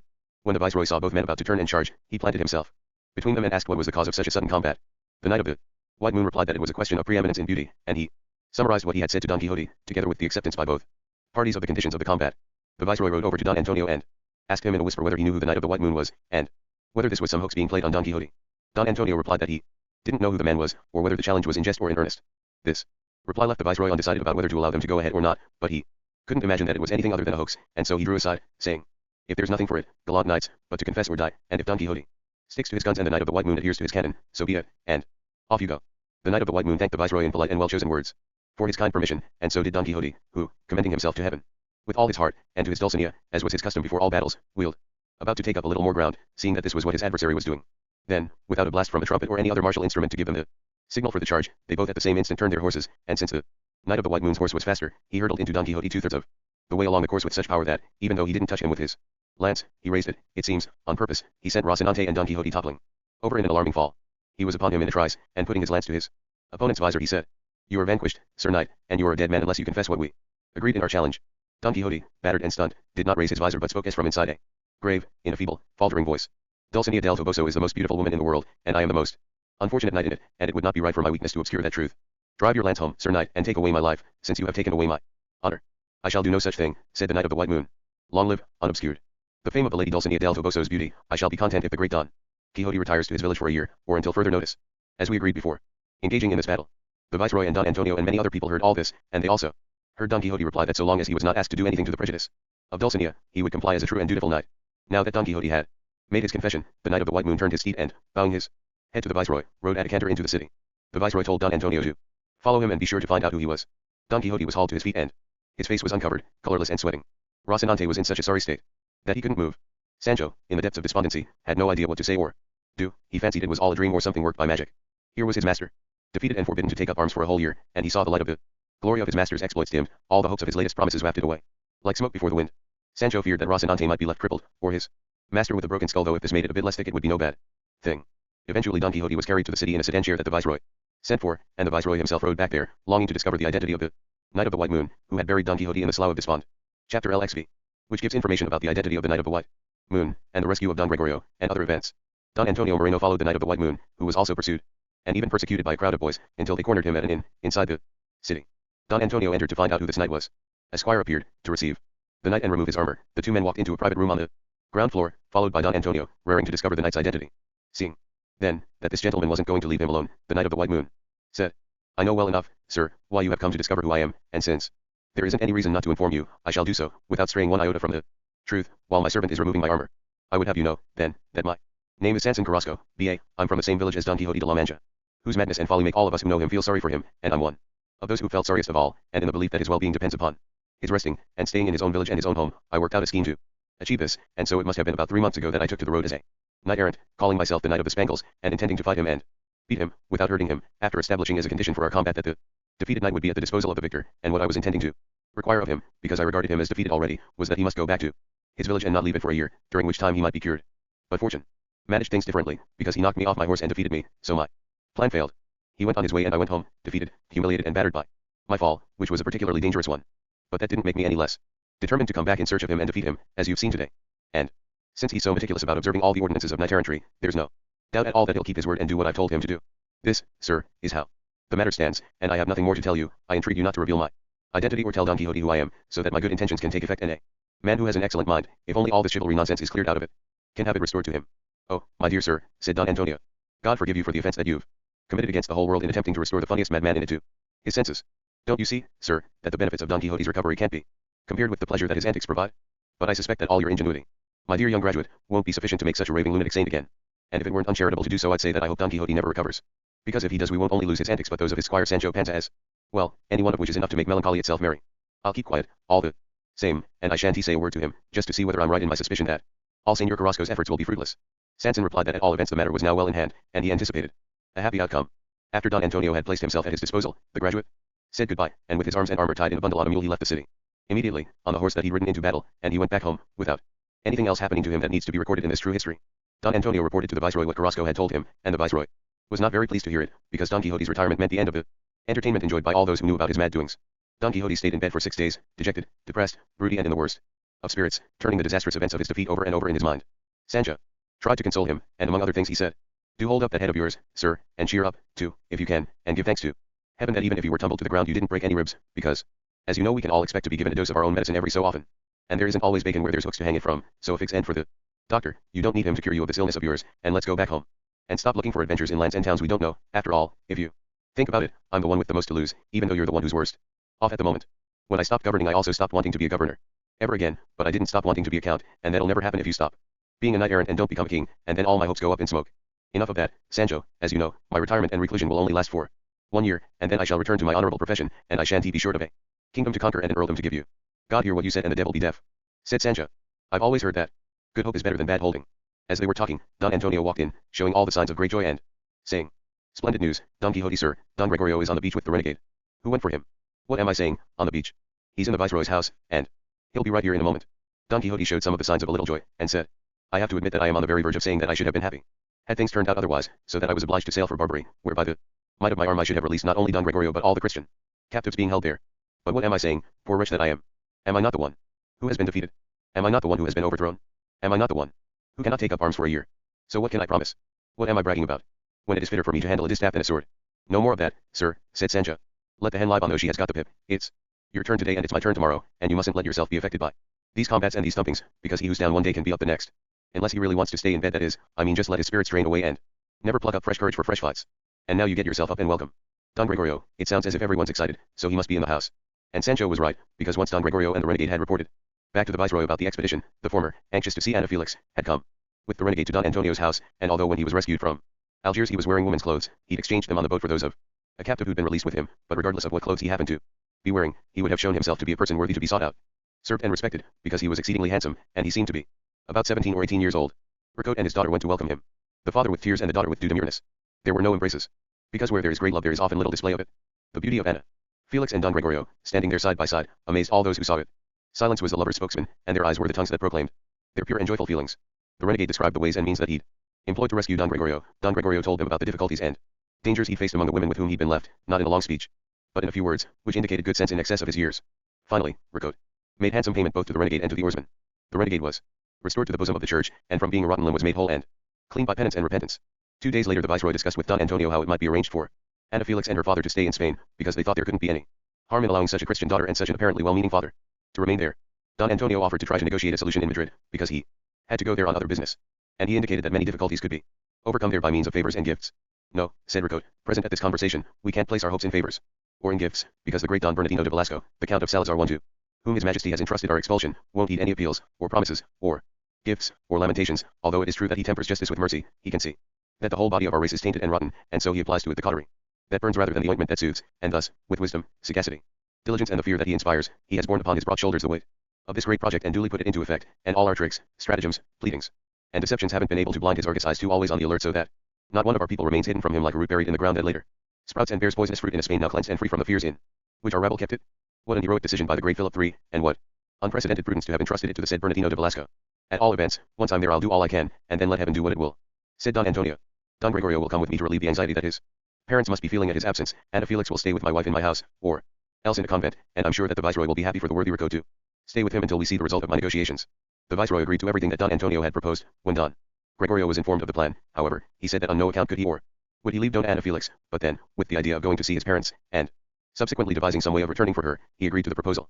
Ana Felix stayed with Don Antonio's wife, and Ricote stayed in the Viceroy's house. The day came for Don Antonio's departure, and 2 days after that Don Quixote left with Sancho, because his fall hadn't allowed him to leave any sooner. There were tears, sighs, fainting fits, and sobs when Don Gregorio said goodbye to Ana Felix. Ricote offered Don Gregorio 1,000 escudos, if he needed them, but he didn't accept them, and only borrowed 5 from Don Antonio, promising to repay them in Madrid.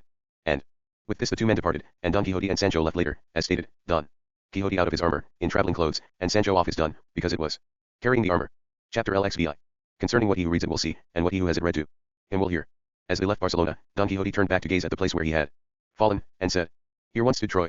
Here my bad luck, and not my cowardice, deprived me of the glory I had won. Here did I feel the fickleness of fortune, here the luster of my exploits was obscured, here, in short, my joy came crashing to the ground, never again to rise.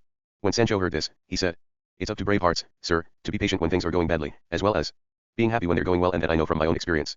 Because when I was a governor I was happy, and now that I'm a squire on foot I'm not sad. For I've heard say that what they call fortune is a flighty woman who drinks too much, and, what's more, she's blind, so she can't see what she's doing, and she doesn't know who she's knocking over or who she's raising up. You're in a very philosophical mood, Sancho, Don Quixote replied, and you're speaking like a man of sense. I really don't know who can have taught you all this.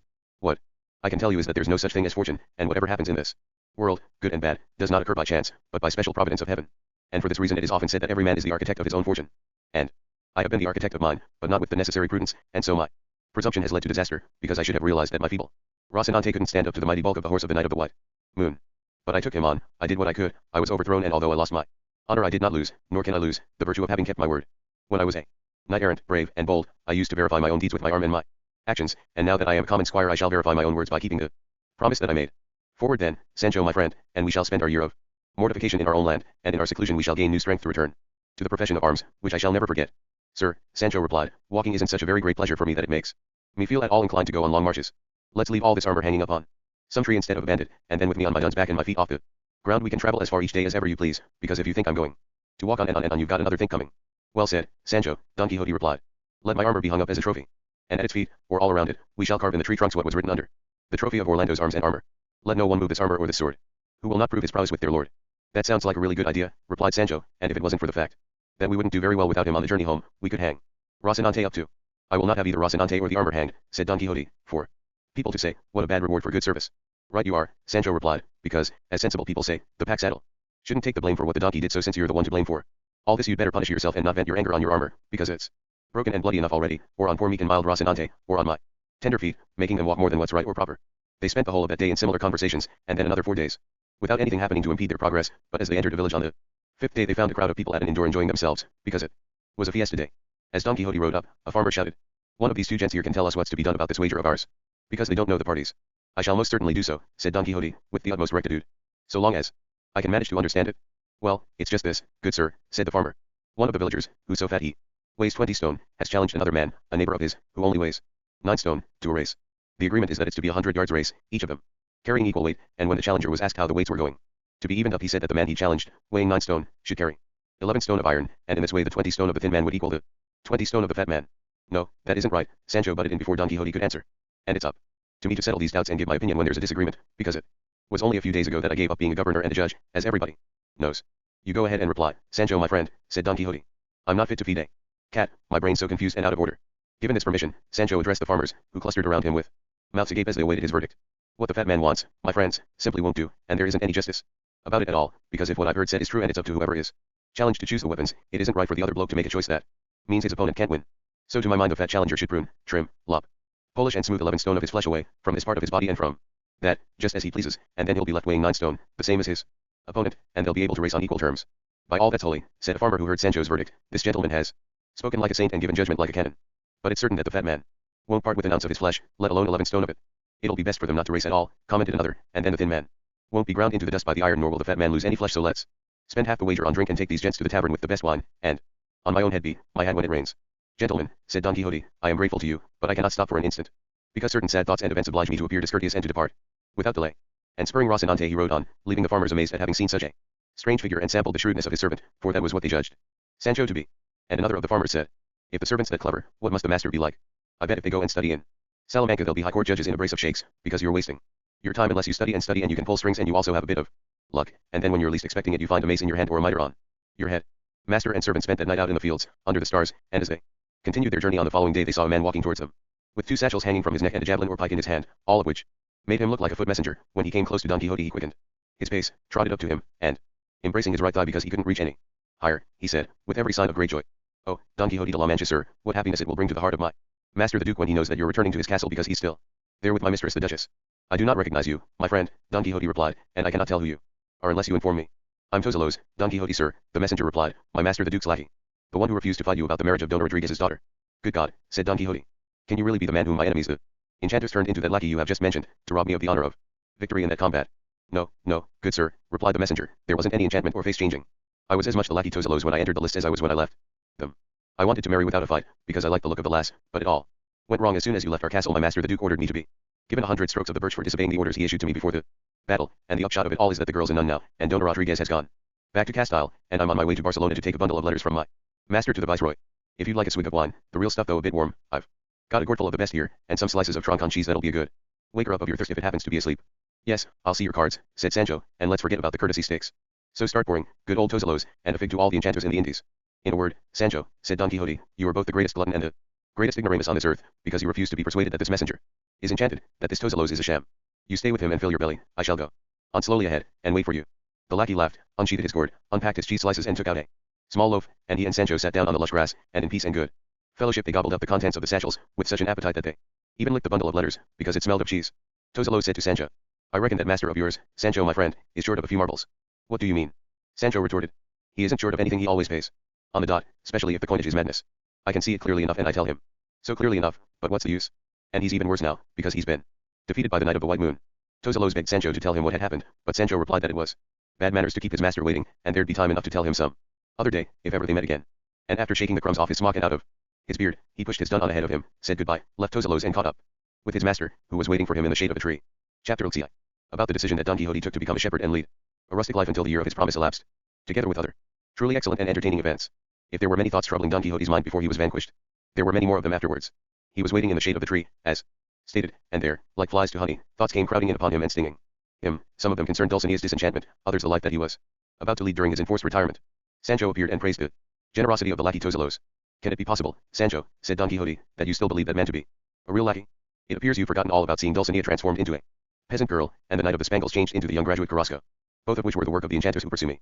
But now tell me, did you ask that fellow Tozelos, as you call him, how God has dealt with Altisidora? Has she wept over my absence, or has she abandoned in the hands of oblivion those thoughts of love that tormented her in my presence?" "The thoughts in my mind," Sancho replied, "weren't such as to give me any time to go asking silly questions. Bloody hell, sir, is prying into other people's thoughts, particularly their thoughts of love, what you're up to now." "Look here, Sancho," said Don Quixote, "there's a great difference between deeds done out of love and deeds done out of gratitude. It's perfectly possible for a knight not to be in love, but it's quite impossible, strictly speaking, for him to lack gratitude. Altisidora loved me, as it seems, she gave me the 3 nightcaps about which you know, she wept when I left, and, casting shame to the winds, she publicly reproached me, insulted me, cursed me, all signs that she adored me, because lovers' anger is often expressed as curses. I had no hopes to give her or treasures to offer her, because my hopes I have entrusted to Dulcinea, and the treasures of knights errant are like fairy gold, false and illusory, and all I can give her are these mementos of hers that I keep without prejudice, however, to my memories of Dulcinea, whom you are wronging by your remissness in lashing yourself and chastising that flesh of yours, which I would like to see eaten by wolves, and which you would rather save for the worms than use to succor that poor lady." "Look, sir," Sancho replied, "to tell you the truth I just can't swallow the idea that thrashing my bum has got anything to do with breaking magic spells. It's the same as saying, if you've got a headache, rub some ointment on your knees. At least I'd be ready to swear that in all those books you've read about knight errants you haven't come across anyone who's been disenchanted by lashing, but, just in case, I will lash myself when I feel like it and when I've got enough time." "May God grant it," Don Quixote replied, "and may heaven give you the grace to realize that you are under an obligation to aid my lady, who is your lady too, since you belong to me." They were plodding along, chatting away like this, when they came to the place where they'd been trampled by the bulls. Don Quixote recognized it, and said, "This is the meadow where we came across those charming shepherdesses and gallant shepherds who were reviving and imitating the pastoral Arcadia, an original and intelligent idea that I should like us to imitate in our turn, Sancho, if you are agreeable, and turn ourselves into shepherds, at least for the time during which I am obliged to withdraw from the world. I shall buy some sheep, and all the other requisites for pastoral practice. I shall call myself the shepherd Quixote, and you will be the shepherd Panzano, and we'll wander around the hills, the woods, and the meadows, Singing here, lamenting there, drinking the liquid crystals of the springs or of the pure streams or of the mighty rivers. The evergreen oaks will give us their sweet fruit with generous hands, the trunks of the hard cork oaks will offer us seeds, the willows will provide shade, the roses, scent, the broad meadows, carpets of 1,000 matching colors, the clean pure air, breath, the moon and the stars, light, despite all the darkness of the night, song will afford us pleasure, weeping will yield joy, Apollo will inspire verses and love will elicit conceits with which we shall be able to make ourselves famous and indeed eternal, not just in present times but for centuries to come. Great God, said Sancho. That kind of life suits me all the way down to the ground.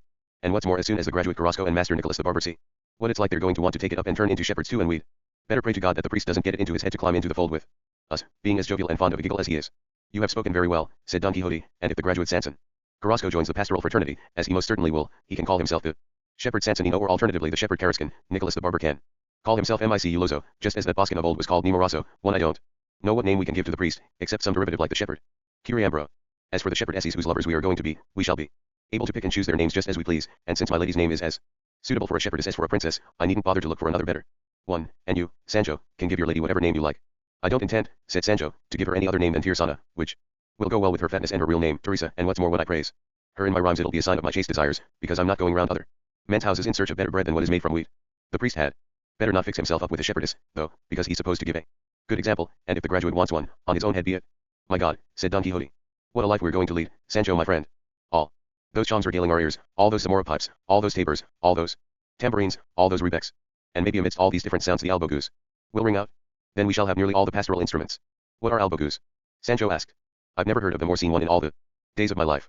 Albogoos, Don Quixote replied, are thin plates rather like brass candle holders, and when you strike them against one another on the concave side they make a sound, which, if not very agreeable or harmonious, is not altogether unpleasant, and blends well with the rustic tones of the pipe and tabor, and this word albogoos is of Morisco origin, as are all the words in our language that begin with al, such as almoheza, almorzar, alfambra, alguacil, alguisma, almacen, alcancia, and others like them, of which there can't be many more, and there are just 3 words in our language that are Morisco ones and end in I, and they are borsedui, zequizamai and maravedi.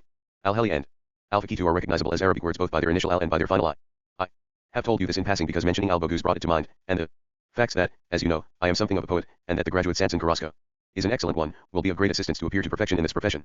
I say nothing of the priest, but I will wager that he's a dab hand at poetry, and I don't doubt that Master Nicholas is, too, because all barbers or at least nearly all of them play the guitar and compose songs.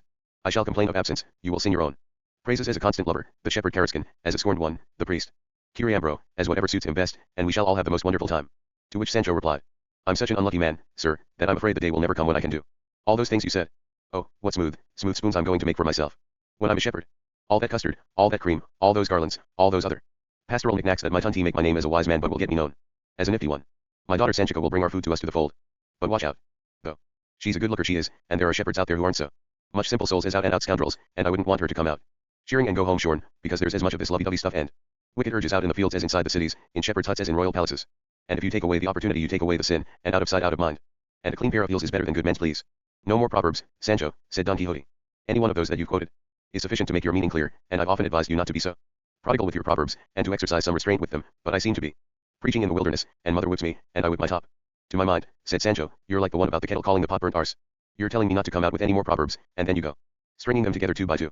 But look here, Sancho, Don Quixote replied, the proverbs that I use are relevant ones, and fit the matter in hand like a ring on a finger, but you drag and force yours into your discourse rather than fitting them there, and if I remember correctly I've told you on other occasions that proverbs are brief maxims, derived from the experience and speculation of the wise men of former times, but the proverb that isn't relevant isn't a maxim but an absurdity. Let's drop the subject now, though, and since night is approaching let's move a little way off the road, and God has already decided what will happen tomorrow. They left the highway and had a late and inadequate supper, much against Sancho's will, and he was reminded of all the hardship of night errantry in the woods and the hills. Even though on occasions there was abundance in castles and houses, such as Don Diego de Miranda's and Don Antonio Moreno's and the wedding of Camacho the rich. But he remembered that neither day nor night could last forever, and so he spent that night fast asleep, and his master spent it wide awake. Chapter 68. About Don Quixote's hairy adventure. The night was rather dark, because even though the moon was up it was nowhere to be seen, for sometimes the Lady Diana goes for a stroll to the antipodes, and leaves the hills dark and the valleys gloomy. 1 Don Quixote yielded to the demands of nature and had a brief first nap, without going back to sleep again after it, quite unlike Sancho, who never had to go back to sleep again, because his first nap always lasted from night until morning, a reflection of his healthy constitution and lack of worries. Don Quixote's cares kept him so wide awake that he woke Sancho up and said, I am astonished, Sancho, at your independence of spirit. I imagine you must be made of marble, or of hard bronze, and incapable of passion or feeling. I watch while you sleep, I weep while you sing, I faint from fasting while you are sluggish and torpid out of pure satiety. It is up to good servants to share their master's griefs and feel their sorrows, even if only for the sake of appearances. Take note of the serenity of this night, the solitude that surrounds us, inviting us to intersperse our sleep with some vigil. Do please get up, move some distance away, and with a willing spirit and courageous gratitude give yourself 300 or 400 lashes in part payment of those that you must receive to disenchant Dulcinea, and this is something that I am begging of you. Because I don't want to fight you like the last time, for I know that you have a heavy hand. Once you've lashed yourself, we'll spend what's left of the night singing, I of my separation and you of your constancy, thus making a start on the pastoral life that we shall lead in the village. Sir, replied Sancho, I'm not some monk to get up in the middle of my sleep and start scourging myself, and to my mind you can't go from the one extreme of the pain of a lashing to the other of music making, just like that. You let me sleep, and stop harassing me about that lashing, or you'll make me swear on oath never again to lay hands on a single hair of my smock, let alone the hairs on my body. Oh, you stony-souled creature. Oh, you pitiless squire. Oh, what a waste of the food and the favors I have lavished on you, and still intend to lavish on you.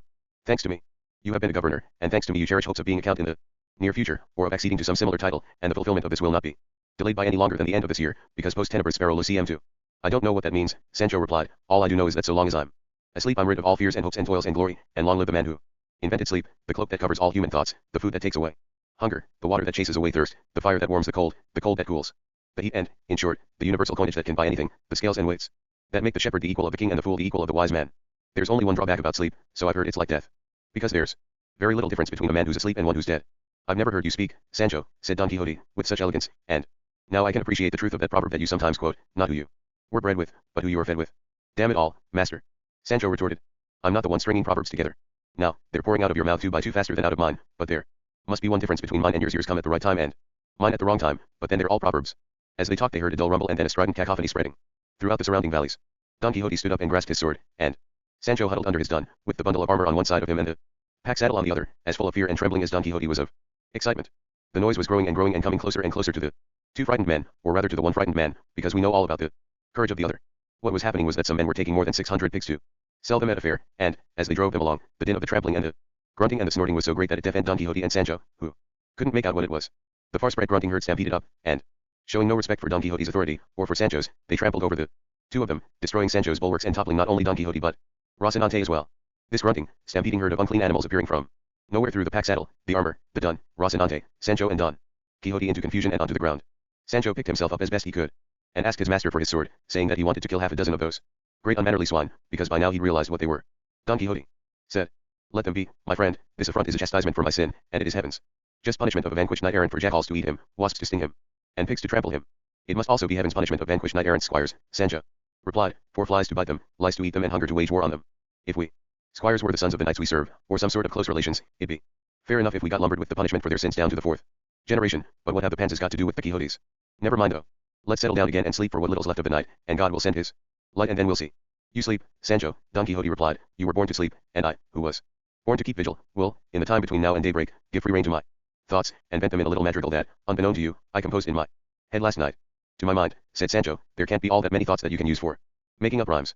You rhyme away as much as you like, though, and I'll sleep away as much as I can. And then he chose his ground and huddled up and slept like a log, undisturbed by debts or bonds or aches or pains. Don Quixote, leaning against the trunk of a beech or a cork oak, side Hammett Benengeli doesn't specify which it was, sang as follows, to the accompaniment of his own sighs.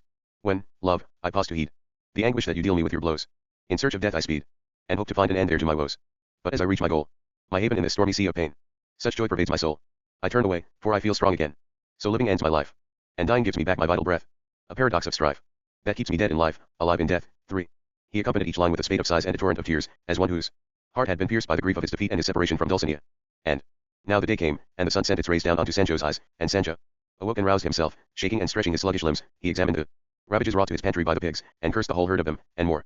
Besides, before long the pair resumed their journey, and towards dusk they saw some 10 men on horseback and 4 or 5 on foot approaching them.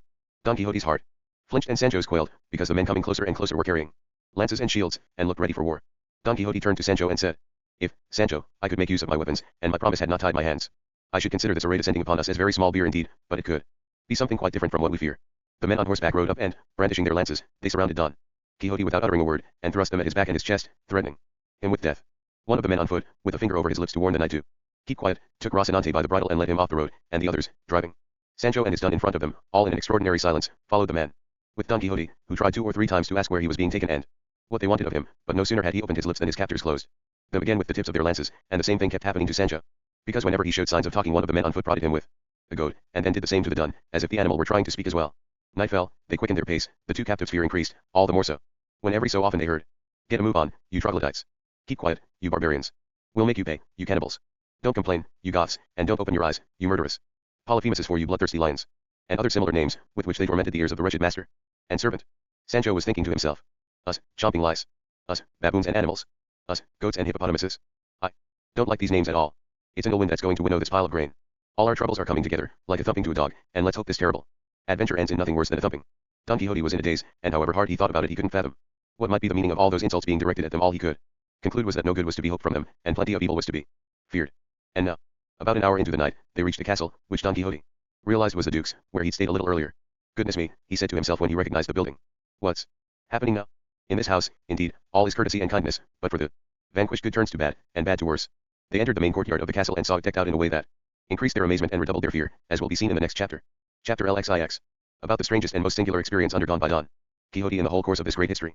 The horsemen dismounted and they and the men on foot swept Don Quixote and Sancho up in their arms and carried them into the courtyard, around which about 100 torches were blazing, fixed in their holders, and on the gallery around the yard there were more than 500 lanterns, so that although the night was a dark one, nobody missed the light of day. In the middle of the courtyard there was a catafalque, raised about 2 yards above the ground, and over it there was a great canopy of black velvet, under which, on the steps, white wax candles were burning in more than 100 silver candlesticks, and on the catafalque itself lay the corpse of such a lovely young woman that she made death itself seem beautiful. Her head, crowned with a garland of sweet-smelling flowers of different sorts, rested on a brocade pillow, and her hands were crossed over her breast with the frond of the yellow palm of victory between them. On one side of the courtyard a platform had been erected, with 2 seats on which sat 2 personages who, with crowns on their heads and scepters in their hands, looked as if they were kings, real or fictitious. By the side of this platform, which had steps leading up to it, there were another 2 chairs, upon which the men who had captured Don Quixote and Sancho made them sit down, without speaking a word and with signs that they too must stay silent. But they didn't need any signs to make them do so, because their amazement at what they were beholding kept them tongue-tied. And now 2 persons of distinction, at once recognized by Don Quixote as his hosts the Duke and Duchess, walked up onto the platform, attended by a great retinue, and seated themselves on 2 magnificent chairs by the side of the 2 men who seemed to be kings. Who wouldn't have been amazed at all this? What was more, Don Quixote had realized that the corpse on the catafalque was that of the lovely Altisidora. As the Duke and Duchess mounted the platform, Don Quixote and Sancho rose and made them a deep bow, and they responded with a little nod. Then a servant appeared from one side of the courtyard, and coming up to Sancho, he swathed him in a robe of black buckram with flames painted all over it, and removing his peasant's hood put in its place a cardboard comb like those worn by people condemned by the Holy Inquisition, and whispered in his ear that if he unbuttoned his lips that either ram a gag into his mouth or kill him. Sancho looked himself up and down and saw that he was on fire, but since the flames weren't burning him he didn't care a hoot about them. He took off his cardboard cone, saw that it had devils painted on it and put it back on, saying to himself, just as well the flames aren't hurting me and the devils aren't carting me off. Don Quixote was also looking at him and, although befuddled with fear, he couldn't help laughing at the figure Sancho cut. And now, apparently from beneath the catafalque, came a gentle, pleasant music of flutes which, uninterrupted by any human voice, because in that place even silence kept silence for itself, sounded soft and peaceful. Then, by the pillow of what seemed to be the dead body, a handsome youth suddenly appeared, dressed as a Roman, and to the accompaniment of a harp that he played himself he sang these 2 stanzas in a sweet, clear voice. And now, while fair Altisidora, slain by cruel Quixote, tries to reawake, and while, in this enchanted court, a train of ladies in their sackcloth weep and ache, and while her grace is doleful to and disdain, to dress in serge and base for her own sake, I'll sing the praises of this hapless maid, in sweeter sounds than Orpheus ever played. I can't believe the sacred duty will be mine only in life, for, when my tongue within my mouth is dead and cold and still, I shall repay my debt to you in song. And once my soul is freed from its mean cell, and, celebrating you, it sails along the Stygian lake, its plaintive tones will slow, and halt oblivion's unrelenting flow. Point 1. Enough, exclaimed one of the 2 men who looked like kings. Enough, divine singer, for it would be an endless task to depict for us the death and the charms of the peerless Altisidora, not dead, as the ignorant world believes, but alive in the tongues of fame, and in the punishment that Sancho Panza, here present, must undergo to recall her to the light that she has lost.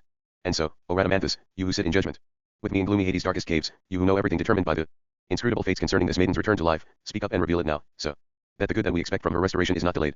No sooner had Midas to Rhadamanthus' fellow judge spoken these words than the latter rose to his feet and exclaimed, come now, all you servants in this house, high and low, great and small, come one by one to give Sancho 24 fine fillipes on his nose, 12 pinches on his arms, and 6 pinpricks in his loins, for this is the ceremony required to achieve Altisidora's well-being. When Sancho Panza heard this he broke his silence and cried, I swear by all that's holy that I'll as soon turn into a Moor as let them give me fillipes on my nose and paw all over my face. Bloody hell. What's pawing my face got to do with bringing this girl back to life?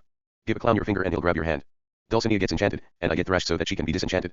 Altisidora dies from some illness that God saw fit to send her, and for her to be brought back to life I've got to be given 24 fillipes on the nose and have my body riddled with pinpricks and my arms pinched till they're black and blue. Well, you can go and try those tricks on your brother-in-law, because I'm an old fox and I'm not so easily snared. You shall die. Rhadamanthus shouted. Relent, you tiger, humble yourself, proud Nimrod 3, and suffer in silence, for you are not being asked to do the impossible. And do not inquire into the difficulties of this task. Philip you shall be, pricked you shall wince, pinched you shall groan. Come now, you servants. Obey my command, or else, on my word as an honest man, I will make you regret that you were ever born. At this, some half a dozen duennas appeared in the courtyard in a procession, in single file, 4 of them wearing spectacles, and all of them with their right hands raised high and 4 inches of wrist revealed to make their hands look longer, as is the current fashion. As soon as Sancho saw them he bellowed like a bull. All right, I'll let everyone paw me over but have duennas touch me. Never. You can give my face a good cat scratching as they did my masters in this very same castle. And you can stick sharp daggers through my body, and you can tear the flesh off my arms with red hot pincers. I'll put up with it all, or I'll do whatever else these gentlemen like, just to oblige them, but I won't have duennas touching me, not if the devil himself carries me away. Don Quixote also broke his silence and said to Sancho, be patient my son, and oblige these gentlemen, and thank heaven for having given Your person such powers that by martyring it you can disenchant the enchanted and resurrect the dead. The duennas had by now drawn close to Sancho, and he, more tractable and resigned, settled himself in his chair and offered his face and his beard to the first of them, who delivered a splendid fillip to his nose, and then a deep curtsy to his person. Let's have less courtesy and less face lotion, duenna, said Sancho, your hands stink of vinegar wash, by God. To be brief, all the duennas fillip at him, and other members of the household pinched him, but what he couldn't bear was the pricking of the pins, and so he started from his chair in a rage and, grabbing a blazing torch from beside him, he charged at the duennas and all his other tormentors, crying, away with you, servants of hell, I'm not made of bronze, so as not to feel this terrible martyrdom. At this point Altisidora, who must have been feeling tired from lying flat on her back for so long, rolled over onto her side, seeing which the onlookers cried almost with one voice, Altisidora is alive. Altisidora lives? Radamanthus told Sancho to calm down, because the desired end had been attained.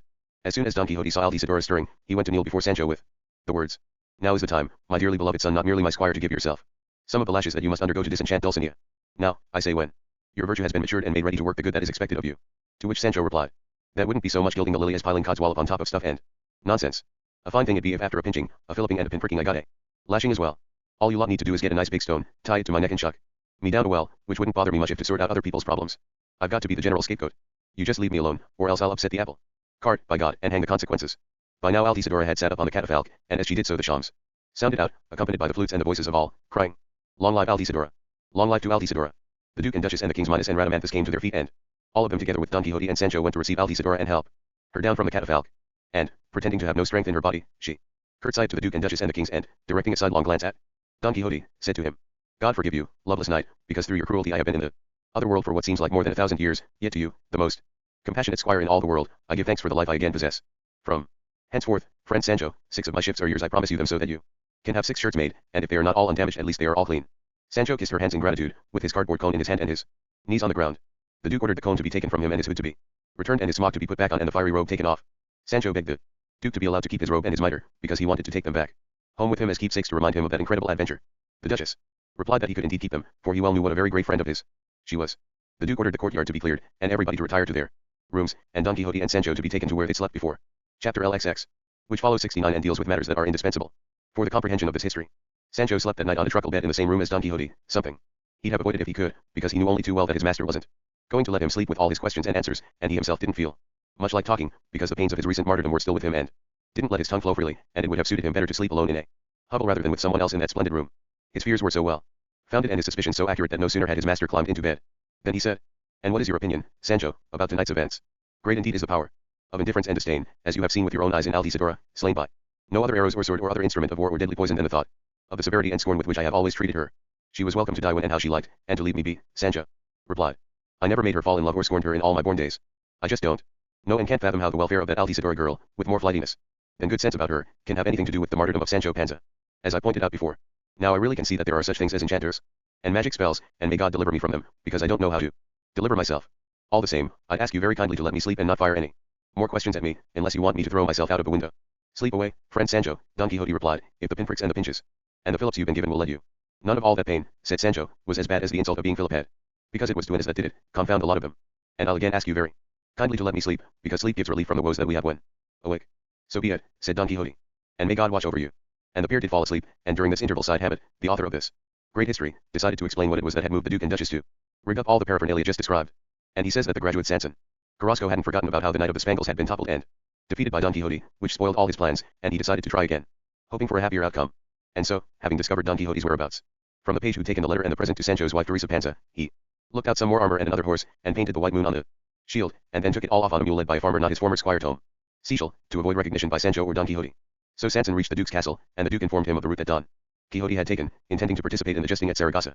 The Duke also told him about the hoaxes that had been played on Don Quixote, and about the arrangements for Dulcinea's disenchantment, at the expense of Sancho's backside.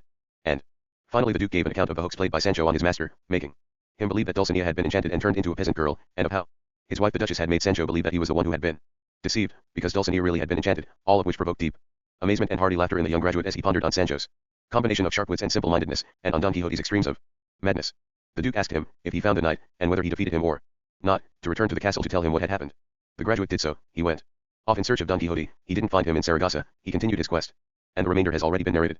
He returned to the Duke's castle and told him the whole story, complete with the conditions of the combat, and he added that Don Quixote was on his way back to keep his promise, as a good knight-errant, to retire to his village for a year, during which time it was hoped that he might recover from his madness, for this was the intention that had moved the young graduate to assume his disguises, as it was a great pity that such an intelligent hidalgo as Don Quixote should be a madman. With this he took his leave of the Duke and returned to his village, to wait there for Don Quixote, who was following on behind. This was what had given the Duke the chance to play his latest hoax, because he so enjoyed everything about Sancho and Don Quixote, and he had all the roads, near and far, along which he imagined Don Quixote might return, patrolled by his many servants, on foot and on horseback, so that they could bring him to the castle, whether he wanted to come or not, if they found him. They did find him, and they sent news to the Duke, who, having already decided everything that was to be done, ordered the torches and the lanterns to be lit in the courtyard and Altisidora to be placed on the catafalque, with the accessories that have been described, all so lifelike and so well contrived that the scene was little different from reality. And Side Hammett says even more, he considers that the perpetrators of the hoax were as mad as the victims, and that the Duke and Duchess, going to such lengths to make fun of two fools, were within a hair's breadth of looking like fools themselves. Of the former pair, one was fast asleep, buried in his dreams, and the other was wide awake, immersed in his thoughts one day, and the desire to be out of bed caught up with him, for Don Quixote, whether vanquished or victorious, never took any pleasure in the slothful feathers. Altisidora, brought back to life, in Don Quixote's opinion, and, continuing her master and mistress's joke, walked into Don Quixote's room crowned with the same garland that she'd worn on the catafalque, dressed in a dalmatic of white taffeta decorated with flowers of gold, her hair flowing loose over her shoulders, and, leaning on a black staff of finest ebony, thrown into the utmost confusion by her presence, he huddled himself up in his bed and hid under the sheets and counterpanes, his tongue paralysed, incapable of offering one word of greeting. Altisidora sat on a chair by the head of his bed and, after heaving the deepest of sighs, she said in a faltering, tender voice, "When women of high rank and demure maidens disregard honor and allow their tongues to break through all barriers, making public the secrets hidden in their hearts, they are indeed in desperate straits. I, O Don Quixote de la Mancha, am one such, beset, vanquished and overcome by love, but long-suffering and chaste for all that, so much so, that my silence made my very soul burst and I lost my life. For 2 whole days, tormented by the thought of the severity with which you, harder than hardest marble to my moans one, O callous night, have treated me, I lay dead or at least considered dead by those who saw me. And if love hadn't taken pity on me and made my recovery hinge on the martyrdom of this good squire, I'd have remained forever in the other world. Love could just as well have made it hinge, said Sancho, on the martyrdom of my donkey, and I'd have been very grateful for that. But tell me one thing, Liddy, so heaven send you a more tender-hearted lover than my master, what was it you saw in the other world? What is there in hell? Because it's down there that anyone who dies in despair is bound to end up. To tell you the honest truth, Altisidora replied, I can't have died completely. Because I didn't go right into hell, if I had, I couldn't ever have got out again, however much I wanted to. The fact is that I reached the gate, where about a dozen devils were playing pelota, all stripped down to doublet and hose, with broad, floppy collars, trimmed in Flanders lace, and ruffles of the same material serving as cuffs, and displaying 4 inches of arm to add length to their hands, in which they were holding rackets of fire, and what most amazed me was that instead of balls they were serving books, full of wind and stuffing, an extraordinary, unheard of thing. But this didn't astonish me as much as seeing that, although it's natural for the winners at games to be happy and the losers to be glum, in that game they were all grumbling, quarreling and cursing each other. That's no wonder, Sancho retorted, because devils, whether they're playing games or not, can never be happy, win or lose. Yes, that must be it, Altisidora replied, but there's something else that amazes me. Or rather that amazed me when I was there. Which is that there wasn't one ball that could withstand the first volley or was in any condition to be served again, and so books old and new came in quick succession, an extraordinary sight. One of them, brand new and well bound, was given such a thump that its guts poured out and its leaves flew all over the place. One devil said to another, "Go and see what book that is." And the other devil replied, "It's the second part of the history of Don Quixote de la Mancha, not written by Side Hammett, its first author, but by some Aragonese person who says he comes from Tordesillas." "Remove it," replied the other devil, "and consign it to the depths of hell. I never want to see it again." "Is it as bad as all that?" the other one asked. "It's so bad," replied the first devil, "that if I'd tried my very hardest to write a worse one the task would have been beyond me." They continued their game, serving and returning other books, and once I'd heard the name of Don Quixote, whom I love so dearly, I did my best to retain this vision in my memory. "Yes, a vision, that is what it must have been," said Don Quixote, "for there is no other eye in the world, and that other history is passed on from hand to the next, but never stays long in any of them, because everyone gives it a taste of its feet. It has not disturbed me to learn that I wander in a fantastic shape through the shades of hell or the clear light of earth, because I am not the person described in that history. If any history is good, faithful, and true, it will enjoy centuries of life, but if it is bad, the road from its birth to its burial will not be a long one." Altisidora was about to resume her complaints about Don Quixote when he addressed her. "I have often told you, my lady, that I am sorry you have directed your affections towards me, because you can expect no response but gratitude from mine. I was born to belong to Dulcinea del Toboso, and the fates, if they exist, have dedicated me to her. And to think that any other beauty can occupy the place that she has in my soul is to think the impossible. This is sufficient disabuse to make you retire within the bounds of your chastity, because nobody can be forced to do what is impossible." When Altisidora heard this she bridled up and exclaimed, "Good God! You cold codfish, with a soul like a granite mortar and a heart like a date stone, more stubborn and unyielding than any peasant once he's made up his mind. Just let me get at you and I'll tear your eyes out of your head. You aren't by any chance imagining, are you, you defeated and cudgeled wretch, that I died because of you? Everything you saw last night was a sham. I'm not a woman to let so much as my little finger ache for an old camel like you, let alone die for one." "I can believe that all right," said Sancho. "All this stuff about people dying of love is a joke. They might well say it, but as for doing it, they'd better try pulling the other one." As they talked, the musician, singer and poet who'd sung the 2 stanzas quoted earlier walked in, and making a deep bow to Don Quixote he said, "Please count and include me, Sir Knight, among the number of your most faithful servants, because for some time now I have been a great admirer of yours, on account of both your fame and your deeds." Don Quixote replied, "Please tell me who you are, so that my courtesy can correspond to your merits." The lad replied that he was the musician and panegyrist of the previous night. "To be sure," Don Quixote replied, "you have a fine voice, but what you sang does not seem to me to have been altogether appropriate. What have Garcilasso's stanzas to do with this lady's death?" "You mustn't be surprised at that," the musician replied, "because it's normal nowadays for novice poets to write however they please and steal from whomever they like, whether it's to the point or not, and there isn't an absurdity they sing or write that isn't put down to poetic license. Don Quixote would have replied, but the Duke and Duchess prevented this by coming in to see him, and they all had a long and agreeable conversation during which Sancho displayed such wit and such shrewdness that the two were again left amazed at his combination of acuteness and simplicity. Don Quixote begged their leave to depart that same day, because it was fitter for vanquished knights like him to live in pigsties than in royal palaces. They were happy to grant his request, and the Duchess asked him whether Altisidora was now in his good books. He replied, Madam, I would have your ladyship know that all this maiden's problems are born of idleness, the remedy for which is honest and constant occupation. She has just informed me that lace is worn in hell, and since she must know how to make it, let her apply herself to this activity, because so long as she is busy with her bobbins, the image or images of her desires will not be busy in her mind, and this is the truth, this is my opinion and this is my advice. Mine too, Sancho added, because I've never in all my life seen a lace maker that died of love. Busy girls think more about finishing the job in hand than about their boyfriends. I'm speaking from experience, too, because while I'm digging I haven't got a thought for my better half, by which I mean my Teresa Panza, and I love her more than these lashes over my eyes. You're absolutely right, Sancho, said the Duchess, and from now on I'll see to it that my Altisidora is kept busy with some needlework. She's incredibly good at it. There's no need, my lady, Altisidora replied, to have recourse to that remedy, because the thought of this gormless oaf's cruelty to me will be quite enough to blot him out from my memory. And by your grace's leave I'd like to get out of here so as not to have to put up with the sight not just of his sorry face but of his whole hideous, abominable appearance. That reminds me, said the Duke, of what they often say. A lover who's railing is close to forgiving too. Altisidora made a show of wiping away her tears with a handkerchief, curtsied to her master and mistress, and left the room. What I can promise you, you poor girl, said Sancho, is bad luck, because you're tangling with a man whose soul is made of esparto grass and whose heart is made of oak. By God, if it was me you were tangling with it'd be a different story. The conversation ended, Don Quixote dressed, dined with the Duke and Duchess, and left that same evening. Chapter LXXI. About what happened between Don Quixote and his squire Sancho Panza. On their way back to their village, the vanquished and harassed Don Quixote rode along sunk in gloomy thought in one respect, and overjoyed in another. His sadness was caused by his defeat. His happiness, by thinking about Sancho's magical powers as displayed in the resurrection of Altisidora, although it was only with some reservations that he persuaded himself that the enamored maiden had really been dead. Sancho was not in the slightest overjoyed, only dejected at Altisidora's failure to keep her word and give him those shifts, and, after turning this grudge over and over in his mind, he said to his master, The truth is, sir, that I must be the unluckiest doctor in this world, where there are other doctors who after killing their patients expect to be paid for their work, and all they do is sign a little form for a few medicines, and it isn't even them that make them up, but the chemist, and there you are, the swindle's complete. Yet I give other people their health back, and it costs me bloodlettings, fillips, pinches, pinpricks and lashes, and nobody gives me a brass farthing. Well, I swear by all that's holy that if some other patients put into my hands he'll have to grease my palms before I treat him, because the priest dines on his singing, and I can't believe that heaven's given me this power of mine just for me to let others have its benefits free, gratis, and for nothing. You're quite right, Sancho my friend, Don Quixote replied, and it was most remiss of Altisidora not to give you the shifts that she had promised you, and even though your power is gratis data, because you didn't have to study to acquire it, being martyred is even worse than studying. What I can say for myself is that if you had wanted payment for the lashes required for the disenchantment of Dulcinea, I should have been happy to pay you handsomely, and yet I'm not sure that the payment is compatible with the cure, and I wouldn't like the reward to prevent the medicine from working. Despite all that, I don't think we can lose anything by trying, so you decide, Sancho, how much money you want, and then lash yourself, and pay yourself in ready cash, since you are carrying my money.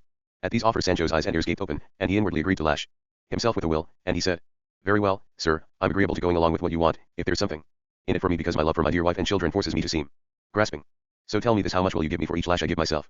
If I were to pay you, Sancho, Don Quixote replied, in proportion to the magnitude and quality of this cure, all the treasure in Venice and all the silver mines of Potosi would be too small a recompense, but look and see how much of my money is left, and then put a price on each lash. The lashes, Sancho replied, number 3,300 odd, and I've given myself about 5 of them so far, so all the rest are still to come. The 5 can count as the odd ones, so we're left with 3,300, which at a quarter of a real each, and I won't take any less even if the whole world tells me to. Makes 3,300 quarter reals, and the 3,000 makes 1,500 half reals, which makes 750 reals, and the 300 makes 150 half reals, which makes 75 reals. And adding them onto the 750 makes 825 reals in all. These I'll pocket from this money of yours I've got here, and I'll walk into my house a rich and happy man, though a well-lashed one too, because you can't catch trout and keep your bridges dry, and that's all I need say. Oh blessed Sancho. Oh kindly Sancho. Don Quixote replied. Dulcinea and I shall be under an obligation to serve you for as long as heaven spares us. If she recovers her lost self, and no other outcome is possible, her misfortune will have been good fortune, and my defeat a most happy victory. And now consider, Sancho, when you want to start the scourging, to encourage you to make short work of it I'll add 100 reals to the figure. When do I want to start? Sancho replied. This very night, without fail. You make sure we spend it out in the fields under the stars, and I'll cut my flesh to ribbons. Night came, longed for by Don Quixote with all the impatience in the world, as he imagined that the wheels on Apollo's chariot must have broken and that the day was longer than usual, just as happens to lovers, who can never balance the accounts of their desires. At length they took shelter among some welcoming trees a little way off the road where, vacating Rocinante's saddle and the Dun's pack saddle, they stretched themselves out on the green grass and supped from Sancho's stores, and then, after turning the Dun's halter and headstall into a powerful and flexible whip, Sancho walked about 20 paces away from his master and ended up among some beech trees. Don Quixote, seeing him march off with determination and spirit, called out, Be careful, my friend, not to cut yourself to pieces, give yourself a rest between one series of strokes and another, don't be in such a hurry that you breathe your last before you are half done. What I am trying to say is that you mustn't hit yourself so hard that you kill yourself before you reach the number stipulated. And to ensure that you don't lose the game through scoring too few or too many points, I shall stay here where I am, counting the lashes on this rosary of mine. May heaven help you, as your noble Intentions deserve. A good payer's a good pleasure, Sancho replied. I'm planning to hit myself so that it hurts but doesn't kill me. That must be the secret of this miracle. And he stripped to the waist, seized the rope and began to flail himself, while Don Quixote began to count the strokes. By the time he'd given himself 6 or 8 he decided that this joke was in bad taste and its price too low, and he paused and called out to his master that he decided it wasn't a fair bargain. Each of those lashes was worth half a real, not a quarter. You continue, Sancho my friend, and do not flinch, said Don Quixote. I'll double the stakes. In that case, said Sancho, God's will be done, and let it rain lashes. But the sly rogue stopped hitting his back and instead hit the trees, heaving such sighs from time to time that it seemed as if every stroke was tearing his very soul out of his body. The tender-hearted knight, fearful that Sancho might drop down dead and he, through Sancho's recklessness not achieve his goal, called out, Upon my soul, friend, do let the matter rest now. This medicine seems a very drastic one, and it will be better if you take your time. Rome wasn't built in a day.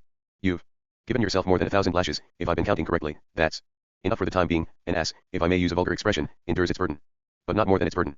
No, no, sir, Sancho replied, nobody's going to say about me, the money paid, the work delayed. Move a bit further away and let me give myself another 1,000 lashes. At least in a couple of bouts like this we'll have finished this little consignment, and there'll still be some merchandise left over. Since you are in such a compliant mood, said Don Quixote, may heaven help you. And you carry on flailing yourself, I'm going away. Sancho resumed his task with so much fervor that he soon stripped many trees of their bark, such was the severity with which he lashed himself. At one point he dealt a peach tree a ferocious lash and screamed, Here Samson and the Philistines shall die. When Don Quixote heard the piteous cry and the crack of the implacable lash, he rushed over and grasped the doubled over halter that Sancho was using as a whip, with the words, Let's not run the risk, Sancho my friend, of your losing your life for the sake of my pleasure, because your life must be used to support your wife and children. Dulcinea can wait for a more suitable occasion, and I shall contain myself within the bounds of hope soon to be fulfilled, and wait for you to recover your strength so that this affair can be concluded to everybody's satisfaction. If that's the way you want it, sir, Sancho replied, all well and good, and just put your cape round these shoulders of mine. I'm sweating and I wouldn't like to catch cold, a danger that novice penitents are exposed to. Don Quixote did so and was left in his shirt sleeves, and he wrapped Sancho up, and Sancho slept until the sun awoke him, and then they resumed their journey, which they finished for the day in a village 10 miles further on. They dismounted at an inn, which Don Quixote recognized as such and not as a castle with its deep moat, towers, portcullises and drawbridge, because now that he'd been defeated his judgment on all subjects was sounder, as will soon be shown. He was lodged in a ground floor room, where in place of leather hangings there were old painted cloths of the sort common in villages. On one of them some clumsy hand had painted the rape of Helen, at the moment when the audacious guest carried her off from Menelaus, and on another was the story of Dido and Aeneas, she on a high tower, apparently signaling with half a sheet to the fugitive guest who was escaping across the sea in a frigate or a brigantine. Don Quixote noted that Helen wasn't too sorry to be stolen away, because she was laughing to herself on the sly, but the lovely Dido was shedding tears the size of walnuts.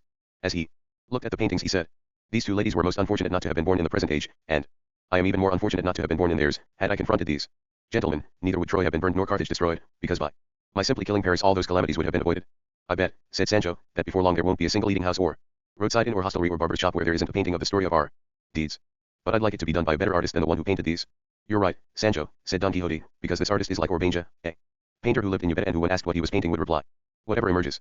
And if he happened to be painting a cockerel he'd write underneath it, this is a cockerel, to stop people from thinking it was a vixen. It seems to me, Sancho, that the painter or writer it comes to the same thing who published the history of this new Don Quixote that has just appeared must be just such a person, painting or writing whatever emerged, or maybe he was like a certain poet called Molian who was to be found hanging about the capital in recent years, and who used to improvise an answer to any question that was put to him, and when someone asked him what Deum de Deo 3 meant, he replied, they'll underpay you. But leaving all that aside, tell me, Sancho, whether you're intending to have another session tonight, and whether you want to have it indoors or out in the open. By God, sir, Sancho replied, for the flogging I'm planning to give myself it doesn't matter whether I'm inside or out, but on second thoughts, I would like to be among some trees. They seem to keep me company and are such a wonderful help to me in my plight. No, Sancho my friend, that isn't the way, Don Quixote replied. To give you a chance to recover your strength we shall wait until we are back in the village, where we shall arrive, at the latest, the day after tomorrow. Sancho replied that Don Quixote could do whatever he liked, but he himself would like to finish that job off while his blood was up and the millstones were grinding well. Because the danger lies in the delay, and God helps them that help themselves, and he gives twice who gives quickly, and a bird in the hand is worth 2 in the bush. No more proverbs, Sancho, for God's sake, said Don Quixote. You seem to be going back to sicut erat in principio. Use plain, straightforward language without complications, as I've so often told you, and you'll soon see how you reap the benefit. I don't know why I have to be so unlucky, said Sancho, that I can't make a point without quoting a proverb, or quote a proverb that to my mind doesn't make a point, but I'll mend my ways, if I can. And with this he stopped talking, for the time being. Chapter LCI. Concerning the arrival of Don Quixote and Sancho at their village. Don Quixote and Sancho spent all that day at the village inn, waiting for nightfall, one of them to bring his exercise in flagellation to a conclusion in the open air, and the other to witness its completion and with it the accomplishment of his desires. Meanwhile a traveller arrived on horseback with 3 or 4 servants, one of whom said to the man, who seemed to be their master, You can rest here, Don Alvaro Tarf sir, while the sun is high the inn seems clean and cool. When Don Quixote heard this he said to Sancho, Look, Sancho, when I thumbed through that book containing the second part of my history, I think I came across the name Don Alvaro Tarf. You could be right, Sancho replied. Let's wait for him to dismount and then we'll ask him. The gentleman dismounted, and the innkeeper's wife gave him a ground floor room opposite Don Quixote's, decorated with painted cloths of the same sort. The recent arrival went to change into more comfortable clothes and, strolling out into the cool, spacious porch, where Don Quixote was pacing up and down, he asked, And where might you be bound for, my dear sir? And Don Quixote replied, To a village near here, where I live. And where are you going? I am on my way to Granada, sir, the gentleman replied, my hometown. And a very fine town it is, too. Don Quixote replied. But please be so kind as to tell me your name, because I think it is going to be of more interest to me to know it then. I can well explain. My name is Don Alvaro Tarf, the guest said. To which Don Quixote replied. I do believe you must be the very same Don Alvaro Tarf who appears in the second part of the history of Don Quixote de la Mancha, recently printed and published by a novice author. Indeed I am, the gentleman replied, and that man Don Quixote, the protagonist of the history, was a very close friend of mine, and I was the one who took him away from home, or at least I persuaded him to travel to Saragossa to take part in just hell there, where I was going, and the truth of the matter is that I did him many favors and prevented the executioner from tickling his ribs for his recklessness. And please tell me, Señor Don Alvaro, am I at all like that Don Quixote to whom you refer? No, certainly not, the guest replied, not in the slightest. And did that Don Quixote, said R1, have with him a squire called Sancho Panza? Yes, he did, Don Alvaro replied, and although he had the reputation of being a comical fellow, not one of his attempts to be funny that I heard ever succeeded. I can believe that all right, Sancho butted in, because not everybody's good at being funny, and that Sancho you're talking about, my good sir, must be some great scoundrel, as much a crook as he's unfunny. I'm the real Sancho Panza, and I'm so funny. It's as if fun had rained down on me from heaven, and if you don't believe me just give me a cry, and follow me around for a year or so, and you'll see how the fun gushes out of me at every turn, so much of it and such high quality that even though most of the time I don't know what I'm saying I make everyone listening to me laugh. And the real Don Quixote de la Mancha, the famous one, the brave and wise one, the lover, the righter of wrongs, the guardian of minors and orphans, the protector of widows and the slaughterer of maidens, the one whose only lady is the peerless Dulcinea del Toboso, is this gentleman here present, who's my master. All other Don Quixotes and all other Sancho Panzas besides us two are so much jiggery-pokery, figures from dreamland. And I believe you too, by God. Don Alvaro Tarf replied. Because you've said more funny things, my friend, in the half a dozen words you've just spoken than the other Sancho Panza managed in all the words I heard from him. He was better at gorging himself than at talking, and was more foolish than funny, and I consider it a certain fact that the enchanters who pursue Don Quixote the good have been chasing after me with Don Quixote the bad. But I don't know what to say. I'd go as far as to swear that I left him in the Toledo madhouse awaiting treatment, and now another Don Quixote pops up here, quite different from mine. I do not know, said Don Quixote, whether I am good, but I do know that I am not the bad Quixote, as proof of which I should like you to know, Don Alvaro Tarf sir, that I have never in my life set foot in Saragossa. On the contrary, having been told that the fantasy Don Quixote had taken part in the jests in that city, I refused to go there, to prove to all the world that he is a fraud. And so I went straight on to Barcelona, the storehouse of courtesy, the refuge of strangers, the hospital of the poor, the homeland of the brave, the avenger of the affronted and the appreciative returner of firm friendship, unique in its setting and its beauty.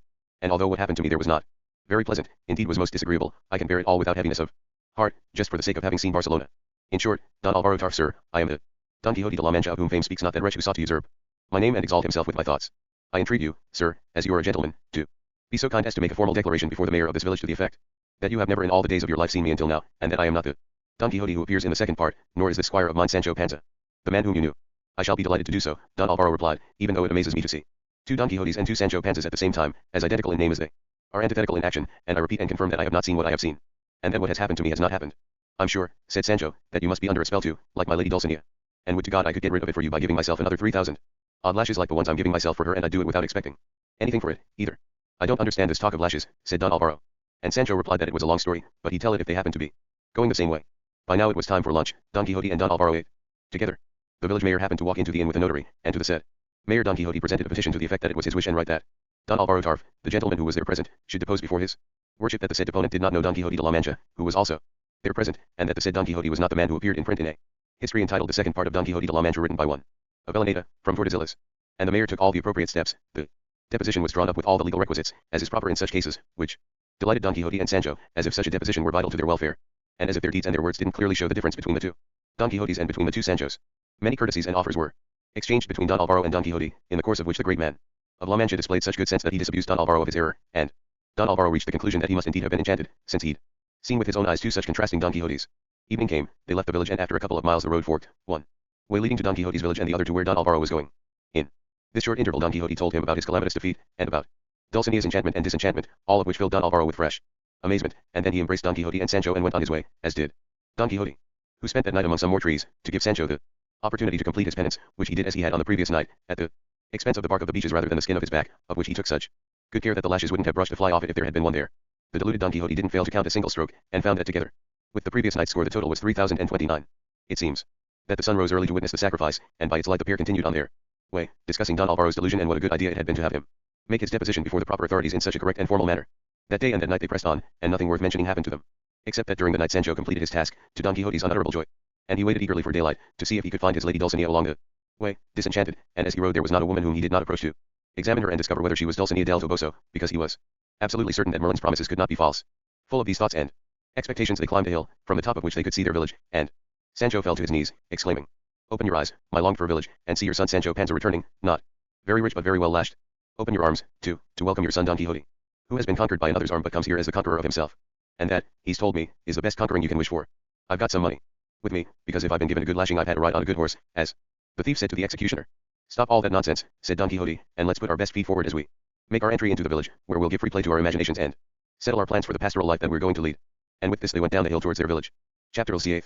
About the omens that Don Quixote encountered as he entered his village, together with other events that adorn and authenticate this great history. As they approached it, according to Side Hammett and Edgley, Don Quixote saw two boys squabbling on the threshing floor, and one said to the other, "Don't keep on, Periquillo, that's something that's never ever going to happen." Don Quixote overheard him, and said to Sancho, "Didn't you hear, friend Sancho, what that boy said? That's something that's never ever going to happen." "And who cares," said Sancho, "what the boy said?" "Who cares," replied Don Quixote. "Can't you see that if you apply these words to my hopes, they mean that I'll never see Dulcinea again?" Sancho was about to reply when he was stopped by the sight of a hare dashing across the fields, chased by many greyhounds and huntsmen, and in its terror it sought shelter, and squatted between the Don's feet.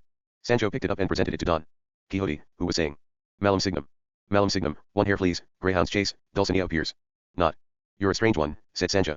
"Let's suppose that this here hare is Dulcinea del Toboso and those there greyhounds chasing it are the knavish enchanters that turned her into a peasant girl. She runs away, I grab her and put her into your charge, and now she's in your arms and you're caring for her, so how can that be a bad sign, and what bad omen can you see in that?" The two squabbling boys came to look at the hare, and Sancho asked one of them why they'd been quarreling. The answer came from the one who'd said that's something that's never ever going to happen. He had taken a cricket cage from the other boy and was never ever going to give it back to him. Sancho took 4 quarter reals out of his waist pouch and gave them to the boy for the cage, which he placed in Don Quixote's hands, saying, "Here you are, sir, your omen's foiled and come to naught, and I might be a fool, but to my mind they haven't got any more to do with our affairs than last year's clouds. And if I'm not much mistaken, I've heard the village priest saying that sensible Christian persons shouldn't pay any attention to such nonsense, and you yourself told me the same thing a few days back, and showed me that all Christians who heeded omens were idiots. But there's no need for me to keep on about it. Let's go into the village." The huntsman came up and asked for their hare, and Don Quixote gave it back to them. The pair continued, and in a meadow on the outskirts of the village they found the priest and the graduate Carrasco at their devotions. It should be mentioned that Sancho Panza had draped over his dun and the bundle of armor, as a kind of sumpter cloth, the buckram robe with flames painted all over it that he'd been made to wear in the Duke's castle on the night Altisidora came back to life. And he'd also put the inquisitional cardboard cone on the donkey's head, the most original transformation and adornment ever effected on any ass in the world. The pair were immediately recognized by the priest and the graduate, who ran over to them with open arms.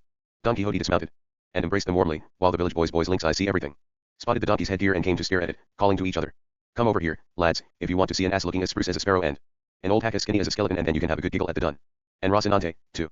Finally, surrounded by boys and accompanied by the priest and the graduate, they entered the village and went to Don Quixote's house, and at the door they found the housekeeper and the niece, who'd already been told of his arrival. So too had Teresa Panza, Sancho's wife, who, disheveled and half-naked, clutching her daughter Sanchica by the hand, hurried out to meet her husband, and when she saw that he wasn't as smart as she thought a governor ought to be, she said, "Why are you looking like that, husband? I'd say you've come here on foot and it hasn't done your feet much good either. You look more unruly than a ruler." "Shut up, Teresa," Sancho replied. "Often where there are hooks there isn't any bacon to hang on them, so let's go home, and then you'll hear marvels. I brought some money back with me, and that's what counts, and I've earned it with my own wiles, without doing any harm to anybody." "So long as you brought some money back, good husband," Teresa said, "you can have earned it this way or that. For all I care, however you've earned it, you won't have started up any new customs in the world." Sanchica hugged her father and asked him if he brought anything for her. She'd been longing to see him like rain in a drought, and with her hanging onto one side of his belt, and pulling his dun along behind her, and his wife holding his hand, they made for their house, leaving Don Quixote in the care of his niece and his housekeeper, and in the company of the priest and the graduate. Without a moment's delay, Don Quixote took the graduate and the priest aside and gave them a brief account of his defeat and of the promise that he'd made not to leave the village for a year, which he intended to keep to the letter, without breaking it in the slightest detail, as became a true knight-errant, bound by all the discipline and order of knight-errantry, and he added that his intention was to become a shepherd for the year, and amuse himself in the solitude of the fields, where he could give free rein to his thoughts of love as he practiced that virtuous pastoral way of life, and that he entreated them, if they didn't have too much to do and weren't prevented by more important matters, to consent to be his companions. He'd buy sheep enough to qualify them as shepherds, and he could tell them that the most essential part of the business was already settled, because he'd provided them with names that would fit like gloves. The priest told him to say what they were. Don Quixote replied that he himself was going to be called the shepherd Quixote, the graduate the shepherd Carrascan, the priest the shepherd Quirambro, and Sancho Panza the shepherd Panzano. They were both astonished at Don Quixote's latest delusion, but to prevent him from wandering away from the village again on his chivalric exploits, and in the hope that during the year he might be cured, they consented to his new project, acclaimed his folly as sound sense, and agreed to join him in his new way of life. "And what's more," said Sanson Carrasco, "as everybody knows, I'm a famous poet, and at every turn I'll write pastoral verse or courtly verse or whatever verse best suits my purpose, to keep us amused in the God-forsaken places where we're going wandering. And what's most essential, gentlemen, is for each of us to choose the name of the shepherdess he's going to honor in his verses, and for us not to leave a single tree, however hard the wood, where her name isn't carved, as is the habit and custom among shepherds in love." "That is most fitting," Don Quixote replied, "even though I have no need to search for the name of a fictitious shepherdess, because I already have the peerless Dulcinea del Toboso, the glory of these river banks, the ornament of these meadows, the mainstay of beauty, the cream of all the graces, and, in short, one worthy to receive all praise, however hyperbolical it might appear to be." "Quite right too," said the priest, "but the rest of us will look for nice obliging shepherdesses will be just what the doctor ordered." To which Sanson Carrasco added, "And if they haven't got appropriate names, we'll give them the names of the shepherdesses that come printed in all those books, the world's full of them. Phyllis's, Amaryllis's, Diana's, Florida's, Galatees, Belisardas, and since they're sold in the market squares, We've got every right to buy them and keep them for ourselves. If my lady, or, more accurately, my shepherdess happens to be called Anna, I'll sing her praises under the name of Anarda. If she's Francisca, I'll call her Francinia. If she's Lucia, Lucinda, and so on and so forth. And if Sancho Panza is going to join the club, he can sing his wife's praises with the name Teresina. Don Quixote laughed at the invention of the name, and the priest lauded his virtuous and honorable decision, and again offered to accompany them for as long as he could spare from his unavoidable duties. With this they took their leave and advised and begged him to take care of his health, and to indulge in everything that was good for him. As fate would have it, his niece and housekeeper overheard the conversation between the three men, and as soon as Don Quixote was alone they walked in, and the niece said, "What's all this, uncle? Just when we were thinking you'd come back home to stay and to live a quiet and honorable life here, you want to go off into yet more labyrinths, turning yourself into a little shepherd, coming, little shepherd, going, to. Well, the plain fact is the straw's a bit old for making whistles." To which the housekeeper added, "And are you going to be able to put up with the heat of the summer afternoons, the damp of the winter nights, the howling of the wolves, out there in the country? Of course not. That's a job for strong men, brought up and hardened to it pretty well since they were babes in arms. And of the two evils it's better to be a knight-errant than a shepherd. Look, sir, take my advice, which I'm not giving you on a belly full of bread and wine but on an empty stomach and 50 years of experience. Stay at home, look after your property, go often to confession, give alms to the poor, and on my conscience, be it if I'm wrong." "Hush, my daughters," Don Quixote replied, "I know what's good for me. Take me to my bed now, because I don't feel very well, and rest assured that, whether an actual knight-errant or a would-be shepherd, I shall never fail to provide for your needs, as you will see for yourselves." And his good daughters, as the housekeeper and the niece surely were, took him to his bed, where they gave him some food and lavished all possible attentions on him. Chapter Civ. Concerning how Don Quixote fell ill, the will that he made, and his death.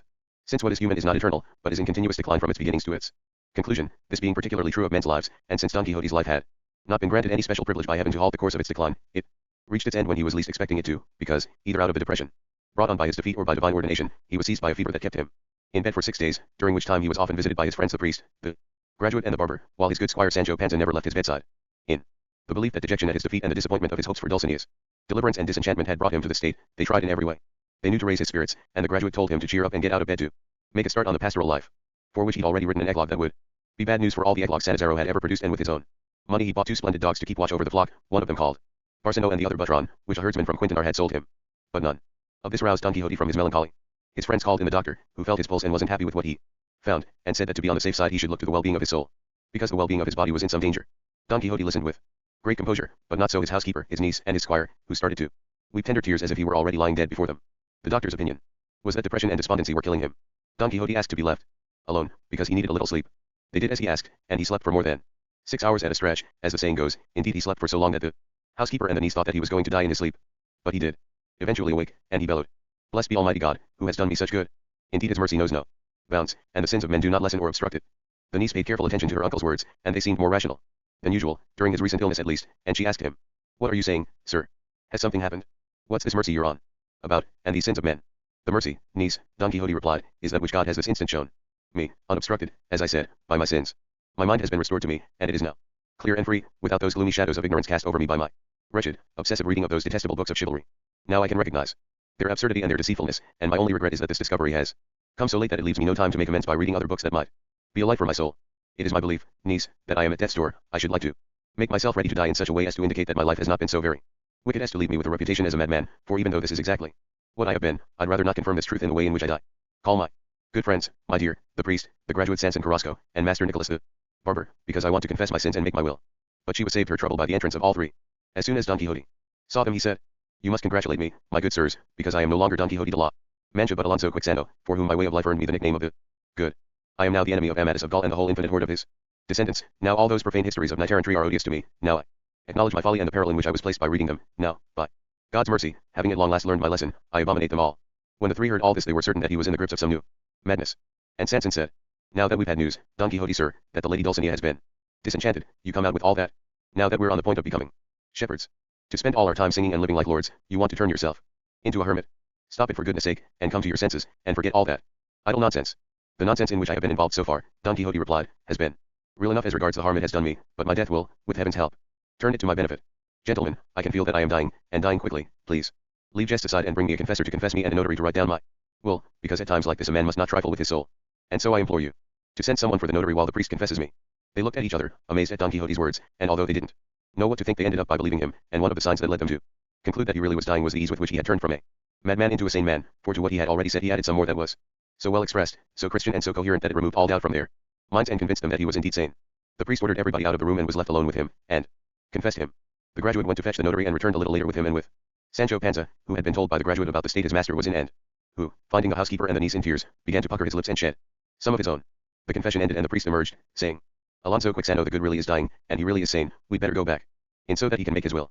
This news was a terrible stimulus for the housekeepers, the nieces and the good Squire Sancho Panza's swollen eyes, so much so that it made the tears burst from them. And 1,000 deep sighs burst from their breasts, because the truth is, as has been said before, that while Don Quixote was plain Alonso Quixano the good and while he was Don Quixote, too he was always of gentle disposition and affable behavior, and well loved not only by his own household but by everybody who knew him. The notary went in with the others, and once he had drawn up the heading and Don Quixote had disposed of his soul with all the necessary Christian formalities, they reached the part concerning the disposal of property, and he said, Likewise it is my will that with respect to certain monies in the possession of Sancho Panza, whom in my madness I made my squire, inasmuch as between the two of us there has been a certain amount of haggling, of give and take, he should not be held accountable for them, nor should any claim be made against him, but that, if anything remains after he has paid himself what I owe him, it should all be his, although there will be little enough of it, and much good may it do him, and if, just as when I was mad I helped to procure for him the governorship of an island, I could now that I am sane make him the ruler of a kingdom, I would do it, because the straightforwardness of his character and the fidelity of his conduct deserve it. And turning his face towards Sancho, he said, Forgive me, my friend, for making you seem mad, like me, and for making you fall into my own error of believing that knights errant ever have existed or do exist. Oh no, don't die, master. Sancho replied, crying, Take my advice and live for a long time, because the maddest thing a man can do in this life is to let himself die. Just like that, without anybody killing him or any other hands except the hands of depression doing away with him. Come on, don't be lazy, get out of that bed of yours. And let's go off into the countryside dressed up as shepherds as we said we would. And perhaps behind some bush or other we'll find a lady Dulcinea, disenchanted and looking as pretty as a picture. If you're dying from sadness because you were defeated, you just blame me and say you were knocked down because I didn't girth Rocinante properly, and what's more you must have read in your books of chivalry that it's an everyday event for knights to knock each other down, and for the one who's defeated today to be the victor tomorrow. Very true, said Sanson, and the worthy Sancho Panza has hit the nail right on the head. Not so fast, gentlemen, said Don Quixote, you won't find this year's birds in last year's nests. I was mad, and now I am sane, I was Don Quixote de la Mancha and now, as I said, I am Alonso Quixano the good. May my repentance and my sincerity restore me in your eyes to the esteem in which I used to be held, and let the notary continue taking down my will. Likewise I bequeath all my estate in its entirety to my niece Antonia Quixana, here present, once what is needed for my other bequests has been deducted from the most readily disposable part of it, and it is my will that the first of these shall be the payment of the wages that I owe my housekeeper for all the time that she has been serving me, and in addition 20 ducats for a dress. I appoint the priest and the graduate Sanson Carrasco, here present, to be my executors. Likewise it is my will that if my niece Antonia Quixana should wish to marry, it must be to a man about whom it has first been formally established that he does not so much as know what books of chivalry are, and if it is discovered that he does, and, despite that, my niece still insists on marrying him, and she does so, she is to forfeit everything that I have left her, and my executors can distribute it in pious works as they see fit. Likewise I request the aforementioned gentlemen, my executors, if they are fortunate enough to meet the author who is said to have written the history that is circulating under the title of the second part of the exploits of Don Quixote de la Mancha, to beg him, on my behalf, as earnestly as they can, to forgive me for unintentionally having provided him with the opportunity to write all the gross absurdities contained in that book, because I am leaving this life with scruples of conscience for having given him an excuse for writing them. Here he ended his testament, and was overcome by a fainting fit that prostrated him on his bed. The company was thrown into alarm and hurried to help him, and during the 3 days that he lived after making his will he fainted frequently. The whole house was in turmoil, but still the niece ate, the housekeeper toasted, and Sancho Panza enjoyed himself, because inheriting always does something to dispel or temper in the air the thoughts of the grief that the dead man will, of course, leave behind him. Eventually Don Quixote's last day on earth arrived, after he had received all the sacraments and had expressed, in many powerful words, his loathing of books of chivalry. The notary was present, and he said that he'd never read in any book of chivalry of any knight errant dying in his bed in such a calm and Christian manner as Don Quixote, who, amidst the tears and lamentations of everybody present, gave up the ghost, by which I mean to say he died. At which the priest asked the notary to write out a certificate to the effect that Alonso Quixano the good, commonly known as Don Quixote de la Mancha, had passed on from this life, and died from natural causes. And he said that he was requesting this certificate to deprive any author other than Cide Hamet Benengeli of the opportunity to bring him falsely back to life and write endless histories of his exploits. This was the end of the ingenious Hidalgo of La Mancha, the name of whose village Cide Hamet couldn't quite recall, so that all the towns and villages of La Mancha could fight among themselves for the right to adopt him and make him their own son, just as the 7 cities of Greece contended for Homer. The lamentations of Sancho, the niece and the housekeeper are omitted from this account, as are the fresh epitaphs that were placed upon his tomb, although Sanson Carrasco did have this one put there. This is a doughty knight's repose. So high his matchless courage rose, that, as it's plain enough to see, he granted death no victory, not even when in death's last throes. This world he didn't ever prize. He was a scarecrow in its eyes, and yet he was its bugbear, too. He had the luck, with much ado, to live a madman, yet die wise. And the sage Cide Hamet said to his pen, Here you shall rest, hanging from this rack on this length of brass wire, O quill of mine, whether well trimmed or not I do not know, and here you shall live on for many centuries, unless presumptuous and knavish historians take you down to profane you. But before they touch you, you can warn them and tell them as best you can. Hands off, you paltry knaves. My noble king, let none attempt this enterprise, you know. It's kept for me alone. 1. For me alone was Don Quixote born, and I for him, it was for him to act, for me to write. We two are as one, in spite of that false writer from Tordesillas who has had and may even again have the effrontery to write with a coarse and clumsy ostrich quill about my valiant knight's deeds, because this is not a burden for his shoulders or a subject for his torpid wit. And you can warn him, if you do happen to meet him, to leave Don Quixote's weary mouldering bones at rest in his tomb, and not to try to take him, in the face of all the prerogatives of death, to old Castile, making him rise from the grave, where he really and truly does lie stretched out at full length, quite incapable of any third sally or fresh campaign, because to make fun of all those campaigns waged by so very many knights errant his two are quite sufficient, such has been the approval and delight of all those who have known of them, both in Spain and in foreign realms.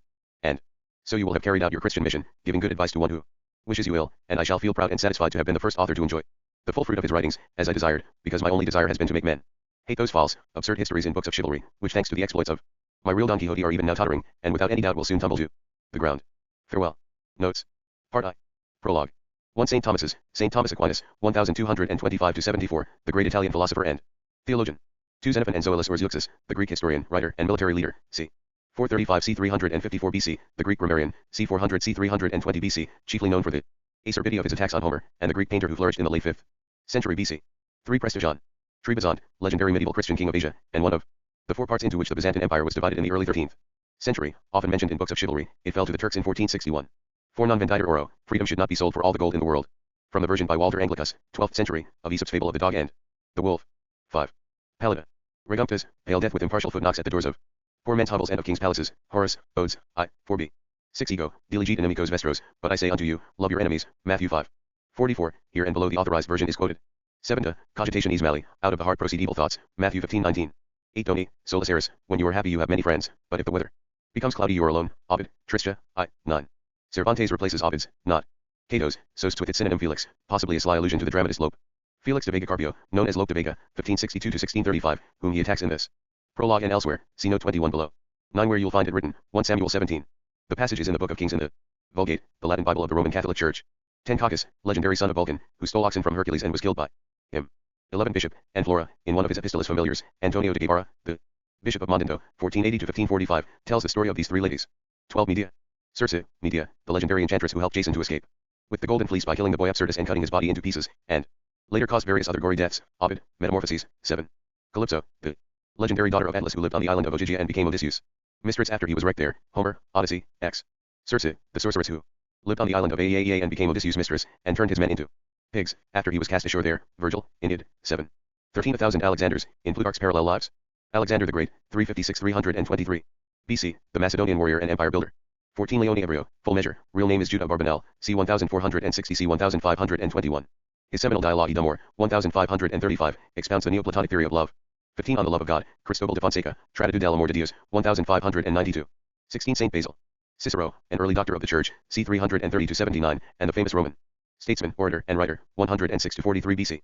17 The plain of Montiel, the plain, in the present-day provinces of Ciudad Real and Albacete, on which Don Quixote's village stands. 18 Urgentati noble, benevolent enchantress, the friend of the famous knight Amadis of Gaul, who was the hero of the most famous and influential Spanish romance of chivalry, immensely popular throughout Europe in the 16th century. The earliest known edition of Amadis de Gaula, a version by Garcia Rodriguez de Montalvo, dates from 1508.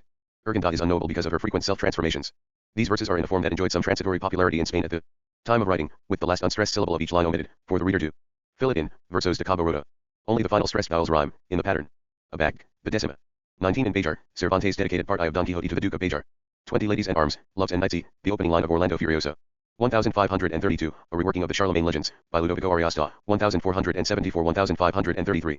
21 On Your Fine Seu, Lope de Vega, with whom Cervantes was not on good terms, was fond of including elaborate shields of arms in the frontispieces of his books, as well as prefacing them with arrays of complimentary sonnets and including many shows of erudition. See also N8 above. 22 Alvaro de Lu. Dame Fortune's Stew, Don Alvaro de Luna, 1390-1453, the favorite of Juan II, held absolute power at court for 30 years until he was disgraced and beheaded. After Hannibal saw his immense power collapse he killed himself in 183 BC. Francis I of France was captured by the Spaniards at the Battle of Pavia, 1525, and held captive in Spain. 23. Juan Lottie, Juan Latino, DC 1573, humanist and son of an African slave. 24 Pina Pobert's rugged face, a desolate island to which Amadis retreated after a tiff with his lady Oriana. 25 So long in the fourth sphere, in terms of Greek mythology, so long as the sun comes out each day. The universe was believed to consist of a number of concentric spheres. 26 Sir Belianis of Greece, irascible protagonist of the romance of chivalry Don Belianis de Grecia, 1547 and 1579, by Geronimo Fernandez. 27 The Lady Oriana, mistress and later secret wife of Amadis of Gaul, who lived in Miraflores Palace, 2 leagues from London, where she became pregnant and shunned all company. 28 Villadiego is Divi, in Act 12 of Fernando de Rojas's Tragicomedita.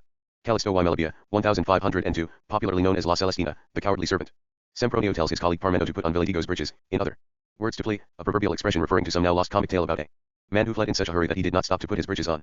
29 The Great Baby, Baby Ka was the horse of the legendary 11th century Castilian hero Rodrigo Diaz de Vivar, El Cid, immortalized in the epic Poematomia. Cid, 1207. 30 Lizery, to his blind Ma, the first picaresque novel, La Vida de Lizarilota. Tormes, 1554, by an unknown author, in the first chapter Lizarillo's wary blind master clutches the jar of wine, but the boy uses a straw to drink some. 31 Harried by sweet Angelica, in Ariosto's Orlando Furioso, Angelica, the princess of Cathay, sends the hero mad, by her preference for the young Moor Metero. 32 Moor and Scythian foe, Moors and Scythians were legendary for their fierceness in battle.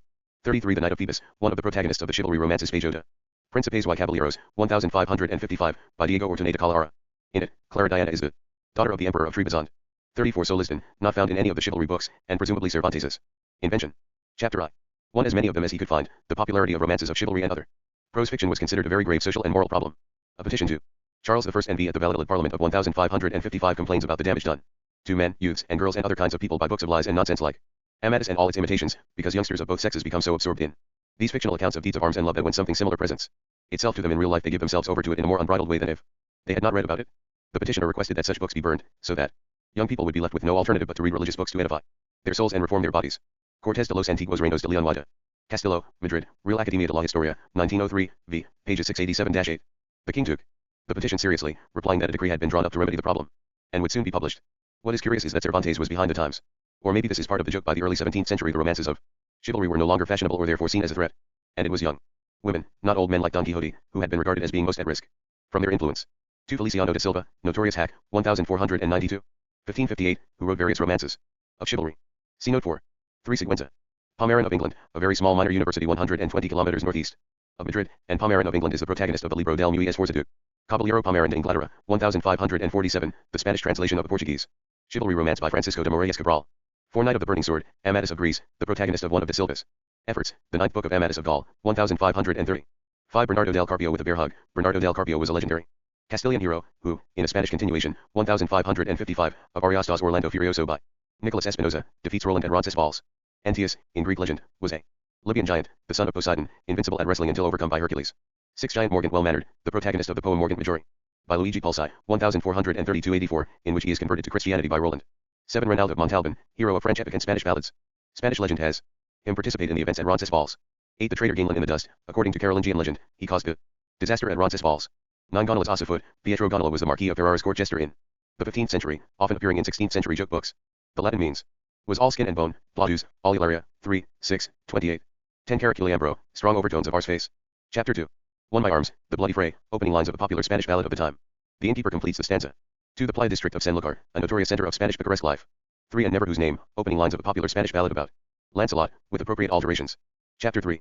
1. Perquillos, and Ventillas in Toledo, list of disreputable districts in various Spanish towns and cities. 2 Dona Tolosa. Only members of the aristocracy were entitled to affix the titles Don and Dona to their names. Quixote himself, as a mere hidalgo, has no business to do so, and drops the title as soon as he regains his sanity.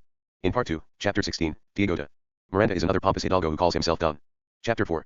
1. You dare to use that word in my presence. The mention of the verb to lie was considered an insult not just to the one accused but to any high-ranking person who was present, particularly if he had taken the side of the accused. 2 Saint Bartholomew, apostle said to have been flayed alive in Armenia. 3 Guadarrama Spindle, the Sierra de Guadarrama is a mountain range to the north of Madrid. Nobody has been able to explain why Don Quixote claims that spindles made there are particularly straight. Chapter V.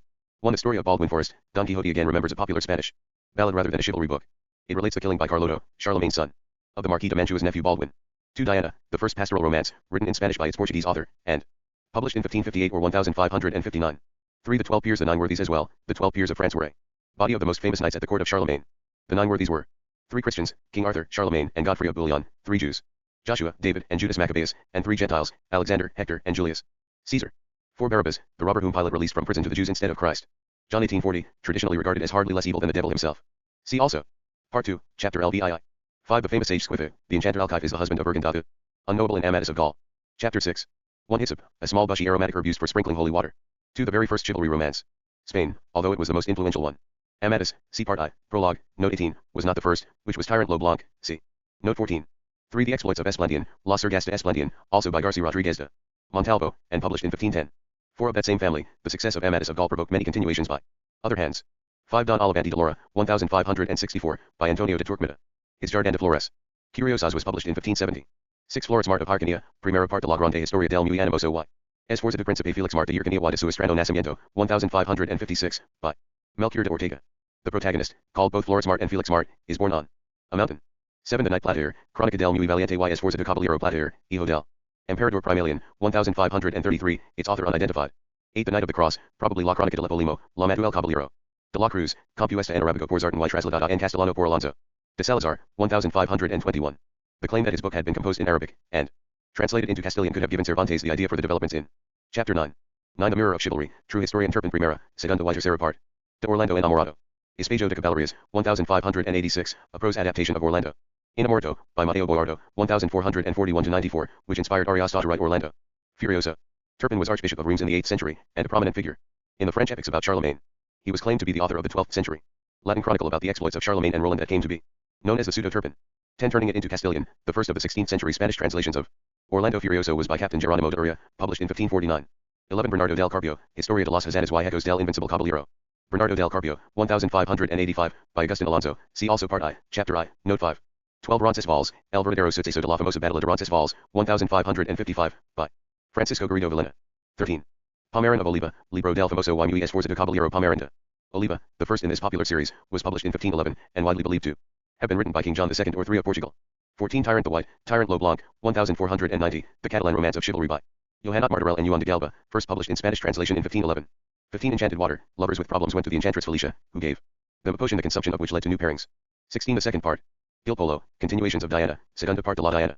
De Jorge de Montemayor, 1564, by Alonso Pérez, and Diana Enamorada, 1564, by Gaspar Gil Polo, of considerable literary quality. 17. Lofreso, a Sardinian poet, another pastoral romance, Los Dias Libros de Fortuna. De Amor, 1573. 18. The Shepherd of Iberia. The Undeceptions of Jealousy, 3 more pastoral romances, El Pastor de Iberia, 1591, by Bernardo de la Vega, Primera Parte de los Ninfas y Pastores de Henries, 1587, by Bernardo González de Bobadilla, and Desengano de Silos, 1586, by Bartolomé López de Enciso. The first is the most recently published book mentioned in this chapter. 19. The Shepherd of Filida, El Pastor de Filida, 1582, by Luis Galvez de Montalvo. 20. The Treasury of Divers Poems, Tesoro de Varias Poesias, 1580, by Pedro de Padilla. 21. López Maldonado's Book of Songs, Cancionero, 1586, including 2 poems by Cervantes. López Maldonado, Padilla, and Galvez de Montalvo were friends of Cervantes. 22. Galatea. Cervantes, the Primera Parte de la Galatea, 1585, his own pastoral romance. He kept promising a second part, but never produced it. 23. Araucana. Montserrat, 3 works of heroic poetry, La Araucana, 3 parts. 1569-89, La Austriata, 1584, and El Montserrat, 1587. 24. The Tears of Angelica, Primera Parte de la Angelica, 1586, by Luis Barahona de Soto. It continues the story of Angelica and Medoro from Orlando Furioso. The same author's Actaeon paraphrases Ovid's Metamorphoses. Chapter 7. 1. Carolia. Luis de Avila, the 2 parts of La Carolia, 1560, a heroic poem by Geronimo Semper about the exploits of Charles I Envy, La Primera y Segunda Parte. De El León de España, 1586, a similar poem by Pedro de la Vesela. Luis de Avila wrote a factual prose chronicle about Charles's deeds, 1584, Comentarios de la Guerra de Alemana, Hecate de Carlos V, published in Venice in 1548, but no poem. Luis Zapata did, however, write one, Carlo Famoso, 1566. 2. Freston, the enchanter in Don Billionis de Grecia is Freston. Chapter 8. 1. The giant Briareus, a titan in Greek and Roman mythology. Briareus had 50 heads and 100 arms. 2. Diego Pérez de Vargas many Moors, at the Battle of Arras, 1233. 3. Agarics, character in Amadis of Gaul, fond of menacing people with these words. Chapter 9. 1. Who go their way, probably from some old ballad, now lost. Quoted again in Part I, Chapter XLIX and Part 2, Chapter 16. 2. Platir, the exploits of the hero of the night Platir are presented as having been recorded by the sage Galtenor. 3. Better and older language, Hebrew. 4. Side Hamid ben Enjli, Side is a title, meaning my lord, Hamid is the Spanish version of the Arabic personal name Hamed, meaning he who praises, and ben Enjli is a comic invention suggesting the idea of aubergine eater, via the Spanish berenjena, aubergine, popularly considered at the time to be the favorite food of the people of Toledo. 5. Ajpecia, present-day Croatia, in the province of Pazico. Chapter X. 1. The Holy Brotherhood, La Santa Hermandad, the rural police, who were invested with the power to judge and punish those they arrested.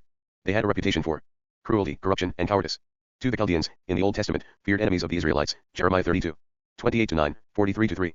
3. The Balsam of Fierabras, in Carolingian legend, a balsam, in which Christ had been embalmed, with miraculous healing properties when drunk. It was stolen in 2 barrels by the Saracen giant Fierabras when he conquered Rome, in another version, Jerusalem, and later returned to Rome by Charlemagne. 4. Mambrino's helmet, which cost Sacripant so dear, in Boiardo's Orlando Enamorado, see Part I, Chapter 6, Note 9. Mambrino is a Moorish king whose enchanted helmet Renald of Montalban wins in battle. In Ariosto's continuation, Orlando Furioso it is Dardinel, not Sacripant, Angelica's lover, who is defeated and killed by Renald, thanks to the helmet. 5. Fell upon Albraca to carry off the fair Angelica, in Orlando Enamorado. Agricane besieges the castle of Albraca, where Angelica is being held by her father, with an army of 2,200,000 knights. 6. The kingdom of Soliadisa, there is a princess Soliadisa in Clamades y Carmonda. 1562, and a kingdom of Sobradisa in Amadis of Gaul. Chapter 11. 1. He that humbleth himself shall be exalted, Luke 18. 14. 2. Another Cretan labyrinth, Don Quixote refers to the labyrinth constructed, according to legend, at Knossos in Crete to house the Minotaur. Chapter 12. 1. The mystery plays for Corpus Christi, auto sacramentals, plays on religious themes, were traditionally performed as part of the celebrations that took place during the week following Corpus Christi, the commemoration of the Eucharist on the Thursday after Easter Sunday. Chapter 13. 1 Quintanona, Spanish edition to Arthurian myth. 2 Let no man, their lord, Ariosto, Orlando Furioso, Canto 24. 3 Augustus Caesar. Mantuan poet ordered in his will, Virgil is said to have ordered his Aeneid to be burned, because he had not been able to perfect it. Augustus. Caesar refused to heed Virgil's will, and ordered the poem to be published. Chapter 14. 1 The much envied owl, in popular belief, birds of prey attacked owl's eyes out of envy. For their size and beauty. 2 Father Tagus banks.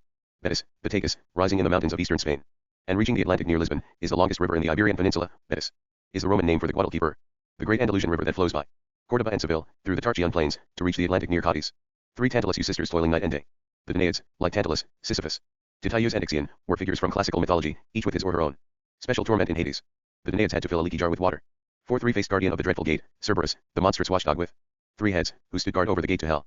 5 Ride Rougsped her father Tarquin, Tullius' father, over whom she drove her chariot, was Servius Tullius, not Tarquin, who was her husband. Chapter 15. 1. After the Knight of the Sun had been caught in a trap, this curious incident is Don Quixote's creation. It is not narrated in any of the romances of chivalry about the Knight of the Sun. 2 Silenus, the tutor on a handsome ass, Bacchus tutor rode into the Thebes in Boeotia, not the Thebes in Egypt, the city of the 100 gates. Chapter 16. 1 An Asturian lass. Asturias is a region in northwest Spain, whose inhabitants had in earlier times a reputation for being wild and uncouth. 2 Muleteers of Arevalo. Most muleteers were Moriscos. It is not known why a special mention is made here of Arevalo, a town near Avila, in central Spain. 3 Tablant de Ricamonti deeds of Count Tamillas, La Coronica de los Nobles. Caballeros Tablant de Ricamonti y de Joffre hijo del Conde de Donassen, 1513, a translation of a French chivalry romance, and Historia de Enrique de Oliva, 1498. A version of a French epic poem, in which Count Tamillas is a secondary character. Chapter 17. 1 In the Vale of Staffs, the narrator refers to the beating by the men from Yanguas by quoting from an old ballad about the Cid. 2 The Harriet Quarter in Seville, places of ill repute. Chapter 18. 1. The great island of Taprobana, Sri Lanka. Alapantharan and most of the other warriors are Don Quixote's inventions, as well as some of the places that they come from. 2 King of the Garamantes. In ancient times the Garamantes were a barbarous and ferocious African people. 3 Xanthus. Don Quixote moves from his fantasy chivalresque heroes to real peoples. First of Asia and Africa and then of Spain, mostly identified by the rivers flowing through their territories, as in Homer and Virgil and some romances of chivalry. The Xanthus was a river in Troy, the Massilian fields were in Africa, Arabia Felix was one of the 3 Arabias, happy, desert, and stony, mentioned above. The Thermodon was a river in Cappadocia, Turkey. The Pactolus was a river in Lydia, in Asia Minor, said to be rich in gold because Midas had bathed in it. The Genil runs by Granada, the Elysian fields were thought by some ancient writers to be near Jerez de la Frontera. The Pisuerga, the old boundary between Leon and Castile, has its source in Palencia and flows into the Duero near Valladolid. The Guadiana flows through La Mancha, some of the way underground, and figures in the episode of the Cave of Montesinos, Part 2. Chapter XXIII. 4 Dr. Laguna's magnificent edition, Andres Laguna, 1499-1560, was a famous doctor, whose heavily annotated translation of the Greek physician's treatise on the medicinal properties of over 600 plants was published in 1555. 5 Since his reign on the just and on the unjust, cf. Matthew 5. 45. Chapter 19. 1. I've come from his hometown.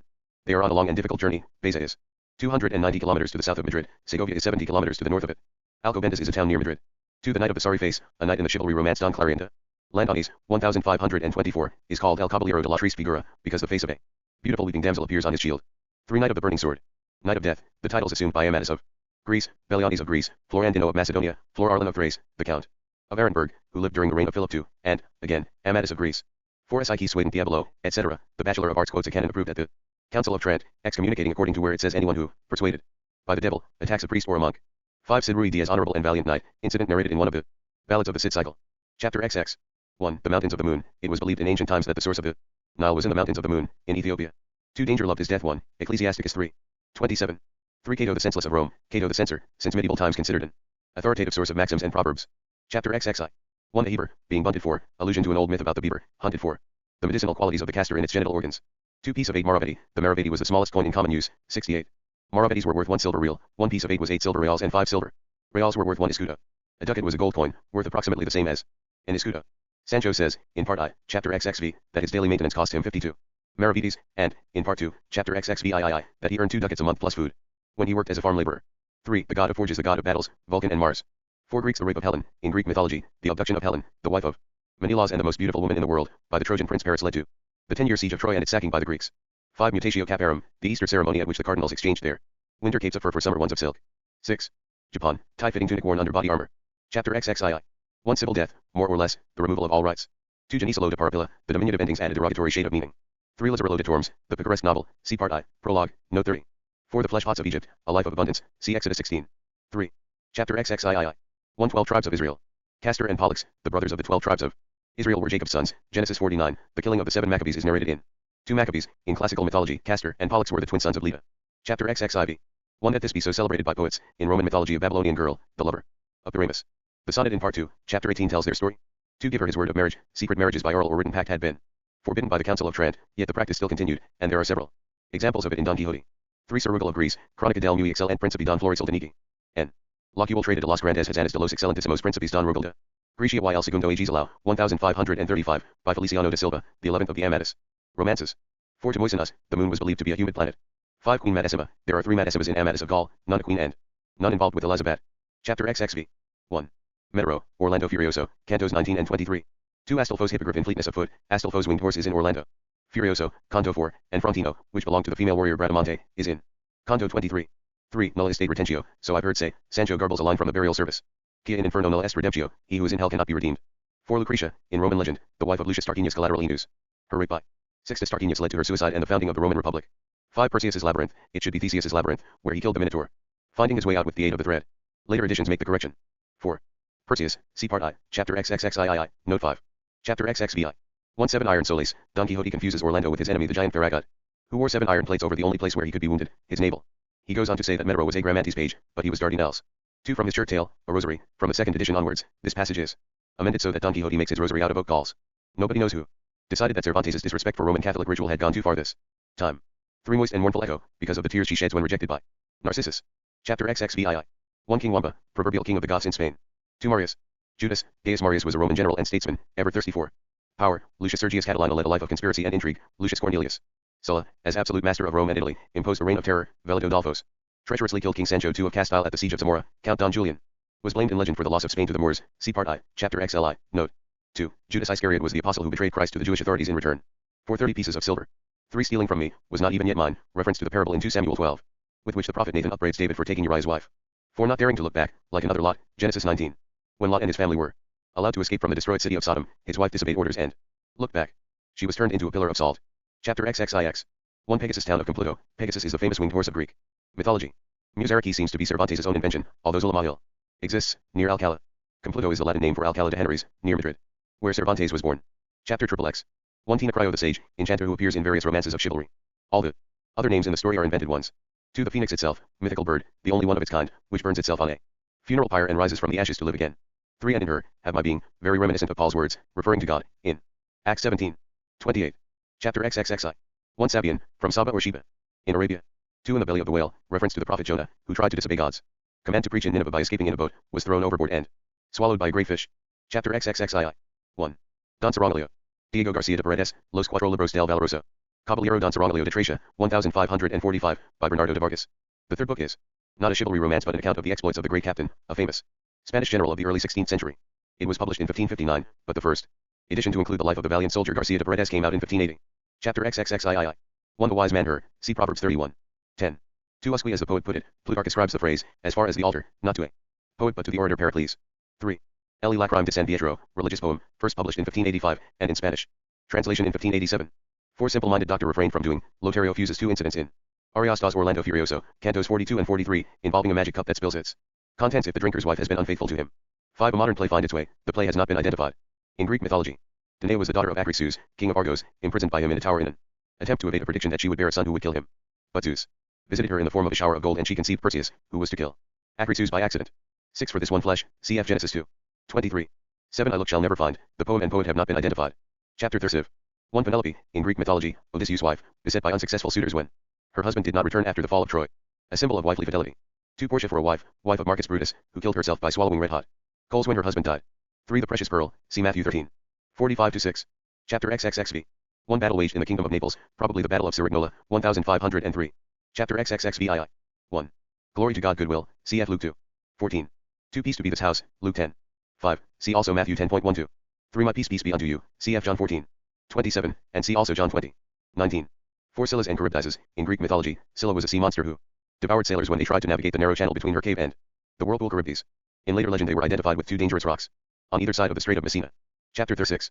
1 Duke of Alba was marching to Flanders. The Duke of Alba, Fernando Alvarez de Toledo, arrived in Brussels with 10,000 men on August 22, 1567, having marched from Alessandria, a city some 80 kilometers southwest of Milan, to the executions of Count Egmont and Count Hoorn, in Brussels, June 5, 1568. 3 Diego de Urbina, under whom Cervantes fought at Lepanto. The captive's tale is based on Cervantes' own experiences as a soldier and slave, but when he returned to Spain he was not accompanied by a Moorish woman. 4 The alliance a lamentable, disastrous loss, in 1570-71. The alliance was the Holy League, formed May 25, 5. Don John of Austria later did at Messenia, he reached Genoa, from Barcelona, on July 26, 1571, and Messenia, in the south of the Peloponnese, on August 23. 6. That glorious battle. The naval battle of Lepanto, October 7, 1571, in which an alliance of Mediterranean Christian states defeated a large Turkish fleet, and Cervantes lost the use of his left hand. 7. Navarino, port in the Gulf of Messenia. 8. Taken Tunis from the Turks, October 11, 1573. 9. The Goletta just outside Tunis, the Goletta, the fort at the mouth of the Bay of Tunis, was taken by the Turks on August 23, 1574. It had been occupied by a Spanish garrison since Charles V and I had captured it in 1535. 10. Don Pedro de Aguilar, a fictional creation, unlike the other people mentioned in the Captive's Tale. Chapter XL. 1. Friar Puck, El Fraden, the nickname given to the Italian engineer Jacome Palazzo. 2. Something Saavedra, i.e. Miguel de Cervantes Saavedra. 3. Haji Murad Albeda, an important Moor of this name, a renegade, in fact, who was living in Algiers at this time, and a fortress near Oran, on the Mediterranean coast of Algeria. Chapter XLI. 1. Are not Mami slaves. Are not Mami was the Albanian renegade who captured Cervantes in September 1575. 2. La Cabarumia. Spain was lost, according to medieval legend. Count Julian, the governor of Ceuta, see Part I, Chapter XXVII, Note 2, allowed the Moors to conquer Spain to avenge himself on King Rodrigo, who had seduced Count Julian's daughter, Florinda, La Cava. Chapter Slyin. 1. Palinurus, pilot of Aeneas's fleet. 2. Three-faced luminary, the moon, in classical tradition. The faces are waxing, full and waning. 3. Wanton and great consumed by jealousy and love, in Greek mythology, the nymph Daphne fled from Apollo, the sun, over the plains of Thessaly, and the river Peneus, her father, turned her into a laurel bush to save her from him. 4. Medusa, in Greek mythology, one of the Gorgons, 3 sisters with snakes for hair, who had the power to turn anyone who looked at them to stone. 5. Lurgandio, enchanter, the mentor of the Knight of Phoebus, see Part I, Prologue, Note 33. Chapter XLV. 1. The turmoil in King Agramantes' camp, in Orlando Furioso, Canto 27, Agramantes, the chief of the Moors who besieged Charlemagne in Paris. The Archangel Michael sends discord into the Moorish camp, but Agramant and Sabrino restore order. Chapter XLVI. 1. The peace and calm of Octavian's time, the proverbial peace enjoyed by Rome under its first emperor, 63 BC at 14. 2. Sicut erat in principio, as it was in the beginning, from the Gloria Patri. 3. The bright pursuer, in his natural and rapid course, before Apollo or the sun, the pursuer of Daphne, see Part I, Chapter Slyin, Note 3, has twice visited all the signs of the zodiac, in other words within 2 years. 4. The sage Mentironiana, not taken from any chivalry book or classical myth. The name has implications of liar. Chapter Slaya. 1. Zoroaster, or Zarathustra, the Persian king who reformed his country's religion in about 800 BC, but who came to be popularly regarded as the inventor of magic. 2. Tale of Rincon and Corte story by Cervantes in the picaresque tradition. Published as one of his novellas exemplars in 1613. They are a collection of 12 short tales loosely modeled on the Italian novelli of the 15th and 16th centuries, and their subject matter ranges from adventure and intrigue to realistic studies of contemporary low life. 3. Villalpando summaries, Gaspar Cardillo de Villalpando, Summa Summularum. 1557, a university textbook.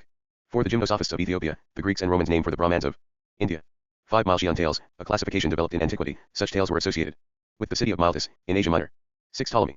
Marco Polo, the famous Greek astronomer and geographer of the 2nd century, and the Italian explorer of the East, c. 1254 c. 1324. 7. Sinon. Zopyrus, Sinon persuaded the Trojans to take the wooden horse into their city. Euryalus was a Greek warrior famous for his friendship with Nisus, Virgil. Aeneid, v. 286-361, Zopyrus was a Persian nobleman who mutilated himself as a trick to enable his king Darius to capture a besieged city. Chapter Slay 8. 1. The two princes of Greek and Latin poetry, Homer and Virgil. 2. Isabella, Phyllis, and Alexandra, La Isabella, La Phyllis, and La Alejandra, by Lupercio. Leonardo de Argensola, thought to have been written between 1581 and 1584.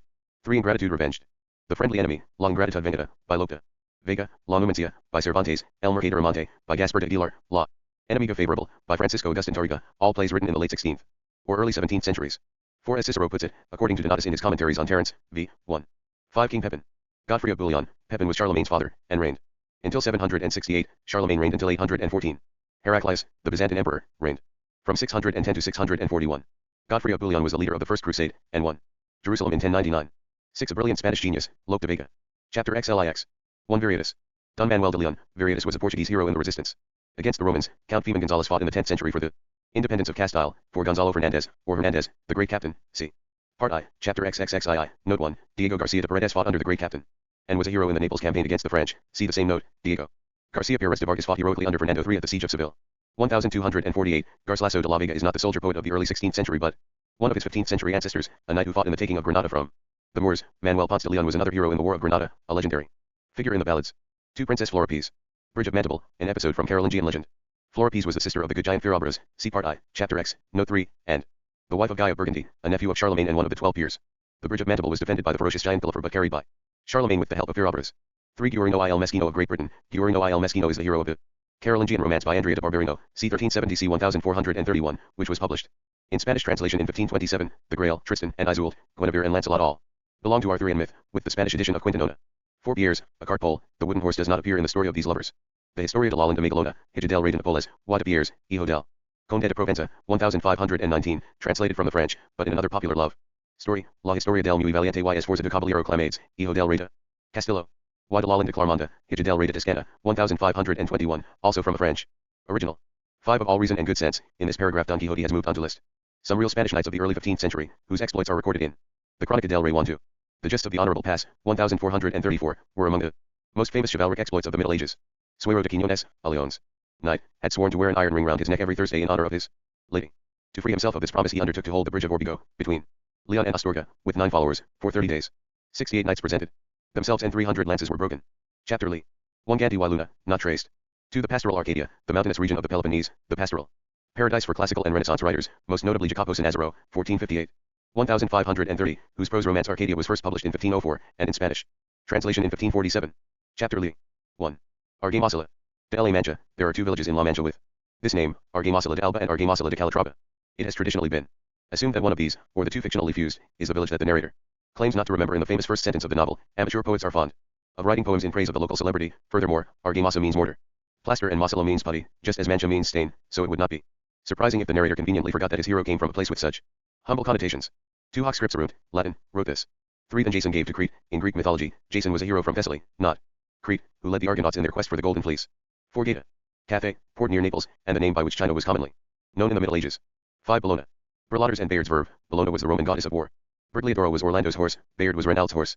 6 Versimiglir Pleccio, Orlando Furioso, Canto 30, 116, perhaps another will sing with a better plectrum. Part 2. Prologue to the reader. 1. Born in Tarragona, the spurious second part, Segundo tomo del Ingenioso. Hidalgo Don Quixote de la Mancha compuesto por el licenciado Alonso Fernández de Avellaneda Natural de la Villa de Tordesillas, published in Tarragona in 1614. Avellaneda is a pseudonym, and the author has not been identified. 2 Greatest battle hope to see, the Battle of Lepanto, see Part I, Chapter 36. Note 6. 3 Familiars of the Holy Office as well, reference to the prolific playwright Lope de Vega, see Part I, Prologue, Note 21, who became a priest in 1614 and was notorious for his many love affairs. 4 Exemplary tales, Cervantes' Novelas Exemplares, see Part I, Chapter Slay I, Note 2. 5 La Perendenga, this play has not been traced. 6 The Great Count of Lemos. Don Bernardo de Sandoval y Rojas, respectively, the dedicatee for Part 2 of Don Quixote and Cervantes' Protector. 7 The Ballads of Mingo Revolgo, anonymous 15th century satirical verse attacking Henry IV of Castile. 8 Persiles, Cervantes did not complete Los Trabajos de Persiles y Sigismunda. Published posthumously, in 1617. Chapter I. 1 A present day Lycurgus or a modern Solon. Legendary legislator of Sparta, 9th century BC, and Athenian legislator, c. 630 c. 560 BC. 2 Osuna University, a minor university in the province of Seville, founded in 1549, and a frequent object of satire. Salamanca, on the other hand, was Spain's oldest and most famous university, founded over 300 years earlier. 3 Leguar of Greece, the son of Esplandian and grandson of Amatus. 4 Parian of Gaul, Amatus' father. 5 Ruggiero. Turpin's Cosmography, Ruggiero is a character in Orlando Furioso. Don Quixote is alone in attributing a cosmography to Turpin, see Part I, Chapter 6. Note 9. 6 Goliath 7.5 cubits tall, Don Quixote exaggerates, because 1 Samuel 17:4 tells us that the Philistine giant killed by David was 6 cubits and a half tall. A cubit was an ancient measurement of length, approximately the length of a forearm. 7 Another, better of Cathay, Orlando Furioso, Canto 13, quoted at the end of Part I. 8 Famous Andalusian, has sung her beauty, Primera Parte la Angelica by Barahona de Soto, see Part I, Chapter 6, Note 24, and La Hermosura de Angelica. 1602, by Lope de Vega. Chapter 2. 1 etc., the Latin aphorism, Quando capit dolet, see to remember dolent. 2 Julius Caesar his personal habits, Suetonius reports that, when young, Julius Caesar affected untidy dress, to win the favor of the plebs. See also Part 2, Chapter Slain. Chapter 3. 1. El Tostado at any rate as big, Alfonso de Madrigal, the Bishop of Avila, d. 1450, was proverbial for his productive pen. 2 Aliquando bonus dormitat Homerus, version of the statement by Horace in his Ars Poetica, 1. 359, from time to time good Homer slumbers. 3. Stultorum infinitus est numerus, Ecclesiasticus 1. 15, a fool's the number is infinite. Chapter 4. 1. Sacripant, using the same trick, for the siege of Albracca, see Part I, Chapter X. Note 5. The Brunello episode is narrated in Orlando Furioso, Canto 27, verse 84. 2 St. George's Day, April 23. 3 For St. James, Close, Spain, the traditional Spanish battle cry. Close means close. With the enemy. Chapter V. 1. Dona Urraca, the daughter of Ferdinand I, who threatens in a ballad to disgrace him, on finding herself omitted from his will, by taking to a disreputable life. Chapter 6. 1 The Ottoman House, the famous dynasty that ruled the Turkish Empire. 2 The Pharaohs and Ptolemies of Ict. The Ptolemies were the descendants of Ptolemy I, 360-283 BC, the general of Alexander the Great who took charge of Egypt after the latter's death, and declared himself king in 304 BC, replacing the previous rulers, the pharaohs. 3 The Road of Virtue, broad and spacious, paraphrase of Matthew 7. 13-14. For this rough do not stray, Garcilaso de la Vega, c. 1503-36, Elegi, 202-4. Chapter 7. 1 Bene quidem, in Latin, very well. 2 Samson, the Israelite leader, famous for his strength, Judges 13:16, in Spanish. Sanson. Chapter 8. 1. Those verses Silk and Pearls, Garcilaso de la Vega, Egloga 3, 53 ff. 2 Poet of our time, possibly Vicente Espinel, Satira contra las Damas de Sevilla. 1578. 3 Cast Horatius, in the middle of Rome, incidents narrated by Livy, Horatius Cockles. Held the bridge over the Tiber against Porcia, king of Clusium, in 507 BC to prevent him from entering Rome, and then escaped by swimming the river. Gaius Mucius. Cibola burned off his own right hand after the failure of his attempted assassination of King Porcia, during the latter's subsequent siege of the city, in 362 BC. Manlius. Curtius rode his horse into an abyss that had opened up in the forum and that, according to the soothsayers, could only be filled by throwing into it Rome's greatest treasure, the flames. Are Don Quixote's contribution. 4 Caesar crossed the Rubicon, when Julius Caesar crossed the stream in 49 BC, thus precipitating civil war. The omens, according to Suetonius, were favorable. 5 Scuttled the ships in the New World. Cortez ordered his boats to be burned in 1519 during the discovery and conquest of Mexico, to make retreat impossible. 6 Slay pride sloth. Don Quixote refers to the 7 deadly sins, suppressing avarice, a sin that could never even tempt a knight-errant, and adding somnolence. Chapter 9. 1 'Twas on the stroke of the midnight hour, the first line of an old ballad about the Count Claros de Montalban, which had become a proverbial expression. 2 An evil day. Roncesvalles, the first lines of the ballad of Count Guarinos, very popular in the 16th century. It concerns events following the defeat, by Moors in poetry, by Basques in reality, of the French in a mountain pass in the Pyrenees, 778. 3. Calinos, ballad about a Moor who defeated Baldwin and was killed by Roland. It had become a proverbial expression to denote irrelevant talk. Chapter X. 1 Your butt, the blame, much quoted lines from a popular ballad about the legendary hero Bernardo del Carpio. 2 White stone black stone, the Roman practice, to indicate lucky and unlucky days. Chapter 11. 1 Charon's boat, Charon, the mythical son of Erebus and Nyx, ferried the souls of the dead across the river Styx. 2 The Parliament of Death, possibly Auto Sacramental de las Cortes de la Muerte, by Lope de Vega. Angulo was a well-known theatrical manager of the late 16th century. 3 Thalia. Melpomene, Greek muses of comedy and tragedy. Chapter 12. 1 Pylods and Orestes, in Greek mythology, Pylods helped Orestes avenge his father, Agamemnon's murder, and married his own sister, Electra. 2 The bug is passed, etc., from an unidentified song. The lines quoted earlier are from an old ballad. 3 Lessons from animals from the horse, ideas deriving from Pliny the Elder's Historia Naturalis, and repeated in several 16th century Spanish books. 4 The tongue, the fullness of the heart, Matthew 12:34 and Luke 6:45. 5 Vandalia, Andalusia was overrun by the Vandals in the 5th century, and was Fray, while known as Vandalicia. 6 Among the happy the afflicted, he is quoting from Garcilaso de la Vega's Egloga. 2, 95-7. Chapter 13. 1 Eat our bread our first parents, see Genesis 3:19. 2 If the blind lead the blind, cf Matthew 15:14. Chapter 14. 1 Hercules' stepmother perilous labors, in Roman mythology, Juno, the wife of Jupiter, hated her stepson Hercules and imposed on him the 12 tasks or labors. 2. Famous Giantess. I came, I saw her and I conquered her. La Giralda is the enormous brass weather vane, depicting faith, on Seville Cathedral. The famous Veni Vici is attributed to Julius Caesar on the conclusion of his Pontic campaign. 3 Bowls of Goizando, 4 ancient misshapen granite figures about 4 feet high and 6 feet long, not far from Avila. 4 Chasm of Cabra. Those dark depths, chasm in the Sierra de Cabra, province of Córdoba. 5 The Victor's his foe, misquoted from Alonso de Ursula, La Rocana, see part I. Chapter 6, note 23. 6 To that we make answer, ASO vos respondemos was the formula at the beginning of the king's answers to petitions at the Castilian Parliament. Chapter 16. 1 Pain Lucrando, Latin for earning his bread. 2 In palace antechambers, Don Quixote is referring to pasquinades, lampoons or satires displayed in public places such as these. 3 Est Deus in nobis, God is in us, Ovid, Fasti, 6, 5, and Ars Amandi, 3, 549. 4 The Isles of Pontus, in the Black Sea, where Ovid was exiled and died. 5 The leaves never struck by lightning, the laurel, which the ancients believed to have this virtue. Chapter 17. 1 Oran, port on the Mediterranean coast of Algeria, then a Spanish garrison. 2 The sword to be afraid of lions, many heroes of chivalric romances confront fierce lions, as does the Cid in his poem. 3. O you of little faith, the words addressed by Jesus to Peter as he walked on the sea. In the storm, Matthew 14:31. 4 Glory of Spanish knights, one of Don Manuel de Leon's legendary feats was to recover a lady's glove from a lion's den. Chapter 18. 1 O lovely when God willed, the first lines of Garcilaso de la Vega is much quoted. Sonnet X. 2 A sealskin strap, diagonally from one shoulder, to avoid the pressure of an ordinary belt, and because sealskin was believed to be good for kidney trouble. 3 Pasicola could swim, legendary amphibious creature of medieval folklore. 4 Carthusian monastery, the Carthusians were a contemplative Christian order, founded by Saint Bruno in 1084, who led a hermetic way of life of great austerity. 5 Not by Cyprus, forgive him for it, allusion to a sonnet by Pedro Lindarieza, d. 1607, attacking a contemporary minor poet for making these extravagant claims about himself, and for being ignorant enough to mistake the Italian port Gaeta for Crete. Crete. 6 The judges the arrows of Phoebus, in other words that they be executed for their crimes by Apollo, the father of the muses and the protector of the arts, just as the Holy Brotherhood executed criminals by shooting them with arrows. 7 Pyramus and Thisbe, the myth related by Ovid in his Metamorphoses, 4:55. 465, forbidden to meet by their parents, they speak through a crack in the wall dividing their houses.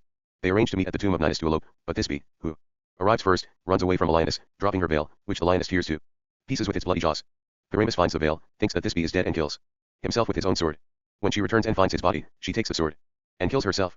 8 Cave of Montesinos. Lakes of Rudera, the Cave of Montesinos, which takes its name from Spanish balladry, and the lakes of Rudera are in the province of Ciudad Real. Chapter 19. 1 Gordian knot, intricate knot tied by King Gordius of Phrygia. Whoever untied it would, it was prophesied, become the ruler of Asia. Alexander the Great cut through it with his sword. 2 Sayago, region in northwest Castile, made proverbial by 16th century Spanish theater for its rustic buffoons. 3 Majula Honda, now Majeda Honda, a village near Madrid. 4 Flutes, timbrels, rustic musical instruments. Tabors are small drums. Psalteries are string instruments similar to dulcimers. Shawms are double reed wind instruments. and timbrels are instruments similar to tambourines, but with no parchment stretched over the hoop. Chapter XX. 1 Count Durlos, figure in Spanish ballads of the Carolingian cycle. 2 Green Cuenca cloth, cloth that was commonly used by peasants for their party clothes. Cuenca is a city and province in central Spain. 3 Zamora double pipe, similar to an oboe, but with 2 tubes. Zamora is a city and province in the extreme northwest of Castile. 4 Fear of the Lord wisdom, cf. Psalms 3. 10 and Proverbs 1. 7. 5 Account for in another life, see Matthew 12. 36. Chapter XXI. 1 What God put asunder, Matthew 19. 6. As quoted in the marriage service. Chapter XXII. 1. A crown to her husband, see Proverbs 12. 4. To a sage, his name has also eluded all of Cervantes' commentators. 3 Polidori Virgil, author of De Inventoribus Rerum, 1499, Spanish translation 1550, a popular work containing much feudal erudition. 4 is reserved for me alone, notion common in the romances of chivalry. 5 Our Lady of the Rock of France. Trinity of Gaeta, place of pilgrimage between Salamanca and Ciudad Real, and monastery overlooking the Gulf of Naples, and venerated by sailors. 6 Montesinos, daughters of Rudera, Montesinos, Durandarte, and Belerma are characters from Spanish ballads of the Carolingian cycle. Squire Guadiana, the Duenna. Rudera and her daughters and nieces do not appear in the traditional ballads. See also Part 2, Chapter 18, Note 8, and Chapter XXIII, Note 4. Chapter XXIII. 1 Ramon de Hawks, of Seville, not identified. Maybe one of Sancho's little jokes. Hawks means sides. 2 Merlin, that French sorcerer, the Arthurian enchanter is described as French, because the Arthurian legends came to Spain through France. 3 Oh my, she may be, from a ballad now lost, or perhaps written by Cervantes. 4 The Order of St. John, the King of Spain did indeed own the lakes of Rudera, except for 2 which were the property of the Knights of the Order of the Hospital of St. John of Jerusalem, founded during the First Crusade, 1096-9, who owned property in Spain and other European countries as a consequence of donations and privileges. 5 A fugger to remedy them, the fuggers, Augsburg traders, and bankers, were proverbial for their wealth. 6 Ever roamed through them, allusion to the Libro del Infante Don Pedro de Portugal. Que engibó las cuatro partidas del mundo, 1547. Chapter XXIV. 1 Lord who can more than make up for all the rest, Don Quixote is probably referring to the Conde de Lemos. See Part 2, Prologue, Note 6. 2 Seguidillas, the stanza form characteristic of the folk music of the south of Spain, of 4, or sometimes 7, lines of 5, 6, or 7 syllables. 3 Cartagena, major Mediterranean seaport in the south of Spain. 4 Spiler Syria, meanness. 5 According to Terence unscathed in flight, this maxim is not to be found in Terence. Chapter XXV. 1 The freeing of Melisendra, the story of the rescue by Don Gavroche of his wife. Melisendra, held captive by the Moors, was told in a popular ballad that had been incorporated from a Germanic source into the cycle of medieval Spanish ballads, concerned with the exploits of Charlemagne and his followers. 2 Duke of Alba, Fernando Alvarez de Toledo, Duke of Alba, 1508-83, was a famous soldier and a member of one of Spain's noblest families. He fought with distinction in Germany and Italy and in 1567 was appointed governor of the Netherlands. 3 Che Pese Pigliamo, what fish shall we catch? 4 The Giantess Andandina herself, an ogress in Amadis of Gaul. 5 The times and the seasons, cf. Acts 1. 7. 6 Operibus credite, et non verbis, believe the works, and not the words, an allusion to John 10. 38. Chapter XXVI. 1 The Tyrians were silent, the first line of Book 2 of Virgil's Aeneid, which appeared in Spanish translation in 1555. 2 Sansuena, from the French Sansoin, Saxony, but popularly identified in Cervantes' time with Saragossa. 3 With squawkers truncheons behind, from one of the low-life ballads by Francisco de Quevedo, 1580-1645, referring to the parading of a convicted criminal to his public punishment, preceded by town criers proclaiming the crime and followed by policemen. 4 Days be as many as Nestor's, Nestor, from Homer's Iliad, was proverbial for longevity. 5 But yesterday my own, much quoted lines from a popular ballad about King Rodrigo and the loss of Spain, see Part I, Chapter XLI, Note 2. Chapter XXVII. 1 Don Diego Ordonez de Lara challenged them all. Don Quixote refers to a famous event in Spanish history, much celebrated in medieval epic and balladry, when King Sancho II of Castile, besieging his sister Dona Urraca in the northwestern city af. Zamora, was treacherously killed in 1072. 2 The town of the Lady Clock the Sopis, the town of the Lady Clock, El Pueblo de La Riloja, was Espartanes, in Andalusia, whose inhabitants were claimed to have asked for the town clock to be a female one so that she could give birth to other clocks. The Stupots, Los Cazoleros, were the inhabitants of Valladolid, because of their fondness for this dish. The eggplanters, Los Berenianos, were those of Toledo for a similar reason. The whale calves, Los Balneados, were those of Madrid, who went out with arms one day to slay a whale in the tiny river Manzanares that flows through their town. The whale turning out to be an ass's pack saddle. The Sopis, Los Jaboneros, were those of Seville, where much soap was made and used. 3 Do good hate us, see Matthew 5. 44 and Luke 6. 35. 4 Yoke was easy and his burden light, cf. Matthew 11. 30. Chapter XXVIII. 1 Per signum crucis, by the sign of the cross. Chapter XXIX. 1 Riphean Mountains, snow-covered mountains located by the ancient geographers in the northernmost part of Scythia, an empire extending from southern Russia to the borders of Persia. 2 Here once stood Troy, proverbial saying deriving from Virgil's Aeneid, 2, 11. Chapter XXXI. 1. When from his steed, Sancho makes a convenient alteration to the text of the old ballad. See Part I, Chapter 2, Note 3. 2 The Herradura disaster, in October 1562, a squadron of Spanish galleys was wrecked in a storm in this port near Malaga, and more than 4,000 people were drowned. Chapter XXXII. 1 Rough and rugged, the heights of immortality, Don Quixote is remembering the lines of Garcilaso de la Vega that he quoted earlier, see Part 2, Chapter 6. 2 Paracus. Lysippus, famous artists of ancient Greece. 3. Alistragarius appears in Don Floris Ildeniki, one of the Amadis series. 4 The aristocratic families, the highest quality, in reality El Toboso was a village of Moriscos. According to the notions of pedigree to which Don Quixote adheres, the families could not by definition possess any of the characteristics that he ascribes to them. Chapter XXXIII. 1. The Campeter, ivory bench that the Cid won from the Moors at Valencia, Poma. Demio Cid, 31:14 ff, proverbial as a seat of honor. 2. The fowls of the air to feed them, see Matthew 6:26. 3. A good name great riches, cf Proverbs 22:1. 4. Michael Verino, Florentibus occidit annis, died in the flower of his years, from an epitaph composed by Angelo Poliziano on Verino, 1469-87, who wrote a book of moral maxims for the instruction of children, after the manner of Dionysius Catos. Disticata morbis ad filium both were used as school textbooks. Verino's book was first published in Spain in 1489, and frequently reprinted. Chapter Thirsiv. May first you be eaten, like far-famed Fabula, a proverbial curse. Fabula was the son and successor of Pelayo, the hero of the Spanish resistance to the Moorish invasion. He was killed by a bear in the mountains of Leon in 739. 2. Collected by the Greek commander, Refrains o Proverbios and Romance, 1555, a. Collection of over 6,000 proverbs by Hernan Núñez de Toledo y Guzmán, a. Professor of Greek and Knight Commander of the Order of St. James. 3. La ilaha illallah, there is no God but Allah, the Moorish war cry. 4. Flanders, the Spanish army was heavily engaged in Flanders at the time when Cervantes wrote his novel. Chapter XXXV. 1. I announce them and all their works. Sancho misremembers and misapplies the words in the baptism service with which the child's godfather renounces the devil. 2. Elysian fields, according to Greek mythology, the fields at the end of the earth to which heroes, exempted from death, were conveyed by the gods. Chapter 30. 1. Works of charity no merit or value whatsoever. This comment does not appear in any Spanish edition between 1616 and 1863, and was censored in the index of 1632, presumably being regarded as an unacceptably frivolous application of a Christian precept. 2. If I've had a good hiding, the executioner, convicted criminals were paraded through the streets on donkeys. 3. July 20th, 1614, this is believed to be the date when Cervantes wrote this part of the novel. 4. Truffaldin, from truffer, to deceive, is a character in Orlando. Inamorto and Orlando Furioso. 5. The Kingdom of Kandy, present-day Sri Lanka. Chapter 38. 1. Martas, Andalusian town, near Jaén. 2. Taprobana, 2 leagues beyond Cape Comorin, parody of the absurd exotic geography that was characteristic of the romances of chivalry. Taprobana, like Kandy, is the modem Sri Lanka. Cape Comorin is the southern tip of India, to the west of Sri Lanka. 3. My soul, do not complain, song lyric originally composed in Italian by Serafino dell'Aquila, 1466-1500. 4. As Plato recommended, in his Republic, 398. 5. Come, death, being dead, adapted from a well-known poem by the 15th century Valenkian poet Escriva. 6. The Islands of Lizards, mythical desert islands. 7. Crown of Ariadne, balsam of Punchaya, Ariadne, the daughter of King Midas, gave Theseus the thread that enabled him to enter the labyrinth and kill the Minotaur, and Vulcan made her a crown of gold and Indian gems, which was exalted into a constellation. In Greek mythology, the sun was Apollo's chariot, whose horses pulled it round the earth once every day. Tibar was the ancient name for a river in Arabia. Famous for its fine gold dust, Punchaya was a region of Arabia Felix, celebrated for its frankincense. 8. Clavio, clavaha means peg, plug. Chapter 36. 1. Quis taliafando tempora lacrimis, who, hearing this, will be able to contain his tears. Virgil, Aeneid, 2, 6-8. Chapter XL. 1. The lands of the Moors and pluck mine are there, among the Moors, being beardless, was a mark of infamy. In Spain, plucking a man's beard was a traditional form of humiliation. 2. Said to be the names of the horses of the sun, but not their names. Boetes is the name of a constellation, and Pirithous was the friend of Theseus. 3. Clavolina, clavo means nail, leno means wood. 4. Hector of Troy, legendary warrior, son of Priam and Hecuba and husband of Andromache. Chapter XLI. 1. Execution squad at Baral below, village near Ciudad Real, the center of the Holy Brotherhood's jurisdiction, where they killed malefactors with arrows. 2. Rash youth, his father the sun. Phaethon asked his father the sun to let him drive his chariot across the heavens for one day. The youth was too weak to control the horses, which came so close to the earth that it was almost set on fire, and Zeus killed him with a thunderbolt.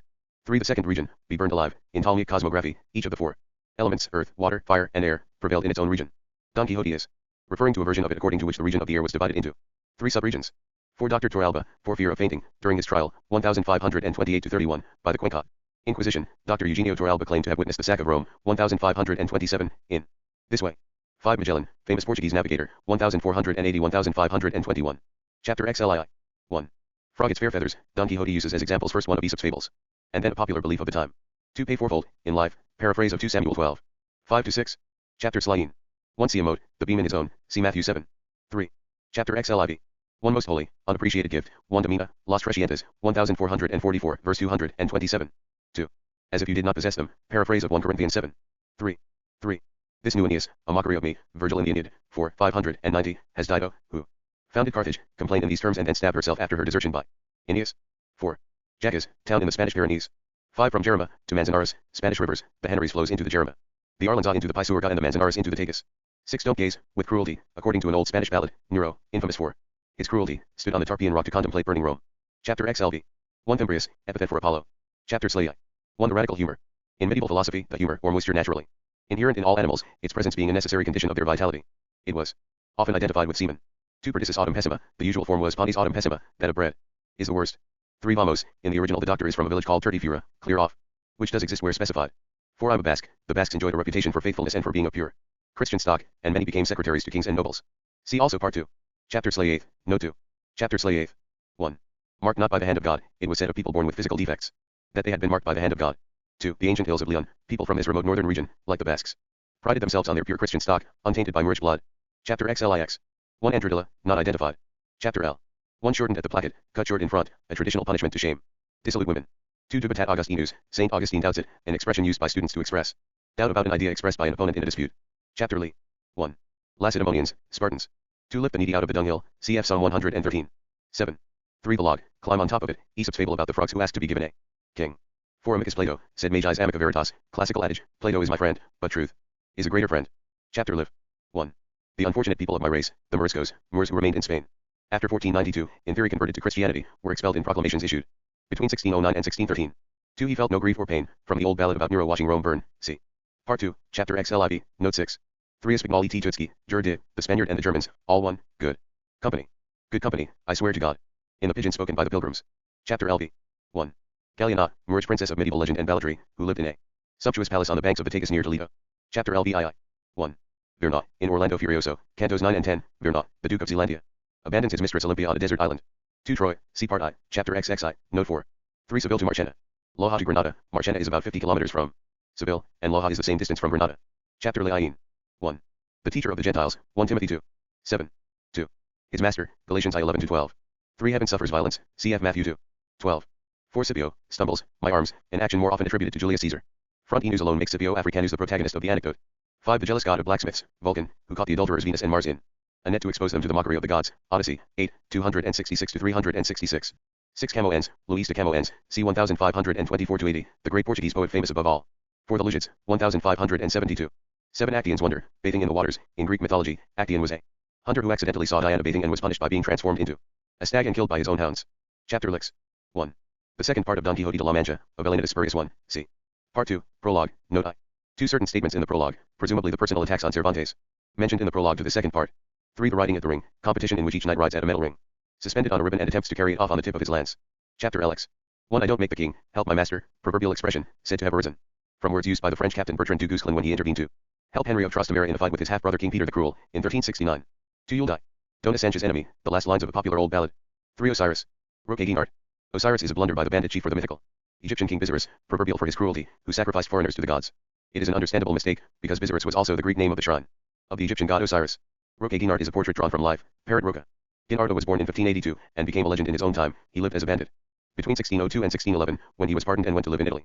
4 Deep calls unto deep, cf. Psalms 42. 7. Chapter LXII. 1 Chicken blancmange, one of the most esteemed medieval dishes, prepared from hen's breasts shredded and boiled into a pulp with rose water, goat's milk, rice powder, and sugar. 2 The famous Scottillo, probably Scotto or Scotillo of Parma, the 16th century necromancer. But Michael Scott, the 13th century philosopher, was represented by Dante as a magician, Inferno, XX, 115. 3 Methuselah, patriarch, the grandfather of Noah, said to have lived for 969 years. Genesis 5:27. 4 Fugit, parties adversi, flee, enemies, a formula of exorcism. 5 L. E. Bagatelle, no such book has been traced. 6 Dr. Cristobal de Figueroa. Aminta, Giovanni Battista Garini's Il Pastor Fido. 1590, was translated into Spanish by Cristobal Suarez de Figueroa, 1602. The translation by Juan de Uridi of Torquato Tasso's Aminta, 1580, was published in 1607. 7 Light of the Soul, Luz del Alma Cristiana, by the Dominican friar Felipe de Menezes. First published in 1554, 11th and last edition, 1594. 8 Correcting another book, De la Mancha, the second edition of Avellanedis. Quixote is fictitious. The book was not published again until 1732. None like all hogs, pigs are traditionally killed at Martinmas, November 11th. Chapter LZ8. 1 Montjuic, castle to the south of Barcelona, where there was a post of observation. Chapter LXIV. 1 Don Gayferos, over dry land 2, see Master Pedro's Puppet Show, Part 2, Chapter XXVI. Chapter LXV. 1. Don Bernardino de Velasco, the Count of Salazar, he was indeed put in charge of the expulsion of the Moriscos from Castile, La Mancha, Extremadura, and Murcia, between 1609 and 1614. 2 His Argus eyes, the mythical monster Argus had 100 eyes, of which only 2 slept at a time. Chapter LXI. 1 Mic Ulozo. Nemo Rosso, it was believed that the shepherd Nemo Rosso in Garcilaso de La Vega's first eclogue was to be identified with Garcilaso's friend the poet Juan Boscan, since both Latin nemus and Spanish bosque mean wood. Miculus was a rustic variant of Nicholas. 2 Almoheza, Alfaqui, Almoheza, Currycomb, Almorzar, to lunch, Alfambra. Carpet, Alguacil, Policeman, Alhuchima, Lavender, Almison, Storehouse, Alcancia. Moneybox, Borsegui, Buskin, Zaquizamai, Garrett, Alheli, Wallflower, Alfaqui, A. Priest of Islam. Chapter LXVIII. 1. Diana, and the valleys gloomy. In Roman mythology the goddess associated with hunting and virginity, and identified with the moon. 2 Post tenebris spero lucem, after darkness I expect the light, cf. Job 1712. These words appear as a motto on the emblem of the publisher Juan de la Cuesta, which is printed on the frontispiece to the early editions of the Quixote. 3 When, love, alive in death, Don Quixote has not written this madrigal, as he claims, but has translated one by Pietro Bimbo, 1470 to 1547. 4. You murderous Polyphemuses, in Greek mythology. Polyphemus was a Cyclops, who loved the sea nymph Galatea, and in jealousy killed his rival Acis. Chapter LXIX. 1. I can't believe, unrelenting flow. The second stanza is from Garcilaso de la Vega's third eclogue. The Styx was the lake or river across which Charon ferried the souls of the dead. The Lethe was another river of the underworld, whose waters when drunk made the dead forget their life on earth. 2. Rhadamanthus. Midas, in Greek legend, the brothers Rhadamanthus and Midas, together with their half-brother Iacchus, were appointed judges of the underworld. 3. Nimrod, the mighty hunter before the Lord. Genesis 10:8-9. Chapter LXX. 1. Harder, to my moans. Garcilaso de la Vega's eclogue I, 157. To a lover, to forgiving, from an old ballad. Chapter LXXI. 1. Potosi, city in southern Bolivia, standing at the foot of Cerro Rico, a hill from which the Spaniards extracted vast amounts of silver. To the audacious guest, the fugitive guest, Paris carried off Helen. See part I, chapter XXI, note 4, and Aeneas, whose abandonment of Dido, queen of Carthage, caused her to kill herself, according to Virgil's account in the Aeneid. 3. Deum de Deo, words from the Nicene Creed, God of God. Chapter LCVIII. 1. Malum signum, it was said to be the practice of doctors to declare the discovery of a bad symptom in Latin, so that the patient would not understand. 2. Little Shepherd, going, from a popular Christmas carol. Chapter LCIV. 1. Hands off, for me alone, from a ballad about the siege of Granada.